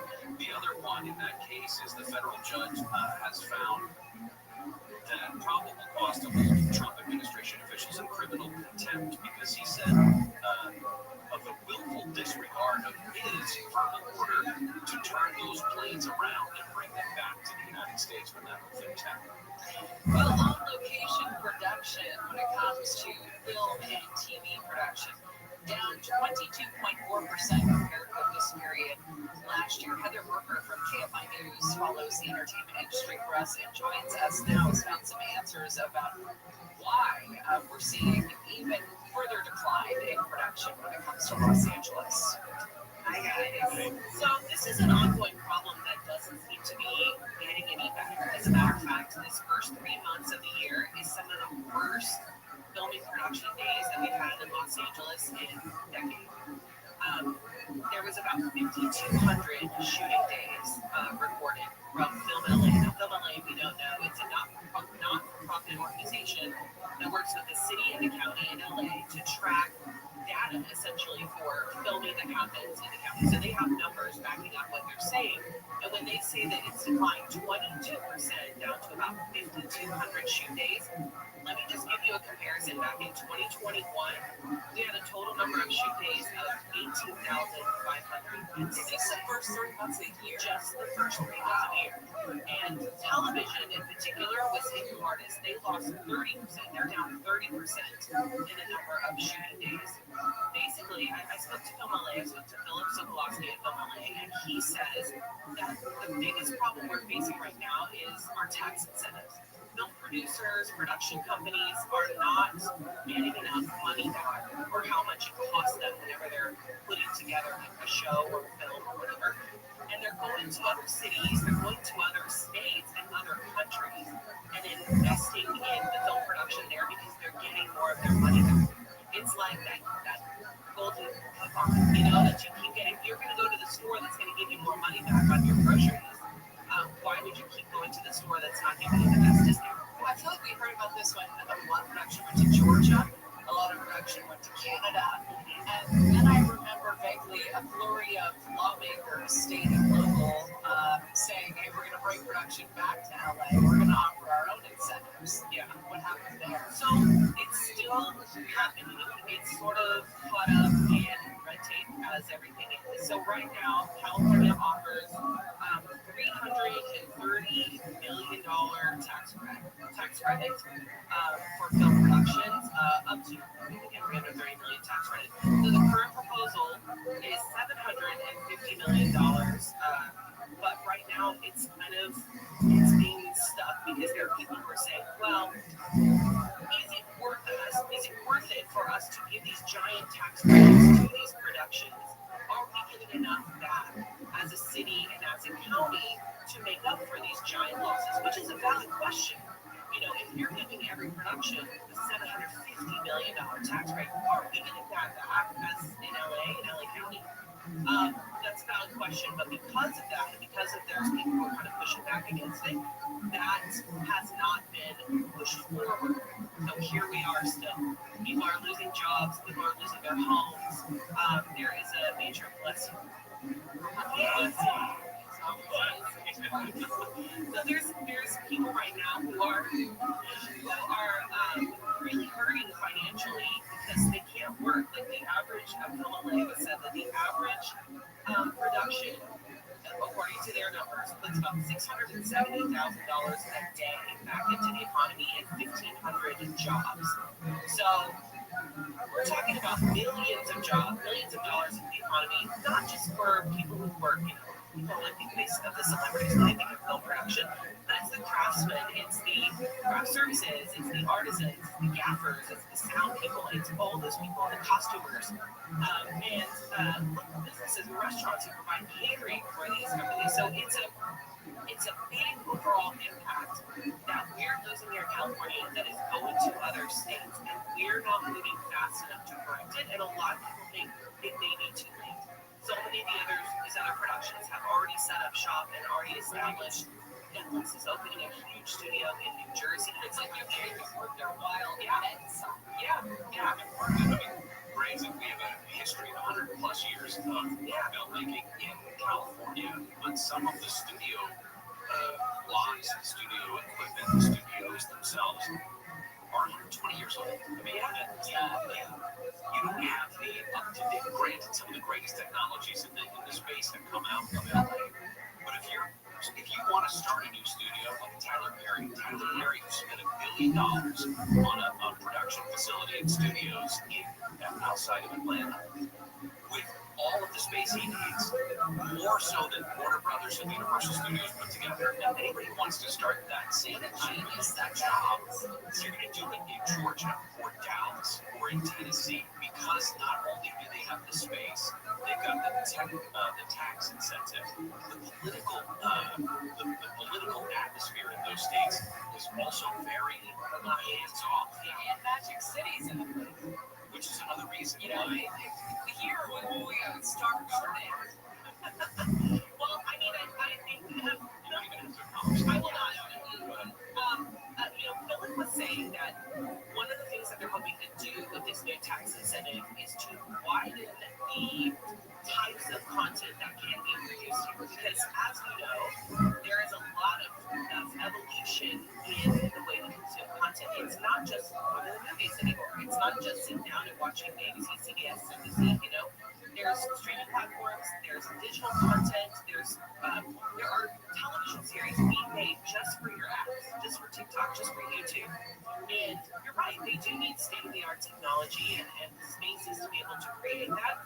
But right now, the way the current tax incentives are, it's just for film and television and a very narrow amount of production. It feels like, because of the history that I mentioned, feels like there's a certain amount of arrogance when it comes to political leaders who want to talk about making sure that we have jobs and making sure we keep the industry in LA, but just sitting back and saying, but look, no one else has a beach like we do, and no one else has, you know, we have the weather. We do have weather. That doesn't guarantee anything. If you're Tyler Perry, you move your entire set inside a 150,000 square foot building. You don't have to worry about the wind. Who else has the weather? Australia. And there's a lot of content and production that's moving to Australia as well. And filmmakers are Cole Kidman and the guy, and the guy, Hugh Jackman, and the guy, Russell Crowe. It's very nice, by the way. Can I just say, very nice. I just saw LA Confidential for the first time watching last weekend. That's a great. It was a great movie. Talk about something that was filmed in LA and should play. That's a great answer. That was a lot of fun. I mean, it made me realize how much I miss Kevin Spacey. Yeah. I mean, what did he really do? I mean, come on. Also, Russell Crowe, I think much more attractive older as opposed to younger. Or seasoned. Yeah. Men do get more. I agree. He was trying to butter me up. Yeah. It's like hell 15 years ago. Well, look at you. That's the second time you've said that today. It's a compliment. Go back and see what It's a compliment. Well, I'm gonna share more about my interview with Philip. I love you guys. I'm gonna share more about my interview with Philip and more in depth and talk a little bit more about what the situations, what they're doing to fight it, and how people here in LA want to stay in LA and keep working here. What they do. Stay tuned to KFI News. Heather will have all of those reports. She does talk to us like we're that mangy neighborhood dog. Oh, I love you guys. I do love you guys. I totally call these numbers. I haven't been yelled at in the street for years. It felt real good. You got honked down at Santa Monica Boulevard yesterday. That's because I was jaywalking. Count it. Take it as a count. It's not a real bucket. Appreciate it. And your TV King is live with the KFI 24-hour newsroom. Here's the latest. A judge says the probable cause that President Trump's team denied court order and may be held in contempt. A lawyer for the Menendez brothers is demanding an apology for the LA County DA's office. And the LA County Board of Supervisors has approved a motion to restore more than $5 million in funding for at-risk 16 to 25-year-olds who could become homeless. A mix of sun and clouds with highs in the upper 50s and 60s. There's a crash in orange on 55. There's problems there on the 55 freeway. It is going to be on the southbound side around the Dyer Road. Crash there being reported seems to be all the way to people that have problem. Also in Hawthorne, problems there. People just slow traffic. 405 between the 105 and Bonji area. You'll find things kind of slow there. In the Long Beach area, also stop and go there on the 710 freeway southbound from Long Beach Boulevard down to Fort Lowe. Don't forget, Southwest English, some of that lane closed, the right lane closed. It's going to be southbound from Fair Oaks down to Orange Grove. They got to clean up some mud there. Traffic actually very well. Listen, accurate traffic reports on this right. The championship is back in the bay for the first time in 40 years. On the new limited podcast series, Duck Dynasty, we hear from head coach Steve Kerr on how Steph Curry almost never even joined the Warriors. In fact, I thought we had a draft day deal to end up getting him to Phoenix. For the entire behind-the-scenes story of Golden State's incredible 10-year run, open your free iHeartRadio app and search Duck Dynasty and listen. Find your iHeartRadio everywhere. There are hundreds of ways to experience iHeartRadio at home, on the go, beyond the iPhone and Android app, and at iHeartRadio.com. Here's another way to connect to iHeartRadio. Amazon Fire TV supports iHeartRadio with a beautiful big screen display while you enjoy your favorite music, radio stations, and podcasts. Make sure you link your iHeartRadio account and use voice controls for easy navigation between content on iHeartRadio. iHeartRadio on the big screen is easy to control from the remote or with voice controls, and it provides large cover art on the screen. You can sync with your iHeartRadio account for seamless listening between your devices. Your iHeartRadio music, radio stations, and podcasts now on your it out for free now. iHeartRadio. Anywhere you want to listen, iHeartRadio is there. Here, specimen from the early 2000s, a legacy investing platform. Please don't touch the exhibit, folks. It could crash. Ready to step out of the Financial History Museum? At public.com, you can invest in almost everything: stocks, bonds, options, and more. You can even put your cash to work in an industry-leading 4.1% APY. Leave your clunky outdated platform behind. Go to public.com and fund your account in 5 minutes or less. Pay for my code investigate member FINRA and SIPC. Full disclosures at public.com/disclosures. It's tax season by now. We're all a bit tired of numbers, but here's what you need to hear: $16.5 billion.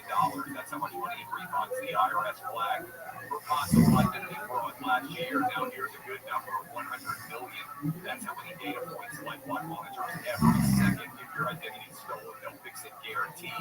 Save up to 40% in your first year with promo code PLAY. Visit LifeLock.com. That's LifeLock.com. Promo code PLAY. Terms apply.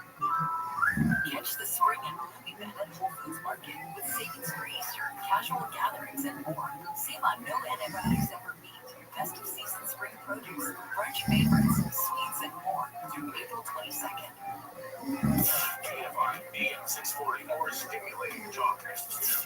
Coming up today after 3 o'clock on the John Cobell Show, you probably heard that the insurance commissioner Ricardo Lara flies all over the place, spends thousands of dollars in taxpayer money to enjoy himself, and he doesn't show up for hearings in Sacramento. Carl Lyle, the Republican Assemblyman, has a bill to stop it. That's after 3 o'clock today on the John Cobell Show.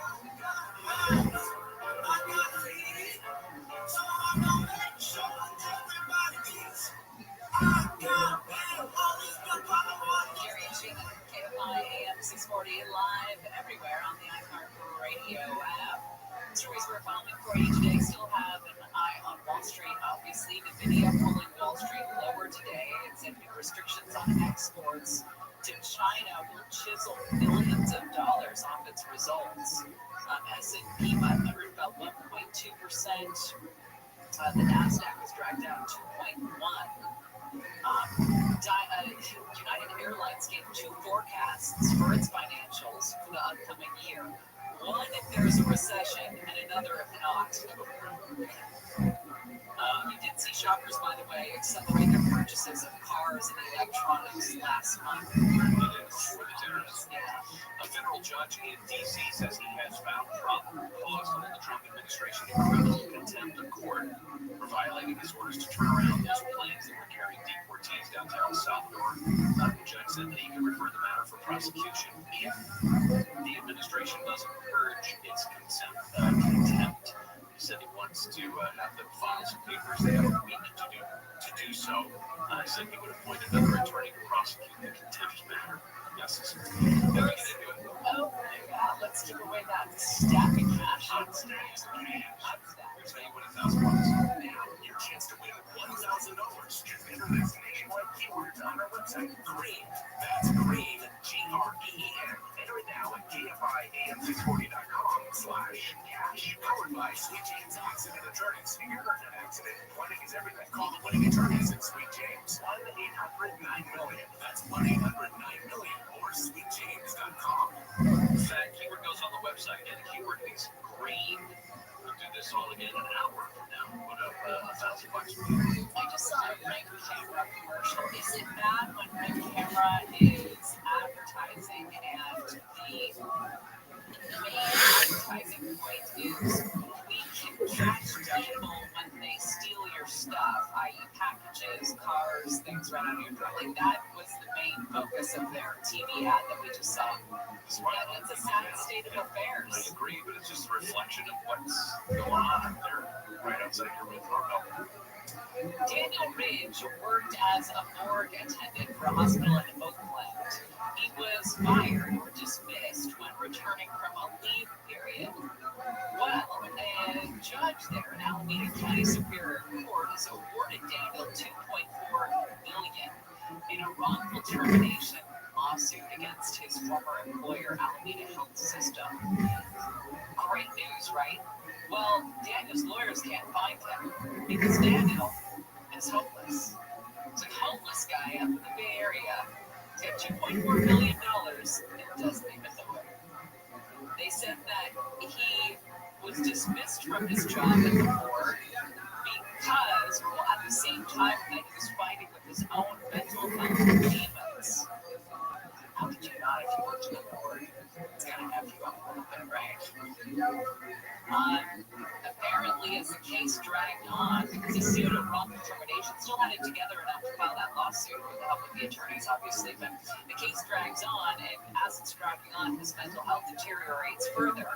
So much so, he was unfit to testify and became homeless. Became estranged from his family, including his 10-year-old son.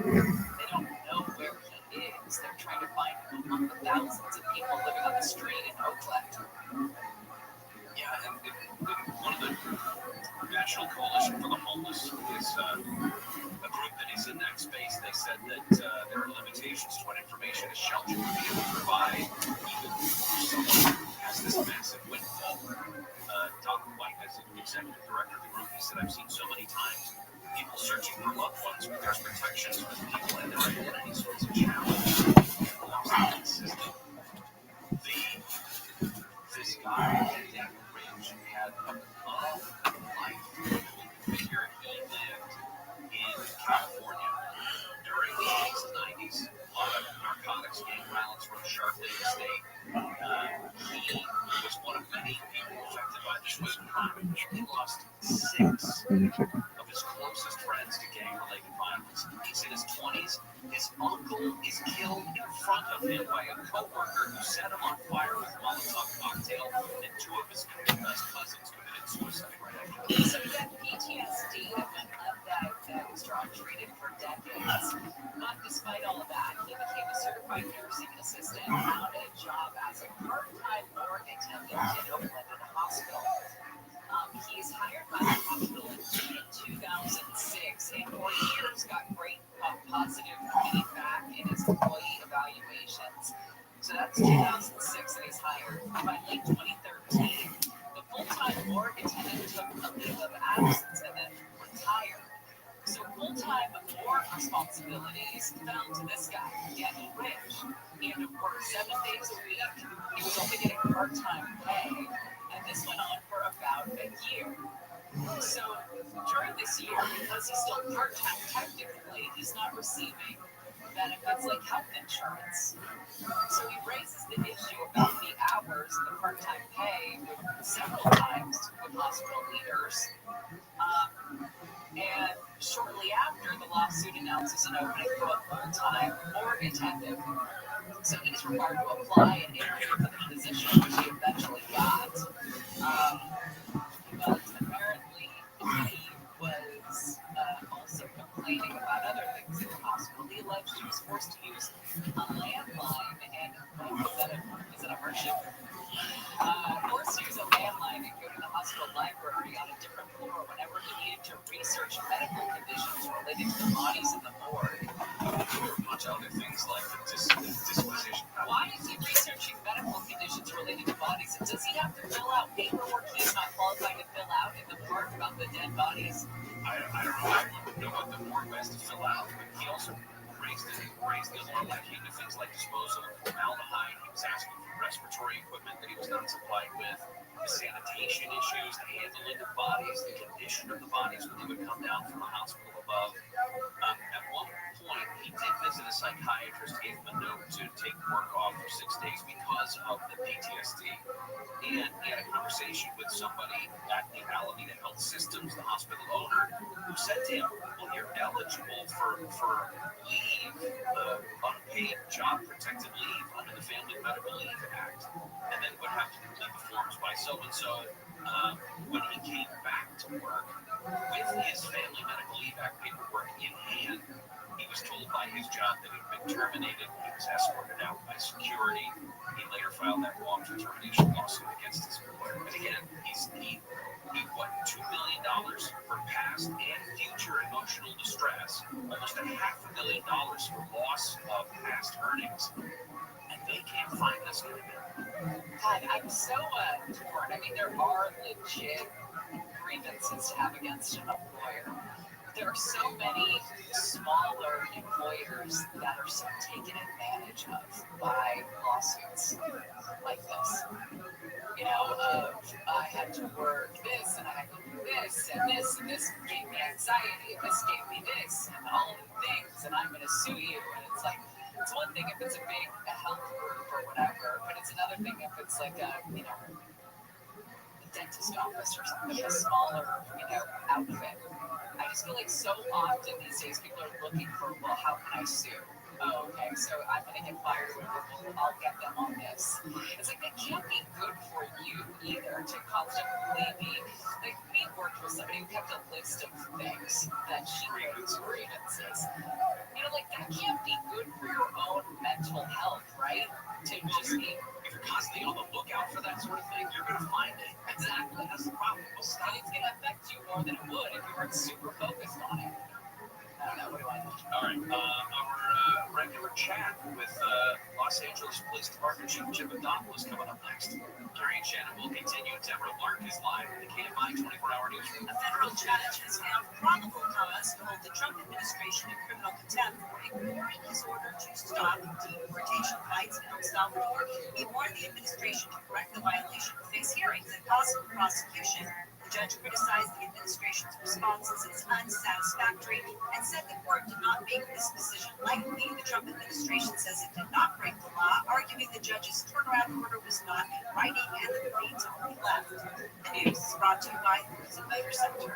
The Trump administration says it's suing Maine's education department for not complying with the government's push to ban transgender athletes in pro sports.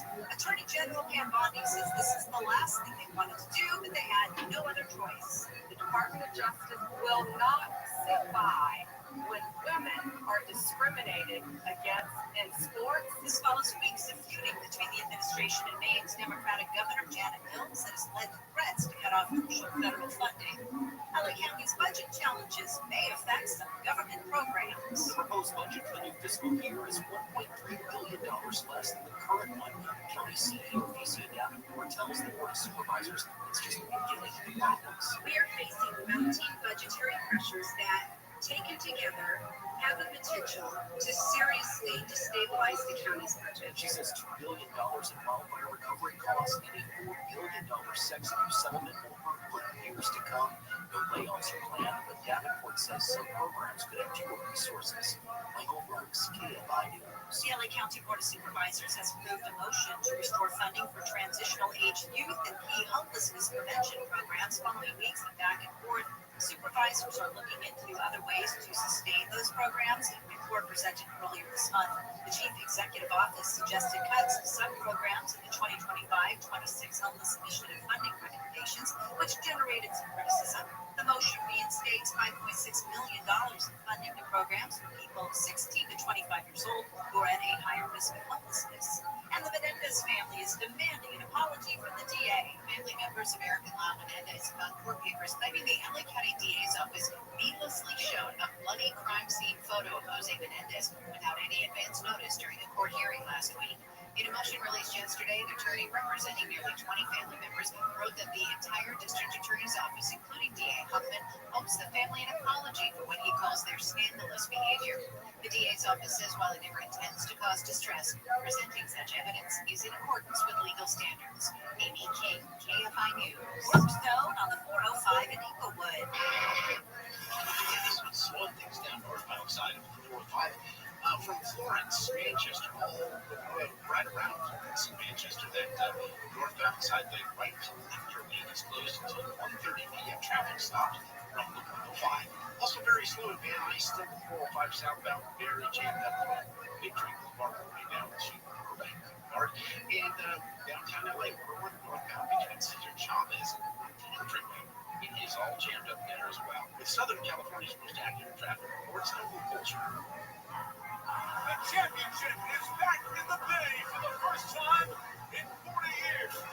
On the new limited podcast series, Dub Dynasty, we hear from head coach Steve Kerr on how Steph Curry almost never even joined the Warriors. In fact, getting him to Phoenix. For the entire behind-the-scenes story of Golden State's incredible 10-year run, open your free iHeartRadio app, search Duck Dynasty, and listen now. Taking them on their first real roller coaster. Hey, buddy, come on over.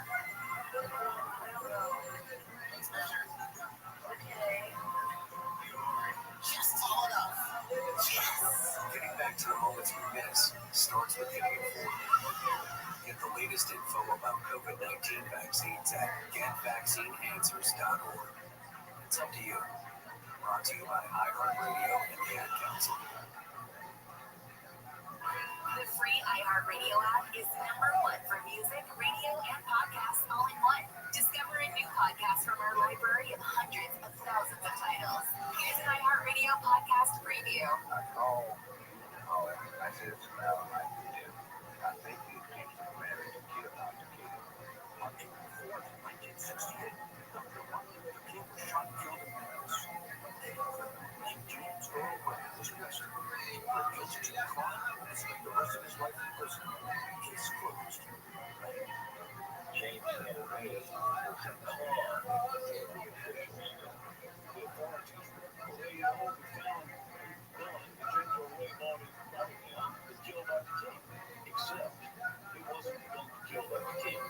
One of the problems that came out when I got the Brady case was that some of the evidence, as far as I was concerned, did not match the circumstances. This is the MLK Tapes. The first 2 episodes are available on the iHeartRadio app or wherever you get podcasts. The iHeartRadio app, #1 for music, radio, and podcasts, all in one app. Steve Sharp here with my friend Sherry Harris, owner of One Source Water Systems. Did you know our cities add chlorine and chloramines to your water? And that's what you're bathing in, breathing in, and drinking every day. These chemicals are harsh on your health, your skin, and your hair. With a Life Source whole house system, you get clean, healthy water from every tap without salt or monthly filter changes. Don't wait. Call our factory for a quote at 1-800-WATER-99 or visit lifesourcewater.com. It's home renovation season. New windows, new doors, maybe even new floors can make a home look nice. But this season, how about a project that can help protect your home and keep it nice when the next big earthquake strikes? Strengthening your home with a seismic retrofit is a wise investment in your house, and we have contractors that can help. Earthquakes happen in California, so get prepared and worry less. Visit strengthenyourhouse.com to learn more. That's strengthenyourhouse.com. I'm a Marine. No matter how you serve, My buddies from the Army are home gone now. I'm really alone. no matter what you're going through, I keep getting calls about the bills, and I'm trying to get a job. I feel so stuck. we are here for you. If you or a veteran in your life is experiencing thoughts of suicide, dial 988 and press 1 to reach the Veterans Crisis Line. Planning for your Easter dinner? Visit the Stater Brothers Meat Counter. Fresh beef loin flat meat for carne asadas, only $6.99 a pound. And bone-in ribeye roasts are just $7.99 a pound. Stater Brothers Markets. Fresh, affordable, community first. For official rules and more information about contests on this station, go to KFI-AM640.com/rules. Is private student loan debt ruining your life? It doesn't have to. Why Refi refinances private student loans that others won't touch? They don't care what your credit score is. Just go to yrefi.com. That's YREFY.com. Get your revenge body by summer with Future Health. Future Health Witness. Your one stop for advertising. Call 844-844. iHeart KFI AM640. Stimulating talk.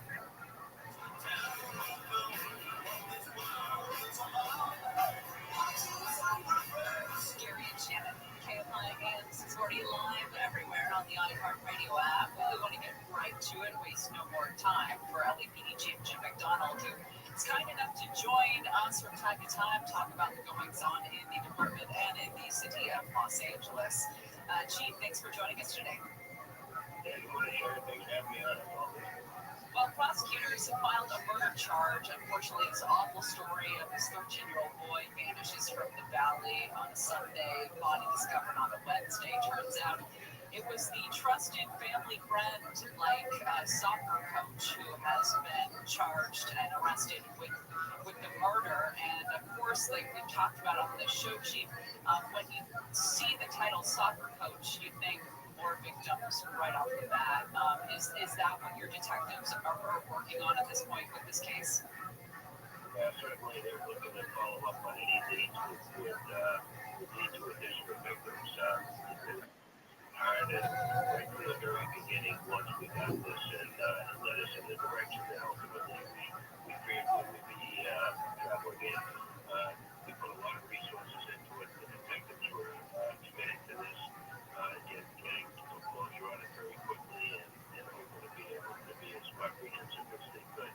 And so that continues to look at the current case they're dealing with and looking for any tentacles that may be associated as well. We put out notices to the community for anybody who has seen this person, who has interacted with this person, be able to try and interview them and get additional info. How do you grease the skids on that? How do you encourage people to come forward with something like that? If they haven't come forward before, what is it about the reaching out of detectives in the department? How do you get them to actually come in and talk about what they've either gone through or what they know about? Yeah, it's very difficult to get people to talk about this type of a crime, but I think there is less of a hesitancy to come forward when the suspect is in custody, and there's less of a threat felt as a result of that. And the stigma, the perceived stigma, may still be there, but our hope is that when they think about what they went through and hope that no other kid has to go through this, that by coming forward, this person will be held accountable for all of the crimes that they did.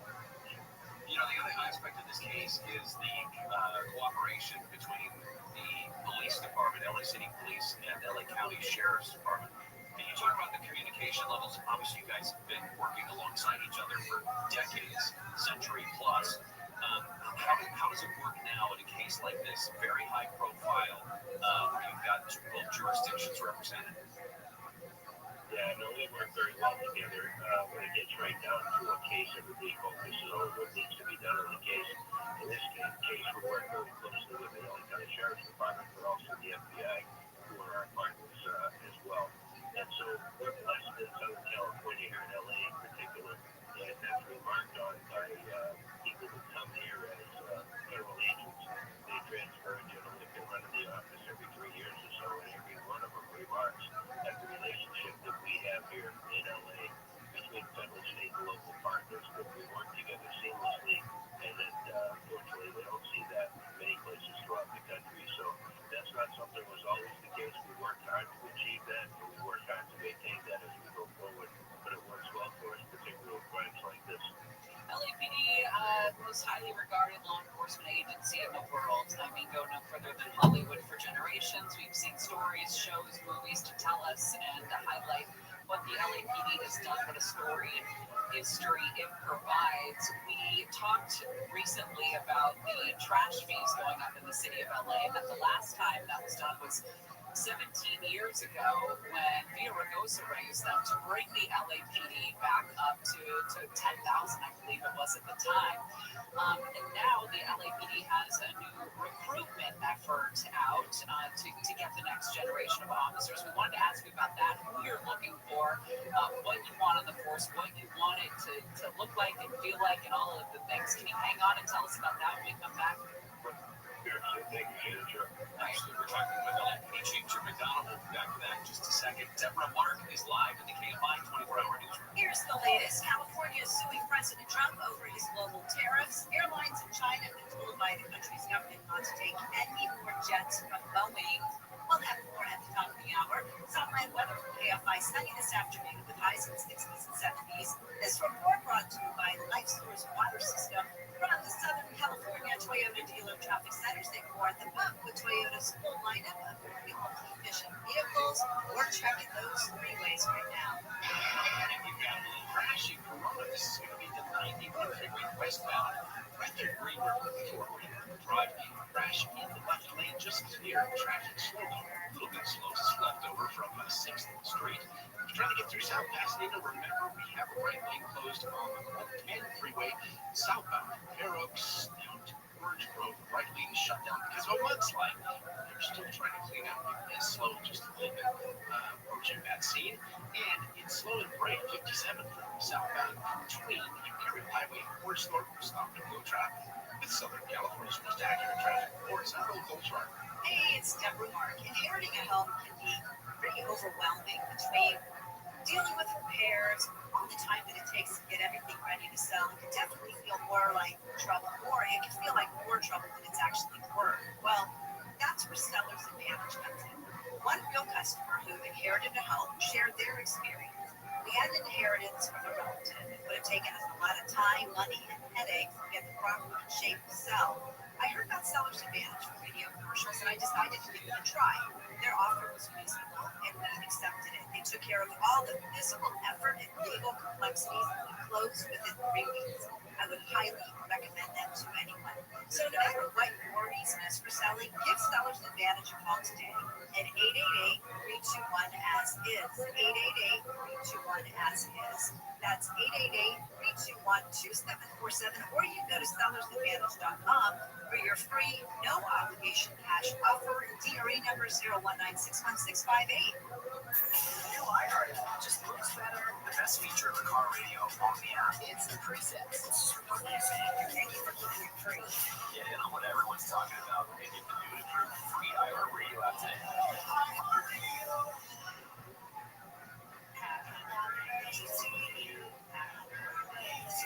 Birthday parties.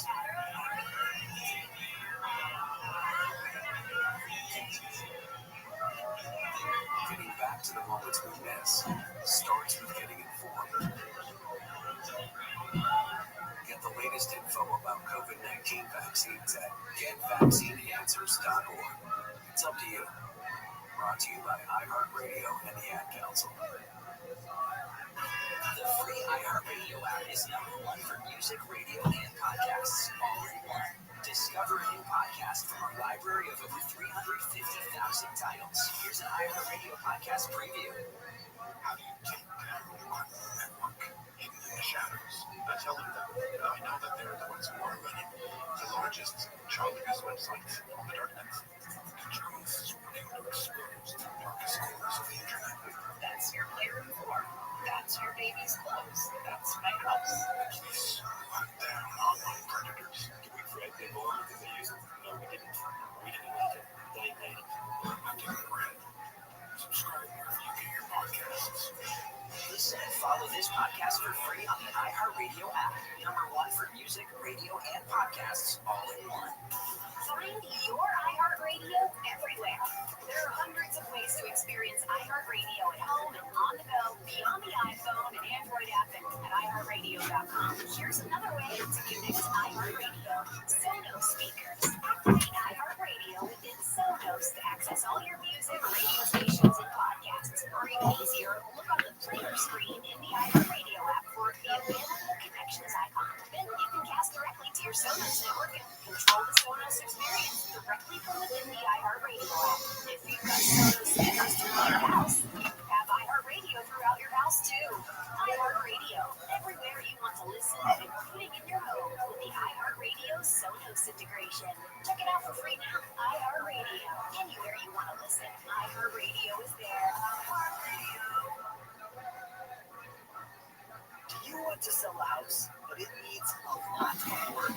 Want to avoid the hassles of putting it on the market, waiting for an offer? Tired of cash buyers promising the world only to reduce your price along the way? Wedgwood Homes is firm on their offer and actively buying homes for nearly 40 years.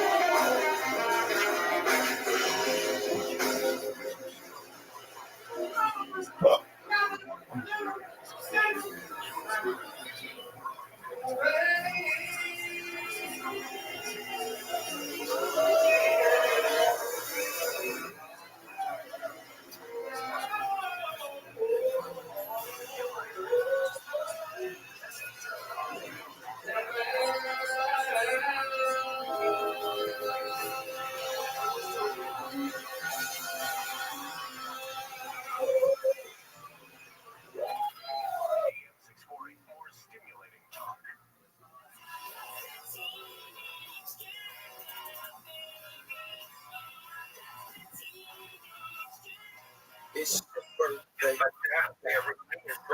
But still, they ask me what I do and who I do it for, and how I come up with this shit up in the studio. All I want for my birthday is a big old house.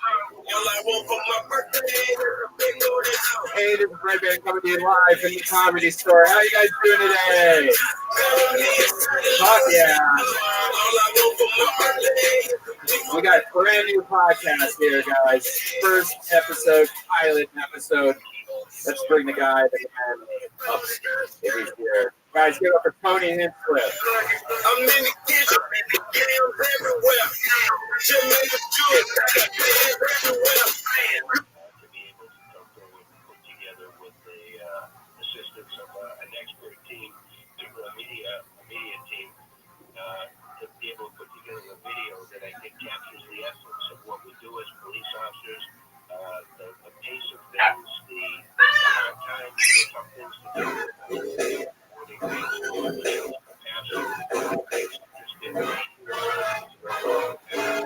Hey, this is Rabbi coming live for episode 200 of Kill Tony. Here's Tony Hinchcliffe.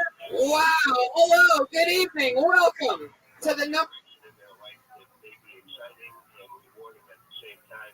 And my hope is that this is a good first step to getting people to apply to the Los Angeles Police Department for a career that they will look back on many years from now and believe.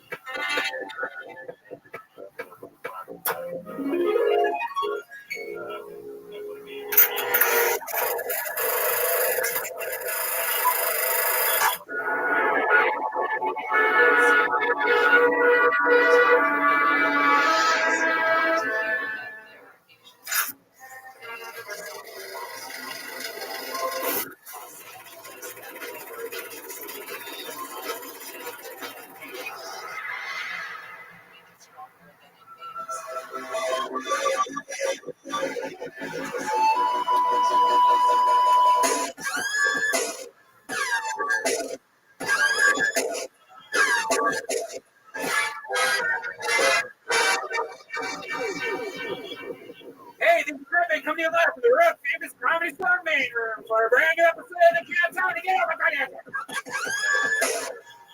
Come on, we're here. Everybody make some fucking noise. We have the commitment from the mayor and support to be able to fund that and maintain our ability to be able to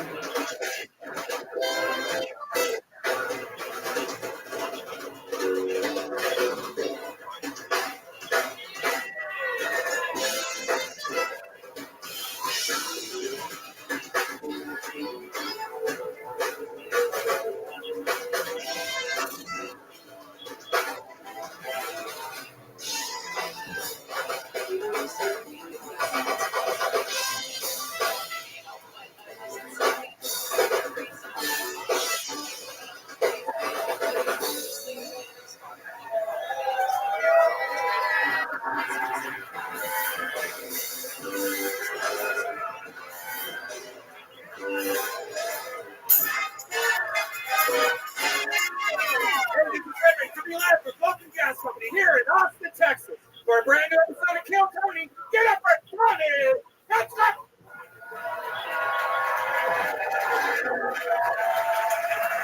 You guys ready for the best goddamn night of your lives or what?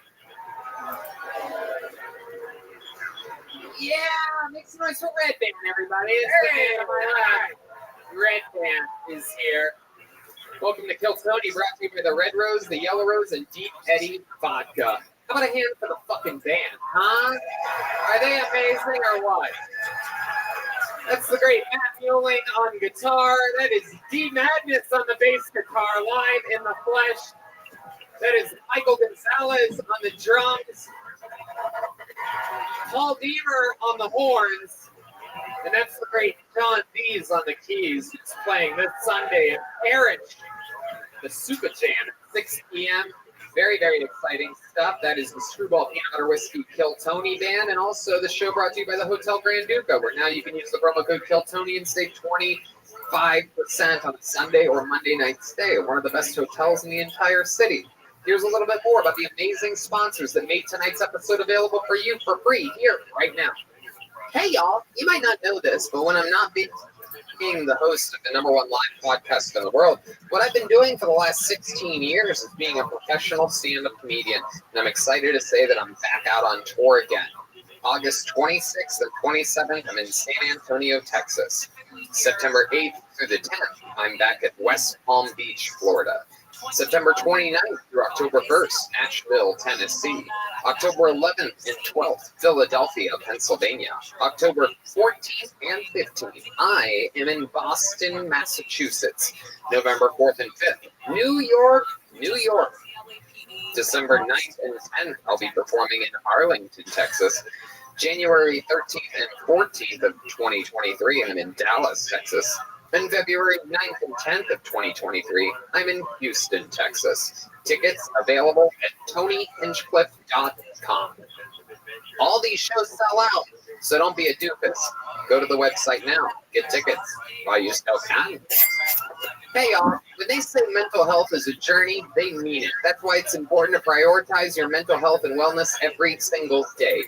When you work on yourself, it brings positive changes in all areas of your life. The long-term effects of therapy can give you the tools to deal with the challenges as they arise, strengthen your relationships, and give you a more positive outlook on life.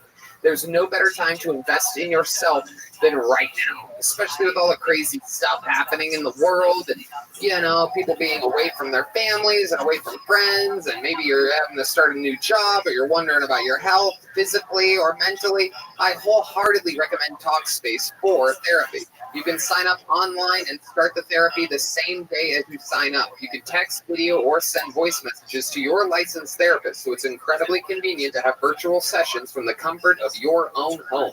Red Band? Talkspace is the #1 online therapy platform that has thousands of licensed therapists trained in over 40 specialties, including anxiety, depression, relationships, and more. Your therapist can help you set and achieve your goals. And the cool thing is, it's affordable. Talkspace is a fraction of the cost of in-person therapy. Instead of waiting for an appointment, you can send unlimited messages to your therapist 24/7, and they'll engage with you daily, 5 days a week. It's also secure. Talkspace is secure and private, using the latest end-to-end bank-grade encryption technology to store your client information and complying with the latest HIPAA regulations. That's right. And as a listener of this podcast, you'll get $100 off of your first month with Talkspace. To match with a licensed therapist today, go to Talkspace.com. Make sure to use the code TONY to get $100 off your first month and show your support for the show. Make yourself feel better. Make yourself strong. That's Tony at Talkspace.com. You know what else? We are deep into the summer here, and I'm telling you, this Texas heat is no joke. One of the things that I've been doing lately to acclimate to these ridiculously hot temperatures is hot yoga during the day. So I'm walking out of 130 degrees and into 110 degrees, and the point is, I have to stay hydrated. It is important to be proactive about keeping our bodies completely fueled. Making hydration a priority can help us feel healthier in our everyday lives. 1 stick of liquid IV and 16 ounces of water hydrates you 2 times faster and more efficiently than water alone. Plus, it has a bunch of great flavors. And I'm telling you, this stuff works. Anybody who's ever had it agrees it is one of the most undeniable products. I am so honored to have them as a sponsor because it's truly something that I believe in. I had one today with on top of a giant glass of water, and I've been feeling great. Ate late last night, had a lot of drinks, and Liquid IV brought me back to life today. Red Band? Yeah, I agree. Out of all our sponsors, this is one that I 100% would recommend and use, even if they weren't a sponsor. I have one in the morning, one at night. I have one right now, all day long. And I love how convenient it is. It's just this little package. You put it in a little bottle of water, mix it up, and you're good to go. And they have amazing flavors. The new grape. I love the new tropical punch. Love it. And the guava and the acai berries. Yeah. It's all amazing. Liquid IV contains 5 essential vitamins, B3, B5, B6, B12, and vitamin C.